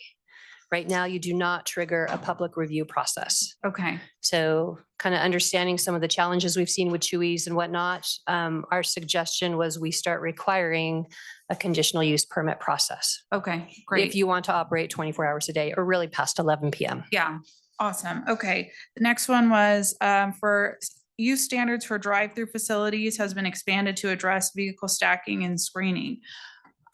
This is of interest to me because I see this crazy backup of Dutch Brothers on, what is it, Kitski, I think, right across from the convention center. Yes. I've almost been creamed there about 50 times. So will this address that type of situation? Absolutely. Right now, we just have one standard for drive-throughs. So whether you're Starbucks or McDonald's or In-N-Out Burger, it's one standard. We have so many kind of special drive-throughs now that you need more than enough room for 8 cars. So Yeah. we've added language to say we need to see a separate, we call it queuing study, for some of these businesses that we know are going to have long lines. Yeah, yeah. Okay, I just had a couple more if y'all just hang with me for a second here.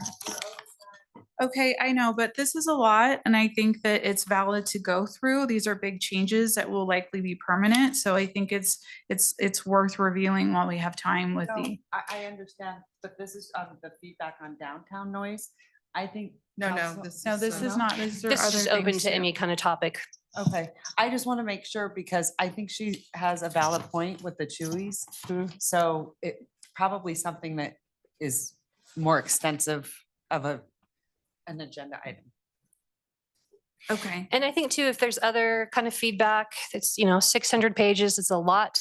Feel free, we can send me an email with your list of concerns. I can let you know, what the thought is. We can talk about those as well. This Right. is just feedback. So you guys aren't Yeah. making any formal motions.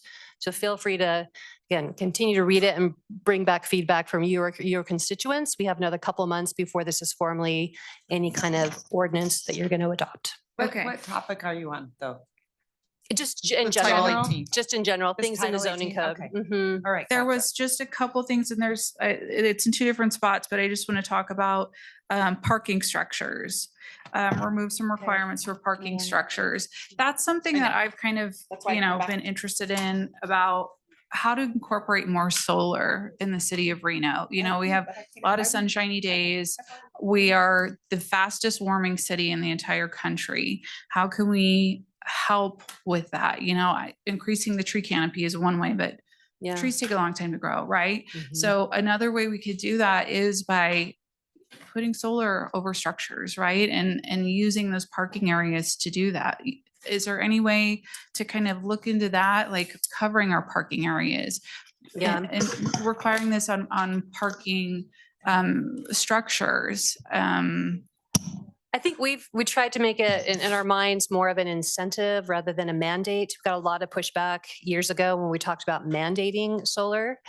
But if we could, if council's interested, we provide more incentives that would Mhm. encourage developers to do it. Yeah. That might be a I'm better interested in option. that because I think that we could also maybe incorporate that into EV charging in these areas too, like just little things like that we could do, to be helpful to where we live. So anyhow, that was my last note for now. I know Okay. everybody's ready to go. So thank Okay. you. And thank you, council. And Madam Mayor and Madam Vice Mayor, we just jumped right into the presentation. So for the record, I'd like to state that we did receive 16 comments directly associated with this item, 5 in favor, 11 of concern. Additionally, we did have some public commenters earlier that did not wish to speak. One was in opposition and one stated concern. Those have been added to the record. And we're moving on to item. Angela, do you need a motion? Okay, we're moving on to item D4, David 4.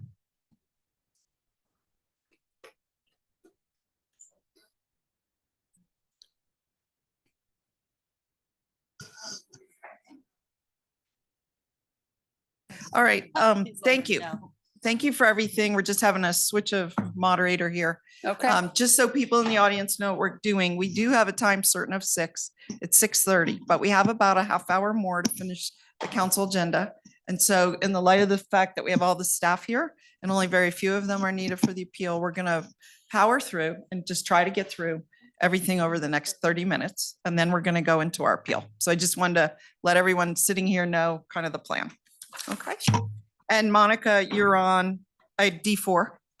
I am, and I'm gonna power on. Thank you. When I get the presentation. Okay. I'm not an IT person, so it's going to take us just a minute, but for the record, we did not have any public comment registered on this item and have not received any correspondence.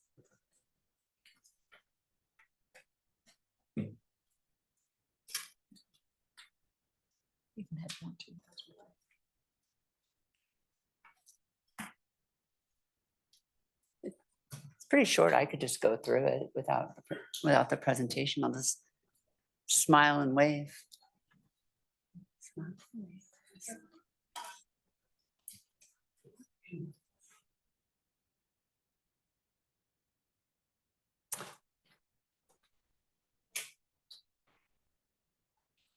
Okay, that's cool. Good evening, council members. Yeah, thank you. Monica Kirch, for the record, Director, Housing Neighborhood Development. I'm here today requesting approval for an agreement with Volunteers of America to partner on a new housing pilot program. I can't really even explain to you how excited I am about the project. Most of you know that I use a term a lot saying that I want to stay out of HUD jail. So when Jackie and I are discussing projects, she usually looks at me and says, I think that you need time to think about this concept that I'm telling you about today. And I usually do. But when Jackie brought this to me, I didn't have to think about if it could happen, it's when it would happen. So I'm super stoked about this. Is Nathan still here? Because he's pumped. I'm stoked and he's pumped. Okay. There we go. This project will align with our economic opportunity, homelessness, and affordable housing initiatives. So first I want to say that this will be a collaboration with HAND, Clean and Safe, Volunteers of America, the Reno Housing Authority, and some private donations. The private donation piece is a little new, so I'm pleased to share that longtime community champions for housing, Allison and Jeff Gorlick, have offered a 10% match to the city's contribution totaling $20,000 and through their charitable fund that is at the Community Foundation. And this will be my shameless plug that echoes their hope that others will join them in this endeavor. So I'm always looking for more money, people. So let's talk about how this will work. To be eligible for this, individuals must be experiencing homelessness. They must have income. Their acuity must allow them to live without needing permanent supportive services. And then the key to really making this work is that they must already be signed up on an RHA list, either for a voucher or public housing or some of their affordable units. So then first, clients will be contacted by the Clean and Safe outreach with Clean and Safe outreach efforts. This could be, as Cynthia described earlier, it could be 1 time, 2 times, 20+ times. Sometimes it takes years to get folks to want to agree to take services. Once the time comes, they will be assessed to make sure that they reach or that they are within our program program requirements. I'm sorry, it's been such a long day. There's so many words in my head after today. And currently we have about 20 folks that have already been assessed and are on the list and waiting for this program to start. Then folks will be, they'll obtain housing in a unit at the Village on Sage, where they will pay no more than 30% of their income towards their rent. This program will pay the gap in the actual rent and the amount they're paying. And they'll work with the service coordinator and the Reno Housing Authority to make sure that they don't miss their turn on the list when their name comes up. What happens a lot is we know the Housing Authority opens their list periodically. People put in for it, and then sometimes they just fall off. They don't get their email, they don't have a phone, a variety of reasons. So the service coordinator is a really important key component of this to keep those folks like a liaison with the Housing Authority.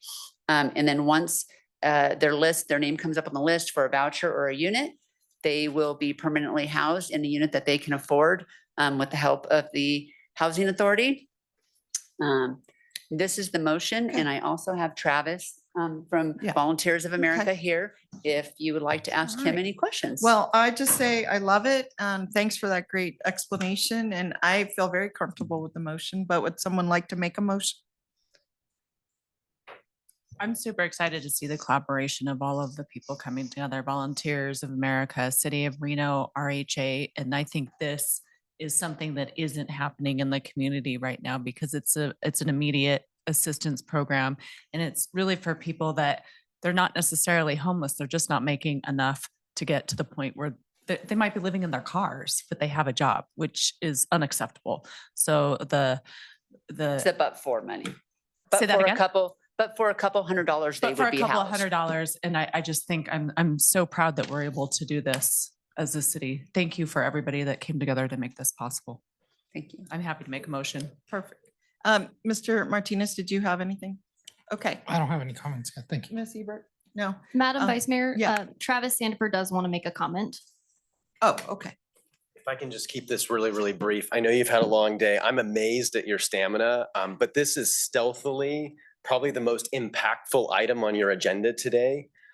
Housing matters so much, and it's such a small number, but this is actually a life and death matter. Yeah. Research shows that you have a 3.5 times higher mortality rate if you're unhoused versus being housed. It adds 20 years to your age. And so the Village on Sage is so innovative at baseline, but this project, if we pull this off, I can't express to you the real impact it's going to have on real people in a very short period of time. So I hope you can end the day on a really, really positive note. And I know your day's not done, but I just appreciate you even considering this. And I wanted to express, and I hope somebody can share this with the mayor. I heard her say earlier, we want this city to be easy to work with. And my colleagues in California were blown away at how we were able to pull this program together in such a short period of time. And I've never felt so listened to and able to work through our issues and our concerns. Sometimes in the nonprofit space, you feel like you kind of just have to take whatever, but that's not how this process went. So I wanted to make sure you saw that and heard that. Well, thank you so much. And I have to, while we're giving shout outs, give a shout out to Jackie Bryant, because I know you and Monica have dreamed this up. And then you worked to make it happen this quick. And then you found the money this quick. And on the money piece, I just want to encourage you, if we do have ARPA funds left over, this is a perfect use to expand the program. I mean, you know, amongst all the priorities, but if we get there, you know, we have money, we should bring that back and have a conversation, because I am confident this is going to be a very effective and very successful program. Thank you. Okay, so we had a motion from Councilmember Taylor. I move to approve the agreement with Volunteers of America. Second. Yeah, and a second from Mr. Martinez. Any further discussion? All in favor, please say aye. Aye.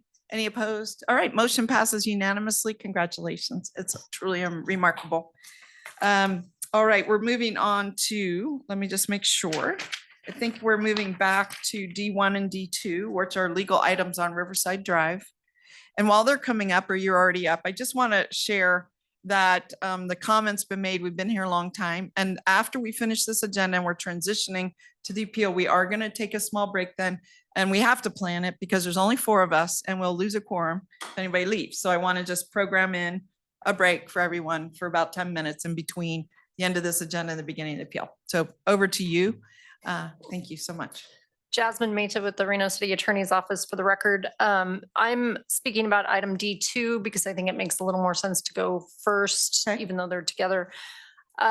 So about a year ago, council approved a disposition and development agreement with Built Investments to develop the Zero Riverside, which the city owns. And the city had obtained that from a tax lien foreclosure, essentially from the county. And what we've found is in trying to, the statute is supposed to wipe off all liens, but the title companies won't do that without a quiet title action. And we have exhausted multiple title companies, and we even went to an underwriter that specializes in tax lien sales and foreclosures and had them certify that it was all done properly, and the title companies still won't accept that. So we're asking essentially for council's approval to prosecute a quiet title action so that we can move forward with the sale of this property, because the developer can't take it unless they can get clean title. Right. Okay. Any questions on this from any council members? Do you want a motion or do you want to go over in D1 before we take a motion? I think it's cleaner if you take a motion on this one and then we All right. I'm looking for a motion on D2, which would enable the attorney's office to initiate a quiet title action. And Madam Vice Mayor, for the record, we do not have any public comment on this item. All right. Thank you. Move to approve. All right. So I have a motion from Mr. Martinez, second from Ms. Taylor. All in favor, please say aye. Aye. Any opposed? All right, motion passes unanimously. And we are now moving on to the D6, the Truckee River Vision Plan. And we're moving on to item D1. David, I apologize. I was thinking we had done them. So D1. We mix it up fairly quickly. Brian McCardle, Revitalization Manager. So as Jasmine just explained, we have to go through the quiet title process, but part of this is that the developer has gone through, expended a ton of work on this property, and without a clean title, we would like them to essentially put pencils down for the moment. It's called a standstill agreement.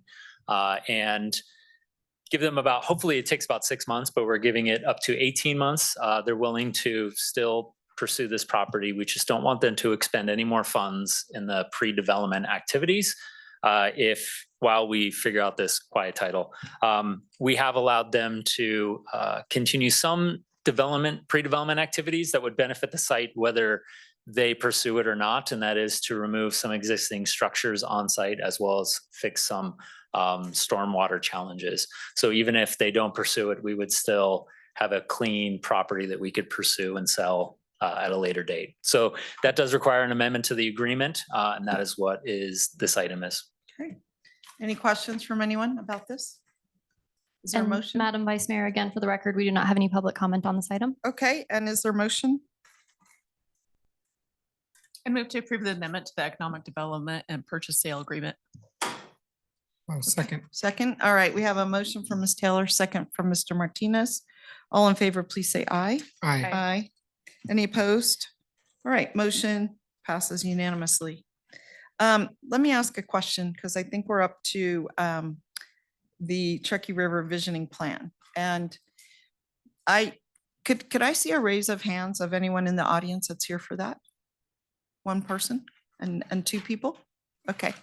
All right. I wanted to give it more time than we have today. So that's a struggle for me, but let's move on into it. And why don't we take public comment on that item?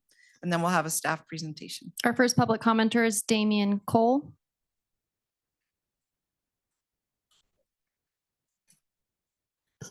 Hi, Damian Cole for the record. Before I continue with the public comment on this, I just want to clarify for the record earlier, yes, I was speaking about the Eddy. I thought so. Yeah. Okay. Open beer garden, no sound walls to contain, and gas powered generator going most of the day, amplified music. Yeah. Yeah, problem. Well, Anyway. that's what I heard you say. And so, and that's what I've experienced since I've been on council. And the other thing too is I think people need to realize that the reason why the entertainment district had no sound ordinance is because at the time it was created, there were no residences. It was hotels and things have changed. That's, I think, the reason why there's a problem growing. But I just want to speak toward D6. I think it's a great initiative. I've spoke with Dig Studio in actually pretty good length. Amazing how open they are to listening to things, and I really feel that this is a positive move forward. I want to stress that I think all of this, although it is kind of rekindling and reinventing the wheel that happened 40, 50 years ago, I think it's great that it's happening because in 40 or 50 years, all of the culmination of various agencies, some of which are not even active currently, specifically the Reno Redevelopment Agency and the Regional Planning Commission, which I don't even know what happened to them. They were a 1970s thing. All of this information, I think, is really good that it's culminating and being put into single portfolios. That way we can kind of get moving forward. And from my understanding, this is just what's happening tonight is something's being approved to get the ball rolling and that it's not a finished plan, so to speak. I mean, there's so many details, so many little pieces of information that still have to be collected, plans. For instance, we were talking earlier, me and Brandon, we're talking about the Gateway Park that never got finished on the Reno side, only the Sparks side of it. That was supposed to be the park that was welcoming visitors by bicycle to the GSR back in 1980, when it was the MGM Grand. That land, that strip of land that was dedicated to the city for $1 by the MGM Grand never got utilized, even though it was paved. And there was supposed to be a park on both the north and south side of the river that used Gregg Street as a cloverleaf interchange for the bikeway. So, you know, everything fits into the master plan if we just keep our minds open, look at everything, and yeah, just go forward. I think it's a wonderful idea. All And right. Thanks. Thank you so much, Jamie. Let's see, anyone else, Madam Clerk? No additional public commenters. Well, there Madam- was another person raised their hand. Are you part of DIG? I mean, yeah. Madam Vice Mayor, for the record, we did receive 2 comments that were written, 2 letters of concern, and those have been distributed to the Reno City Council. Okay. When you come up, will you tell us what the concern, if there still could be concern? That'd be good to know. All right, so we're going to close out public comment on this item and go to staff presentation. So I'm confused. You were doing the visioning plan. I thought it was you. No? So Together. Yep, so Maybe staff didn't prepare a lengthy presentation. We want Brian McCardle for the record. We wanted to give Dig Studios, the consultant, as much time as they could to really go through this plan. It is a big plan. Well, here's my Um, challenge. I really, could I do a screening of some of the other issues? I mean, let me ask you, because I don't want to, I think it deserves its time. But I also know that I have an appeal here. What is your recommendation? Would you like to continue the item? I would like to continue the item. You have concerns with that? We have brought Dig in to do a presentation today and they likely may not be able to travel back to do it again. How So long it do would you be a think the staff presentation. It's 16 minutes. Yeah, we probably should continue the item Yeah. if council agrees, and then maybe it is not a dig presentation next time, it is a staff presentation. Are you concerned there's not enough funding to bring them back? Yes, Okay. yes. That's Or what's maybe great. they could appear on Zoom. That could work too. Okay. I I'm just think in the sorry. interest of proper attention to the topic and making sure we really hear you, I don't want to squeeze it in and short sell you. That's how I feel, but okay. Is that okay, Brian? You could live with that? Okay. Yeah. So we have a motion. I'll make a motion to continue this item to a future meeting. Anyone I'll else? second the motion. All right. Can I ask a quick question? Please. Is there anything with ARPA funds or any sort of funding that we need to approve today that would be delayed by pushing this out? I will refer to Amy. I'm happy with a continuation. I just don't want to miss any deadlines or lose any money because Monica will be very mad. Generally, no, there could be money that we allocated to the Truckee River that is like left over from the projects that you already approved. Just yes or no. Are we going to lose money if we We're continue? not losing money, no. Okay, perfect. Thank Can you. you And we please, could bring this in 2 Amy, weeks. Should I say a can you time please certain? do name and title for the record, please? Amy Pennington, Special Projects and Outreach Coordinator for Public Works. So could we continue it for 2 weeks? Be very short time. So Dig Studio is saying that we could do it after the appeal today. They did fly in for this item, but if we need. Uh-huh. How do people feel about that? Just feel free to speak. I'm okay with staying as late as we have Okay. to stay to do the job. Miguel? Yeah, what's if your they're willing to preference? stay till after, I didn't want to hold them till after the appeal, but if Neither they're did willing I. to, What yeah, what then that's about you? okay. You okay? Okay, well, tentatively, let's see how long the appeal and everything goes, but we'll tentatively plan to have you after the appeal. Thanks for your flexibility. Okay, awesome. And then what we're gonna do next is I'd like to open D8, D9, D10 together. They're all audit follow-ups. And I think yeah, please.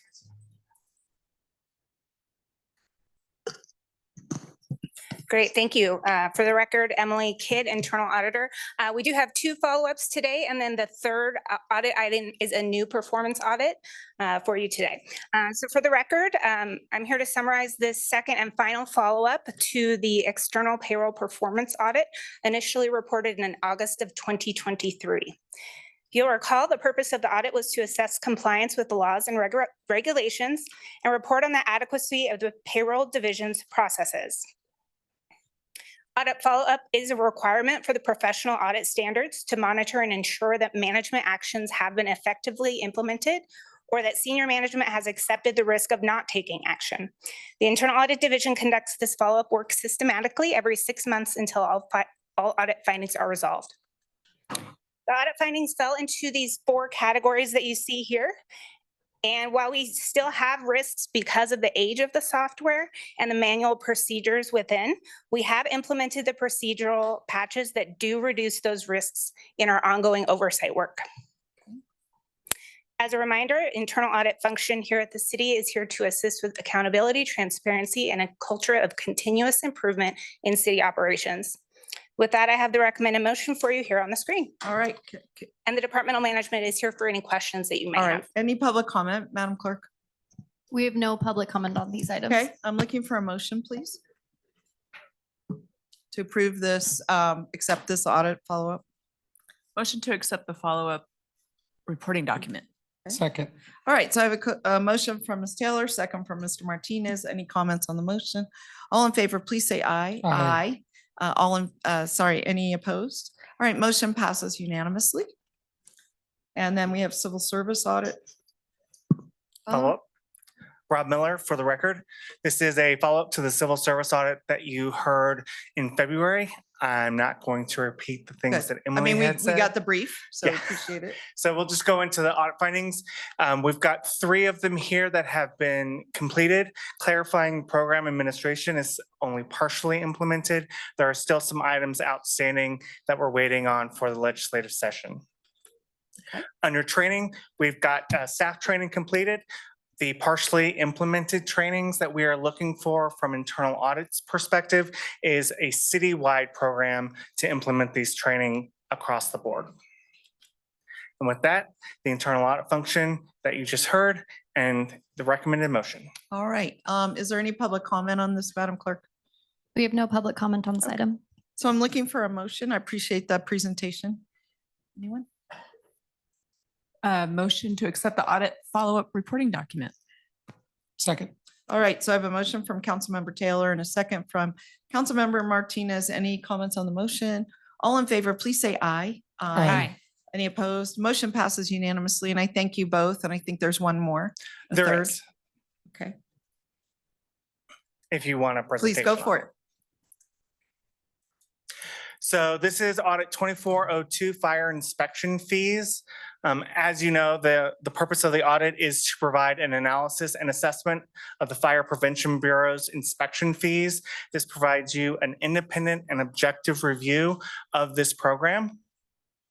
So just some background, the Fire Prevention Bureau has 4 main programs: fire inspections, fire plan review, public education, and fire investigation. That's your arson investigations.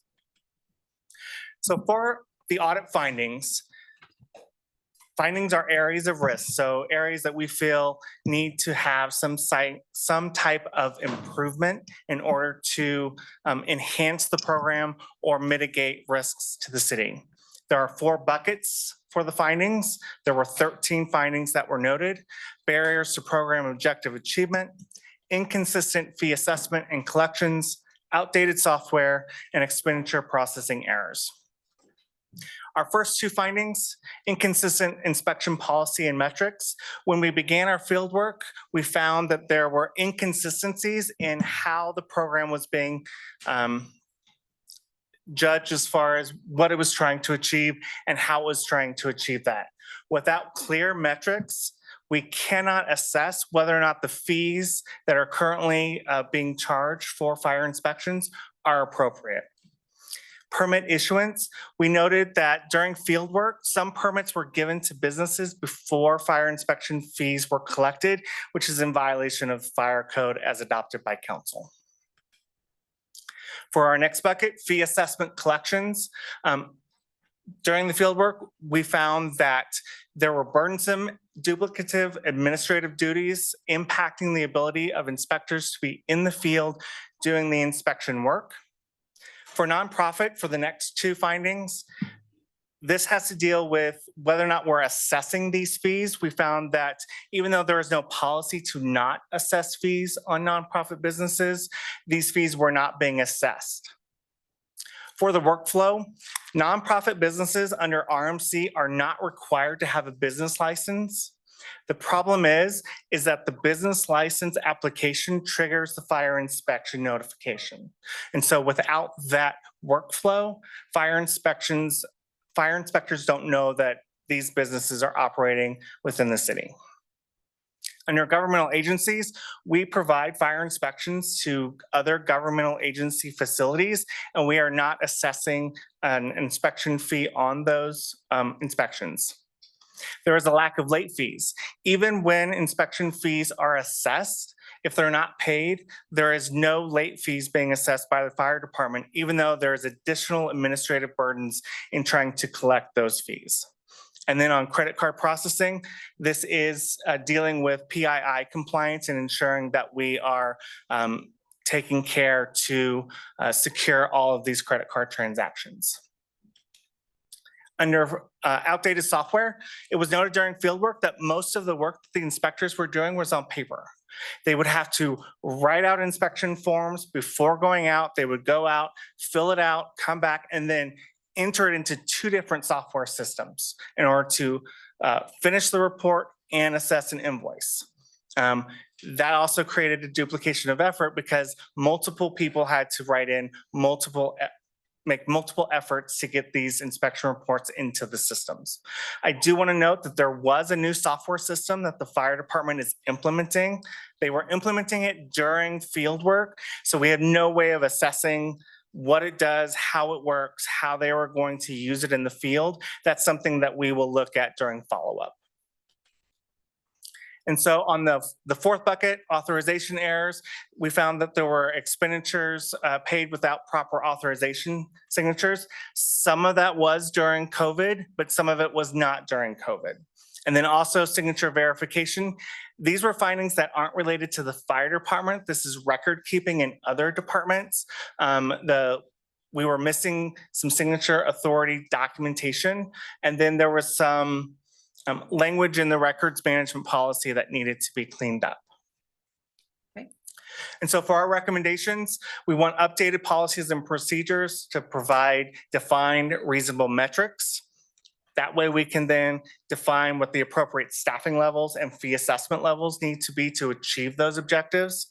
Formal policies on nonprofits and governmental agency inspections. A formal policy for late fees, and then an update to the records management policy.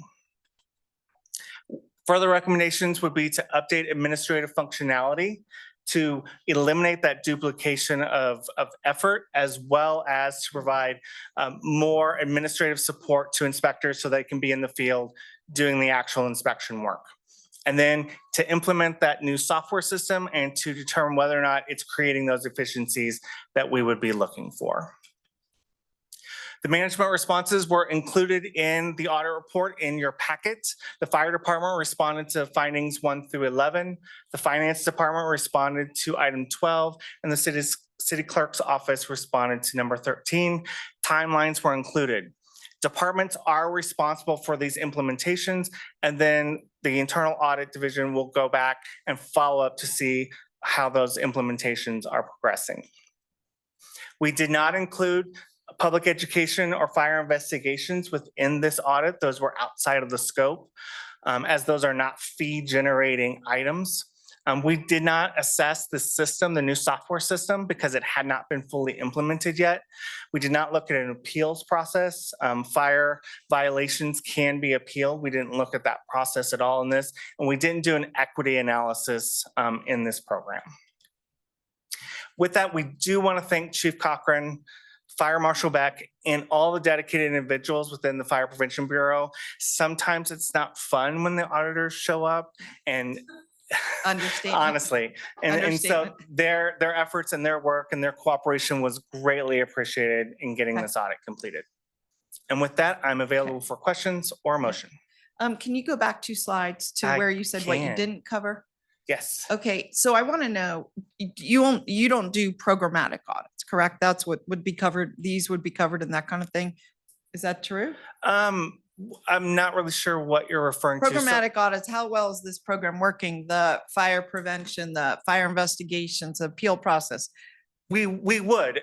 Those were outside of the scope of this one. So if we were looking at those programs, that would be a new audit. Okay, so I'm just putting in a pitch. I would like to see those things evaluated in a future audit. I know the audit program as a whole come before us or did come before us in the budgeting process, or are you still coming with that? Thank you for the question. For the record, Emily Kidd, Internal Auditor. The annual audit planning process ramps up in the spring, and we finalize that at the end of the fiscal year. So while that process and the emails you're probably thinking about, it's finished for now, I have an ongoing list all the time. You can always email us or All just right. find us in the We'll elevator. We'll add it to consider that this list. and I'm requesting it, and there might be other people that support that, but this item's not on that, but you've listed it. So I want to make sure we do cover it at some point in the future. There's always something to audit. Yes. Well, like you said, nobody enjoys it, but I think these areas do need some attention because public safety is so very important in our city. Fire is constantly in the news. I just think it'd be useful for our citizens to know how we're doing and areas we can improve. And especially since we're looking at consolidation efforts, it's ripe. Okay, so are there any other questions about, yep, Ms. Keller? Thank you, Madam Vice Mayor. I just have a question for our city manager, and I would probably have more questions, but wanted to go right and ask, do you have the resources that you and your team need to make sure that we are getting this stuff taken care of? Is there anything that you need from this council to make the changes happen? I think, thank you for that question. It's really a matter of how long it takes, given the list that the audit division does have in front of them, and then we prioritize it. So I too thought that this was an important area. I've already sent an email asking to keep it on our radar. And so really it's more a function of, will it get done in 3 weeks? No, but we can do it within 6 months. So Okay, well, thank you. please just keep us posted if there are things that you need from us to get to where you need to be. Thank you. That was a lot of Anyone to-be's. else? Go. have Mr. them. Martinez? Yeah, one of your findings was that you recommended permits not be issued until the fees have been paid in compliance with the fire code, but there was a note about lack of staffing levels currently. I'm just wondering what the encumbrance is there and making sure we address that finding. Thank you for the question. This is one of those balancing areas. We want to be able to expedite the ability for businesses to be operating with their permits, and the inspectors have gone, they've done the inspection. As a convenience now, those permits are taken because they're in paper form, they're required to be posted. And so those permits are taken with the inspector and then given to the business if they're approved for the permit. I know with the software system, there's going to be some possible changes to that program. So we want to make sure that we're balancing the need to collect the fee with not interfering or interrupting the business's operations too impactfully. So I know that Fire Marshal Beck may have some additional thoughts on that, but I know that they are cognizant of trying to strike the right balance between ensuring that we're following the code and doing the inspections we need to do, as well as promoting and supporting our businesses. Okay, and I think if you could go back maybe 2 slides, I think. There was one of your findings talked about there or authorization errors during expenditures.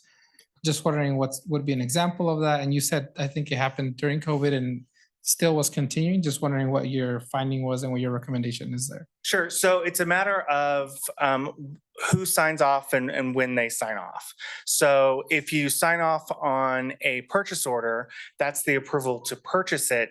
But for audit, we also need you to sign off that you received the goods you said you bought and you received the items that you received and the person who's received them is supposed to get them. Those authorizations weren't there. So it's just a matter of cleaning up some of that administrative work. During COVID, there were instances in which potentially there were invoices paid where an email authorized, but we're not sure where that email went to. And so we've got some things administratively to clean up. That goes back to the administrative burdens and ensuring that the department has the administrative staffing that they need that can clean some of this stuff up. Okay, thank you for the context and I look forward to what you find during your second round. Sure. All right. Do you have any comment, Ms. Ebert, on this finding, this audit? No. Okay, I just want to say too that I think what you found is very significant. 13 findings is kind of a lot, in my opinion. Maybe it's normal, but I viewed it as a lot. And so I'm glad to get the computer system up and running. It sounds like it is in May, this last May. So it sounds like we're on our way with the computerization. And I think there's also maybe more staff. I know there's been a change of staff with the fire marshal and that it is under that group, right? The That's correct. inspections, right? Okay. All right. Well, with that, is there any public comment on this one? We have Madam- no public comment registered. Okay, I'm looking for a motion to accept the Move- audit report. I move to accept the internal audit report. All right, so we have a motion from Mr. Martinez, second from Ms. Taylor. Any comments or questions? All in favor, please say aye. Aye. Aye. Any opposed? All right, motion passes unanimously. Very good work, Thank you. both of you. All right, I want to point out that item D11 was pulled earlier in our agenda. We have F1 and that's about the railroad ordinance adoption. And I wanted to know, a show of hands, was anyone here to comment on that today? No. Yeah. Right. Okay, let me just check on one thing. I got a note, who is on Zoom, Madam Clerk? From Is anyone? council? From council, is anyone Oh, on Zoom? okay. Shivi is online and Councilmember Reese is online. Oh, perfect. Okay, Oh, I'm sorry. I thought. Just Mayor Shivi is That, online. that's what I thought. So I know people have requested a bathroom break, so I'm gonna just say, since we have 5, you can go when you need to go. Okay? All right, we're moving on to the railroad ordinance, Me? which is a second reading. Is there any public comment on that? We do not have anyone present in the room. Earlier, Ilya Arbitman did drop off a public comment in opposition of this item, and that will be entered into the record. Okay, and then over to you, Mr. Attorney. Thank you, Madam Vice Mayor. Ordinance adoption, ordinance number 6684, and ordinance to amend Title 8, Chapter 8.10 of the Reno Municipal Code entitled Offenses Against Property Prohibiting Trespassing upon Railroad Tracks and Other Matters Properly Relating thereto. Okay. All right, so at this time, are there any questions on this? This is a second reading. It would go into effect if we vote to approve it. Are there any questions on this ordinance? I don't have questions, but just after thinking about it further and hearing some conversations about this ordinance and what the possible unintended consequences are, and the miscommunication, I think that some people think that this will do versus what it'll actually do, I'm not going to support this ordinance. Okay. All right. Anyone else? All right, I had a comment too. I did get a chance to read Mr. Ilya Artman, if I said it right, his letter to us, which had a lengthy report attached. I read the whole report. It did raise questions, but I felt on balance we should move forward with this, even though there is a risk of unintended consequences. But what I really wanted to pose back to him was, okay, if we don't do this, we've already had a huge conversation about the demonstrated risks of people being in the railroad zone. Also, the challenges our public works and operations and maintenance people have in that zone. If we don't do this, is there an alternative that he was suggesting, which he did not? He just said this might have unintended consequences, which I thought were real. Well, regardless of the outcome of this vote, it is not the city of Reno's responsibility to patrol and maintain Union Pacific land, which is what this is. Gotcha. And there's still no trespassing allowed there. Right. So even if this passes, this does not transform that area into City of Reno RPD's responsibility. Yeah. It just doesn't. We do have City of Reno land along the railroad, do we? not? Yes, we do. Okay. Yeah, which is what I was referring to with the O&M and so and so. Madam Mayor, did you have any comments before we vote? Okay, hearing none. No, I'm here. Sorry. Yeah, I just wondered, did you have any comments on this Well, ordinance adoption? I think you made some very strong points in the sense, and I look at it a lot like the river. If we have a fire or a flood, you know, people, they will be saying you didn't protect people if we allow them to live on the river, right? And it's the same, I think it's the same when it comes to the railroad. You know, it's so dangerous, but also, you know, there is a public health hazard there, and I'm concerned about that. Listen, this is a complex issue when it comes to, you know, finding the balance with people that are struggling. And quite honestly, we've got to start investing so much more in this country on mental health and addiction issues because it is just one of those things where, you know, we'll just keep moving people around, and it's very difficult at times to get people to services. So it's very, very challenging. But I think if someone gets killed, then we're going to rethink how this kind of works. So I'm supportive. Yeah. All right. Thank you. And I think everyone, no one, oh, did you have a comment? Oh, no, I was ready to make a motion. Okay, please do. Move to adopt ordinance. Okay. Second. All right. So I have a motion from Ms. Taylor, second from Mr. Martinez. Any final comments? All right, seeing none, all in favor, please say aye. Aye. Aye. Any opposed? Opposed. All right, so we have a motion passes 4-1. Thank you, everyone. And I think you're, just so you know, Councilmember Ebert, I think your concerns are very well taken. I have balanced it and voted yes, but I hear you. And Mr. Arbitman. Okay. Pardon me, Vice Mayor Dewar, I think the motion passed 5-1. If I could get clerk. No, I don't think so. It was 4-1. Yeah, Mr. Reese is not online. Got it. Thank you. Yeah. So that's okay. What we're gonna do, we have final council comments. Anyone? Yes, Mr. Martinez. Just very quickly, I'd like to thank Chair Abbott and Vice Chair Hill from Truckee River Flood Management Authority for helping us negotiate an agreement with the Pyramid Lake Paiute Tribe. And Councilmember Dewar and I were at in Wadsworth Nixon, in Nixon, to witness the celebration of the signing of the agreement. And it was $17 million that we agreed as a flood management authority to give to the Premier Lake Paiute Tribe for their flood mitigation efforts. So just wanted to highlight that impactful work and the collaboration that we did to get that along. Yeah, that was years in the making. We did get it over the finish line. It's going to clear the path for the Truckee River Flood Project to move forward with a promise of some level of support or at least not objection from the Pyramid Lake Pirate Tribe, really critical. I had suggested that we do a secondary signing ceremony here because while the tribe down there knows that we did it, I didn't, and we had two media partners down there. I don't know that it got the widespread awareness up here, but thank you for bringing it up. That's awesome. All right, anyone else? Something good for the auditor?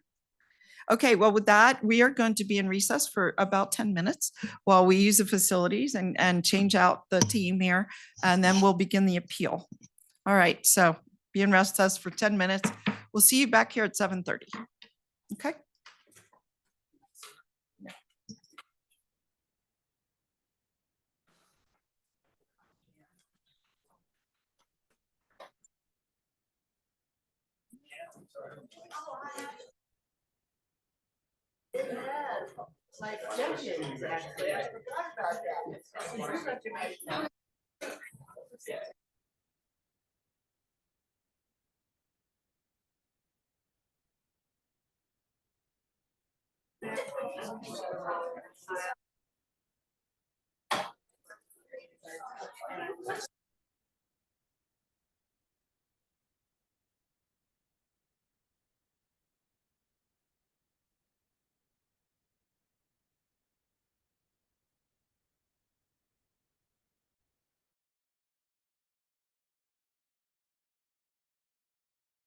Madam Clerk, could you confirm that the mayor's back online as well? Madam Vice Mayor, so we're reconvening at 7:32. And at this time, only Councilmember Breckus is present on Zoom. All right, great, but that's good. That's 5 of us. So let the record reflect that council is opening the public hearing on item I1.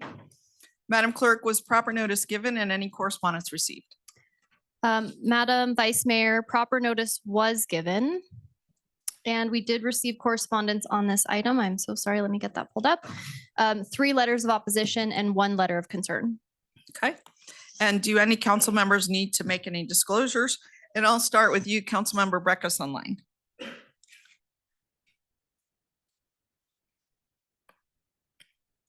None. What's up? She said none. None. Okay. And Mr. Martinez? Nothing for me, Madam Vice Mayor. Ms. Taylor? Okay. Ms. Hebert? Okay. I will make a disclosure. Maybe some of you have the same. I met with the one of the appellants and not the other, but I thought they were kind of speaking for in similar thoughts. And I spoke to one person that was opposed, that was a member of the public. So did any of you get a chance to talk to the applicant? I mean, the appellants? No, no. Okay. All right. So that's all the disclosures. And then I don't know, Madam Mayor, if you're back on, if you have any disclosures. Madam Vice Mayor, the only person online right now is Councilmember Oh, Breckus. okay. So she hung up. All right. So then, Madam Clerk, can you let me know, was proper notice given and any correspondence received? You told us we received, I think, a number of letters opposed and 1 concern. Then can you review with us the order of proceedings for this evening?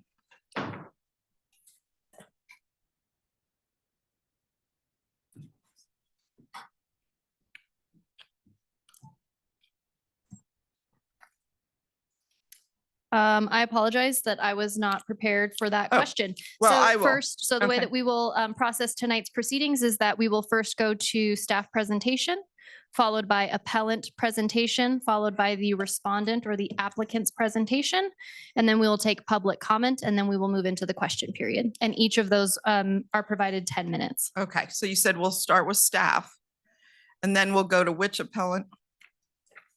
There is not a specified order. So if you have one, or I can just pick one. I thought you said, it sounded like you said Representative Stonegate and then it said the No, applicant. so I said staff presentation, the appellant presentation, the respondent or the applicant's presentation, and then. So is the applicant MV Energy? Yes. Okay, so they'll go third. We'll have Stonegate representatives go second.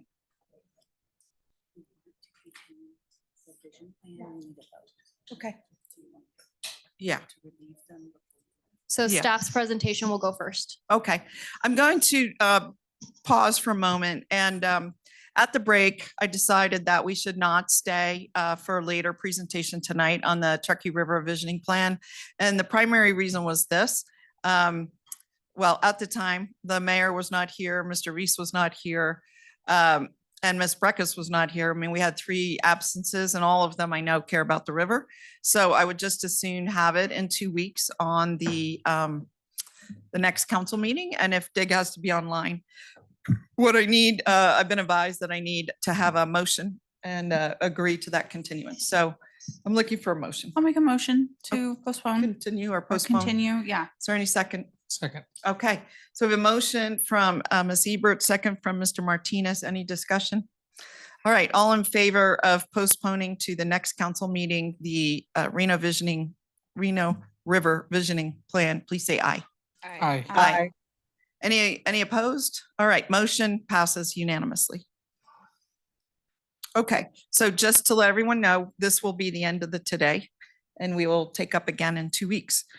We'll go back to, we had completed our disclosures, we had completed discussion of the order.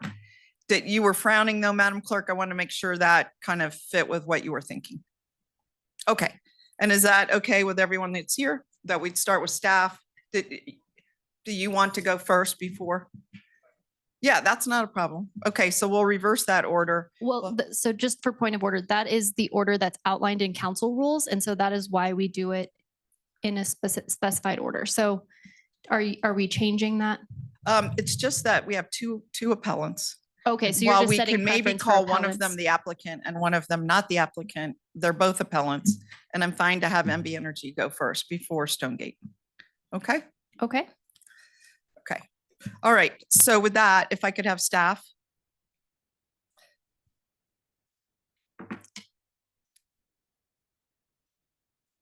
And again, each of the 3 had 10 minutes.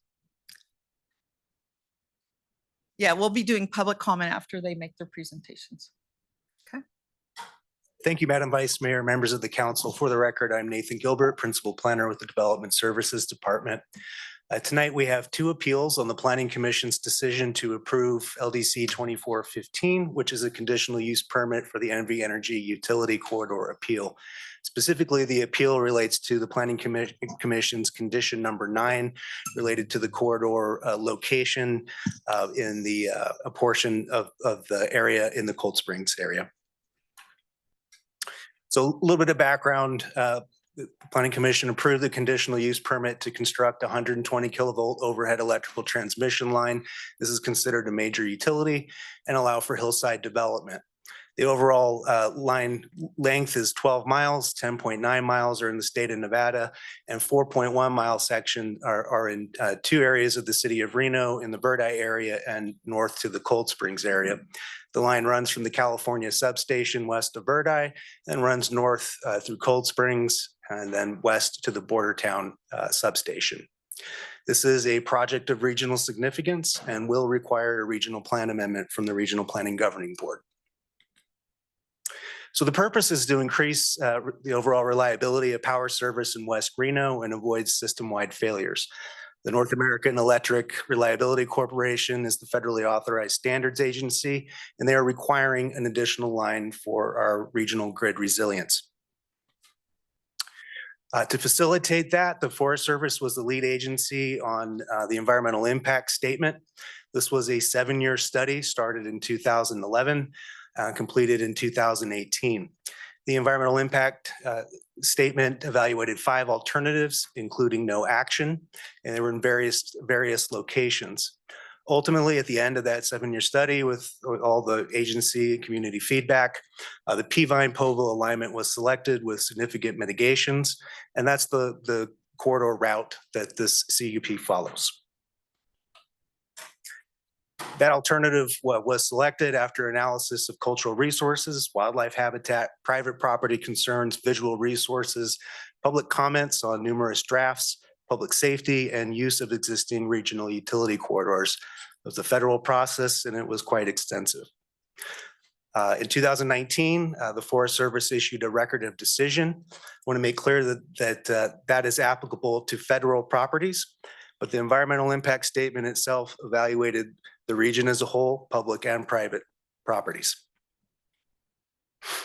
So the project scope, this is 120 kilovolt above ground transmission line. There are about 111 poles through the length, 60 within the city of Reno's jurisdiction.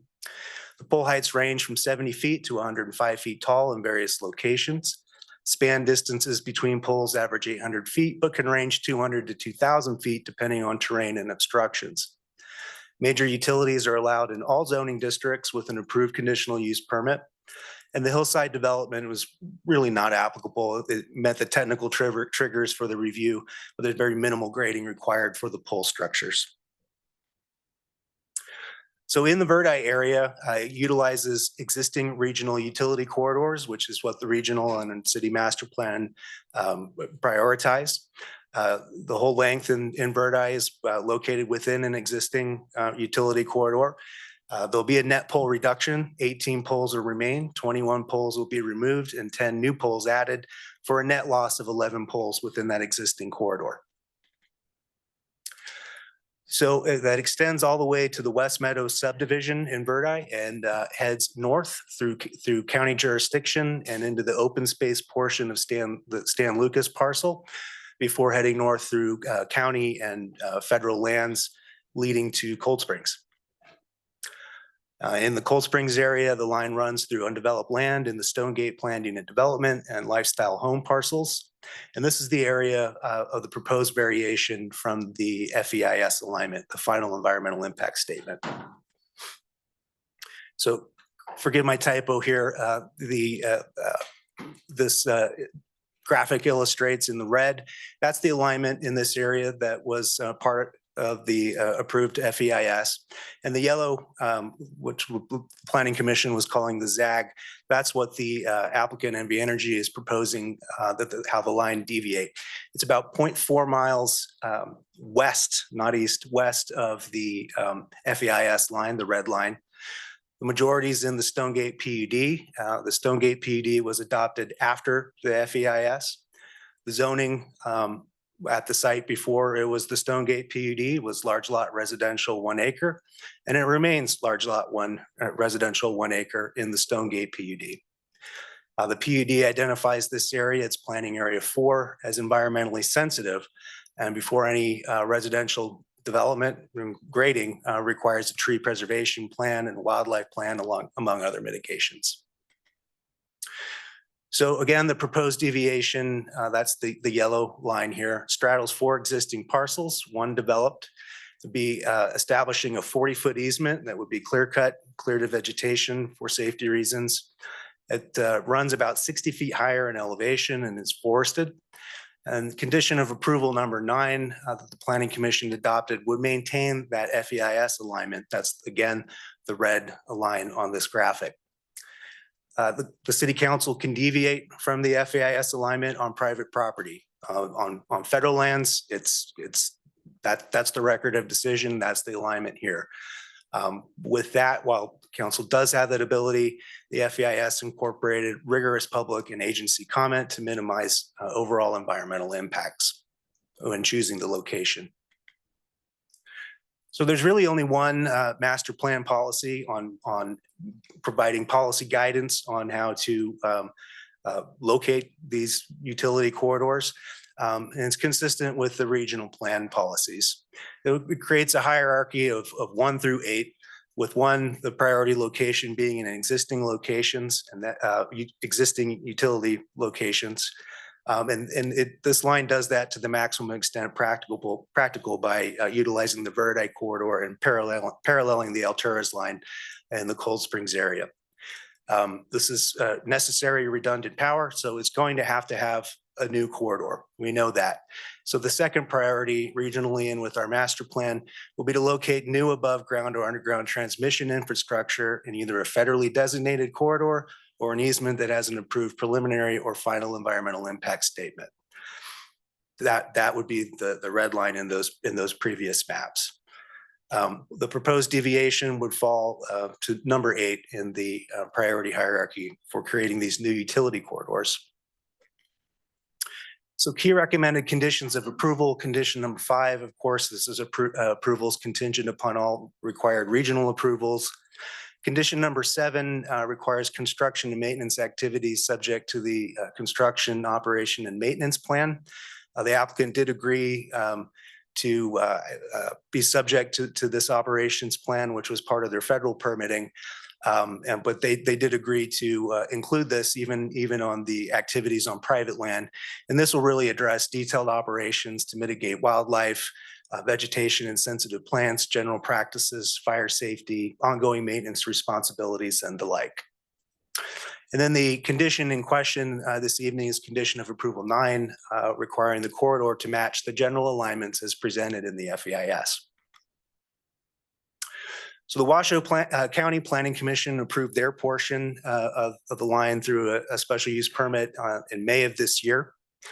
The next steps after a decision is made, if it's an affirmative for a conditional use permit, this case would be taken to the Regional Planning Commission to be evaluated as a project of regional significance. That's required for construction of a transmission line greater than 60 kilovolts. And they would also be sponsoring a regional plan mapping amendment. Because this is affecting Washoe County and the city of Reno, the Regional Planning Commission will actually take that lead for sponsorship.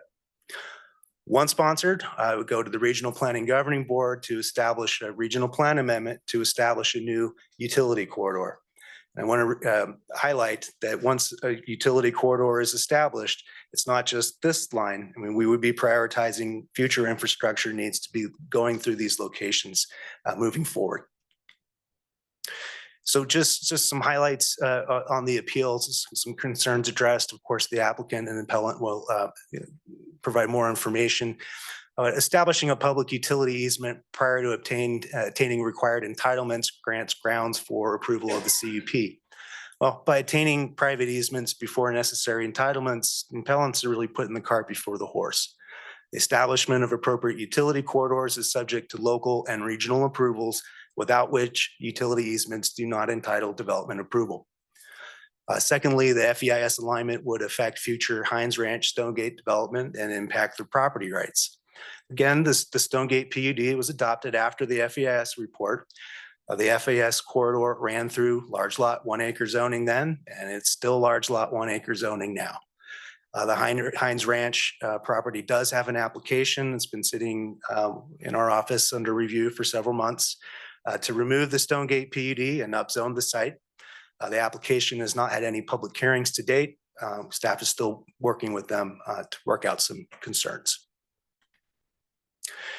So the findings here, these are the general review criteria findings, that it be consistent, that approval be consistent with the Reno master plan and weigh competing goals. Utility location criteria, there's one goal. It's with condition 9, it meets the master plan policy 2.4H for electrical transmission infrastructure. Secondly, conditional use permit findings, land use is compatible with surrounding development and physical land characteristics. Again, that FEIS study was thoroughly comprehensive with the recommended alignment. Staff can make the findings. Planning Commission unanimously approved the CUP with all recommended conditions of approval, and the recommended motion is on the screen for your consideration. I'm available for any questions. Thank you. That was very comprehensive before you run away. I think there are some questions. I'll just start. If you could go back a few slides. One of my questions was, when I talked to staff, was I would have liked to see personally the line not go all the way up on Peavine. So it seems like it goes all the way up on Peavine, but rather be lower down, where there weren't so many trees, and it is like it's not wilderness, but it's a very highly used recreation area. And I didn't understand, was that discussed at all? Are we, just so I understand, are we talking The about alignment. this area here or the area further south? A little further south. Yeah. Yes, ma'am. So that, again, there were five routes, various routes studied in that FEIS. Okay. There's no perfect solution. Sure. Each option is going to have pros and cons. Okay. that 7-year study took agency comments, public comments, evaluated all the pros and cons with the need for this redundant power Okay. and opted for this line. Yeah, I'm saying I would have liked to see it go further east where it was more developed and there's less open, you know, more pristine land. You know, I was a little concerned with it going right through this Peavine forest and Peavine recreational areas. And I thought that's kind of antithetical to the whole concept of Peavine. So it concerned me, just sharing that. And then the other thing I wanted to ask you was, when you got to the Stonegate part, you mentioned large lot residential. I thought that they got a PUD and that made the large lot residential go away. Or is that the large lot residentials in the master plan and the PUD is the zoning? So Or this is a graphic. This is actually a master plan designation, but it's the same. And so before it was the Stonegate PUD, it had standard zoning in this area south of the railroad track. That was large lot residential before the Stonegate PUD. okay, With the Stonegate PUD, the area south of the railroad track, that's planning area 4. It's within the PUD, but within the PUD, it's only allowed can you 350. point area 4 out? I'm just not sure where area 4 is. This area south of the railroad track, Yeah. it's this whole area. Oh, the whole area. Yeah, is area that's 4, the light area yellow. 4 in the Stonegate PUD. And so again, before the Stonegate PUD, this was large lot 1 acre. With the adoption of the Stonegate PUD, the PUD outlines that this is an environmentally sensitive area, This particular this portion of the particular property. area.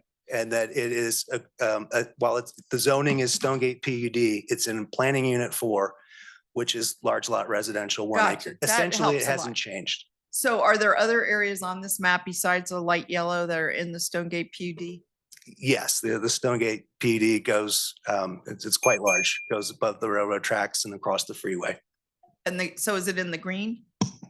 Yes, everything here is in the Stonegate PUD. So the dark green- North of this line, that's the Stonegate, or excuse me, this line, that's the Stonegate PUD. So the orange, is that part of it? The orange is part of the And Stonegate. the PUD. yellow and all the dark green Correct, and the dark yellow, okay.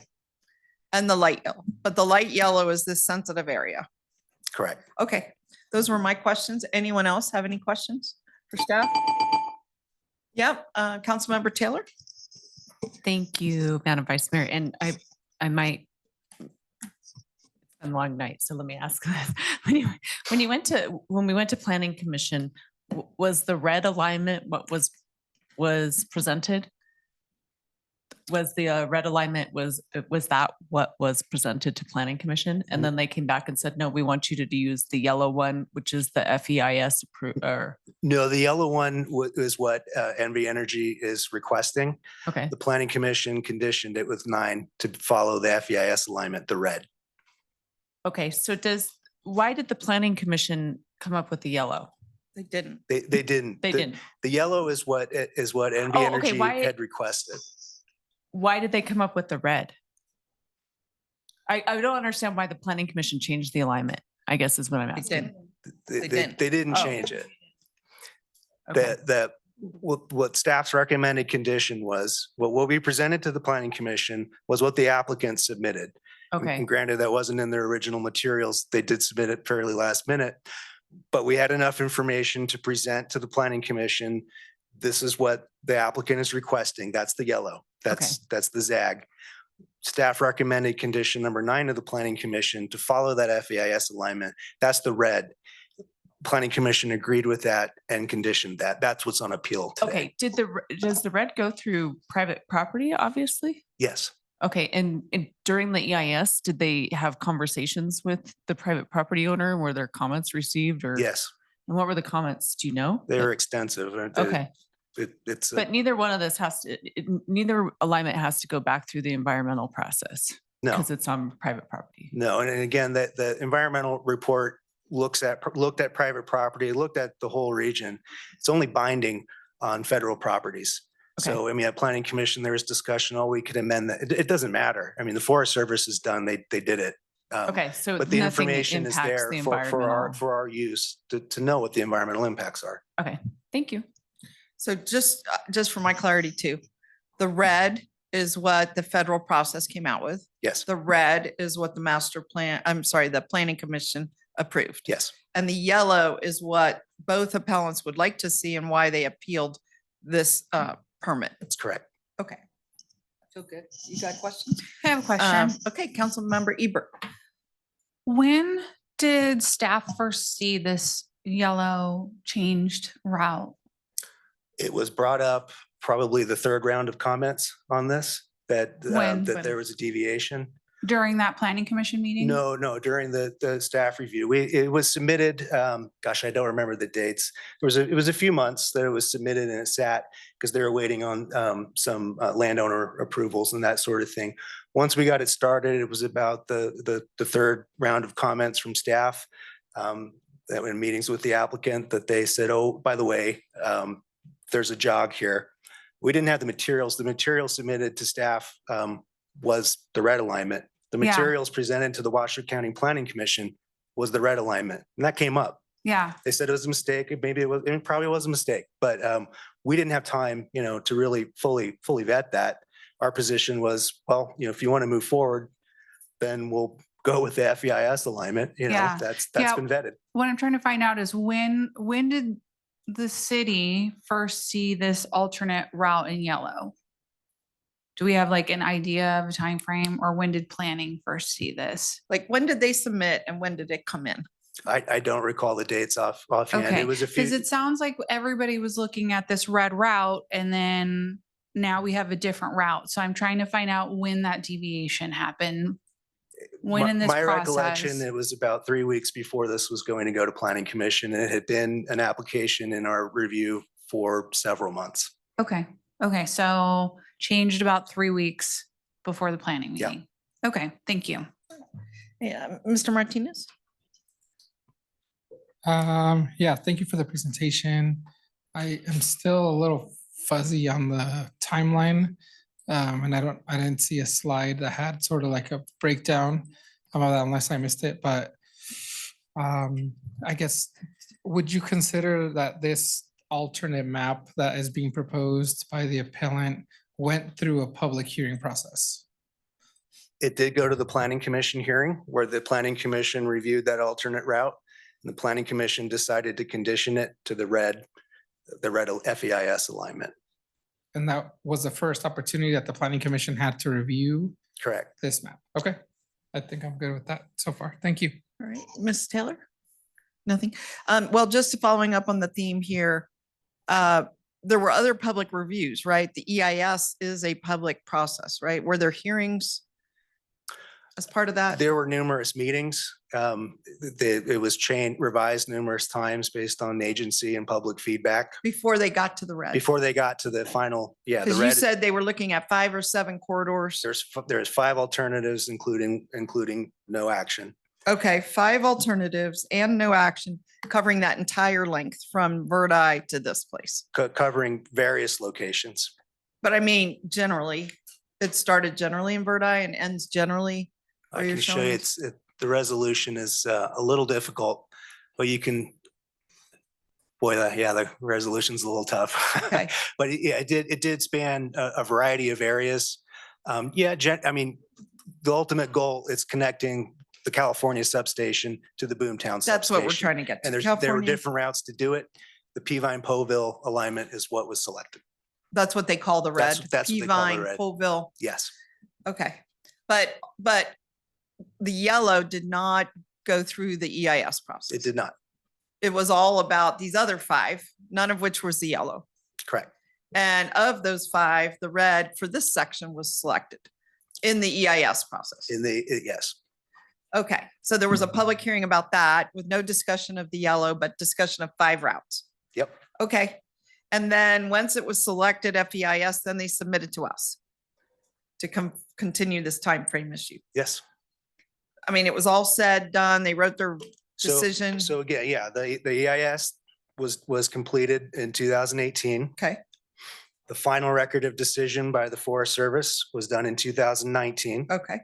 And that's what established this final environmental impact. Okay, so in the that record of route. decision was, one question I did have, here we are in 2024, 5 years later. So the record of decision was done in 2018. It's all said and done. Sitting there for like 4 years because it sounds like they didn't submit to us. They submitted to us within 2024. Yes. Okay, so it's been sitting there for 5 years, 4 years. Mhm. And what controls the timing now? Why does it come to us now? 4 or 5 years after the record of decision? Well, the environmental impact statement is step one, and it's obviously lengthy. That handles their federal requirements and what they need to do on federal land. The next step with design, and I'm sure the applicant can speak to that, but when again, the steps that are required are a conditional use permit from the city and the county and all regional approvals. And if we did something here different here today, let's say we overturned the planning commission red line and we said, oh yeah, the yellow line makes sense. Would that have to go back to the county commission? No. No? No, it's that portion is on private property in the city of Reno's jurisdiction. Okay, so it's our jurisdiction, not the county. So it wouldn't have to get, the county voted on other aspects That's right. that went through their jurisdiction. That's correct. Gotcha. But both of them have to go to regional planning. Yes. Okay. Anyone else? Yeah, Kathleen. I have one quick Councilmember question, I Taylor? promise. It's a yes or no. On the slide 15, the concern is the FES alignment would affect future Heinz Ranch, Stonegate development.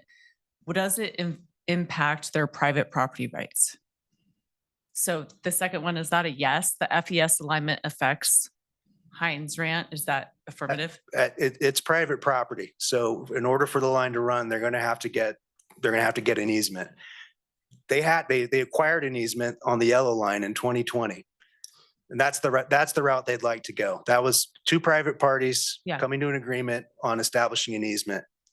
But does the red line impact the property owner's property rights? No. No. Okay. They would need to establish an easement on that. They would need to acquire that. So it's not a takings, is that what you're saying? It's I more don't of a think, I'm not saying process? it's a taking, but it sounds like the FES alignment, the red line, and I'm just trying to understand, this isn't something that I deal with every day. The red line, the FES alignment impacts their future property rights. They have existing zoning, and that's the Stonegate PUD. Yeah. That has a lot of conditions. It doesn't talk about design.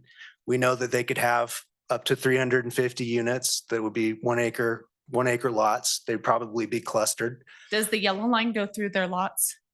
Well, the yellow line circumvents it entirely, right? And the red line goes through The their. red line does go through it. Okay.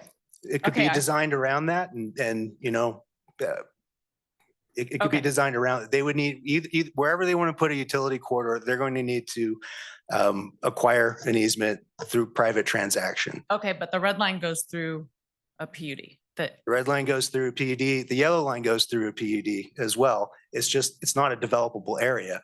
It's steep slope and heavily forested, and the PUD has policies that would say, protect it, don't develop it. Okay, but the red line doesn't. Red line doesn't. Thank you. I think I understand. Okay. Sorry, I thought that was gonna be quicker. Yeah, no, it's okay. That was a great question. And I want to understand too, conversely, I thought it was a great question.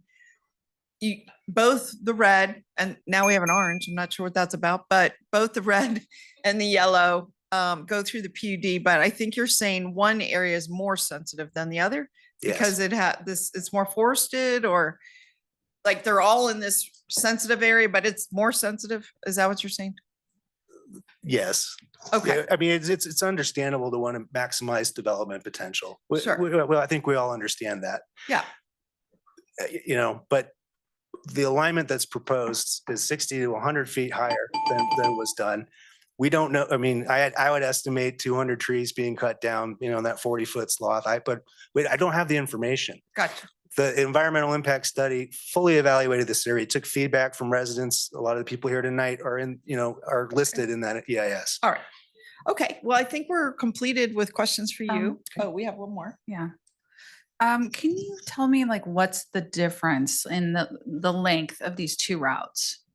Like how long is the red one? How long is the yellow line? I don't know that offhand. I think the dots here are the proposed poles. Okay. The deviation, the yellow line has, I believe it was 22 additional poles. Okay, so than the red 22 line. more poles if we go the yellow route versus the red route. I can, yes, I know how Okay, many polls. yeah. okay. And the city of Reno is not paying for those poles, right? It's NV Energy. This is NV Energy. Which means the ratepayers, right? Yeah, Just yeah. presumably. Okay, thank you. All right, so I had heard 24 more polls, but somewhere in the order of 22 or 24 more polls in the yellow than the red. And then to Councilmember Ebert's point, you're saying NV Energy has to pay, it would be a little more costly, which would be transferred to the ratepayers at some point, I guess. That's probably a question for the applicant. I will do. All right, are there any more questions for our staff member here? All right, seeing none, thank you so much, Nathan. And we will turn to NV Energy with a 10-minute time limit and then followed by questions.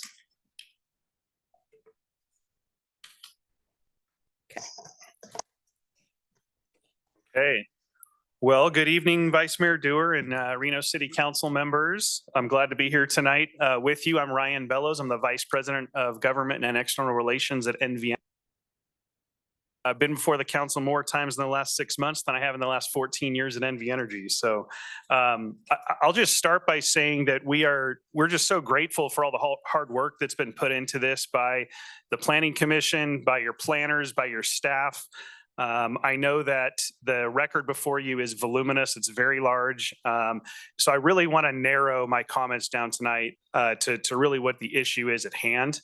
And there were a couple questions that were asked of Mr. Gilbert, which we will also address and answer. So NV Energy's, our application for a conditional use permit was approved by the Planning Commission for our transmission line. But as we've heard tonight, they placed a condition on that approval that we are asking that you modify here tonight. And we're going to walk through the reasons why that's the case.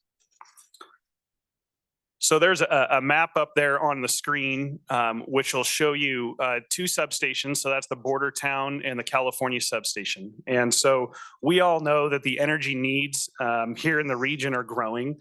There's going to be no slowdown on that front, and we need more energy infrastructure. So we plan for that growth, and we also have federal agencies that monitor our plans and have regulations in place that require us to have certain redundancies in place in case of outages. And so one of the needs for the area and for this region is to connect those two substations with a transmission line. So that's what we're trying to do here. So it's a very important project for the region, very critical project for West Reno residents, for Verdi residents, for residents in the North Valleys. So anytime that we are looking to plan for new infrastructure and new transmission lines is no different. Our goals are to minimize the impact of our infrastructure on the various lands, on public lands, private lands, and also to minimize any environmental impacts. That's the goal. And the goal is also to leverage any existing utility corridors that we have in place so that we don't have a need to create new ones. And so let me just walk through a second on what the process is. So at the onset of this in 2011, we worked with and engaged the Forest Service to really be the lead agency here to create the environmental impact statement. So they're the ones who led the charge on creating the EIS, which is a rigorous study. There were numerous cooperating agencies in this process, the BLM, NDOW, Truckee Meadows Regional Planning, Washoe County, Sierra County in California, and of course the city of Reno.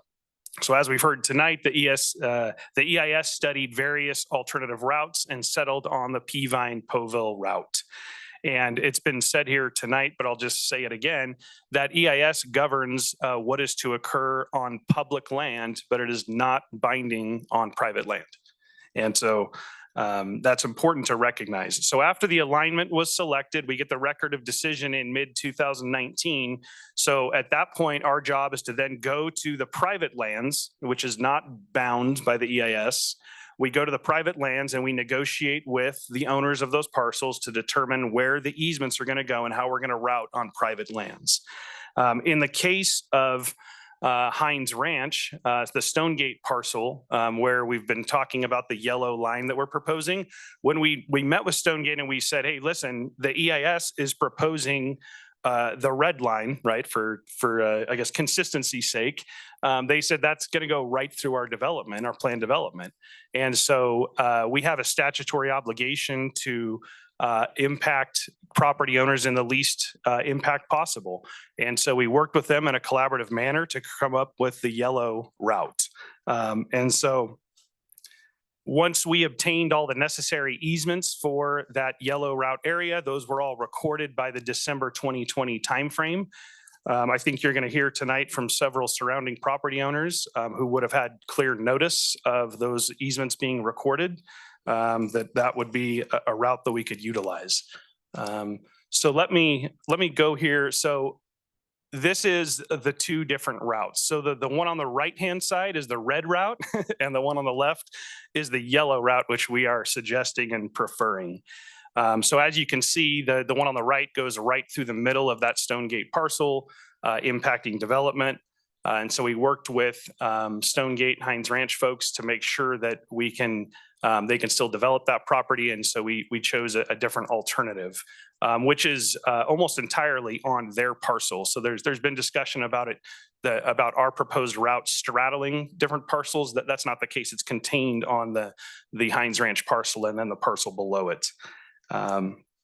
So once we agreed to the deviated route, the yellow route, to answer Councilmember Ebert's question, that the application was actually submitted on March 25th. There were some prior iterations that were filed by NV Energy in the fall of 2023. We were asked to obtain additional easements before we proceeded on that. And so it was updated and the correct yellow route was included in that March 25th filing. And so after that filing, we then proceeded forward with several Ward 4 and Ward 5 Neighborhood Advisory Board meetings. The Reno Planning Commission was held June 6th. So our position is that there was certainly public hearings on it, public input on the yellow route. And so at the Planning Commission phase, as was mentioned, it was approved. Condition 9 was placed on it. And one of the issues, the issues with complying with condition 9 are multiple. So if condition 9 remains, there's going to be significant delay on the project because what we need to do is we have an easement for the yellow route. We don't have an easement for the red route, which Stonegate is not willing to give. And so we're going to be forced to enter into a condemnation action to condemn that property so that we can move forward on this route. It's going to add significant delay and cost. And that's really the best case scenario, is that we add significant delay and significant cost to our customers to condemn this piece of property. The worst case scenario is, and we stated this before the Planning Commission also, is that if we commence a condemnation action, one of the problems is we have to prove there's no alternative route. Well, there is an alternative route. It's the yellow route. And so we're not exactly sure that the line would even be, the condemnation action would even be approved. So best case scenario, significant delay, litigation, cost, time. Worst case scenario, the project shut down. And the city of Reno, West Reno residents, Verdi and North Valleys don't have this needed redundancy in the area. And so certainly our goal is to avoid either of those results. And we are urging the council tonight to remove that condition number 9 and to the one thing that I'll just close with in my final time here. So the one thing that I want to focus on, the reasoning used by the Planning Commission in adopting condition 9 and saying we want the red route is because they said it's already gone through an EIS study, right? So we know the impacts. We don't know the impacts on the yellow route, right? And that's fair. That's a fair assessment. But what they missed on that is that we are working with the Forest Service. We are going to be conducting all of the same studies, all of the same environmental review with the Forest Service on the yellow route. So if the council trusts and the commission, the Planning Commission trusts the EIS process, which you should, then we'd ask you to trust the EIS process, because that yellow route is going to go through that same level of rigor. We're going to be asked to mitigate, treat, or avoid any issues of concern, and we're going to do that. And so we're going to be working with the Forest Service on that if our appeal is successful here. And so I would just ask in closing here, I would urge the council to modify the decision and remove that condition number 9 so that we can have this redundancy in place for our customers and for your citizens so that we can continue serving customers with safe and affordable and reliable service. So with that, open for questions. I have Sure. a full team here if Oh, we cool. get too into the weeds on technical questions. All right. Well, Mr. Bellows, thank you so much. That was very, very helpful. Let me turn to my right. Are there any questions from council members of Mr. Bellows? I'll just ask a question or maybe a couple questions. Did I understand you when you said the yellow route is preferred by Nevada Energy? It is preferred by the private property owner, and there is an easement already in place for it, and it's within the EIS ROD. That is correct. Okay, thank you. Okay. Councilmember Ebert? I have a question. Just to clarify real quick, the yellow route is within the EIS? So the EIS, the EIS preferred, the EIS, the environmental impact statement, they looked at all of the entire region and area. Mhm. So there are certainly components of the yellow route, that area that would have been included and reviewed. Now, did they look at that specific line? They didn't. And that's what I'm saying is Okay. we have So she agreed had with just the forest. asked, Councilmember Taylor just asked if that was also in the EIS route, correct? And you said yes. So it's not. Well, Brian Bellows, for the record, the region was reviewed, and so those areas were reviewed. What I'm saying is the specific yellow route didn't have exact findings in the EIS, so I should Okay. clarify that. Point. So it doesn't have Yes. specific Thank findings, you. but it will have specific findings because we're going to be going through the exact same rigor and studies. Okay, so 5 areas were reviewed. They came up with a specific route. Okay, I have another question. So at my NAB, Ward 4 NAB, which was April 18th, I have the packet from that meeting, and I'm looking at it, and I don't know if I'm missing something, but it doesn't look like it has the yellow route in the In the NAB? materials that were presented at my NAB. Let me confer with Mr. Sullivan if I could.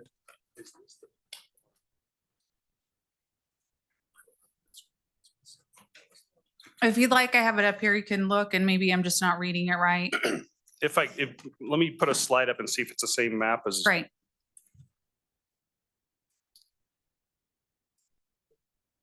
So the exhibit up there on the screen, it would not have had the red circle. We added that area of emphasis because that's the area that we're interested in for the purpose of appeal. Is that?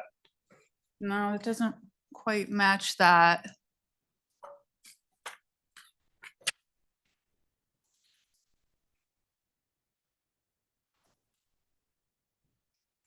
Oh, wait, is this it here? That's it. Okay, so this is the yellow route. Councilmember Ebert, can we put that up on the podium or the podium doc so that everybody can see it?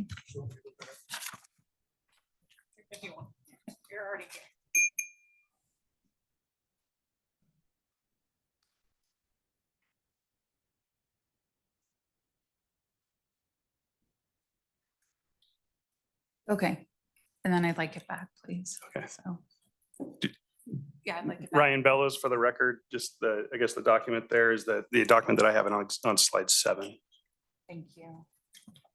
Okay, well, while we're wrapping that up, I'm going to ask a question, and that is, Mr. Bellows, you said the yellow line would go through. So do you expect to have a secondary EIS process? If the yellow line is selected, you would go back to the Forest Service and they would reinstitute or amend the EIS potentially?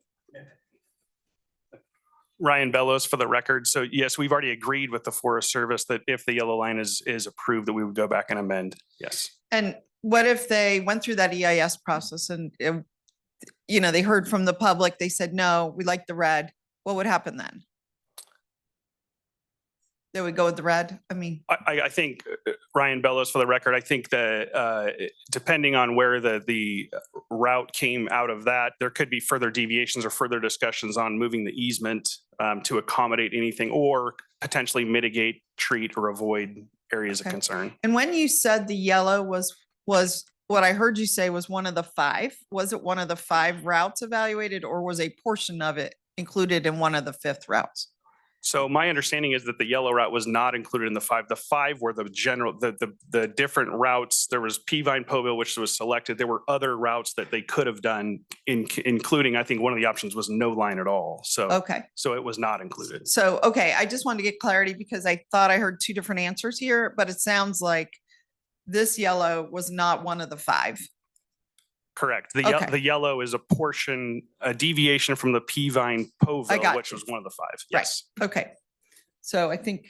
Yeah. Okay. Another question. Yeah, go ahead. So this agenda with this information on it says project has been approved by the USFS, known as a Peavine Polville alternate route, final record decision as of June 2019. So I'm assuming this isn't this newer route. This was the red one then?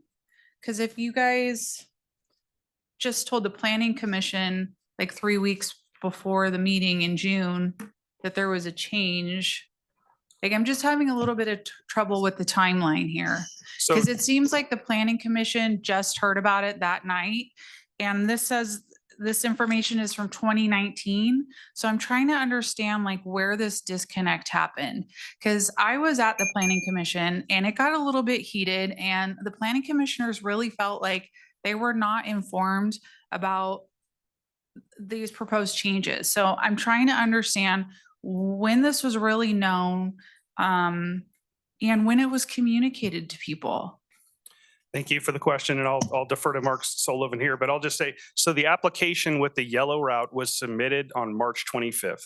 The planning what year? of 2024. The planning commission meeting was held June 6th, I believe. So they should have had more than that. That they should have had months of notice. And the NAB was in April Correct. 2024. Yep. Okay. All right. Let me ask online. We have both Councilmember Breckus. Did you have any questions of this presentation?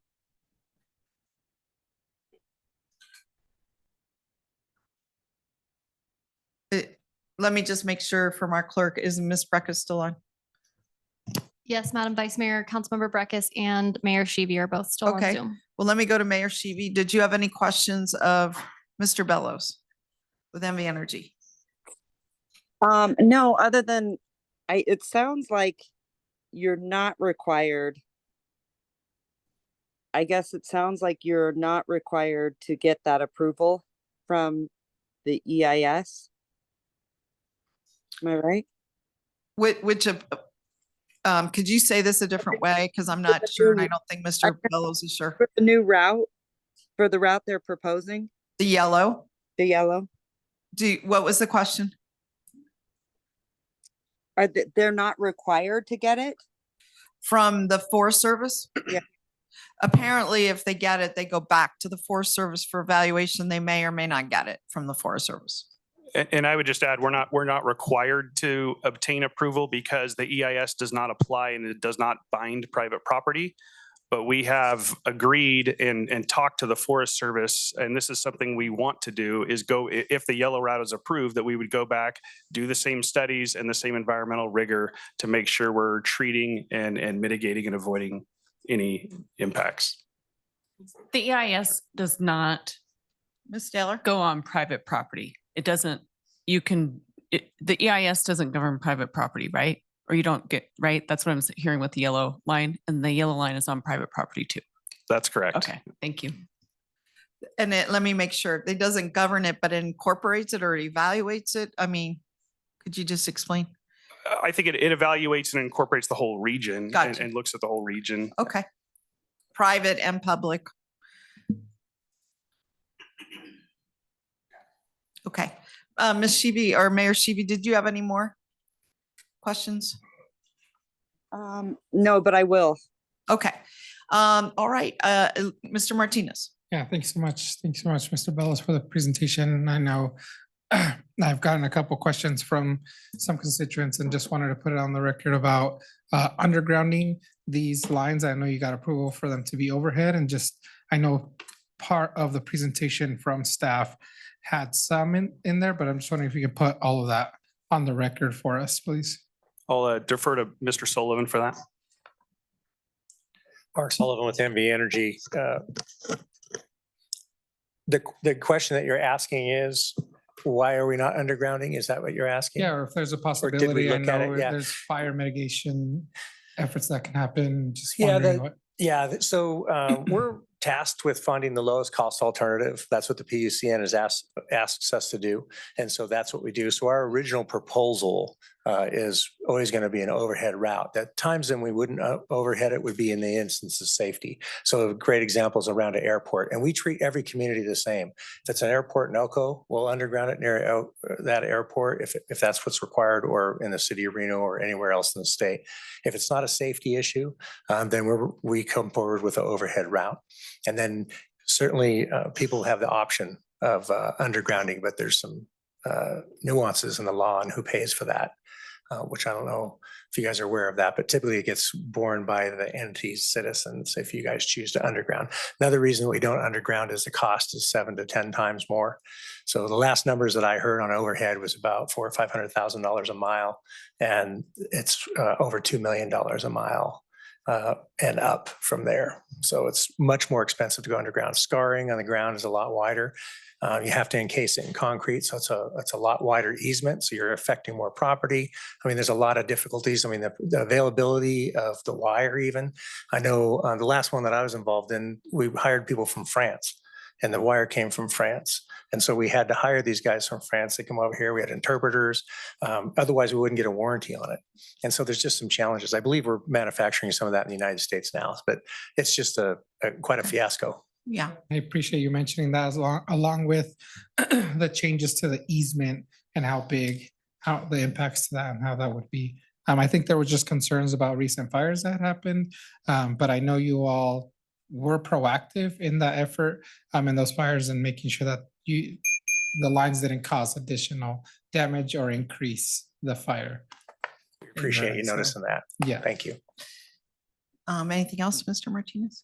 Well, I'll just ask, so I'm right with Mr. Martinez and his constituents about undergrounding, and I want to point out that in Reno, in subdivisions, there is a requirement to underground, and it is half the cost is borne by the developer, and I think half the cost is borne by the ratepayers, is my understanding. Like they have to upfront the cost, but then they can get reimbursed for the cost, because I went over all of this with MV Energy a while back. Are you nodding? Is that generally how it is? Ryan knows too, but it's the difference is this is transmission and you're talking about distribution. Correct. So yeah, there's a substantial Okay. difference between the Well, two I of just them. know in South Reno, there was a big distribution line, I think, marching over the hill. And when it hit, I want to say the Monty Ranch, I remember there was a whole effort, because I even met out there with you, I think, although that was a slightly different issue, but where they had to underground. All of that is distribution. Is that what you're saying? Okay. And then another point that Mr. Martinez was bringing up about fire, even in areas where we don't have trees anywhere near, like I'm thinking of Collin Ranch, it's wide open, sort of rolling hills, no trees. We've still had 2 fires started.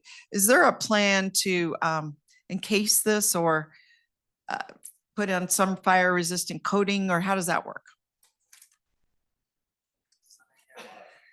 So again, Mark Sullivan for the record. A lot of this is taken care of now by design. I mean, we've worked with many of the different entities. City of Reno is one of them. There's a bunch of fire departments we've gotten together with. We've got transmission designers, but we use, on this project as an example, we're using steel poles.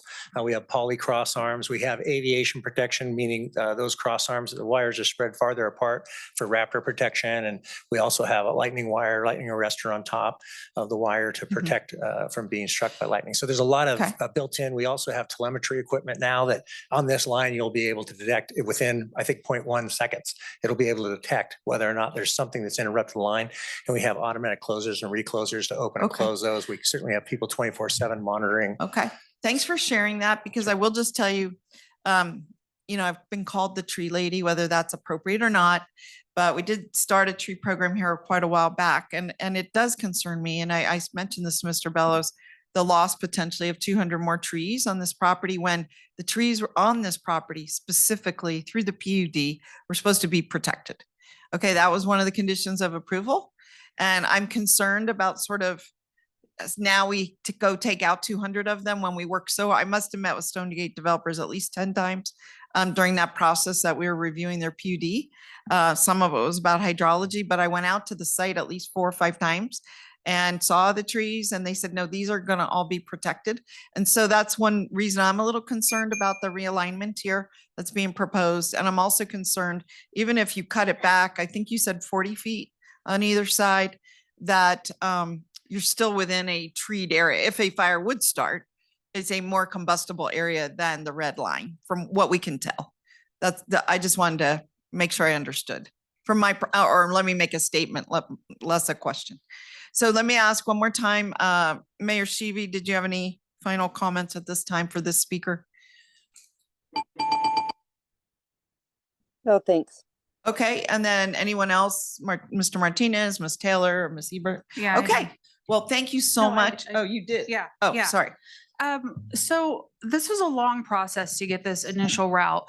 Wasn't there any conversations to secure an easement, like as part of this process with Stonegate? Like 10 or however many years you guys spent on coming up with the red line route. Like at no point did you guys have an agreement with Stonegate or whoever owned the property to say this route's safe to use? Like, it seems like a lot of work went into this to say, you know, just relatively shortly ago to say, no, we need to change this.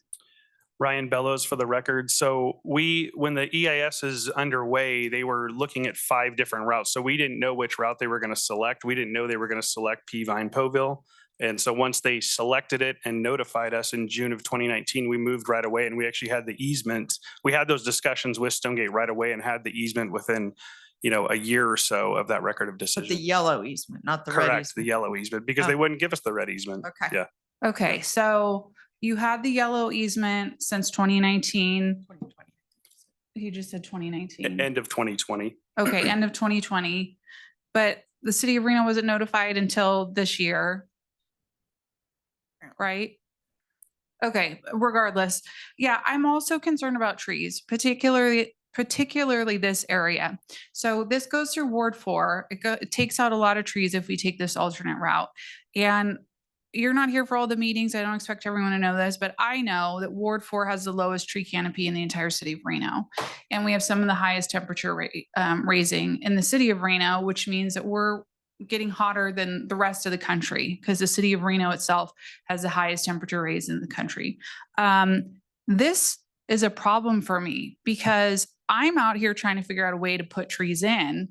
And now this route wants to take a whole bunch of established forest trees out. I mean, this is a beautiful area we should be protecting. And to Naomi's point, there was a lot of thought put into this PUD to protect these kinds of things as natural resources. And I'm also concerned about fires. We just had those fires a month or so ago. I want the power lines as far away from a forest as possible. And I know that there will be a requirement to keep areas clear on both sides of it. I don't think that's enough. I want this power line as far away as possible. I want to keep as many trees safe as possible. And, you know, the cost of poles, putting in 22 poles, additional poles, they're not for free. You know, we're getting beat up constantly about the rate increase, the base rate increase. I'm getting nasty phone calls and emails blaming me personally for the rates going up, right? I know that's not how that works, but people don't. And this is going to go into the ratepayers' bill. Every pole that gets installed is paid for by our ratepayers. I don't want to pay for an extra 22 poles that are going to take out trees that we desperately need, that's going to increase fire concerns in an award that doesn't need it. We already have an established route that avoids all of this. There was multiple routes reviewed. This is the one that was established for a number of reasons. And I presume avoiding the forest was probably number one. Thank you. Okay. address that or? Do you want to say I was something? just going to, Ryan Bellis for the record, just on the cost issue, I think I would just note that if the red route would be much more costly to customers because it's going to involve a condemnation proceeding and a takings action where we're going to be paying for property that's developable. That's going to far outweigh any extra pulls on the other side. All right, hard to put all those together, I think, yeah. All right, well, it sounds like we're done with you as a presenter, Mr. Bellows, so thank you so much. I think we're ready for the third presenter representing Stonegate.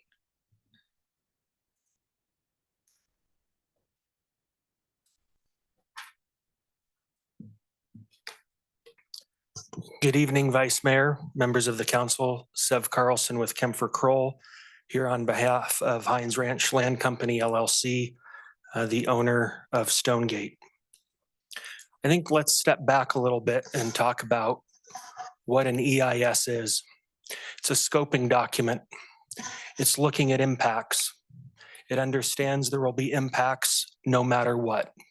And that's why one of the alternatives was the no-line alternative. But the U.S. Forest Service decided that the no-line alternative was not the preferred route.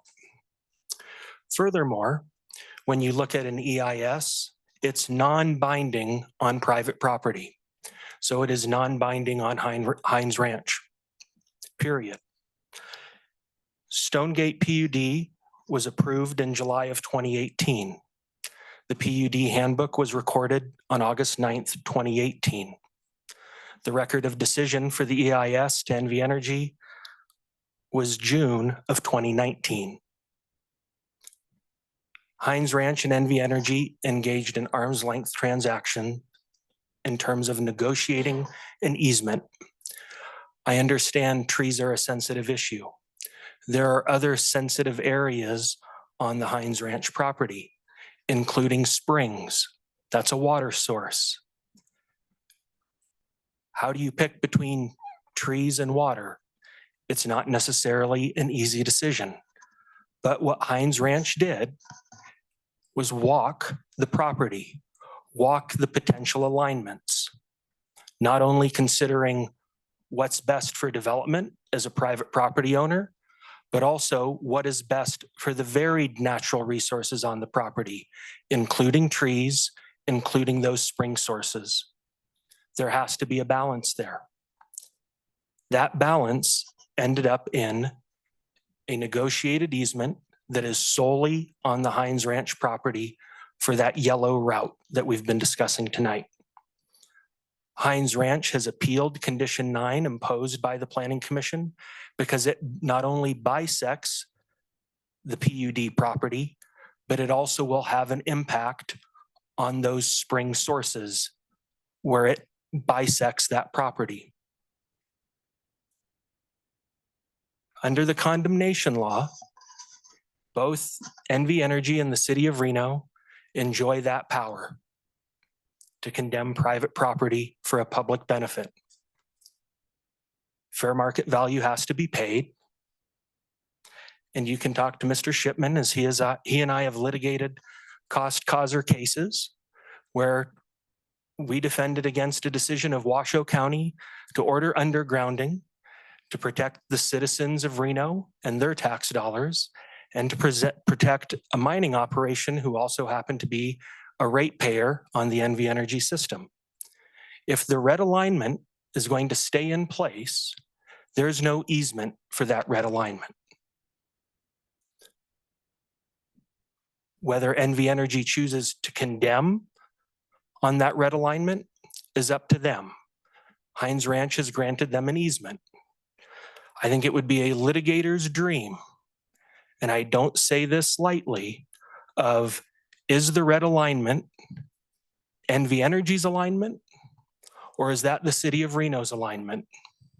And does the cost causer pay for that alignment when Heinz Ranch has engaged in arm's length negotiations with the power company, considering its right to develop the property while also considering the varied natural resources on the property? As such, we would ask that you uphold that arm's length transaction, that you don't eviscerate it with the red line, and that you remove Condition 9 from the Planning Commission's approval. Happy to answer any questions. Okay. All right. Thank you so much. That was excellent. Some questions. Maybe we'll start, I don't know, down here, Mr. Martinez or Ms. Taylor, either way. Thank you for the brief presentation. I'm going to reiterate what I've asked a couple times. Both alignments are on private property. Correct. The red alignment is on Heinz Ranch private property. The yellow alignment is on Heinz Ranch private property. And the EIS, I think you said, does not dictate private property. It's non-binding on private property. Non-binding. Correct. And Heinz Ranch has said yes to yellow alignment on our property, probably no to red alignment, and both have natural resources going through them. Correct. So- Heinz, the easement for the yellow alignment was recorded, I believe, in April of 2020. Okay, and Nevada Energy has said, can we please go through, we need to go through your private property. They have permission for alignment through the private property owner. Heinz Ranch has granted an easement in that yellow alignment to NV Energy as of April 2020. So I guess my question is, why was the red alignment or the yellow alignment, why was there a mistake someplace? Did one of the alignments not get presented in time, or? I don't have the answer in terms of NV Energy's underlying application. We know when NV Energy came to Heinz Ranch and asked to negotiate an easement, and we negotiated the yellow line easement with NV Energy in 2019, 2020, with the easement being recorded in April of 2020. Okay, I guess if you have to go through somebody's private property and they've said, sure, we're going to let you go through this site, but I don't want you to go through this site, but it's all of my property, I would say go through the one that I've given you permission. But I guess maybe I'm not understanding everything. Thank you. Okay. Mr. Martinez? Yeah, thanks so much, Mr. Carlson, for the brief presentation. I'm just wondering if you could pull up slide 20 on staff's presentation. It looks like this is a potential alternative. I don't know if I'm misunderstanding that. Once it comes up, I'm just seeing what this orange piece of this map is. And if that's something you all have negotiated or spoken with NV Energy about, or is this new This orange, information for you? yeah, Councilman Martinez, Seth Carlson for the record. The orange line on this slide that says potential alternative is news to me. Just checking, just Do we seeing know how from far our along staff where this came from? I mean, Nathan Gilbert, Principal Planner. This was a backup slide, just in case questions came up. Oh. I wanted to illustrate, deviations from the FEIS alignment. If Stonegate's intention obviously is to maximize their development potential. Staff's intention is to maintain the FES alignment and the environmental studies that was done as the best route of course. I drew this just freehand, just as an example to illustrate, a minor alteration from the FES alignment, and condition 9 is written, generally in alignment with the FEIS. Based on my review of the EIS and the studies in this area, something to this effect. This is just me freehanding. Okay. Something to the effect that shows you're avoiding those slopes, you're avoiding those trees, and you're within about 10% of that FES alignment. Could this be a win-win? Sure, but it wasn't discussed when after the Planning Commission contact with Mark at Sullivan and Energy, asking what generally meant, would that mean yellow? I said no, but okay. There's potential, for consideration. Is there a compromise? Possibly. Wow. We've had a lot of compromising today. Let me ask, did that answer your question? It Mr. did. I just Martinez? wanted to make sure we all kind of knew where we're at and We're see if okay. there was alternatives. Let me check in with Ms. Ebert. Yeah. Is there anything mentioned in the PUD about these natural springs happening out there? I'd have to look at the PUD document. I mean, it's known, it's been a part of the water source that Heinz Ranch has been proving up in terms of vested claims of right for over 1,000 acre feet of water rights. That's been a part of that PUD process and the ongoing development process to ultimately bring a project alive at that site. So again, I just have a problem with this impact to our natural resources. If you look around Reno, we don't have a lot of forests. And I understand private property, but it feels like, we have private property owners that have their lives disrupted by all kinds of development. And the city doesn't seem particularly worried about it. And now here we have an opportunity to protect a natural resource that everyone benefits from. And the response seems to be, well, we need to make sure we protect the property owner, and it's like, I'm sympathetic to that. I'm very sympathetic to my people that live behind Chewy that can't get a good night's sleep because something happened in their backyard. But to hear this other side of the argument that we need to make sure that this power line doesn't disrupt a vacant lot, so we need to go through a forest, is upsetting to me. And people use this area for trails and things like that. And this is not something that can be undone. If this becomes a utility corridor, they'll use it for other things. This will be there forever. This is not just a regular development. It's not through a regular area. We have a lot of open space here that doesn't have forests. And it's really, really upsetting to just kind of throw that away, because it doesn't fit into where you want to put a house. You might have to move things over a little bit. You can't just grow another forest. Even if you start planting a bunch of trees today, it's not going to be there in our lifetime. And it would be really great if you utilize that in your development and kind of highlighted that and celebrated the fact that you have a beautiful forest there instead of basically tearing it down for a utility corridor. I have people that tell me that they would love to live in a Somerset type development up in the north in the forest area. You have an opportunity to do things like that, but instead we're going to vote on whether or not we tear down a forest for a power line. That's gross. Just on a human level, that's gross. And Councilwoman Ebert, I think, for the record, the power line is not Heinz Ranch's application. We were approached by NV Energy for an easement. A developer has to consider where you can develop. The developer also considered where are the natural resources on this property, trees being one of those natural resources, springs being another natural resource. And so those components, you have to ultimately reach a balance. And there are certainly aspects of the forest that are wonderful on presenting a neighborhood. There's also a benefit of having a break with this easement for fire protection. And there's also value in protecting those springs. Heinz Ranch has gone to great lengths with the Nevada Division of Forestry on placing certain conservation easements on Heinz Ranch to protect the Avacia. Heinz Ranch has obtained an incidental take permit through the Forest Service for those Avacia so as to limit and mitigate impacts on natural resources. And so it's difficult prioritizing one natural resource over the other. But we also have the notion of we need more housing, we need more jobs, we need places for people to live. And so Stonegate walked its site numerous times to negotiate that yellow line easement. All right, so we're over time on that one. Let me ask some quick questions.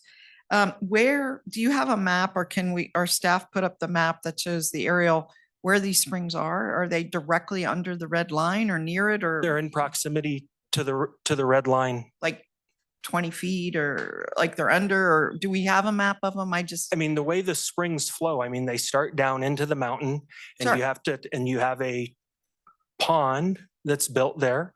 Is this over the pond? I'm just trying to understand. It's a new concept to me.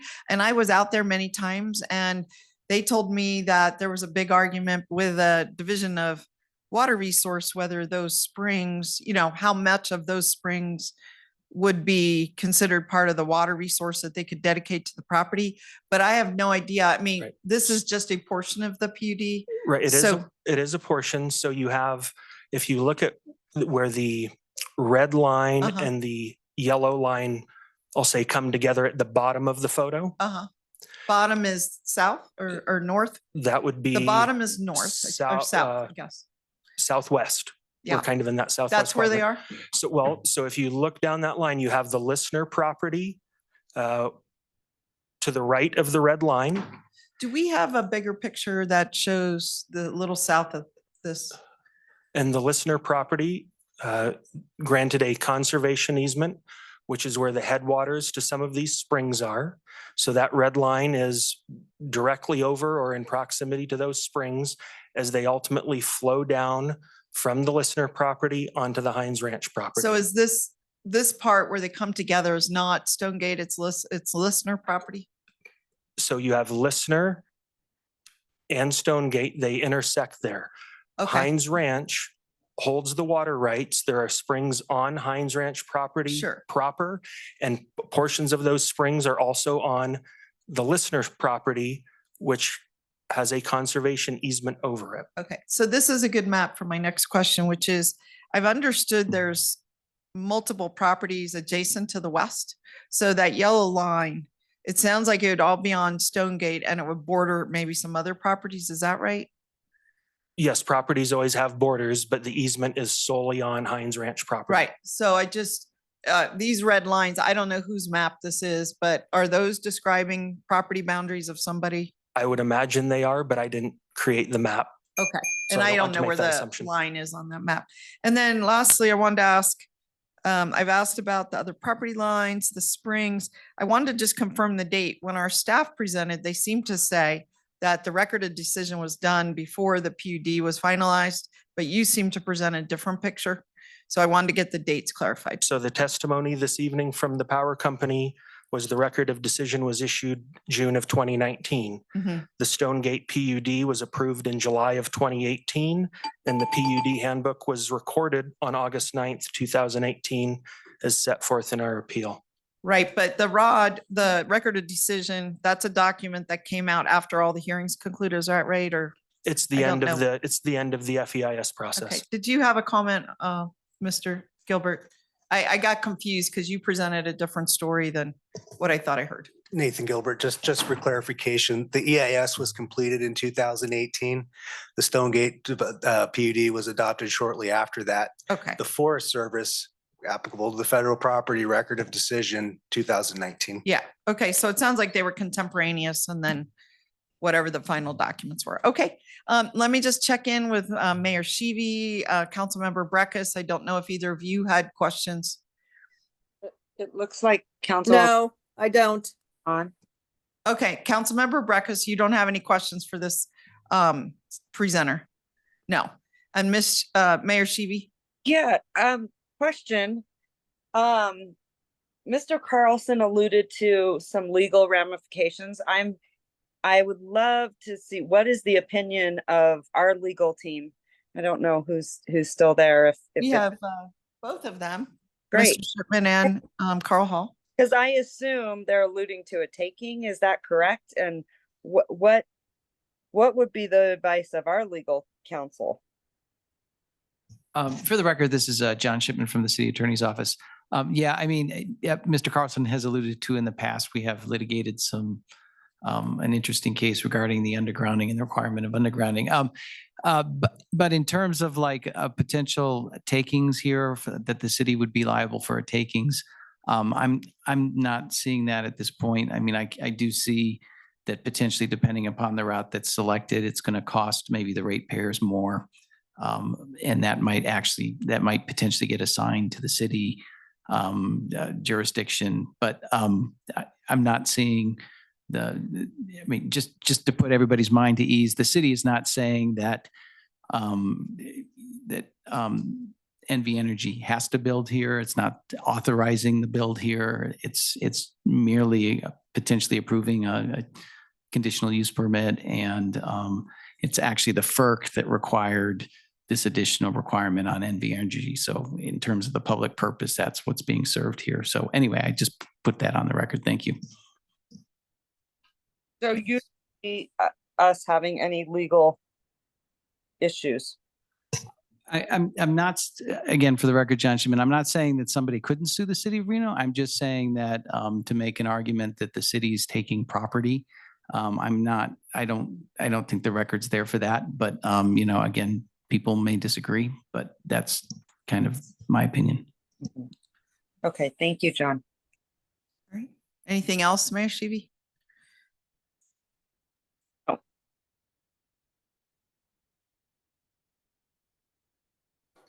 Is that a yes or no? Oh. Did you have any more? No? Okay. All right. Well, that closes our questions unless I'm looking right and left. Am I seeing any more questions or comments from council? And none online. And I think this will close out this portion of our appeal. I think the next step here, Madam Clerk, is to hear from the public. That's correct, Madam Vice Mayor. All right. And could you lead us through that? Sure. Antone Casano Labarde, followed by Philip Stone, followed by Taylor Gould.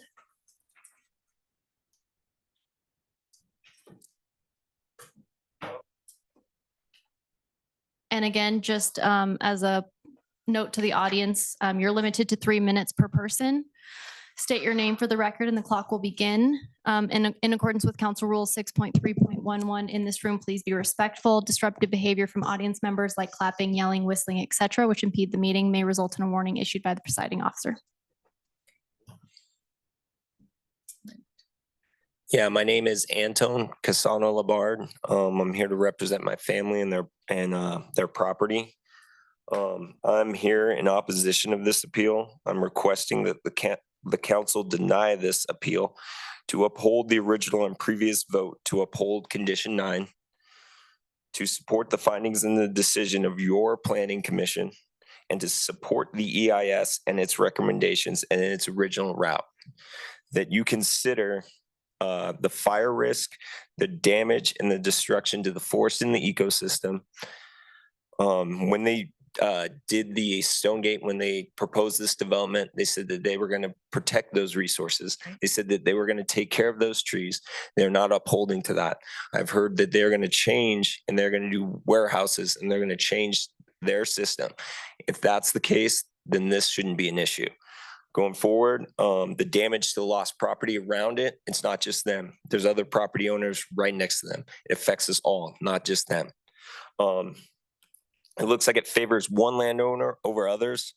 It's got unreasonable costs to the public. It's not realistic. It increases insurance costs on our house. Our house is that one that's right here in that corner. Ours went up 20%. When those power lines go up, we might not be able to get insurance. That's realistic. I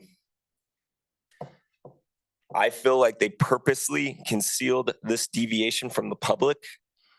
I feel, including the council here, including the Washoe Planning Commission, and when they had the meetings with Ward 4. The example is the city of Reno, that neighborhood thing, that change. They didn't show it. They didn't show it. They had it. They didn't show it. That was Thursday, April 18th, 2024 at 6 p.m. At Washoe County, they obviously still had it. At the Washoe County Planning Commission, they showed the original route. They did not show the deviation. And that was Tuesday, May 7th, 2024. I also want to talk about the health risk. Power lines have health risks. Our house is by that. That affects us. The original purpose of the area, that land was annexed City of Reno for development for housing and homes. Is that it? You still have 30 more seconds. Okay. The lack of resource on this justifies that this should not happen. It's not following the EIS. It's not the original route recommended. They had the easement since 2020. They didn't give it to the planning commission until 3 weeks before. They had it for 7 months prior to that. That's it. Thank you. Okay, thank you. Madam Clerk. Philip Stone, followed by Taylor Gould, followed by Terry Rupert. Hello, Philip Stone.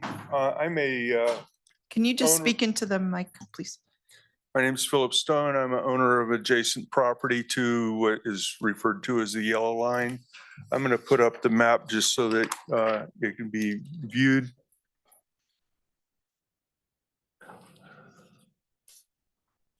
There it is.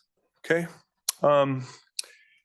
First of all, thank you very much for your service to the community, protect the community. I oppose the applicant's appeal and request the council deny the applicant's appeal. Regarding the fire danger, the fire danger is a real issue, and this easement that they have on the yellow line that they purchased or obtained by some agreement that we don't know from Heinz Ranch is a 40-foot easement, which means it's not 40 feet on each side of the power line. It's 40 feet wide, and that means trees from 70 to 120 feet tall are going to be within 20 feet of whatever those power lines are, and I don't know how wide those are. I'm going to rush through this so that I don't waste all my time. A conversation regarding the EIS being non-binding on the private land is true, but it's not binding, but it's informative to you, and you are the gatekeepers. You're the last people to get to make the decision on the city property. So don't be fooled into thinking that you don't have a say in this because it's not binding on you. The reason for the dispute on this appeal and the condition is because they made some deal on an easement, but they don't tell you what the deal was that they made. They obtained the easement. We don't know why they or how they obtained the easement, but they could have just not gone for the easement if they said that that Heinz wouldn't agree to the red line. They could have gone through the condemnation procedure, but they didn't. They chose to take the easy route, and they did something in exchange for it, which we don't know. There is a position taken by NV Energy that they might not even be able to condemn now that they have the easement. However, consider that have your legal counsel address the issue of the doctrine of impossibility or impracticability, because there's a possibility that if you don't agree to this deviation, allow them to win this appeal. If you don't agree to that, then they won't be able to meet the conditions that they have. They won't, and then therefore the easement wouldn't be enforceable. And so they would be able to go through the condemnation process. And I know I'm over time, but I'll just tell you they'll be setting a very bad precedent if you give them the ability to have the mechanism of going through, bypassing this process, going through getting their easements ahead of time, and then coming to you for approval saying, well, we don't have any other way to do it because we already have the easement in place. Now we can't condemn. Gotcha. Thank you. Thank you. Thank you, Mr. Stone. Taylor Gould, followed by Terry Rupert, followed by Lloyd Labard. Good evening. My name is Taylor Gould with the law firm Fenimore Craig, and I'm here on behalf of JC, JJ, and J Trust, which owns land that also abuts the property. The trust owns 2 impacted parcels under the project in the Cold Springs Valley. And as you've heard, like its neighbors, it opposes this appeal. This was originally proposed as a straight line, but now with the yellow line, it abuts several residential properties. As you've heard, we don't know why this easement was brokered. And this yellow line threatens the trees in the area, the surrounding homeowners, and the forest, the wildlife. It has not been properly studied. There's not been the environmental impact statement. They're asking you to make this decision without the benefit of that information. And for this reason, the trust would also ask you to deny the appeal. Okay. All right. Thank you, Ms. Gould. Terry Rupert, followed by Lloyd Labard.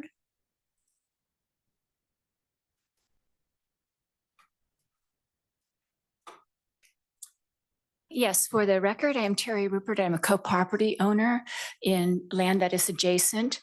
I had prepared statements, but after everything that's been said, I don't want to be redundant and repeat. I support everything that Antoine said. I do really appreciate your very good questions of both Nevada Energy and Stonegate. We brought our property in 2008. We've had very little opportunity to have any input on any decision-making about power lines, and this new yellow route, zigzag route, really hasn't been made aware to the public. Also, for your information, when you are a co-owner of property, the notices that are sent out are only obligated to be sent to one of the owners. As a co-owner, I have never once been informed of any of these meetings. I have talked to neighbors who went to them, and I do know that the neighborhood meetings, this yellow zigzag was not discussed. Also, I have read Burnt. This is written by Claire Frank, who was the chief of fire protection for the state of California. She states the two leading causes for fire is human activity, which we have lots of in Long Valley, ATVs, side-by-sides, et cetera, and lightning strikes. No matter what is done to prevent fire out there, we have those two causes in abundance in that area. If I am a firefighter, I don't want to fight and have to protect power lines in addition to people's property in a forested area, when we could put this in the original alignment, which is a non-forested area. So I hope that that is taken into great consideration. So I will just reiterate by saying that I also would ask the City Council to agree with the Reno Planning Commission and deny the abandonment of Condition 9 and stick with that original alignment. Also, I want to thank Nathan. Drawing that orange line, why isn't something like this considered? That is a compromise that is somewhat reasonable. I was told the power that Stonegate has over other property owners is that the severance package that would have to be paid to Stonegate over what would have to be paid to us is significantly more. Thank you. Okay, thanks, Ms. Rupert.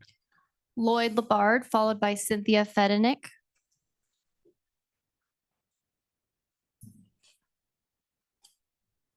Thank you, council. My name for the record is Lloyd Labarde. I'm here in opposition and in appeal to request council deny this appeal and to uphold their original provisions, vote regarding Condition 9 and support the finding decisions of the Planning Commission and support the EIS recommendations in its original route. I'm also aware that the city of Reno and the county have ordinances in place for the preservation of trees, and I believe that they're being ignored. I also have walked this property many, many times. I'm not talking, I can't think of the springs he's talking about. And the spring I know of, both routes end up going to that spring. There's no other spring I've seen. And he's talking about springs. I mean, I've walked that property many times. I've never seen another spring. So you're saying there's one spring and it's down where the two, at the I'm south saying end where that the spring yellow and and they red. It's uphill and they both head up that hill, and that's where it comes from. I know exactly where the spring starts. Okay. And they both head in the same direction. So that's not going to affect anything. Okay. Thank you. Are there- Cynthia Fedenik.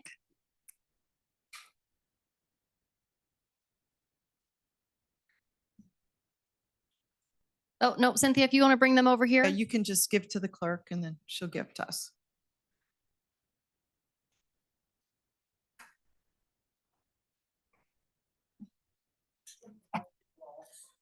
What's that? You can pull down the mic. That's a little green. Come up or not.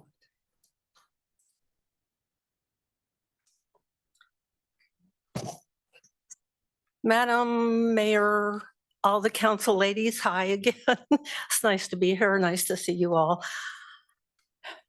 I'm talking about easements. The man that bought the land right in front of me, and his parcel number is 082-36121, and I live in 362 what do I live in? 082-361-17. So this man bought the parcel right in front of me, right directly south of me. There is a 33-foot easement surrounding his property.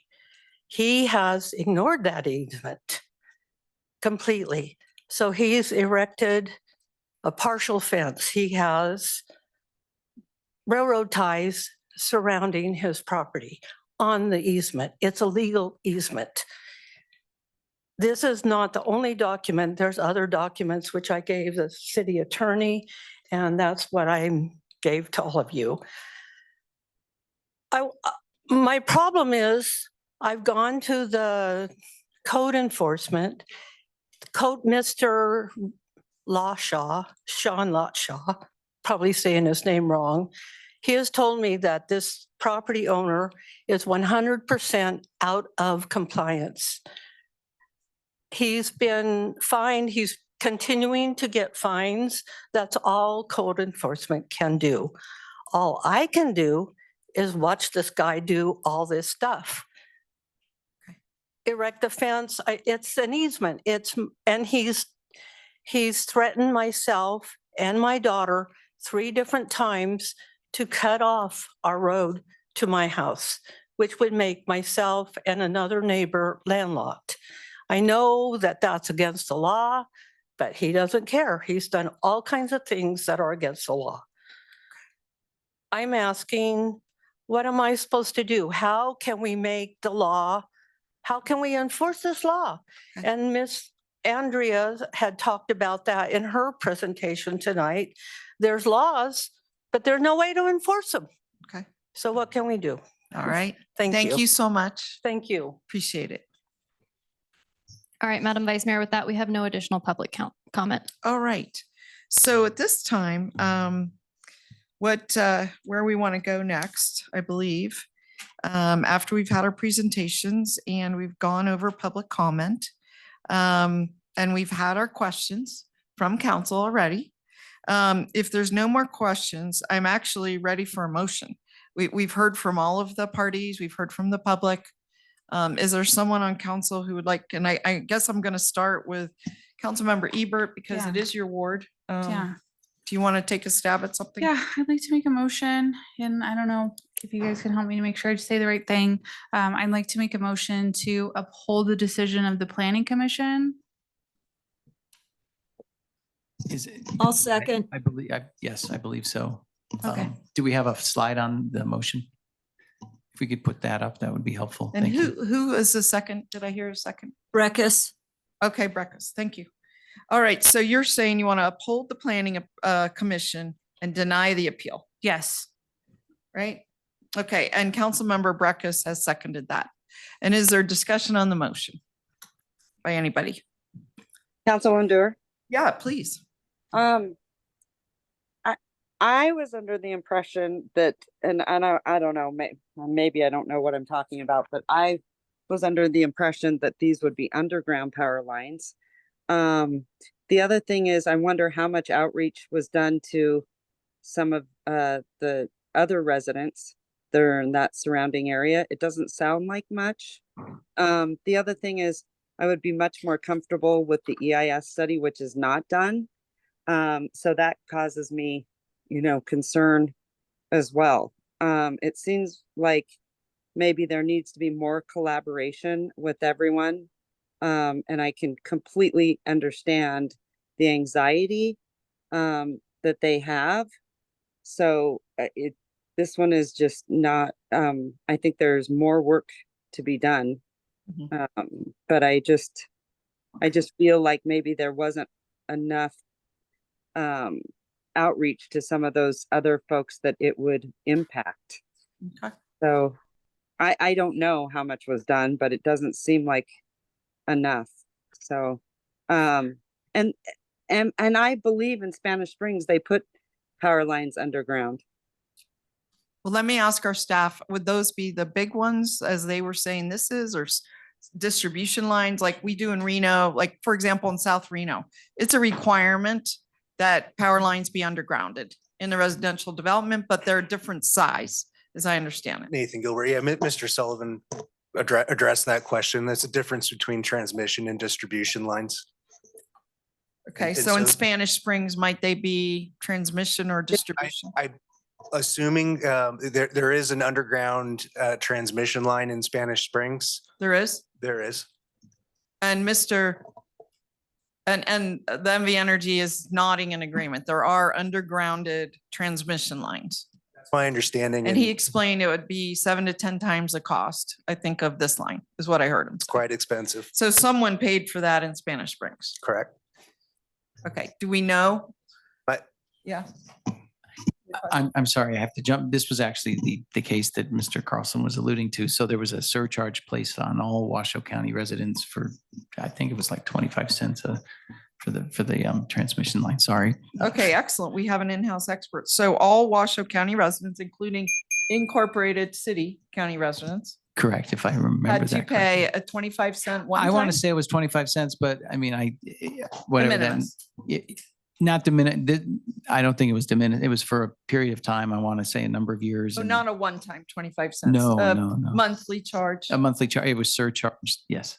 Okay, so does that answer your question, Madam Shivi? Yes. Excuse me, Mayor Shivi? Yeah, sure. Okay. So it is possible to underground. In that case, the cost could be distributed, is what you're saying. And they have been, and we have an example locally. I mean, this is a broader conversation and it involves I mean, there's a pot of money that's available for certain undergrounding kind of on an annual basis. And we talked about this when the franchise agreement was approved with NV Energy. That's not anywhere near what would be necessary to underground a transmission line. I mean, one of the things is that if we require undergrounding, there's a good possibility that that would go to the PUC and we would be required, we being the jurisdiction and the people living in that jurisdiction would have to pay a surcharge because they're getting the benefit of the undergrounding in the PUC's eyes. So it becomes, so that's a potential risk. Okay. So just so we know, I mean, this isn't what we do every day. And so how does that even happen? I mean, does somebody start it and apply and go to the PUC or go to the jurisdiction or? So again, I don't think we're talking about undergrounding today. We're just.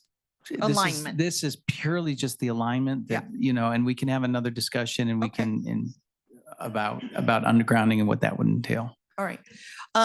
So there's been a motion and a second. My comment on the motion was one of the concerns I had was Mr. Carlson was very specific that a deal was struck, and I think it was 2020, with Stonegate, Heinz Ranch representatives and NV Energy about this alignment, the yellow. Is that right? And so that's what I heard him say about 4 times. We went over the timeline. And what I do get worried about is, but then why wasn't it not presented? Here we are in 2024. It's not presented to the NAB. It sounds like it was presented to our staff about 3 weeks before the planning commission meeting.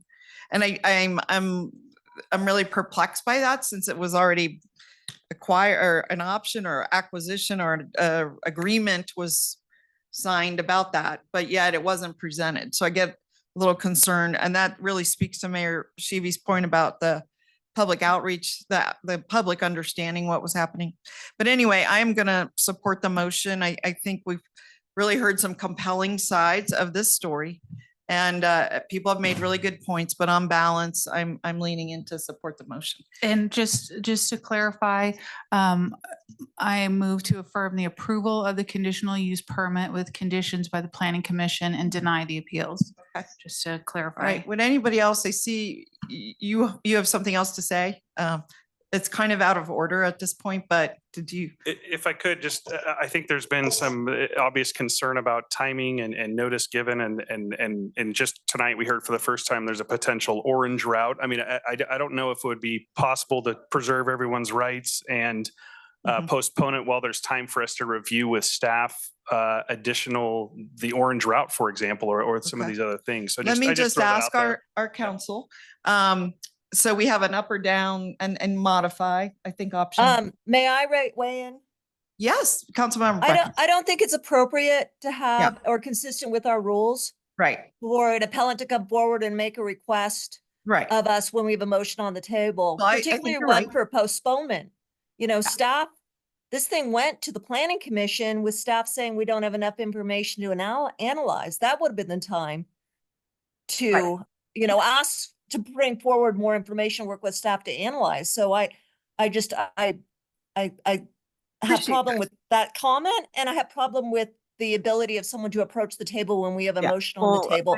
So That- let me just, you asked for people to, who, you know, sit on the bias, on the body to talk on the motion, and I Please. just, Mr. Gilbert put up the master plan policy on the hierarchy of the corridor lines. Yeah. And that policy, while it's in the master plan, it's also derived from the regional plan. And if you look at the discussion of the item, which is a long discussion, you know, on the agenda explaining the item, it's also in effect, you know, a new corridor amending the Truckee Meadows regional plan. And so it's that policy of the hierarchy of corridors is not only in our master plan, it's also, you know, really the template for the regional plan too, in terms of corridors. And so that hierarchy, which I think staff analyzed correctly, the planning commission got correctly, is, you know, in terms of conditioning this request, I think is in both pieces, master plan and Truckee Meadows regional plan. And I think it's the right analysis, and that's why I support the motion. Okay, excellent. What I was going to ask our attorneys though is, if the motion does fall through, we have a motion and a second, we're having discussion.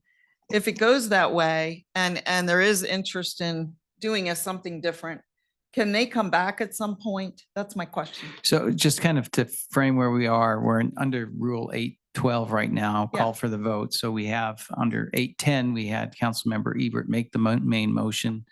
The discussion is concluding.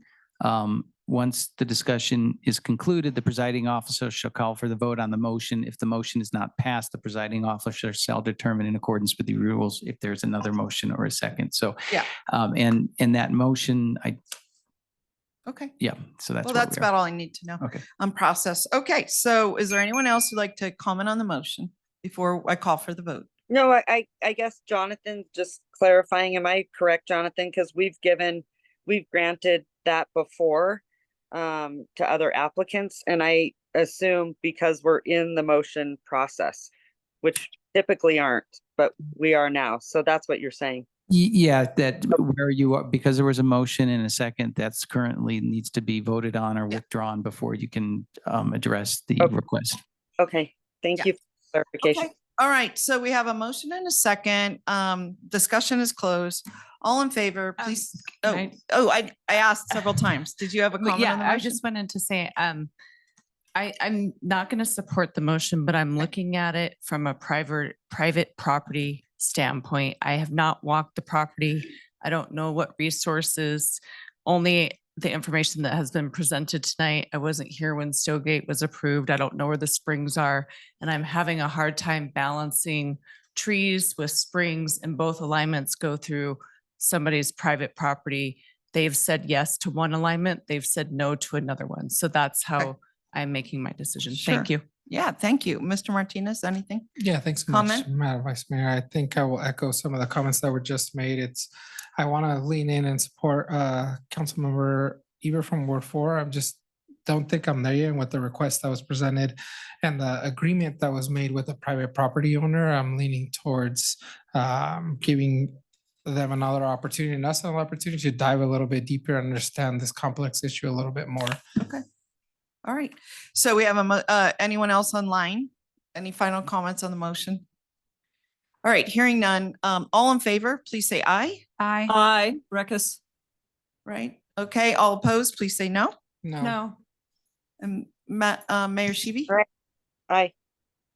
Was that aye for Councilmember Ebert's Yeah, motion? supporting Council Ebert. Councilmember Ebert. Okay. So Councilmember Ebert's motion passes 4-2. Okay, so we have a decision. Are you fine with that, Mr. Attorney? Correct. Yes. Okay, all right. And so let me just conclude here. Motion carries. We are concluded with the hearing, the appeal hearing. We are at the last item on our agenda, which is final public comment. Is there any final public comment today? Madam Vice Mayor, we do not have any public comment registered at this time. For the record, we did receive 4 comments that were. And if either our general- audience could just be quiet for a minute, we're just wrapping up. We'll be done literally in 2 minutes. Okay, any final public comment? That were either general in nature or received after 4 PM yesterday, 3 letters of opposition and 1 letter of concern. We're closing general public comment and on item K, adjournment. All right, can I get a motion for adjournment? Motion to adjourn. Okay, from Mr. Martinez and second. second from Ms. Ebert. All in favor, please say aye. Aye. Aye, we are adjourned. Thank you, everyone, for participating.